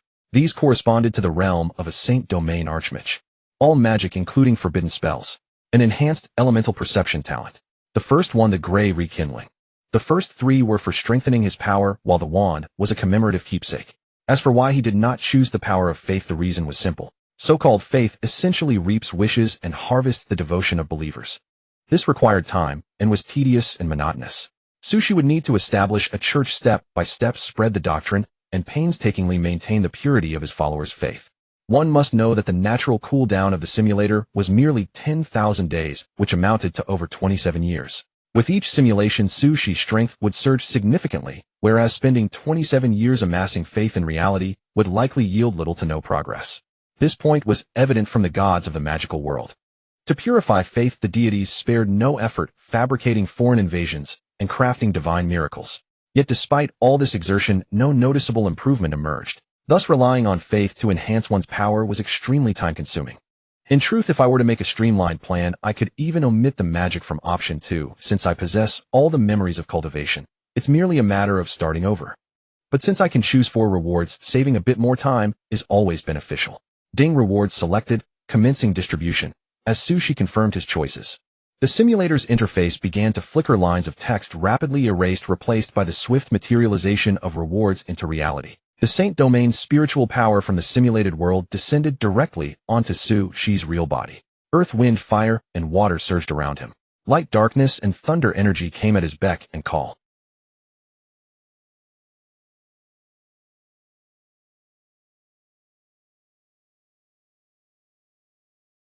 Indeed, with the aid of the simulator, the 2 vastly different supernatural systems not only did not conflict, but began to complement each other. Cultivation lets me ascend, magic lets me become a god. How interesting. Sushi suddenly felt his body lighten, a sign of physical evolution and a leap in the essence of life. Without the limitations of mortal intellect or the joint blockade of the gods, the extraordinary traits that a Saint Domain Archmage should possess were gradually empowering Sushi's body. This even spurred a breakthrough in his golden core cultivation realm. With a whoosh, surging spiritual power erupted from his dantian, and with a slight tremor, she stepped into the late golden core stage. Another whoosh, and the golden core instantly reached its ultimate perfection. Crack. The jade infant shattered the core, and in the span of a breath, she broke through to the early nascent soul stage. Not only that, but all sorts of intricate knowledge turned into instinct, quickly solidifying into muscle memory. With a casual gesture, she summoned the magic from the simulated world. Unlike the cultivation system where power resides within oneself, magic is essentially a process of communicating with and controlling the world, like solving a problem using one's own formulas to mobilize the world's elements. That is also why there are relatively few mages in the real world. The magic obtained by the Supernatural Bureau all came from parameters of another world. To use it in the real world, one must replace them with the parameters of reality. Unexpectedly, the simulator directly skipped this process for me, allowing my magic to be used anytime, anywhere. Gazing at the earth, wind, fire, and water floating in his hand, Sushi felt quite surprised. But upon reflection, it made sense. Supernatural beings in the real world could only cultivate slowly on their own, lacking a solid foundation, and thus their strength was naturally unstable. Sushi, however, was different. He simulated diligently, and the simulator brought him to the level of a Saint Domain Archmage in one go. The firmness of his foundation was evident. This is the difference. Sushi withdrew his vast and overwhelming spiritual power. Then with a thought, he dispelled the elements swirling around him. With the strength of a Saint Domain Archmage, I can now walk sideways in the real world. Even if I encounter a demigod or a rogue immortal, I have the eternal tear to protect me. Come to think of it, am I invincible? Sushi sighed once more, marveling at how delicious the soft rice from his sister truly was. He turned his palm upward, and the final simulated reward materialized out of thin air, a wand of scorched black ash wood. The wand felt rough, charred beyond recognition, but faintly one could still discern a trace of its former appearance. If Krisa were here, she would be delighted, wouldn't she? Gazing at the wand in his hand, she recalled the days when he had taught the witch. After a long while, he placed it on the bedside table. The exact spot was near the sugar jar. Master. Brother. For some reason, Sushi's heart suddenly trembled, and a shiver ran through his entire body. Vaguely, he seemed to hear familiar voices echoing in his ears. Krisa, Emoli. The sunlight outside was so brilliant. It streamed into the room, slanting across Sushi's face. Strangely, in the scorching summer heat, she felt no warmth at all. He was startled and uncertain. First, he glanced at the wand he had placed then at the ceramic sugar jar. After confirming that neither showed any abnormality, he slowly relaxed. Is this a post-simulation effect? Am I having auditory hallucinations in the real world because I simulated for too long? Sushi fell into deep thought. With his current Saint Domain strength, collecting supernatural items to recharge the simulator for new simulations had become much easier. But this sudden anomaly made Sushi feel that extending his rest time a bit before the next simulation might be better. I really need to rest well. Even as a nascent soul cultivator and a Saint Domain Archmage, without proper rest the body can be strained into illusions. Sushi reached out and slightly adjusted the positions of the wand and the sugar jar. After confirming that neither would fall and that they would not be exposed to direct sunlight, he nodded with satisfaction and left the bedroom. Based on the progress of one memento per simulation, I need to prepare a larger display cabinet. Otherwise, always keeping them on the bedside is not ideal. They easily gather dust. Besides that, I lack a suitable wand. My Saint Domain Archmage strength allows me to cast spells without one, but with a good wand the magic power can increase by 20 to 30%. With my artifact refining and wand crafting skills, perhaps I could create a weapon that combines a flying sword and a wand. Having reviewed the simulation rewards, Sushi left quickly, intending to plan his future combat system and a more reasonable way to combine cultivation and magic in battle. He did not see that after he left, the distance between the gray rekindling and the sugar jar had slightly increased. Barely perceptible, yet undeniably real. Stepping out of the bedroom, Sushi felt a sudden lightness in his body as the summer heat wave washed over his face. He was once again convinced the previous voices had merely been auditory illusions. I didn't expect the simulation to drain one's spirit so thoroughly. Still, it's only natural to feel fatigued after nearly a century of simulated time. Sushi deeply agreed with this thought. He retrieved a bottle of Qingshin pill for refreshing the mind, swallowed it, and allowed its essence to refine within him, restoring his weary spirit. He then left his home and headed to the bustling Taiji Baozi shop nearby, ordering 3 large meat buns to eat while seated. The food of the magical world could hardly be called terrible, yet after dwelling there for so long, one inevitably grew nostalgic for the flavors of Huaxia cuisine. The marketplace roared with clamor, and the flow of vehicles never ceased. The steaming meat buns were soon placed on the table. Excellent as always, thin skin, generous filling. And the sweet tofu pudding is remarkably silky. Sushi nodded slightly.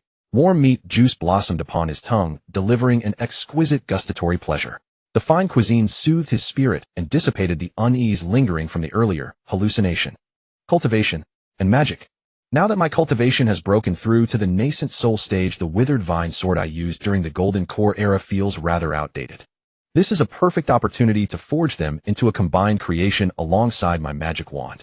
Cultivation world treasures face no fixed limitations on their shapes or forms. What truly makes a magical treasure is the array formations and Tao patterns inscribed upon it.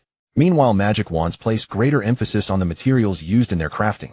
Superior wand materials inherently possess excellent elemental conductivity, amplifying the power of element-based magic. Looking at it this way, combining cultivation with magic is certainly viable. Taking a large bite of his meat bun, Sushi fell into deep contemplation. By the end of both simulations, he was no longer an ignorant, ordinary person. Possessing refined crafting techniques on the cultivation side and master-level wand-making expertise in the magical realm, the two could be combined to create weapons usable across both disciplines. The sole difficulty lay in the materials. Sushi had already reached the Holy Domain Archmage level, the pinnacle of the magical system, with ascension to immortality lying just beyond. Finding suitable materials to craft a weapon of that caliber was inherently challenging. Let me check Xiaofin Jijia. Sushi took out his phone and with somewhat unfamiliar fingers logged into the platform. After verification, the transaction network visible only to transcendent beings appeared before his eyes. Big news. The Uzi Thunder Special Edition is now available for only 98 credits, not 998. TCTD Type 1-click Chi Transformation Horse Device on sale. Intelligent Mech-type Magic Cannon Turret now accepting pre-orders. Hundreds of fireball spells per second to deliver true despair to your enemies. Level 6 Purification Rounds. Gatling Exorcism Cannon jointly blessed by multiple eminent monks, dealing double damage against spirits and evil entities. A rare opportunity at a limited price of 555 credits. Bullets sold separately. Within Xiaofin Jijia, what first caught the eye were the various hot weapons advertisements promoted by the authorities. Beyond those were the scattered listings from individual transcendent beings. Anything from magnificent transcendent mounts to commonplace weeds from the cultivation world, densely packed and dazzling to behold. Something tells me, if the real world continues developing at this pace, the overall atmosphere will only grow increasingly bizarre. Sighing to himself, Sushi narrowed his search to wood attribute transcendent materials. His spiritual root was wood, and wand-making materials also predominantly derived from trees, making them a perfect match to facilitate the integrated research of flying swords and magic wands. Remnants of a willow tree struck by lightning. A withered unknown tree trunk, yet of extraordinarily high hardness. Simply a seed, yet containing exceptionally potent wood attribute energy. Sushi rapidly scrolled through Xiaofin Jijia. As he examined the product listings filled with numerous vaguely described transcendent materials, his brows inevitably knitted together. In recent years, the Transcendence Administration Bureau had collected a considerable number of transcendent items of varying quality. The fact that these product descriptions were so vague indicated that even the authorities were uncertain of their true value. Ultimately, they could only set a middle-of-the-road price and list the items on the Xiaofin Jijia trading platform, merely to flesh out the product inventory. Tasteless to consume, yet a pity to discard. A true chicken rib. From these material descriptions, there might be something useful to me, but a wrong guess would mean wasting credits for nothing. Sushi instinctively weighed the pros and cons. Yet suddenly he realized something. He could simply purchase everything. During the second simulation, he had pushed mortal wisdom to its absolute limit.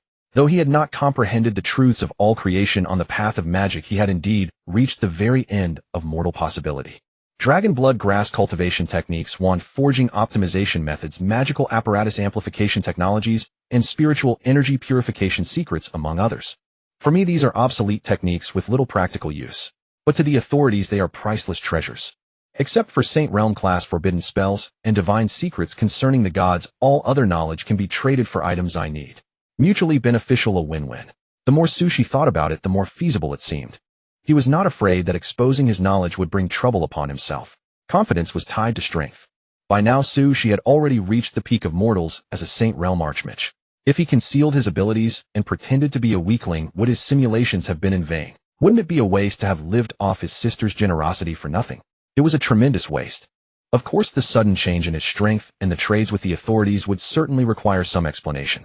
Sushi closed the Extraordinary Home website and searched through his contacts, quickly finding Zhang Yaohua, the director of the Yanshan City Extraordinary Affairs Bureau. Hello, Director Zhang. Ah, yes, I broke through again. What, you're asking how? Oh, just lucky. I was lying in bed sleeping at home when I inexplicably broke through to the nascent soul stage and even gained a mage's inheritance.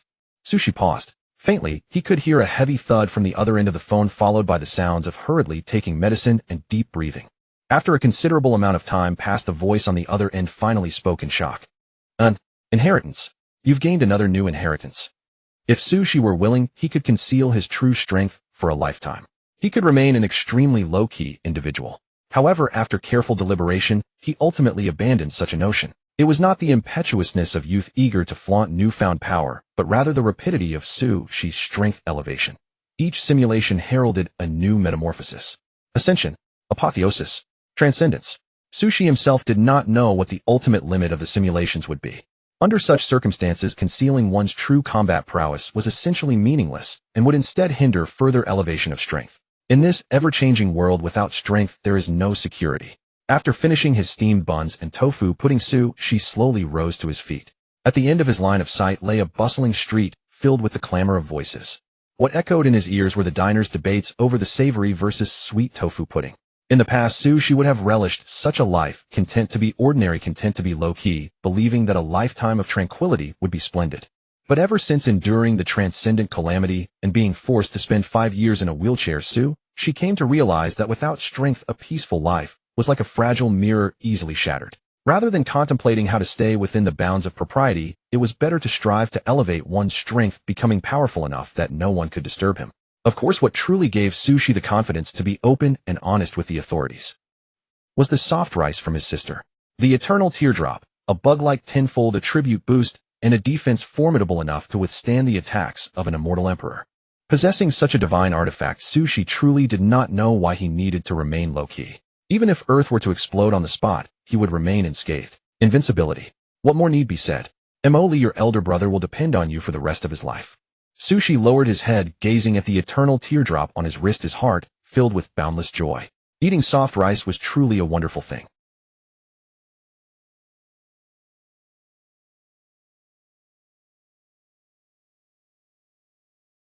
Soon the strength Sushi voluntarily revealed was rapidly reported to the headquarters of the Transcendent Coordination Bureau in the capital through Zhang Yaohua.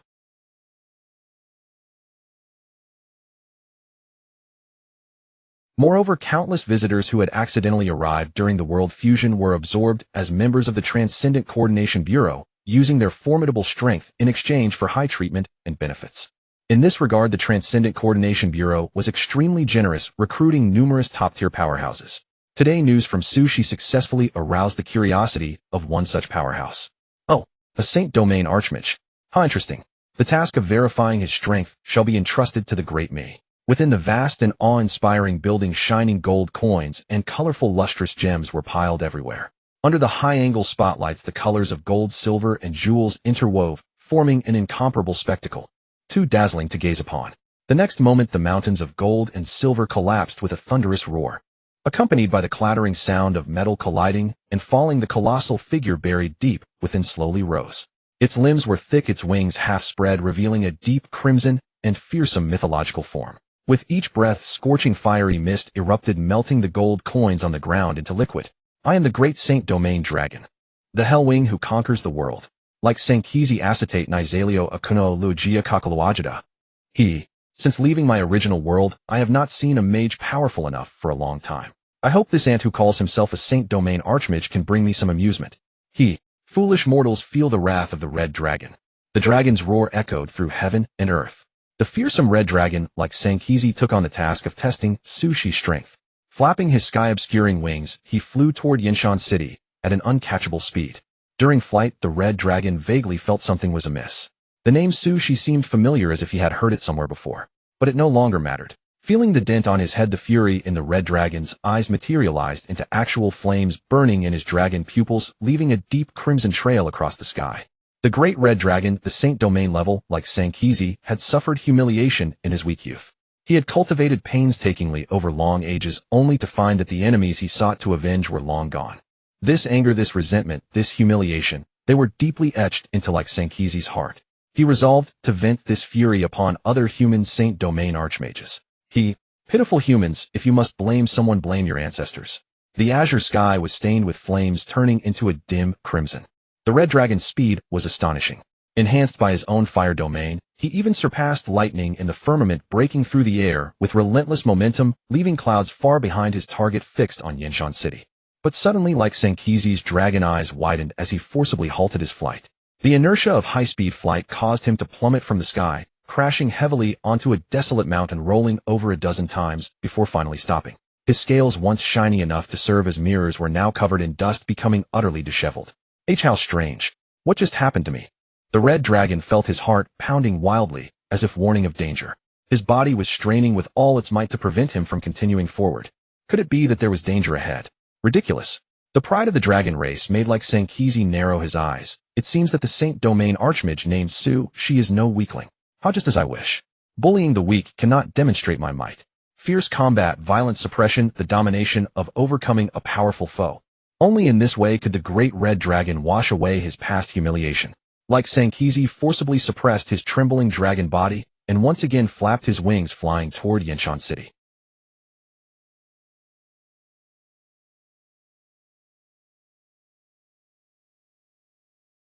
As he flapped his wings, he carefully cast a wind silence spell and a light concealment spell to hide his dragon form. The massive red dragon concealed his form, silently infiltrating the sky above Yinshan City, searching for the trace of the so-called Saint Domain Archmage. Found him. This immense amount of magical power and the profound spiritual energy hidden beneath, there is no mistake. He is a Saint Domain Archmage. The red dragon grinned, revealing his interlocking massive teeth. He folded his wings and dove, rapidly pouncing toward the locked position. He prepared to launch a fierce first strike, the red dragon's wrathful opening move. However, halfway through his dive, the expression on the red dragon's face suddenly froze. For the Saint Domain Archmage slowly turned around, revealing a face that chilled the dragon race to the bone. Dragon Speaker. The crimson dragon's breath, a symbol of its fury. A swift dive, emblematic of its valor. A thunderous roar, the very embodiment of its savagery. The magnificent red dragon Lexans, even cast into a foreign realm, shall prove his fearlessness and might. Indeed, such ought to have been the case. Fancy meeting an old friend, how nostalgic. The youth's voice that struck terror into dragons rang out. That was Su Shi's voice, the voice of the one beneath only the gods, the demon who had single-handedly suppressed Dragon Island. At this moment, Su Shi had just learned from Zhang Yaohua to verify his Saint Domain Archmage abilities. One of the supreme powerhouses from the Transcendent Bureau, a Saint Domain Red Dragon, was hurtling toward Yinshan City at breakneck speed. Su Shi remained entirely unruffled, for his foundation was profound and his strength steadfast, all achieved through relentless personal simulation and practice. Be it a Saint Domain expert or even a demigod, he possessed equal confidence in emerging victorious. However, what Su Shi never anticipated was that this so-called Saint Domain Red Dragon would be an old acquaintance from the simulation world, the greatest contributor to nourishing his courtyard's dragon blood grasses. How wondrous this karmic connection. It appears I can continue cultivating dragon blood grasses in the real world as well. Su Shi reached across the void, and the gray rekindling staff originally stored at home materialized quietly in his palm, gathering the radiance of multiple elemental forces. Humans are creatures of nostalgia. Upon beholding familiar things, they invariably find themselves repeating the same motions. Su Shi was no exception. Earth attribute, forbidden spell, disintegration of all things. Fire attribute, forbidden spell, infernal conflagration. Thunder attribute, forbidden spell, doomsday thunder. Light attribute, forbidden spell, thousand blades, 10,000 lines. The same elemental attributes, but with amplified magical might. Su Shi wore a gentle smile as he lightly waved his staff, timing the motion to perfection. The startled dragon's head came crashing forward of its own accord. Gentle tap, forbidden spell edition. Ding. At this moment the world fell silent, listening to the dragon's mournful cry. Whoa. Dragon scales shattered, draconic blood sprayed through the air. However swift its arrival, so utterly pathetic was its backward flight. The seemingly fragile staff, upon its gentle contact with the colossal dragon, erupted violently with the power of 4 forbidden spells. The red dragon's head wrenched sideways, propelling its entire massive frame into a frenzied backward tumble. The air thundered. The wind roared in his ears. The dragon became a crimson meteor streaking in reverse across the sky. Utterly beyond control, it could only watch helplessly as it hurtled toward a great mountain. Crashing, exploding, crumbling, embedding itself deep within the rock. Dust soared skyward, boulders tumbled ceaselessly. The red dragon inevitably succumbed to vertigo. Yet experienced as it was, possessing remarkably resilient cranial defenses, it swiftly regained consciousness. By the dragon god, I must withdraw post-haste. Strategic retreat. Lexens's draconic countenance twisted in terror as it clambered out from the mountain's embrace, beating its battered scarlet wings, swaying precariously into the air once more. But the instant it ascended, a human figure materialized in the heavens. Vicious torrents of magical elements erupted from every pore. Sizzling in fire, crackling in wind, exploding with such intensity that one's scalp tingled in alarm. The red dragon's eyes bulged wide. It retreated a step, laughing nervously. Ha ha ha, what a coincidence. Fancy meeting you here. Actually, I don't think I came at quite the right moment. No, you came precisely at the right moment. Sushi smiled. Soaring above the firmament, he gazed down upon the trembling red dragon below, his expression serene, his countenance warm and approachable. Within the simulation world, Sushi had attained the rank of Saint Domain Archmage at just over 50 years of age. Yet the seals imposed by the gods and the church's relentless pursuit had denied him any opportunity for unrestrained combat. But now, with such a resilient sparring partner as the Red Dragon, Sushi finally had the chance to experience his full Saint Domain might. Domain unfold, Sushi spoke softly. A hypercomposite domain of over a dozen elements instantaneously spread across heaven and earth, cruelly crushing the Red Dragon's fired domain, forcefully carving out a microcosm where Sushi reigned supreme. The Red Dragon roared in fury. Nay, you cannot do this. I shall lodge a complaint. Despicable human, you drive me to this. I am no longer the weakling of old. Witness now the true power of dragons. Lexens roared forth its assault. Its features contorted in savagery. Its muscles bulged with strain. Its colossal body, vast as mountain ranges, surged with deep crimson fire elements upon its surface, seemingly gathering an extraordinarily potent draconic incantation. Unconsciously, even Sushi's expression grew grave. With a thunderous bang, Sushi instinctively erected a protective barrier, yet no attack materialized. He focused his gaze, only to witness the red dragon flapping its enormous wings desperately in retreat. Ha ha ha, you took the bait. This was precisely my escape route. Farewell, dragon speaker. Listening to the red dragon's triumphant declaration, Sushi felt a flicker of puzzlement. Strange, do I truly appear so terrifying to dragons? He suspected it was likely due to Klish's countless attacks on the red dragon during the second simulation, leaving it traumatized. Shaking his head, Sushi raised his palm lightly toward the direction of the fleeing dragon. The power of his domain instantly bound and entangled the dragon's wings, dragging it down with crushing weight, leaving not a whisper of escape. Lexens was utterly bewildered. Its draconic visage wore an expression of human-like bewilderment. It had never imagined being captured so effortlessly. Cold sweat cascaded down the dragon's scales as it hastily adopted a sycophantic posture, praising how masterfully she had captured it, how wonderfully he had done so, terrified lest a single misstep prove fatal. I recall your name being Lexens. No, far too formal. You may simply call me Little Red. The red dragon rubbed its two claws together as it spoke. Compliant, obedient, yet far from endearing. Its excessively ferocious visage ensured that no matter how pathetically it attempted to curry favor, it achieved only the opposite effect. Fear not, I bear no interest in your life. Sushi laughed, seeing through the red dragon's inner turmoil. The sole purpose for detaining you is to conduct some experiments. 1,000 thanks for your immeasurable benevolence. The red dragon rejoiced beyond measure. Yet it swiftly discovered its joy had been premature. Sushi's experiments meant using the red dragon as a target, testing its abilities to dodge and block forbidden spell attacks. In Saint Domain magical warfare, forbidden spells were far from uncommon. Lexens had previously battled human Saint Domain archmages, witnessing numerous forbidden spell magics. But this, gulp, the red dragon swallowed nervously, gazing upon the 20 forbidden spell magics descending simultaneously through the air. Suddenly, an existential resignation washed over its features as it broke into a smile. By the dragon god, I, Lexens Astarte Nezeralio Acnologia Kakarajada, am no coward. The brave red dragon fears no hardship. Valuing its own hide, the red dragon deemed 20 forbidden spells entirely acceptable. It roared, it howled, straining every fiber of its being to the absolute limit, unleashing its most powerful draconic incantation and Crimson Dragon's Breath, countering half of the forbidden spells in the process. Then frantically beating its wings, desperately evading the forbidden spell assaults on Sushi's behalf, testing the spell's attack ranges and velocities. The testing regarding the banned spells concluded swiftly. Sushi had a firm grasp of his own abilities, only lacking a comparison with peers of the same level.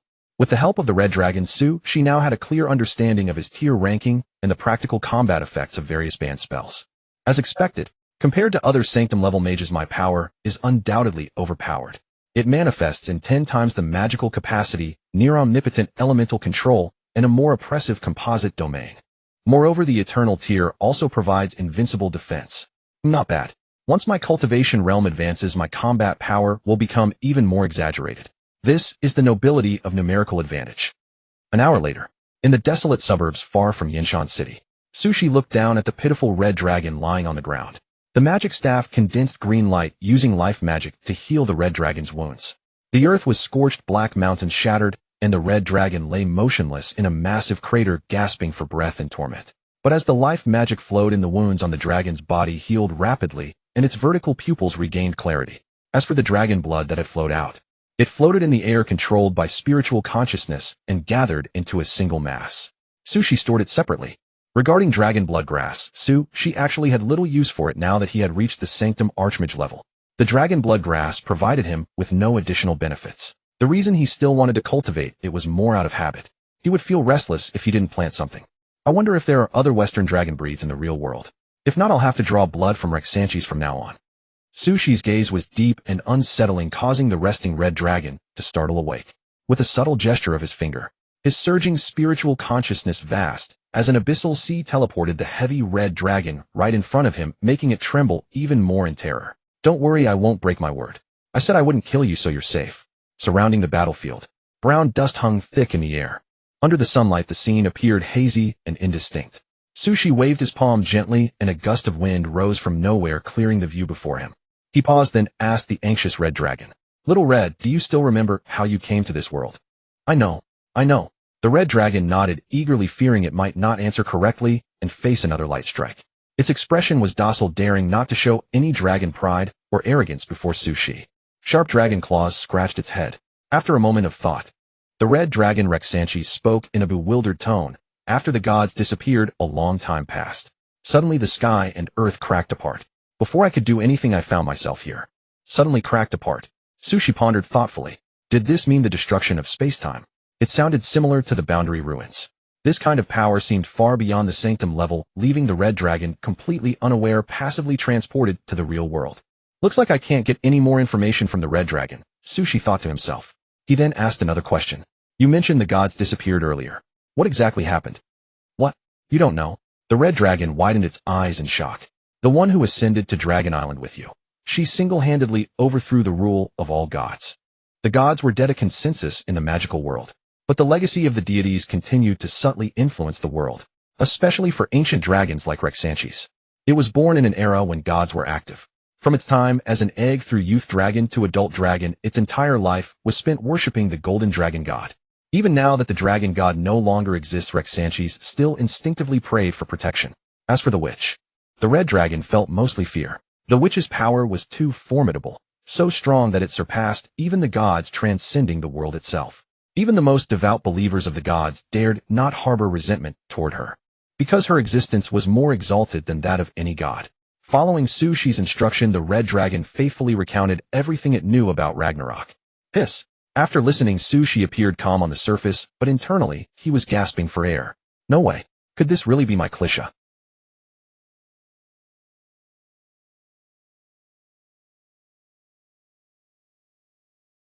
From the information provided by Rexanches, Sushi could easily determine that Klisha had destroyed the heavenly gods just 50 years after his death. A rather absurd, but likely accurate speculation floats up in Sushi's mind. Could it be that my existence actually slowed down Klisha's development speed? Am I a sacrifice for real? Sushi fell silent, unsure whether to feel relieved about the witch's growth or speechless about being a sacrifice. He felt a bit uncomfortable.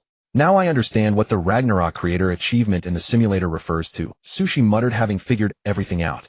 He wanted to ask the witch for more information, but the red dragon indicated it didn't know. After destroying the gods, the witch left the magical world alone, heading toward the mysterious and vast boundless chaos, a realm beyond the reach of mortals. The red dragon only occasionally learned through communication with the elemental planes that the witch had grown stronger. But how much stronger? It had no idea. I see. Sushi wasn't particularly concerned. Knowing that Klisha was doing well and had grown powerful enough to surpass the gods was already more than satisfactory. Although the simulator had revealed some information, it was ultimately too vague. Now, having learned more detailed information from the red dragon, she was in a good mood. Returning to reality. Having finished asking about how the red dragon crossed over in Klisha's matters, it was time to resolve the Sanctum Archmage certification issue.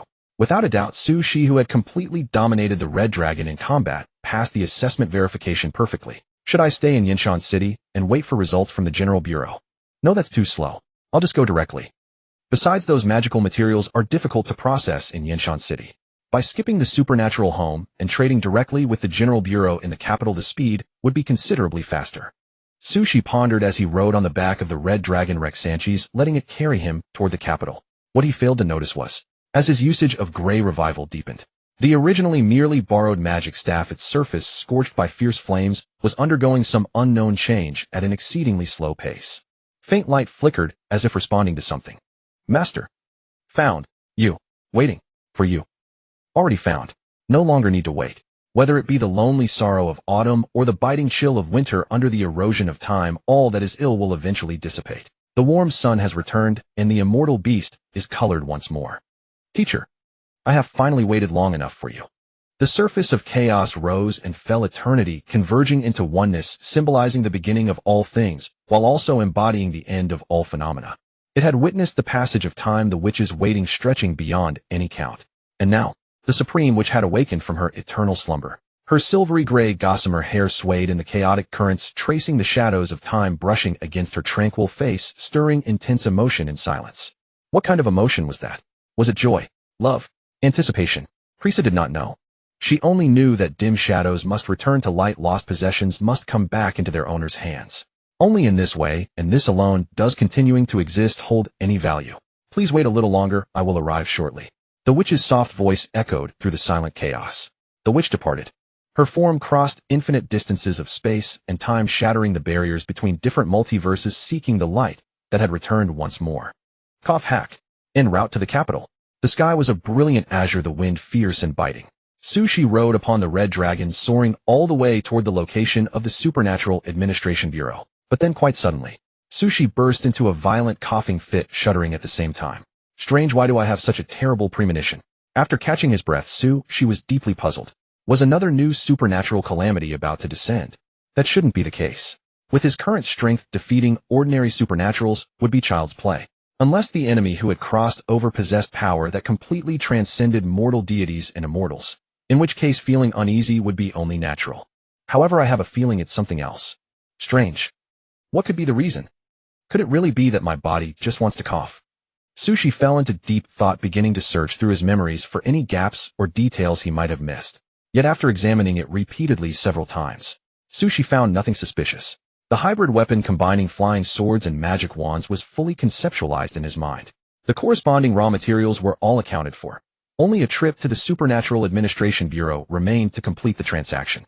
His combat strength and cultivation realm were also improving in an orderly manner.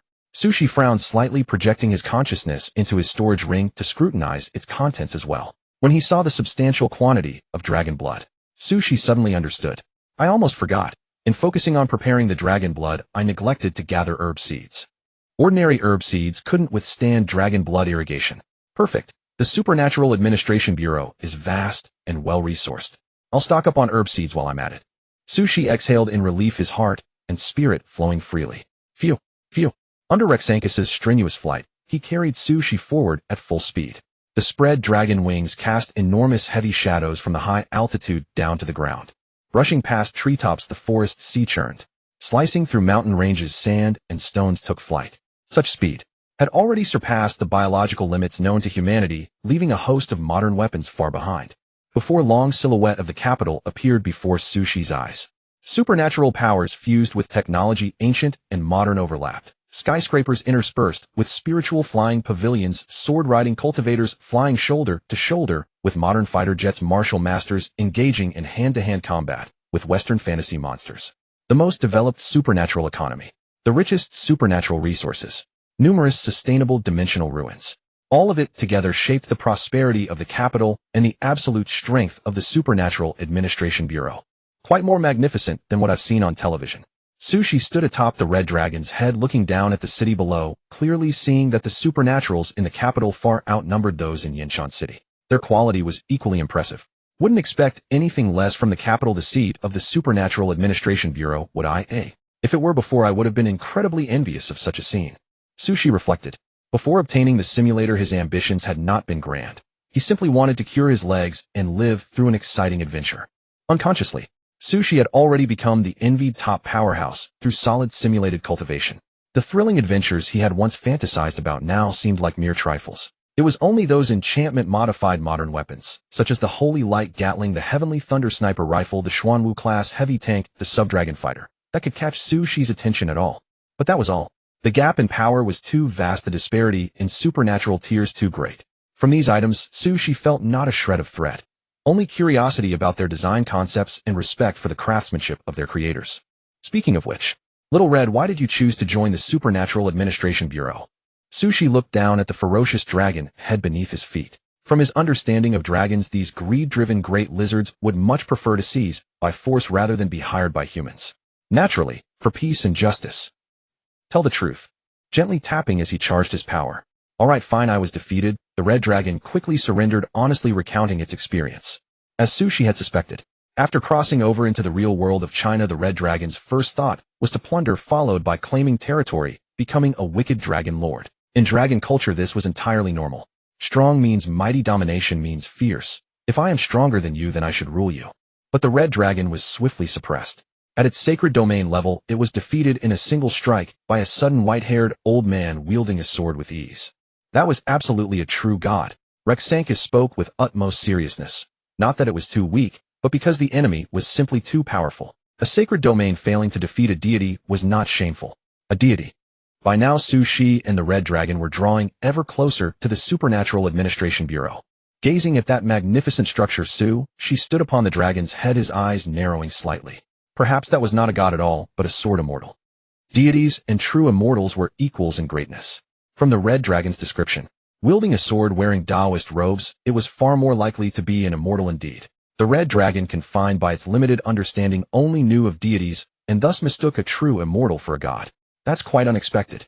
I never thought the real world would have a true immortal. No wonder the supernatural outburst lasted so long, yet order in the real world remained stable. The Supernatural Administration Bureau must have a true immortal aiding it within. Did a human of the real world inherit such power? Or perhaps an immortal from another world volunteered to help? Roar. The red dragon was clearly no stranger to working for the Transcendent General Bureau, when its dragon body as robust as a mountain appeared. Near the Transcendent General Bureau, corresponding measures were taken, revealing a spacious and wide landing area for the red dragon to rest. The dragon destroys the landing field. Like Sankizi roared excitedly, repeating words he had heard from somewhere. An acceleration. A dive. A landing with a tail whip.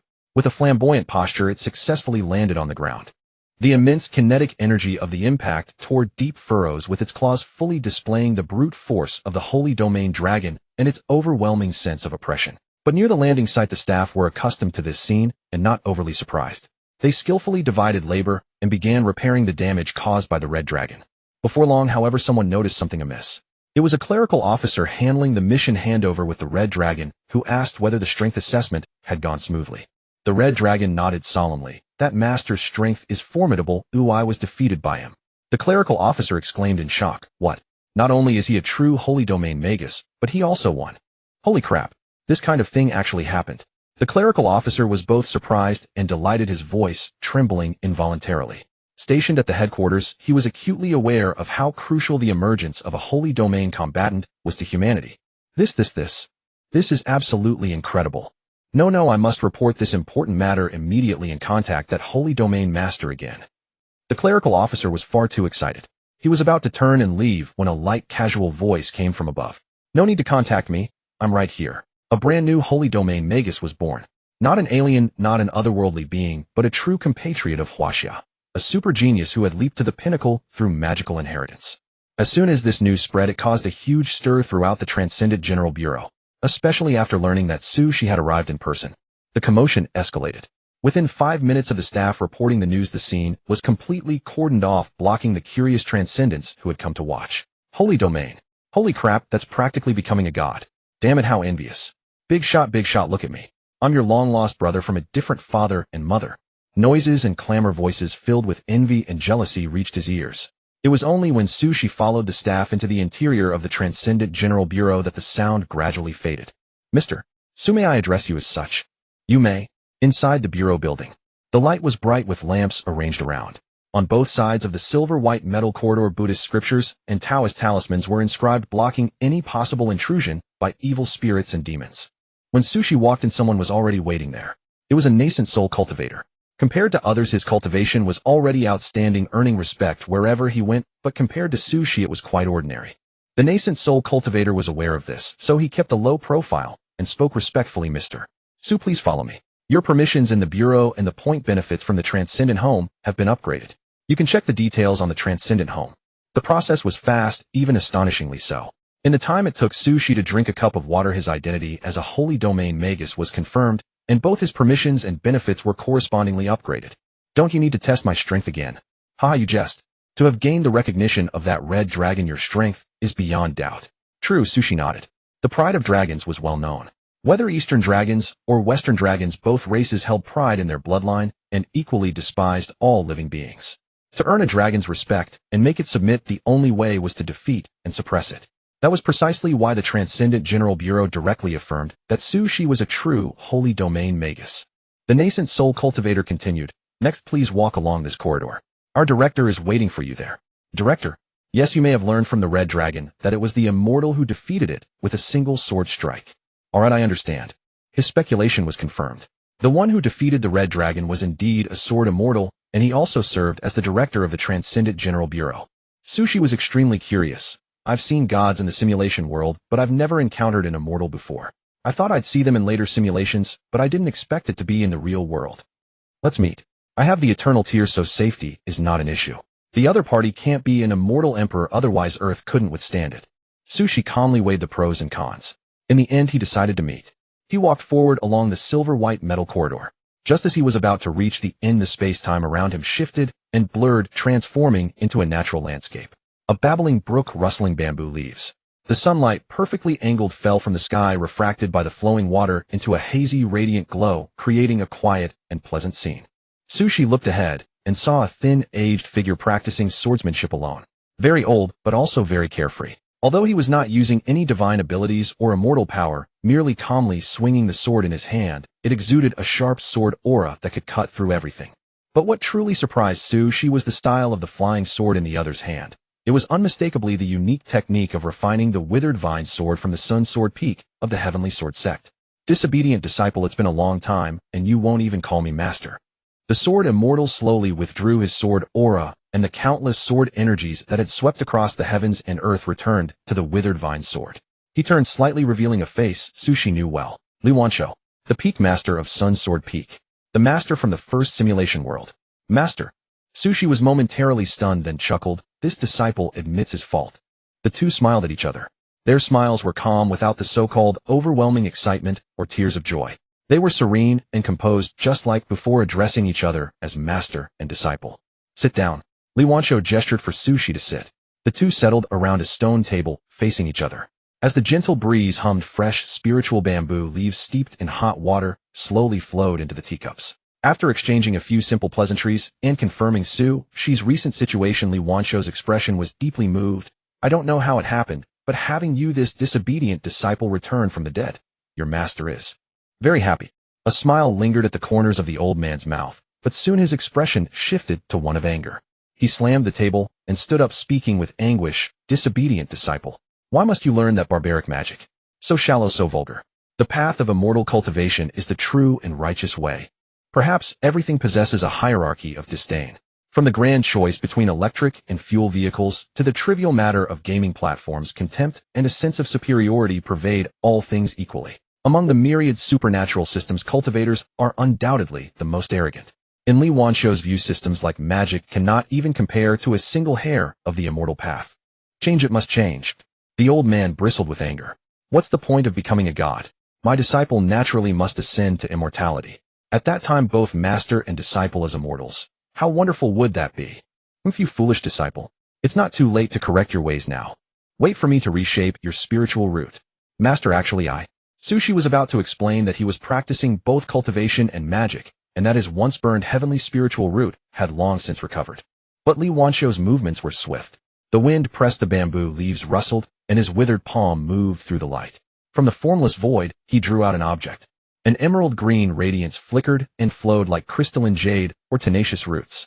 The original substance must be some rare wood element divine object. Based on his experience, Sushi immediately judged that this was an excellent material for crafting a wood element external spiritual root. No. Sushi's expression turned to astonishment. The old man had not taken out raw material, but a nearly finished semi-product only needing to be implanted into a person's body. This indicated that Li Wanshou had been preparing for this day long ago. Sushi was certain. The old man himself had not expected to meet again. His earlier surprise and joy were genuine. Then what mindset had led the old man to prepare such a spiritual route in advance? Master, Sushi said softly. You rebellious disciple, what now? Li Wanshou frowned slightly. Nothing, I just suddenly wanted to apologize to you. If you're not entirely without conscience. It's not in vain that I deceived. Ahem bought this Jinmu branch for you. The old man raised an eyebrow. He looked quite smug. However, just as he held the Jinmu branch and was about to implant the spiritual root for Su, he was astonished to find that the wood element heavenly spiritual root was already stably present in Sushi's body. Sushi was not only a saint-rank archmage, but also a nascent soul-stage great cultivator. This is. The old man was shocked and uncertain. The beloved disciple's resurrection was already astonishing enough. He had never imagined that the heavenly spiritual root, which should have been completely destroyed, would also recover along with it. I suppose it's a kind of luck, Sushi smiled. He did not reveal the existence of the simulator and attributed everything to the great power of world fusion. So that's how it is. And I went to all the trouble to find this Jinmu. Li Wanshou looked regretful. He glanced at the Jinmu branch, then, with a disdainful look, casually tossed it to Sushi. In his words, it was nothing but a piece of rotten wood, utterly useless to an immortal like him, so he might as well give it to Sushi. Sushi thanked him with a smile and accepted the gift with a clear conscience. His master's stubbornness was as consistent as ever. Gently swirling the teacup, the spiritual bamboo water danced gracefully in the cup. A light sniff brought a fresh fragrance, and a sip offered a warm, smooth texture of even thickness. Sushi and Li Wanshou, master and disciple, sat facing each other, surrounded by green mountains and clear waters, feeling the gentle breeze and the lingering wisps of pure energy. Master, are you truly at the immortal realm now? Naturally. Faced with Sushi's curious question, Li Wanshou couldn't help stroking his beard and laughing heartily, looking smug, as if to say, you finally asked. Your master's talent is not good, not comparable to your heavenly spiritual root. But your master's fortune is astonishing, haha. Somehow, when my lifespan was nearly exhausted, I unexpectedly found an immortal pill. Not only did my cultivation break through to the divine transformation stage, freeing me from the predicament of death, but my cultivation aptitude also soared by leaps and bounds. Ineffably wonderful. The old man spoke at length. His face appeared calm, but the corners of his mouth couldn't help rising. He regaled Sushi with his cultivation history. He talked about shaking the cultivation world, slaying extreme realm powerhouses, and all the way up to his ascension to immortality, only stopping briefly to take a sip of spiritual water to quench his thirst. So you have ascended to immortality. Would your master jest? After hearing Li Wanshou's reply, she was even more puzzled. Then why are you not in the immortal realm, but have come to this world instead? The old man's expression stiffened as if touched upon some bitter matter. The corner of his mouth twitched. After a long while, he finally forced out a sentence. The immortal realm is gone. The old man began to recount his experience. It was on a sunny morning. Having reached the peak of mortal cultivation under the respectful gazes of countless junior disciples of the Heavenly Sword sect, he stepped into the welcoming immortal light of the immortal realm, his mortal body ascending and his spirit being reshaped. Everything was so smooth. Everything was so natural. Li Wanshou stepped through the void, comprehending the Tao, ascending to immortality.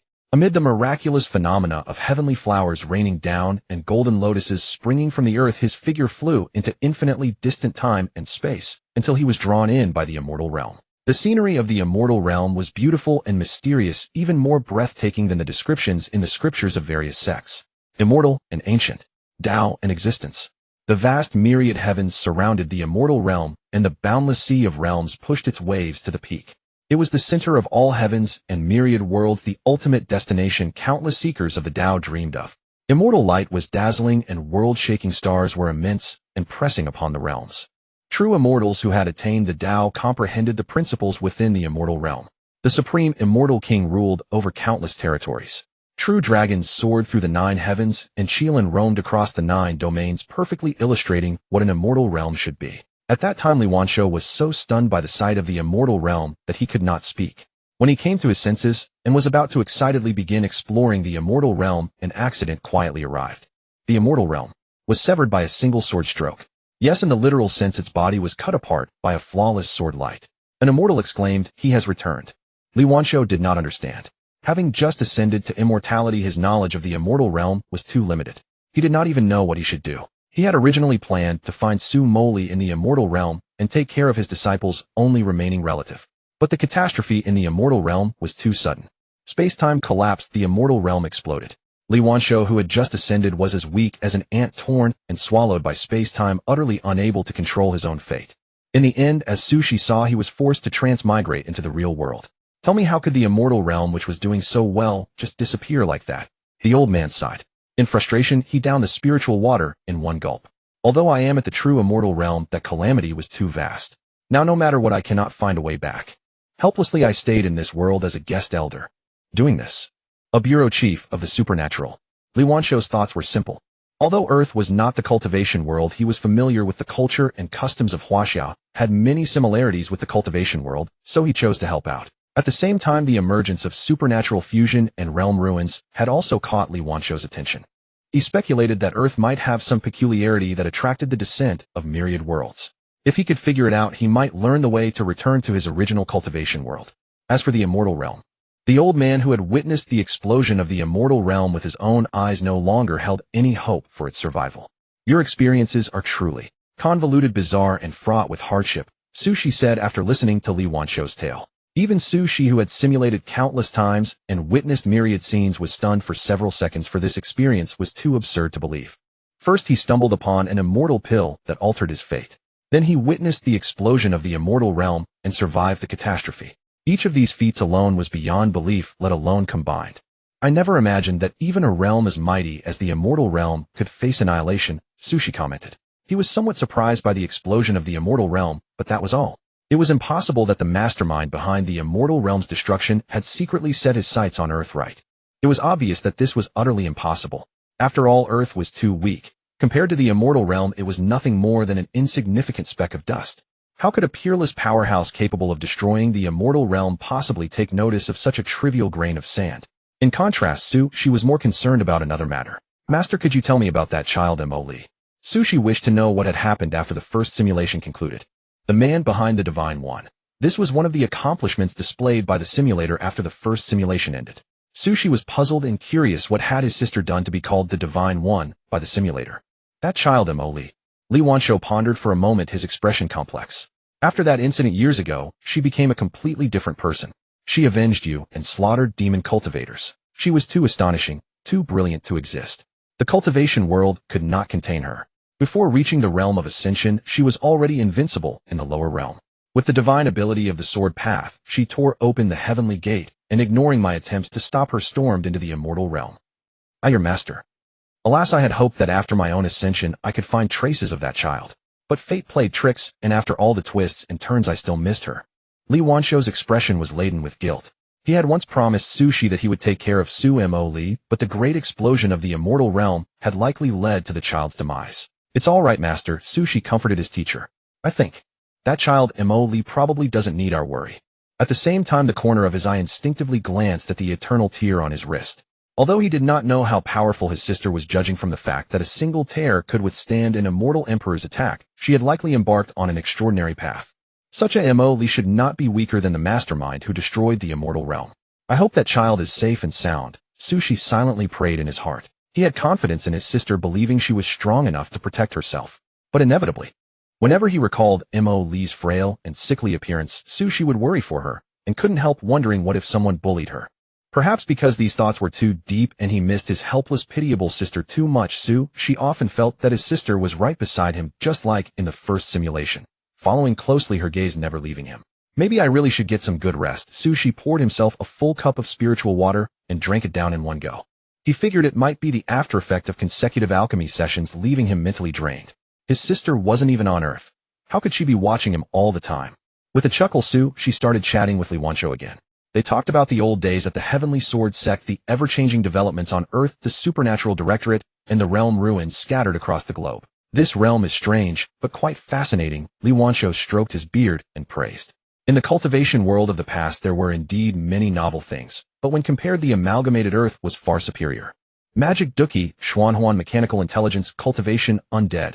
So many. Truly too many. All kinds of realms converge here. I think even the legendary immortal emperor could not achieve this, the old man praised while nodding. Indeed, it's miraculous. I wonder what kind of power turned Earth into this, Sushi agreed. Then, the old man brought up the purpose of Sushi's visit. Sushi didn't conceal it, stating that his original goal was to find suitable wood element materials to craft a new weapon tailored for himself.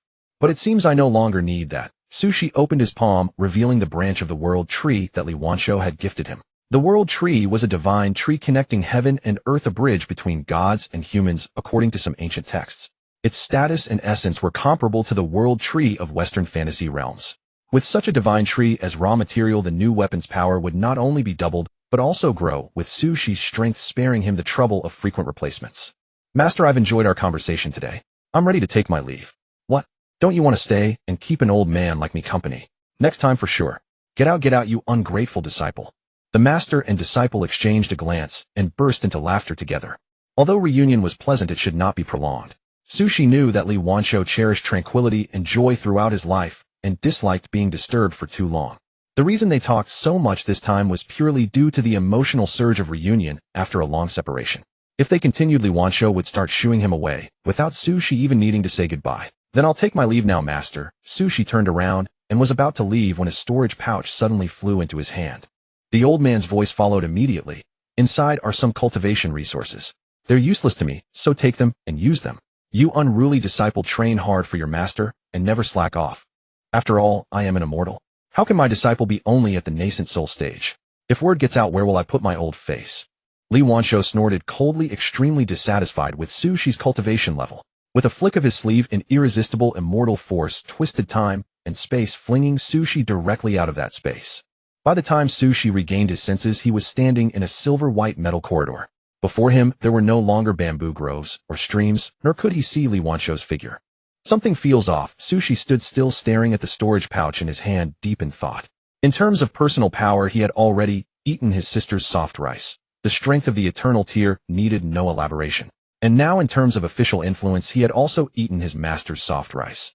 Not only did he leap to become the personal disciple of the general director, but he also obtained a wealth of cultivation resources. Could it be that the script he got was really the soft rice genre? Soft rice is good. I love eating soft rice. Sushi gave a sincere evaluation and put away the storage pouch. If one could eat soft rice, who would want to work hard? The objective of this journey had been achieved. The materials for forging a new weapon were successfully obtained. However, Sushi did not rush to leave. Instead, he remained within the Transcendent General Administration Bureau, proceeding with the original plan to exchange and trade with the Bureau, selling off the magical knowledge that was no longer useful. The Transcendent General Administration Bureau, backed by the nation, has accumulated a considerable number of supernatural items over the years. Even if there's no need to exchange for wood element materials, the points can still be used for other things. For instance, suitable herb seeds for cultivating dragon blood grass, the blood of magical beasts for inscribing meditation magical arrays, and anchor media beyond cultivation and magic that have not yet been simulated. Soon staff members from the Bureau arrived to liaise with him. They used a novel confidential inscription technique to record Sushi's magical knowledge one by one. In return, Sushi received a colossal 7-figure point sum. Moreover, from this day onward, Sushi would enjoy a 20% discount on all purchases at the Transcendent Emporium. This was not a favor arranged by Li Wanshou. Instead, the Bureau staff had determined that the magical knowledge Sushi provided was worth this price and treatment. Incredible, how on earth was this accomplished? All magic, including 9th level spells, has had its parameters adjusted to the values of our world, ready for immediate use. Excellent. With these new meditation methods and spells, the magical seeds within the country are sure to grow smoothly. Quick, we need to find someone to test this immediately. The staff members and the scholars specializing in magic gazed at the magical knowledge Sushi had sold with fervent eyes, as if they had stumbled upon a rare treasure. They bustled out of the transaction room, leaving Sushi alone in his original spot. Sushi did not mind their departure. In the magical world, he too had been one who studied magic day and night, and he understood the researcher's fervor for knowledge. Now then, let me see what I should buy.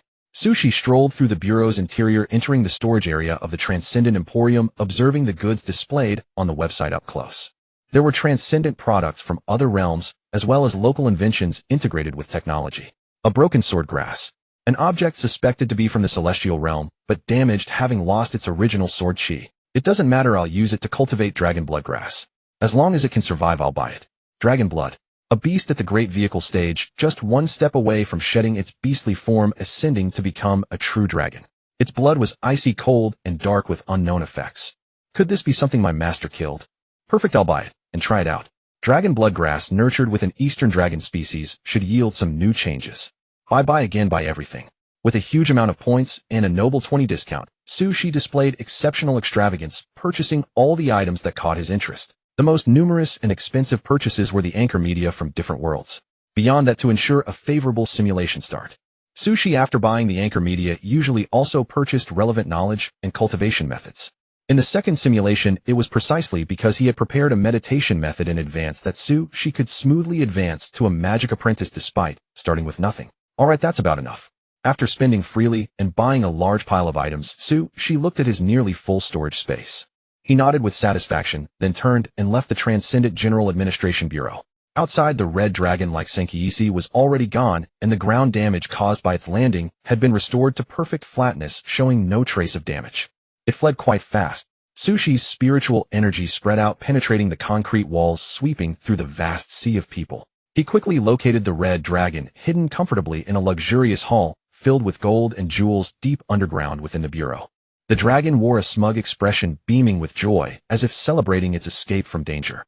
Forget it, the dragon blood I collected earlier is enough. I'll let it off this time. Sushi shook his head with a smile, abandoning the idea of capturing the red dragon. Instead, he waved his magic wand, and wrapped in howling wind elements, he quickly flew back toward Yinshan City. No, it wasn't just wind elements. There was also the lightning dash of thunder magic and the shadow stealth of dark magic. When it comes to travel, space magic is certainly superior. But I master multiple elements, combining their strengths and advantages. With the help of my domain, my speed is not far behind. Sushi's figure streaked across the sky at high speed. The power from his domain blocked all the oncoming wind, absorbing and converting it, which only made his flight speed faster. The places he passed left behind huge roaring paths of wind, howling and swirling the white clouds like funnels descending from the vault of heaven. That was the might of the Transcendent, a feat countless mortals dreamed of. In the blink of an eye, in a single breath, Sushi's figure had completely left the capital, heading toward Yinshan City.